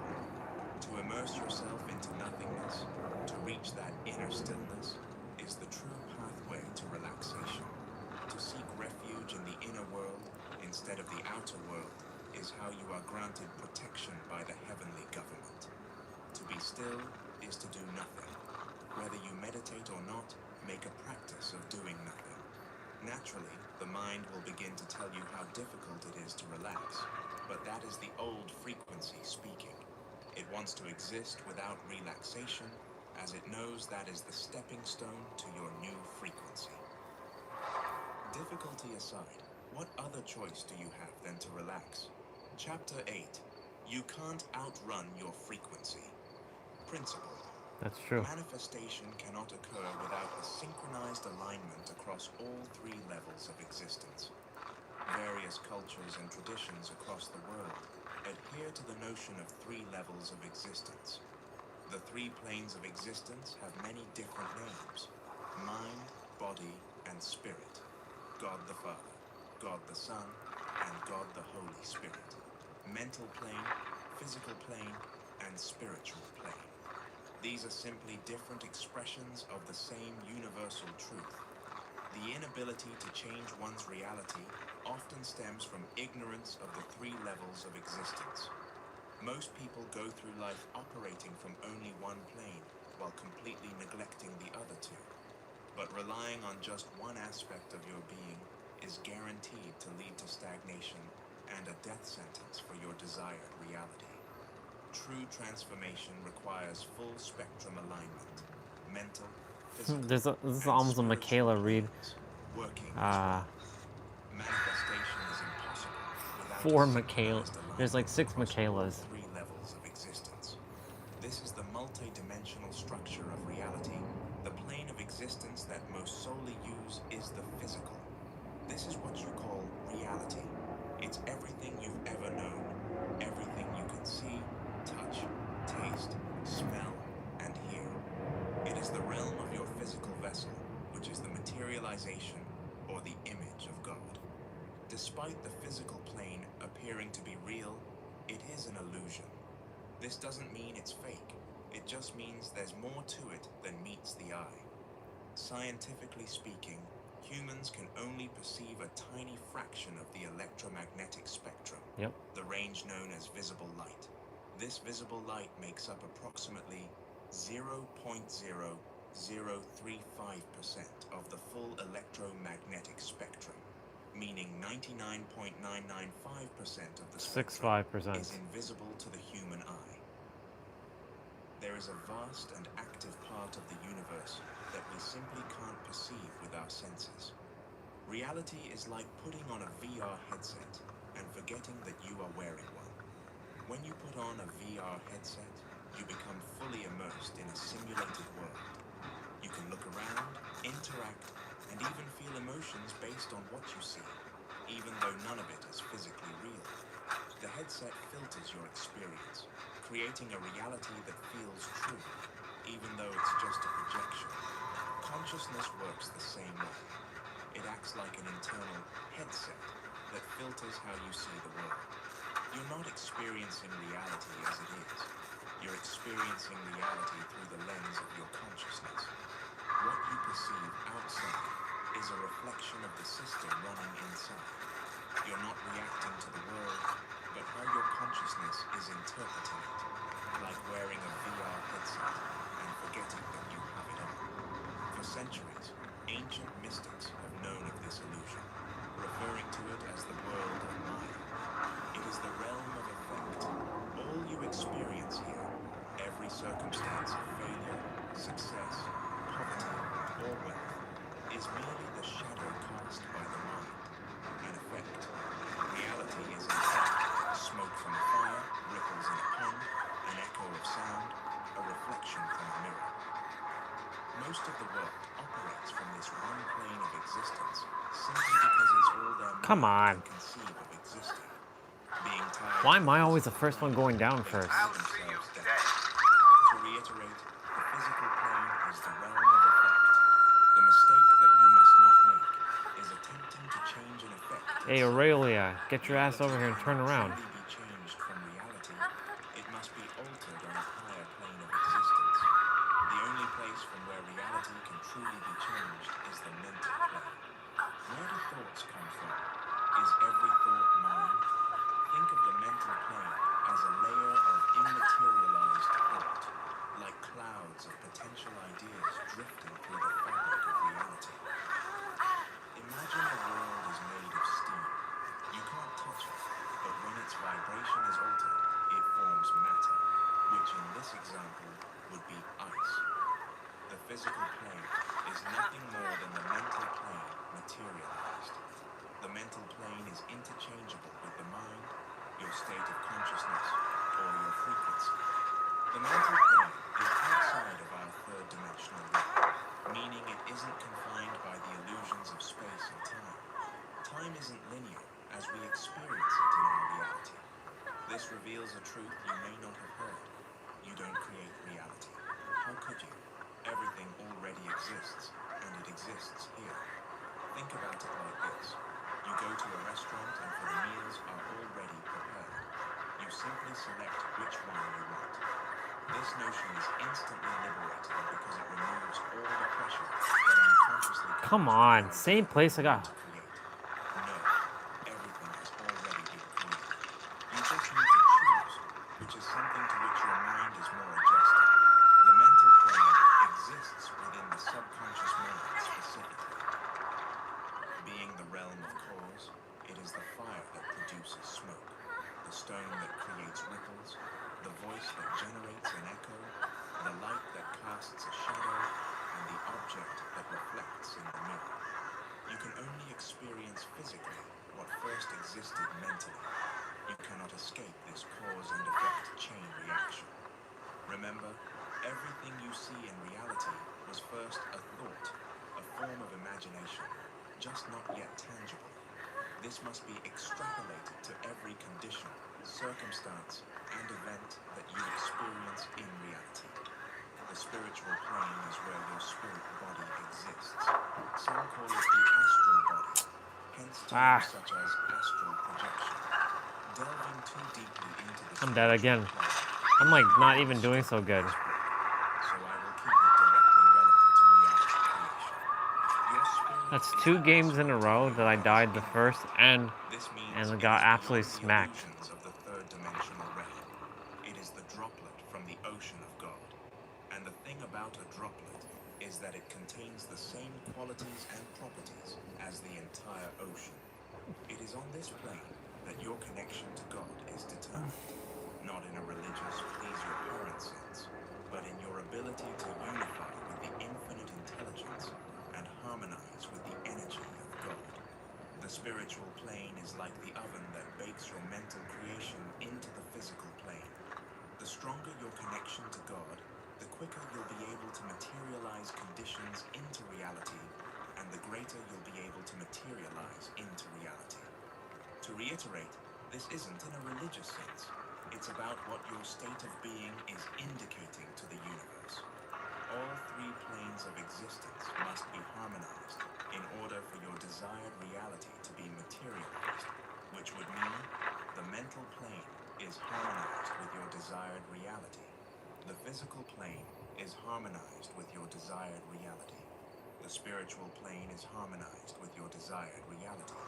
Since there are 3 levels of existence, there seems to be 3 modes of operation when it comes to progression in reality. The physical planers. These are the people that work as long and hard as possible, grinding away day and night. The mental planers. These are the people that just think about what they want all day, without taking any form hoping everything they want will just magically come to them. The spiritual planers. These are the people that just pray to God about what they want all day without taking any form of action, hoping God will simply give it to them. The hard worker, the hard thinker, and the hard prayer are all dwelling in the same ignorance, but their vanity has them think otherwise. They are all making the same mistake of simply relying on one plane of existence instead of using all three in unison. Let's examine the multi-dimensional mistakes they are all making. The physical planets. They are unaware that reality is an effect, which they are attempting to also change with an effect. They rely solely on physical action, neglecting the higher planes of existence, and never realizing that action is the lowest level of consciousness, so their results are low level. This is where most of the world reside, without ever realizing that you cannot change an effect itself. You must change the cause. You cannot outrun your frequency. You cannot out-hustle your frequency. You cannot work your way out of your frequency. The mental planers. They are unaware that action is the external manifestation of the internal energy reflected in your mental creation, which solidifies it and turns it into matter. They are unaware that action is needed to bring a frequency or consciousness into reality. That's funny. Hard work, which isn't Let's a go to your necessity mom's unless house. you deem it so. They escape work altogether. By avoiding the physical, you attempt to go against the structure of reality, which is to go against the structure of yourself, Yep. which can only lead to disharmony. The spiritual planers. They are unaware that even though they may be connected to God, what they're baking in the oven of God is everything except their desired reality. Until they become conscious of what they're putting into the oven, they'll keep baking the same reality that they're praying to be rid of. They are all variations of the same mistake, practical. You must adhere to a specific order to create your desired reality in alignment with the structure of the universe. The order of alignment goes as follows. First, mental plane. Second, spiritual plane. Third, physical plane. The mental and spiritual plane are interchangeable, but the physical is non-negotiable. It must always come last. It is the lowest level of existence. Lowest not meaning lesser value, just that it is not a causal realm. 1. The mental plane. Whatever your desired reality, hold it in mind as if it already exists. Since the mental plane is the realm of cause, if your desire is to be materialized in reality, then you must be operating as if it is already so. Shift from desiring to already having. The only way to arrive at the end is to begin at the end. The mirror will never smile before you do. 2. The spiritual plane. Until you recognize the power within, you will have no power without. By recognizing and internalizing that you are a materialization of God and that God dwells within you, you activate the power of the infinite within you. There is no greater power in the universe than God, but if you fail to recognize God within you, then you will be powerless Oh God. over any condition, circumstance, event, or person that Bro, poses what the as fuck? adversity. Once you grasp the infinite nature of your true identity, you realize how arrogant it is to think that God could ever fail. To doubt yourself is to doubt God, which is true blasphemy. The only way to strengthen yourself on the spiritual plane and to connect to God is to spend more time with Him than you do without. The vehicle of choice doesn't matter because the destination is the same. The more time you spend with Him, the more power you gain in Him. The more you cultivate internal power, the less power the external will have over you. 3. The physical Hi, Kate. plane. Only after arranging yourself correctly on the higher planes of existence can you begin to dominate the lower plane of existence, reality. Action is unavoidable, but to avoid wasted action, the physical plane must come last. The higher planes of existence metaphysically position you in the correct direction to begin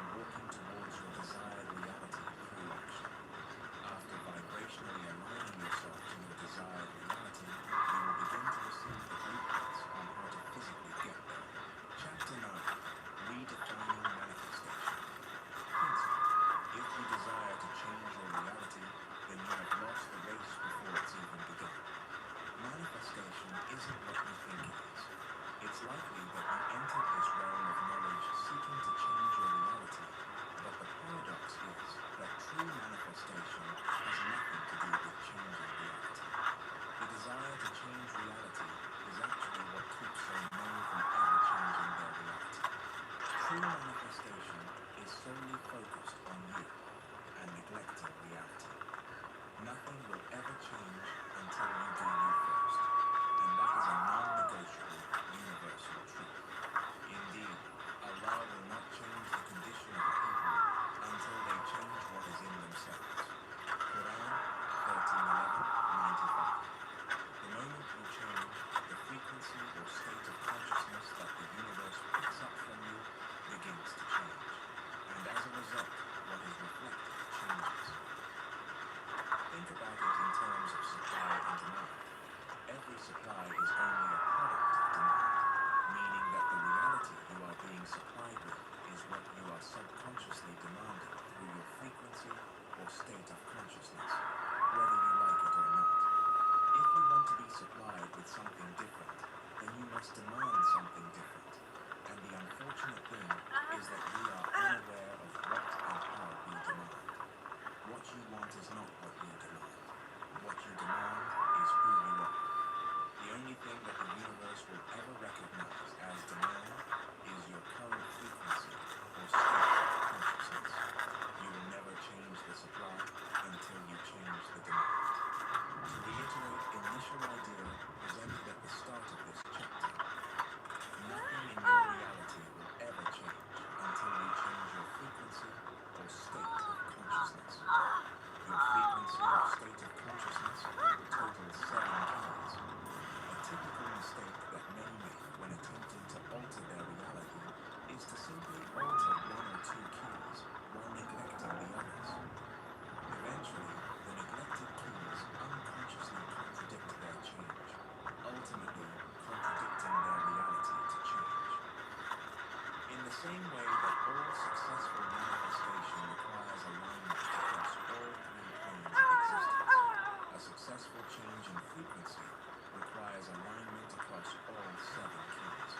The 7 keys to Whoa, I got blinded too. beliefs, conviction, perception, emotionally charged thoughts, focus, reactions, expectations. Your current reality is nothing more than a reflection of what you've been demanding, or in other words, your current beliefs, conviction, attitude, emotionally charged thoughts, focus, reactions, Shit. and expectation. You have the beliefs equivalent of your current reality, and until you change them, you will remain there. You have the conviction equivalent of your current reality, and until you change it, you will remain there. You have the perception equivalent of your current reality. That's bullshit. You will remain there. You have the emotionally charged thoughts equivalent of your current reality, and until you change them, you will remain there. You have the focus equivalent of your current reality, and until you change it, you will remain there. You have the reactions equivalent of your current reality, and until you change them, you will remain there. You have the expectations equivalent of your current reality, and until you change them, you will remain there. When the 7 keys are altered, your frequency is altered. Only then will reality be altered. This can work for you or against you. When the 7 keys are aligned, reality is aligned. Nice. When the 7 keys are misaligned, reality is misaligned. Whether in alignment or not, the universe will always seek to materialize the frequency emitted into reality. The materialization of frequency or consciousness into reality is what we call manifestation. Consciousness and matter are the same energy, only different in rate of vibration. Much like steam and ice are the same energy, only different in rate of vibration. Every frequency we materialize can well become a reality, and every reality we desire is nothing more than maintained frequency. Before we can get to the true essence of manifestation, let's debunk some common myths surrounding it. 1. You don't need to work to manifest. A lot of spiritual people don't realize that they're not seeking anything other than a form of escapism that directly goes against the structure of the universe. You can't escape physical work any more than you can escape the physical pain. The notion that you manifest without some sort of physical effort is simply an appeal to an aspect of you that is either exhausted or Haha. alignment across all three planes of existence. We got out. Not just one or two. While work is mandatory, hard work is optional, but will be made real by your belief in its validity alone. 2. Thoughts GG, create Kate. reality. Not all thoughts are equal in their effect over reality. The only thoughts that have the potential to materialize a reality are those which are emotionally charged. The true language of the subconscious mind is emotion, which also means emotion is the language of God. I'll be right back. God means that this is primarily what the universe recognizes, and emotion is simply energy in motion, which alters the vibration of a thought, making it more powerful and its manifestation more likely. If there is no emotion behind it, it won't manifest. If there is, it always will. Emotion is a huge contributor to your frequency, and as a result, your reality. Emotion doesn't necessarily mean a sense of euphoria or excitement, but it is always relative to you as a person. There isn't a one-size-fits-all. To simplify your understanding, you can think about manifestation like this. The universe is a sort of warehouse that only delivers the reality that you order. To reiterate, you can only receive what you are asking for. Remember, supply and demand. The issue is, we spend most of our lives consciously asking for one thing, but subconsciously and with our energy, asking for another. Before an order is shipped out, it is identified via a unique product code that the warehouse will match up before distributing. Think about your frequency like that unique product code that will always match its identical reality before being shipped out. To reiterate, before anything can exist physically, it must first exist vibrationally, which is the combination of mentally and emotionally. Those who know the true process of manifestation possess the ability to manifest instantly, and that is not an exaggeration. Before you learn the true process of manifestation, I would like to make something clear. The knowledge you have is activated by the security you have in the knowledge. There are individuals with wrong knowledge, but through their security and conviction in it, make it right. There are also individuals with right knowledge, but through their insecurity and self-doubt in it, make it wrong. More important than what you do is the conviction that what you're doing is right. To act on knowledge while in a state of insecurity and self-doubt will render the potential of the knowledge useless. Decide that you have everything you need and that you know more than enough to maximize the potential of that knowledge. The true process of manifestation. Manifestation is internally shifting to a degree to which you are no longer emotionally dependent on seeing reality change. When you are good with it and good without it. Diving deeper into this definition can alter everything. There are two layers. Manifestation is focused on not external. Two, when you are no longer emotionally dependent on what's going on outside of you, whether positive or negative, when you are good with it and good without it. Part 1.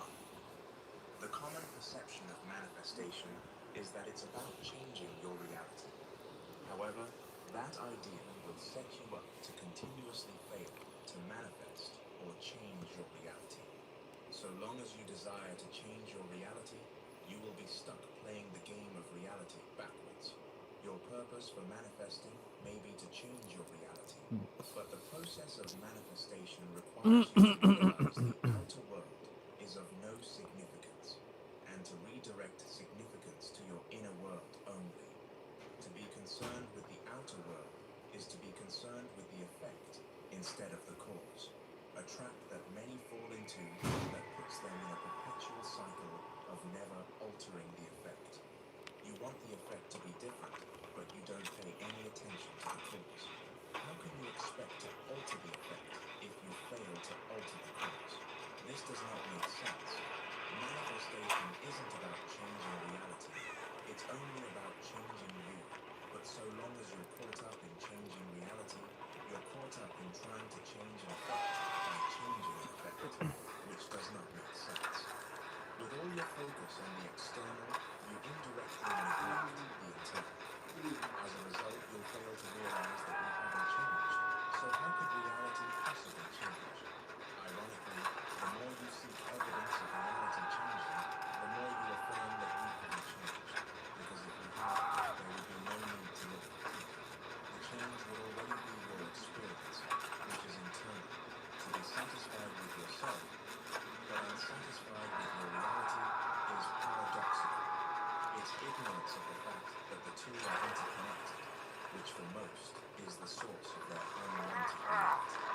To desire change without change is against the nature of the universe. You can only Holy be someone moly. you've never been when you become someone you've never been.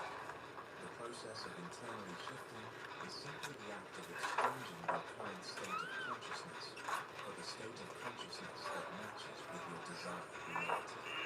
Completely different beliefs, a different level of conviction, a different perception, different emotionally charged thoughts, different focus, different reactions, and different expectations.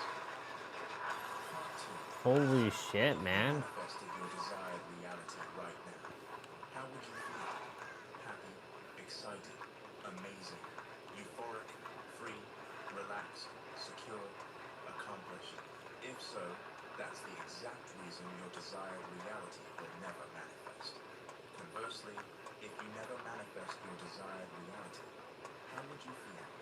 Disappointed, crushed, sad, annoyed, frustrated, irritated, angry, empty? If so, that's the exact reason your desired reality will never manifest. Whether you realize this is or not, to grant the external the power to alter your internal state is a confession of a dependency on reality.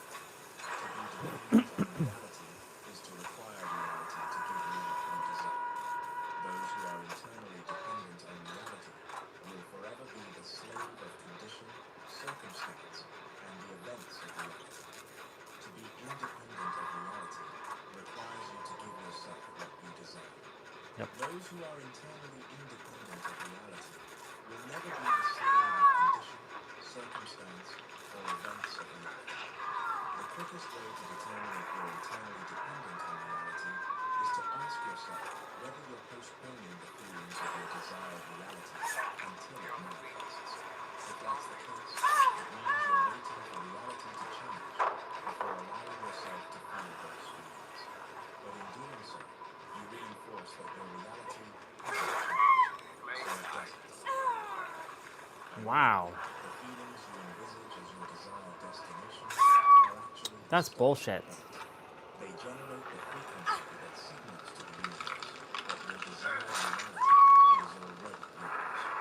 By feeling those emotions now rather than later, you shift your state of consciousness to the present, setting in motion the external changes that reflect your new reality.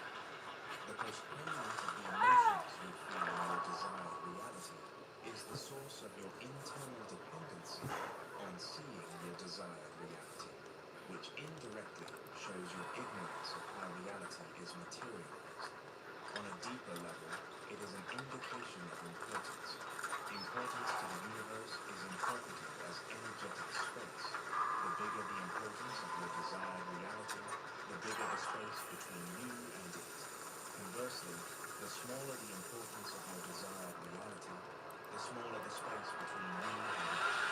The more you are internally dependent on seeing reality change, the more importance Wow. you indicate to the universe, which means the more space there is between you and your desired reality. If you need your desired reality to materialize before you allow yourself to feel the way you would in 666. you'll never generate the frequency required to bring it into existence. The world will never prove anything to you that you have not first proven to yourself. Internal independence of reality is the essence of what it means to be good with or without it, which is the prerequisite to altering your reality. Unfortunately, too often you are good with it, but not good without it. At first, this notion can seem frustrating. How can I be good without it when I need it? The truth is, this notion is liberating. The moment you are no longer dependent on reality, you are freed from it, which also frees up your desired reality to come to you effortlessly. Your desired reality is merely an aspect of you that already exists within, but it remains imprisoned by your internal dependency on what you believe it will give you.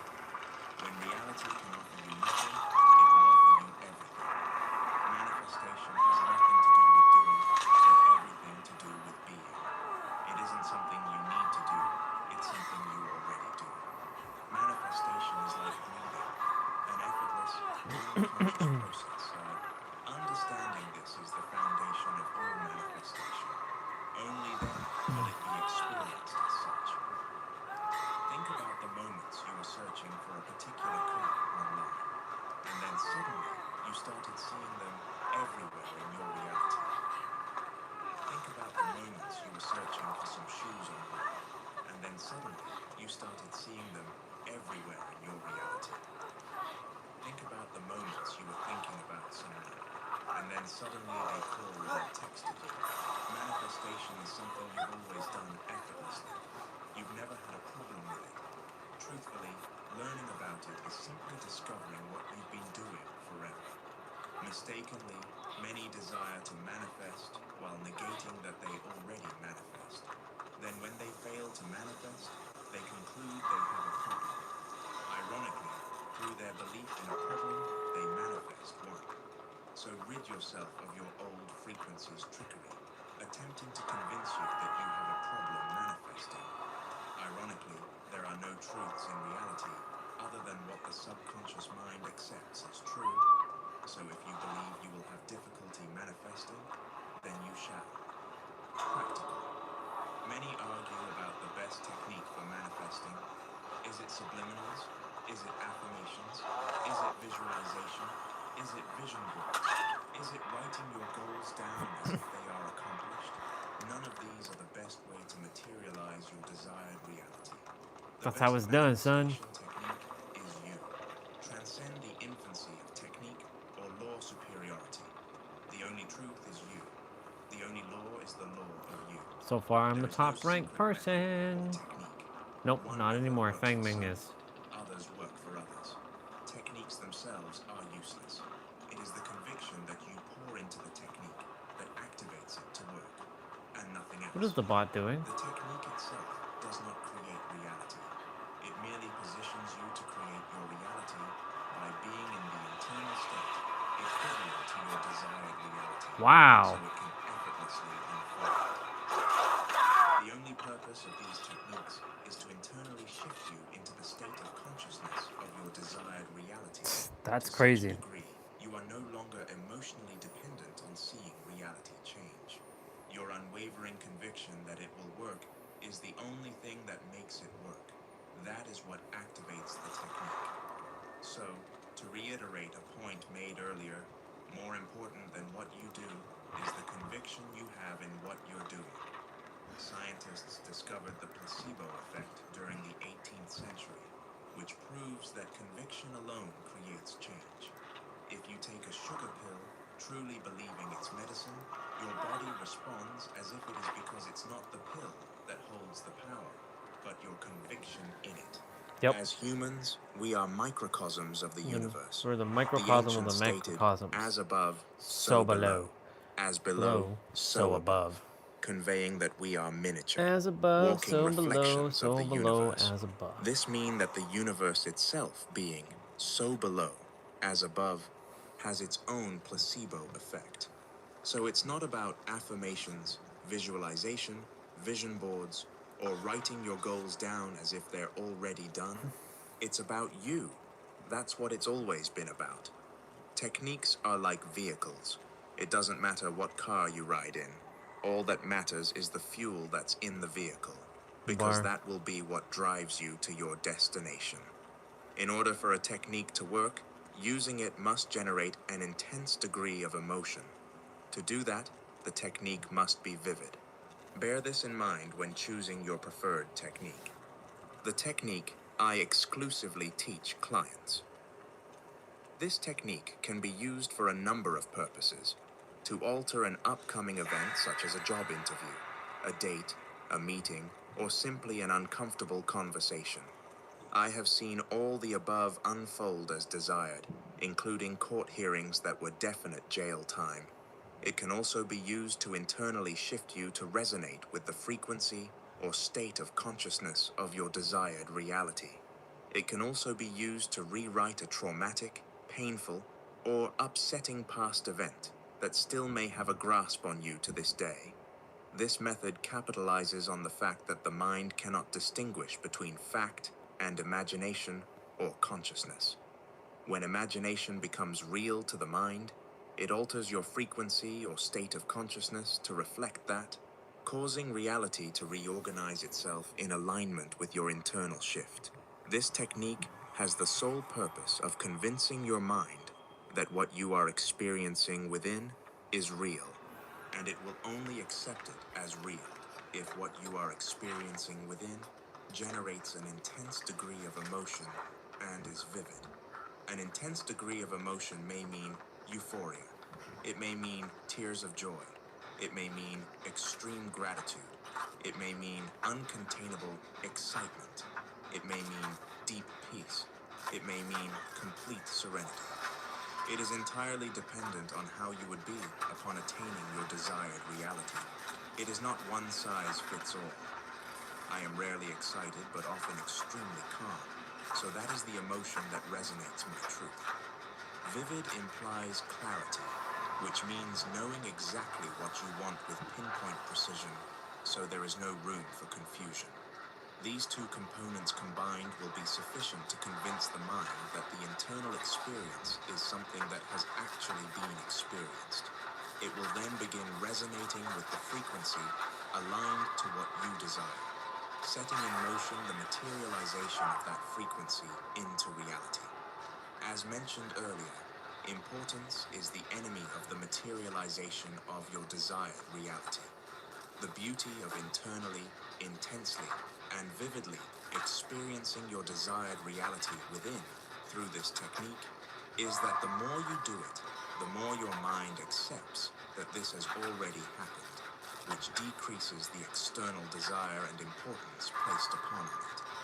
The only way to reduce the importance placed upon your desired reality is experiencing it internally, because then, and only then, shall it no longer be desired externally, which aligns you with it. Your desired reality is only important because you don't have it, and if you did, it wouldn't be important. Too many see their desired reality as a pair of shoes in the shop window, instead of the pair they already own and have been wearing for months. The importance you give to a desired reality is an indication of internally lacking the frequency equivalent of that desired reality. You only want it because you don't have it. Using this technique correctly positions you to take your desired reality for granted. At first, this notion may seem confusing, but that is only until we look to human nature for understanding. As humans, unfortunately, it is within our nature to take for granted that which we have. By taking your desired reality for granted, you indirectly indicate to the universe that you already have it. Think about how everything you currently take for granted comes to you effortlessly. This does not contradict the notion that any technique you use must generate an intense degree of emotion. The purpose of this is to generate a frequency aligned to your desired reality. Fortunately, the natural side effect of intensely and internally feeling the emotions you'd feel in your desired reality is a reduced desire for it externally. In effect, killing two birds with one stone. The technique I exclusively teach to clients is simple and made up of two parts: the isolated practice of visualization and carrying that internal shift into your daily life. Holy moly, bro. 1. Clearly define the circumstance, event, or reality that you desire. There must be no confusion about what you want to manifest. 2. Sit or lie down until you reach a state of deep relaxation and stillness. Whether this takes 5, 10, 20, or even 40 minutes doesn't matter. Being relaxed is mandatory. Clarification. You'll know you're relaxed enough when your body feels loose, heavy, or weightless, Holy and shit. your mind becomes quieter. If you still feel restless, take more time. 3. Imagine a scene that includes someone who cares for you, a friend, partner, or family member who recognizes your desire by commenting on it in a natural and personal way. Clarification. If you don't have someone who would naturally comment on your success, use a person you admire, a role model, or even a past version of yourself, reflecting on the achievement. If your desired reality isn't something others would comment on, e.g. internal growth, imagine a scene where they acknowledge your transformation through a change in your energy, demeanor, or actions. 4. Include physical touch in the scene. A high five, fist bump, hug, or anything that feels natural with them and intimate. 5. Keep the scene short, focusing only on their comments on your desired reality materializing, and replay it again and again on a continuous loop. Clarification. The scene is kept short to prevent overcomplication. If it's too long, your focus will scatter. Keep it concise and impactful. To make the loop feel natural, imagine it like a movie clip replaying, fading out then seamlessly restarting. 6. If imagined vividly, you will naturally begin to feel the emotions you'd experience upon your desired reality materializing. Feel these deeply. Clarification. If emotions don't come easily, focus on amplifying the details. Tone of voice, expressions, warmth of touch. Emotion is triggered by immersion into vividness, so sink deeper into the scene. 7. There is no set time for this practice. The moment you begin to feel strain, effort, or fatigue, stop immediately. Clarification. If you notice yourself forcing it, don't push through. Ease out of it naturally and return to it another time. Part 2. 1. Pick a single, simple sentence that you would naturally say to yourself upon your desire manifesting. It must be authentic, what you truly think or say. Clarification. If you struggle to come up with a natural sentence, imagine seeing your desired reality unfold right now in front of you. What's the first thought that runs through your mind? That's your sentence. 2. What is the feeling you'd experience naturally and exclusively upon your desired reality materializing? Clearly define it. 3. Repeat the sentence in your head continuously throughout the day, feeling what you would feel if it were already your reality. Clarification. You don't need to say it out loud, just think it, like an internal affirmation. If you struggle to feel the right emotion, slow down and focus. Instead of repeating the sentence mechanically, imagine the depth behind it. There's no need to force constant repetition. If you forget to do it at times, that doesn't ruin the process. Just return to it whenever you remember. This isn't about repeating the sentence mindlessly all day, but about anchoring yourself in the feeling whenever possible. If your mood fluctuates throughout the day, don't panic. Shifting states is natural. Simply return to the sentence and feeling without resistance. In both aspects of the technique, simplicity is mandatory. Techniques can be used every day, but not for the sake of creation, as they do not create. They must only be used to internally experience the state of consciousness you desire.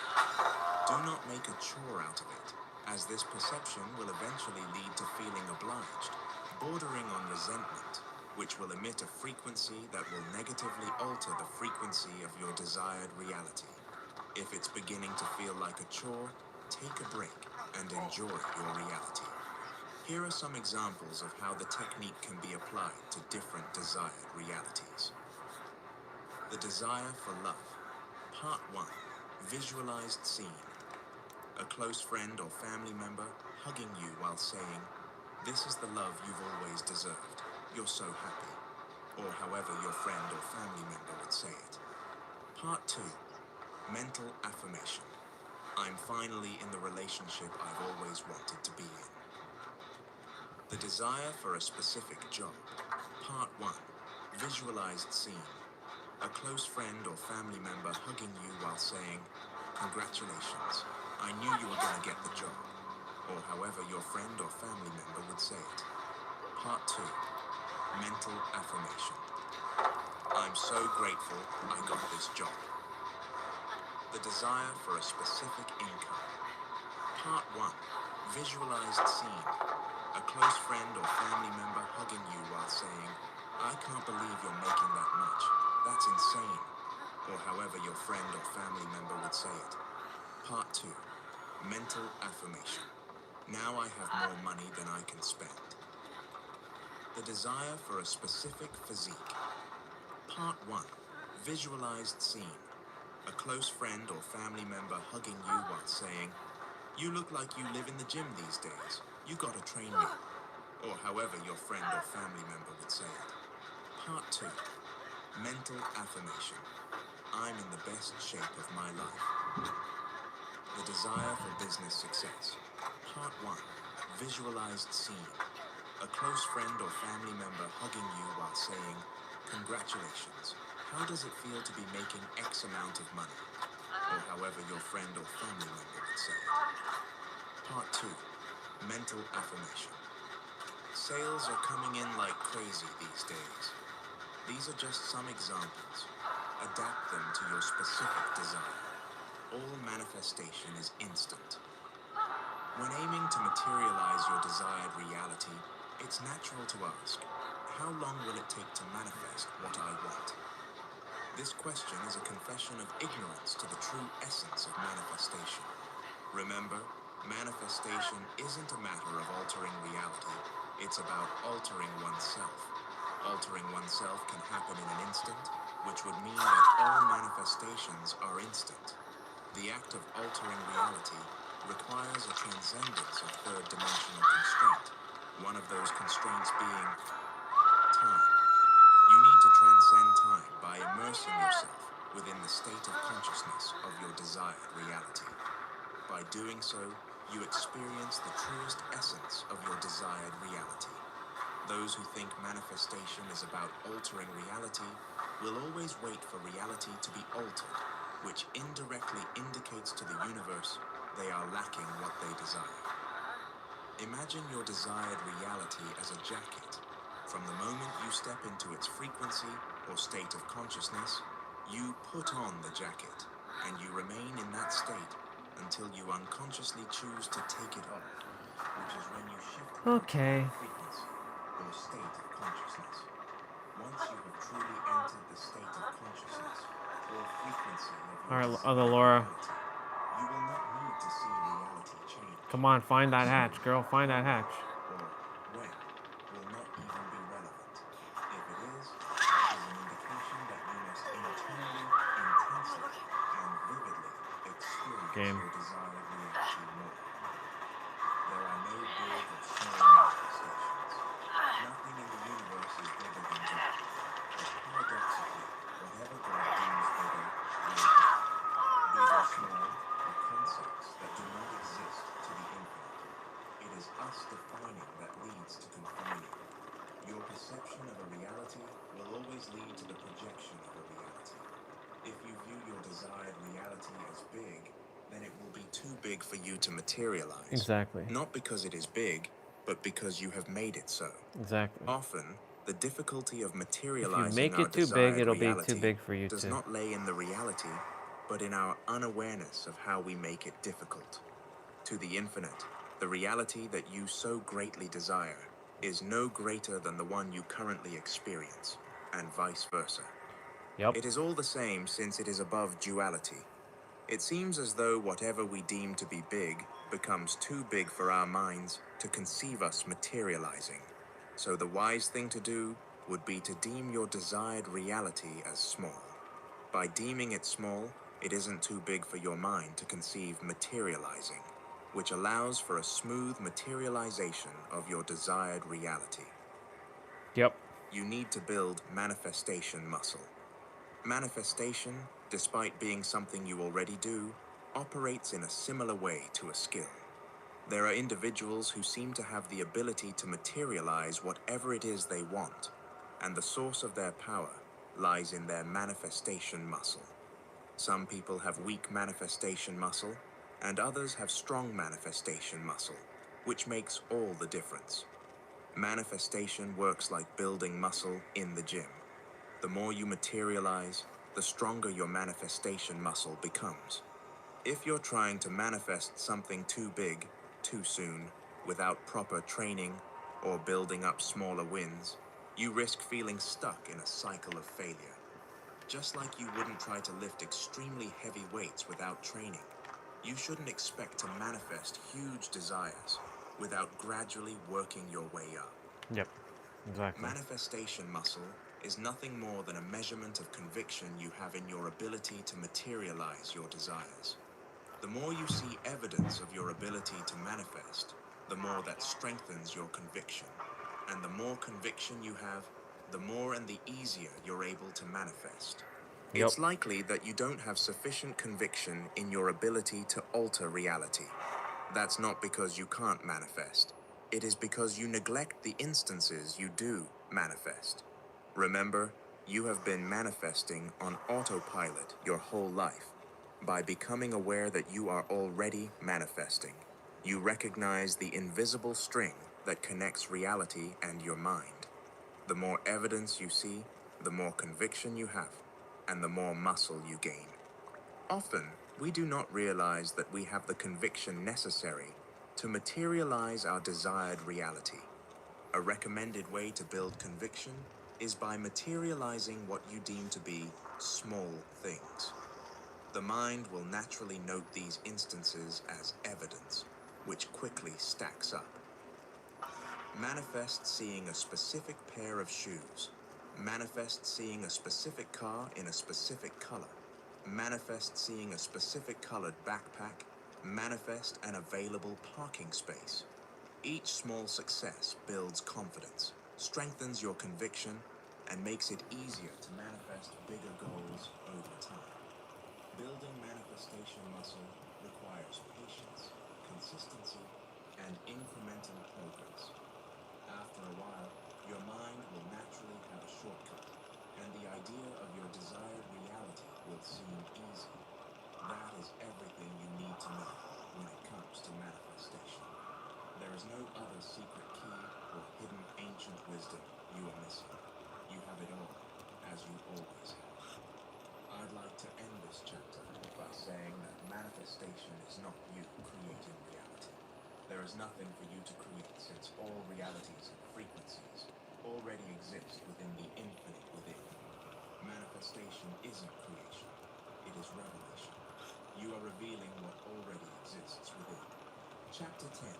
The desire of your desires. Principle. Just let go. Just detach. These are not new concepts, yet they seem so difficult to do.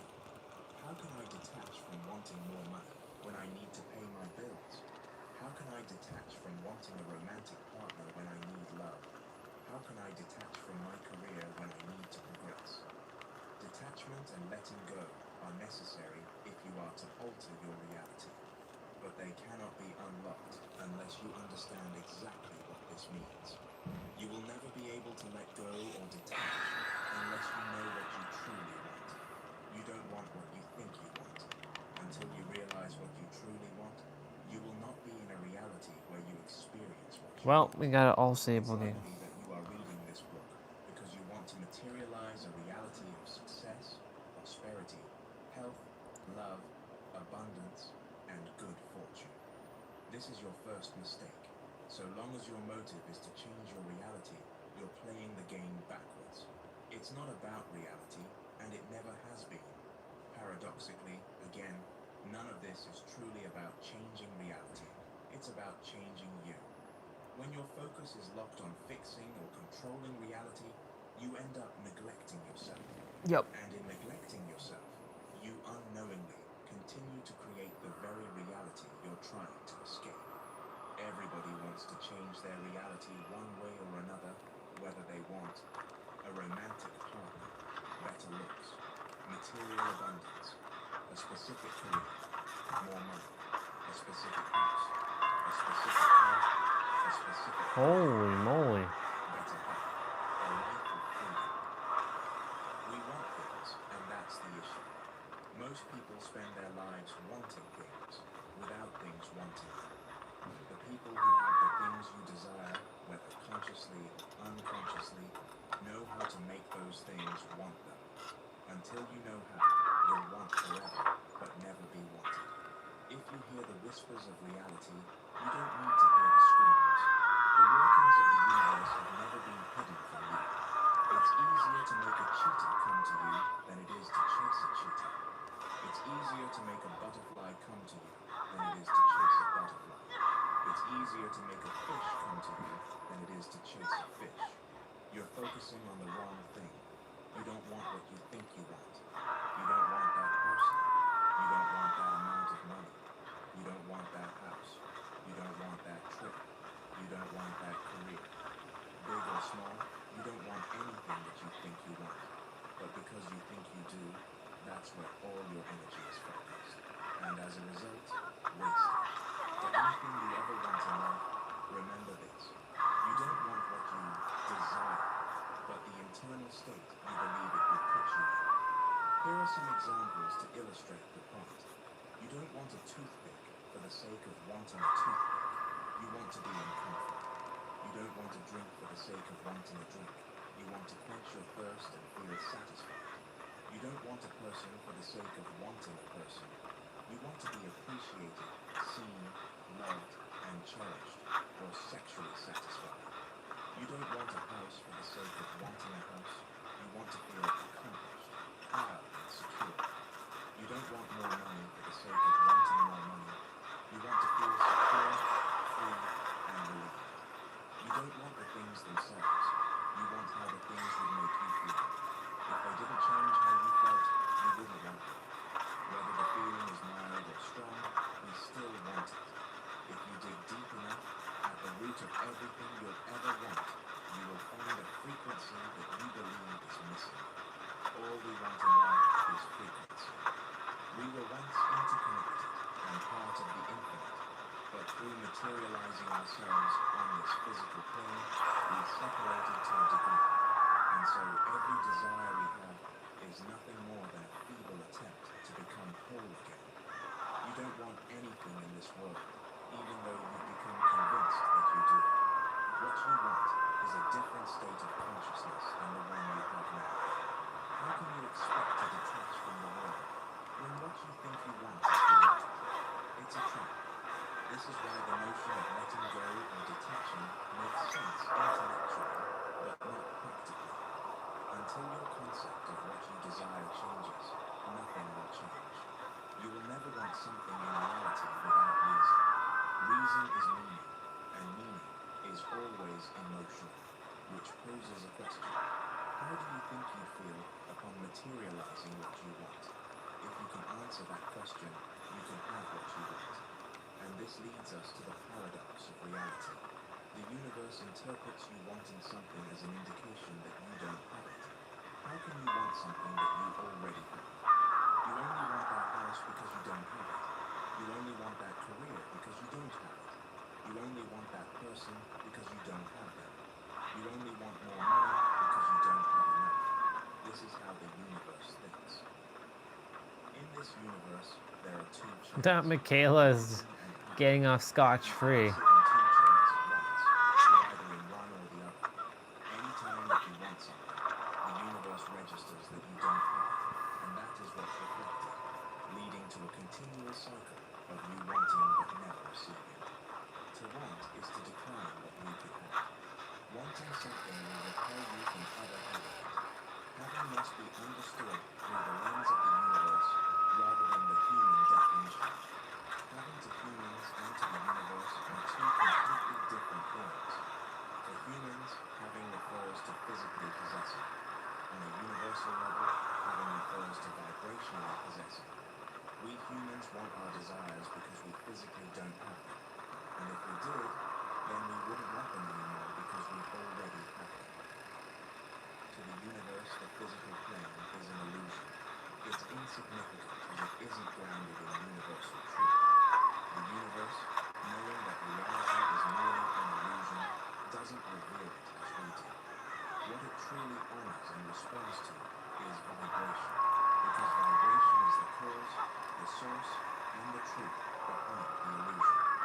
Only what is vibrationally possessed is real to the universe, because that vibration will eventually compound into frequency, which must become reality. Vibrational possession refers to your current mental and emotional state, which aligns What's up with the with laptop? that aligns with a reality.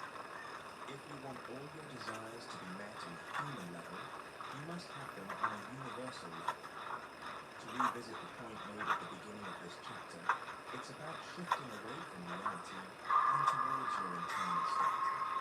It's never been about reality. To vibrationally possess what you want, you must have it.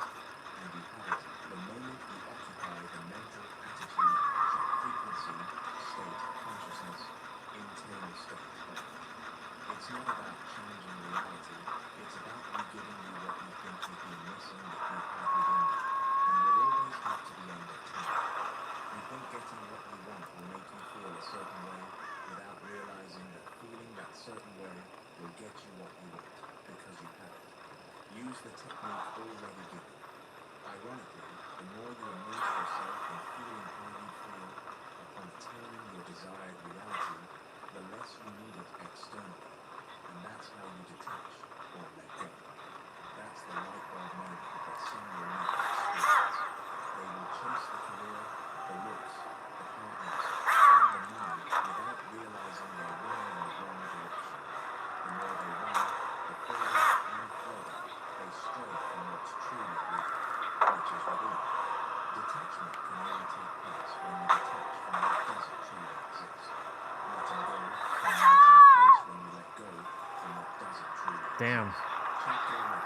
How to know exactly what action to take. Principle. You may still be asking, what action do I need to take to manifest my desired reality? How do I act? When do I act? The blueprint of your desired reality exists within you. Imagine if you had instructions from the version of you in your desired reality on exactly what to do to get there in the most efficient and effortless way. From the perspective of infinite parallel universes, the version of you living in your desired reality isn't just a wish or goal. It's a reality that already exists. Another way of conceptualizing it is to understand that the essence of everything is within you, which means all frequencies and all realities are also within you. Whether through the lens of quantum physics or spirituality, everything that you'll ever need and ever want is already within you, simply waiting to be accessed. The guidance and instructions are ready and waiting, but first you need to know the multi-dimensional sequence. That's when you'll know exactly what to do. The mistake that most make is acting on a frequency contradictory to their desired reality. The wrong frequency, even with the right action, will always lead to the wrong reality. The wrong state of consciousness, even with the right action, will always lead to the wrong reality. In a battle between actions and frequency, frequency wins every time. You cannot and will not out-hustle your frequency. The masses live in frequencies that are contradictory to their desired reality. They spend their life senselessly taking action to get to their desired realities, without ever realizing that action doesn't create reality, only frequency does. They are like flies trying to get outside through a closed window. They desperately want to escape, so they continuously bash into the window with all their might, burning themselves out and eventually dying on the windowsill. Taking action to become wealthy while being in the frequency of poverty will only lead to a reality of poverty. No action from poverty will ever bring wealth. Taking action to become fit while in the frequency of being unfit will only lead to a reality of unfitness. No action from unfitness will ever bring fitness.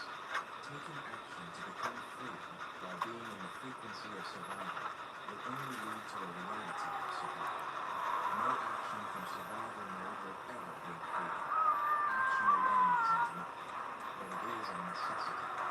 Since you exist in a physical world, it cannot be avoided.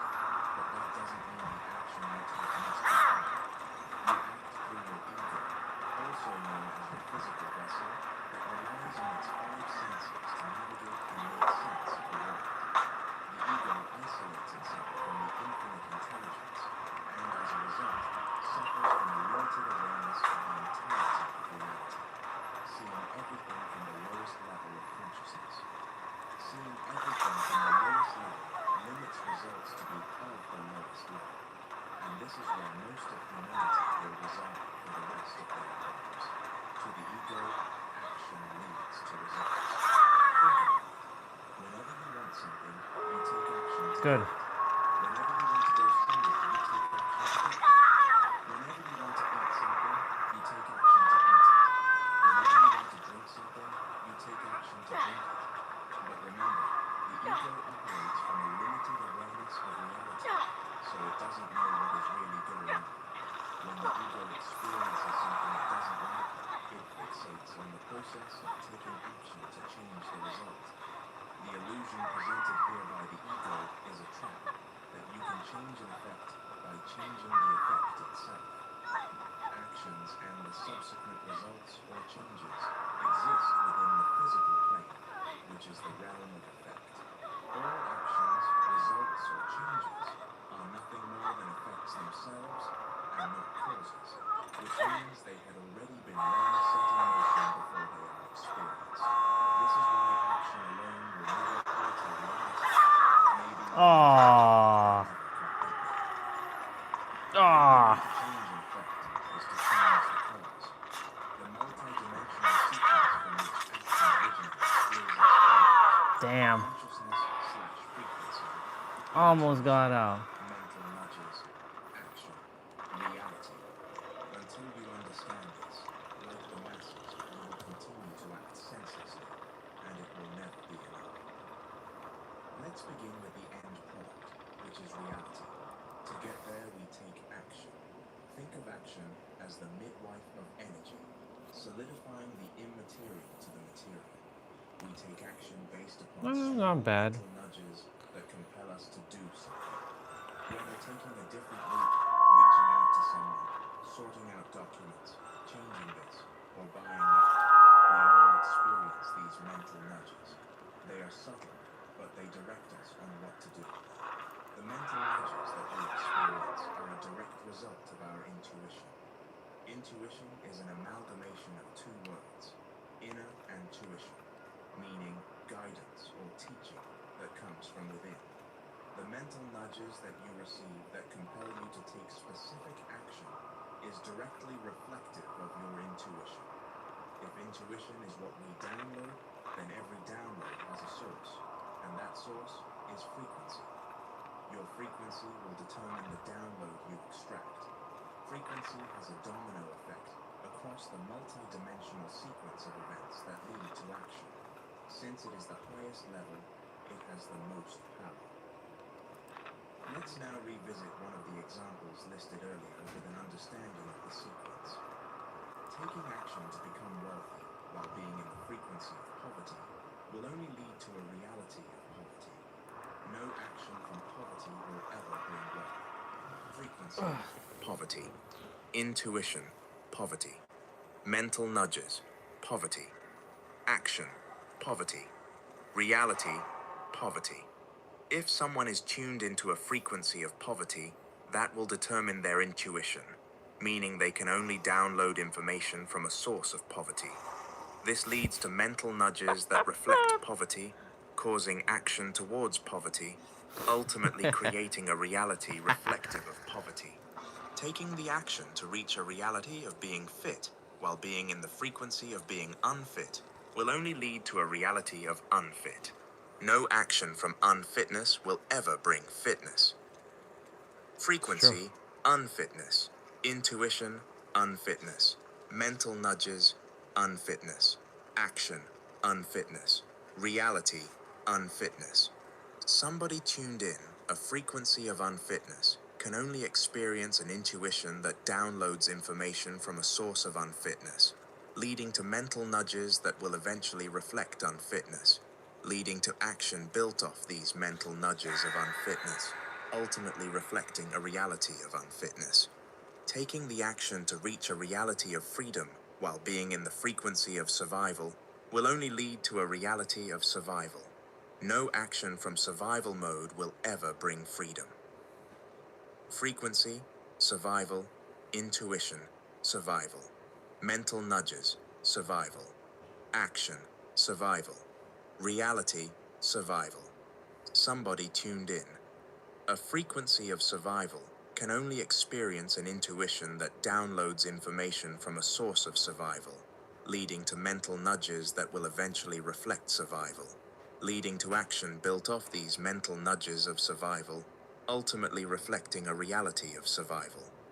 Most spend their lives attempting to fight against the tide of the universe, which is their own state of consciousness or frequency. The multi-dimensional sequence from which We have action 7 originates minutes. cannot be violated. Well, 6 minutes. Every and any attempt to do so will only result in frustration and failure. You must comply with how the universe works in order for things to work for you. When you work so hard and it is still not enough, it's easy to experience frustration, irritation, and apathy. The unfortunate irony is that these are all emotions that lead to the output of a frequency that the universe will then We have Oni and we have the shooter dude. more frustrated, irritated, and apathetic while you're working so hard. But to the same degree that the multi-dimensional sequence from which action originates can work against you, it can work for you. Now that you understand the sequence from the top down, instead of spending your time at the bottom like so many, you can alter it from the top. The knock-on effect is that you know exactly how to change your reality. As mentioned, frequency ultimately determines the intuition you download, the mental nudges that you receive, and the mental nudges that are physically executed. So you must shift from operating on the lowest level of consciousness to the highest level of consciousness. The moment you Why? frequency, it has a But why though? through the sequence that alters the action you take. So long as your frequency is calibrated to your desired reality, this will lead to you being internally guided by the version of you in your Wow. via the intuition into which you can tune, leading to mental nudges that come from the version of you in your desired reality, leading to action that comes from the version of you in your desired reality, that finally leads to your desired reality manifesting. This is the same in theory and actuality. By shifting into the frequency or state of consciousness of your desired reality and operating from it, you can be guided on exactly how to get there. What you consider your destination Wow, no one is near actually me. your starting location. You can only be wherever you already are. Consciousness, frequency, desired reality. Intuition, desired reality. Mental nudges, desired reality. Action, desired reality. Reality, desired reality. Something important to note. Being in the frequency of your desired reality is only as valuable as your ability to tune into your intuition and then execute upon your mental nudges. The world programs us to second-guess ourselves. In school, teachers checking our work can lead to the idea that what we do is inadequate and requires external validation, leading to an unconscious degree of self-distrust. A pattern of external verification and validation is set in motion, so we hesitate to trust ourselves, spending our whole lives wanting to be guided or validated. If you don't trust yourself, then how can you guide yourself? Do you trust yourself? Only you can answer this. Remember, you can lie to everybody except the universe. The degree to which you trust yourself determines your ability to capitalize on the frequency you're seeking to bring, from the immaterial to the material. If you don't trust yourself, you won't trust your intuition, which means you won't trust the mental nudges that you download, making everything pointless. Many claim to trust God, but do not even trust themselves. How well can anyone trust God if they do not trust themselves? You can be in the right frequency, that which reflects your desired reality, but without self-trust, you won't be able to materialize it. If you don't trust yourself, then how can the universe trust you? Self-trust is crucial. The more self-trust you have, the more and the quicker you'll be able to transform frequency into reality. Practical. These downloads are like schools of fish. Abundant, yes, but they can easily slip away, and you don't know when the next one will come along.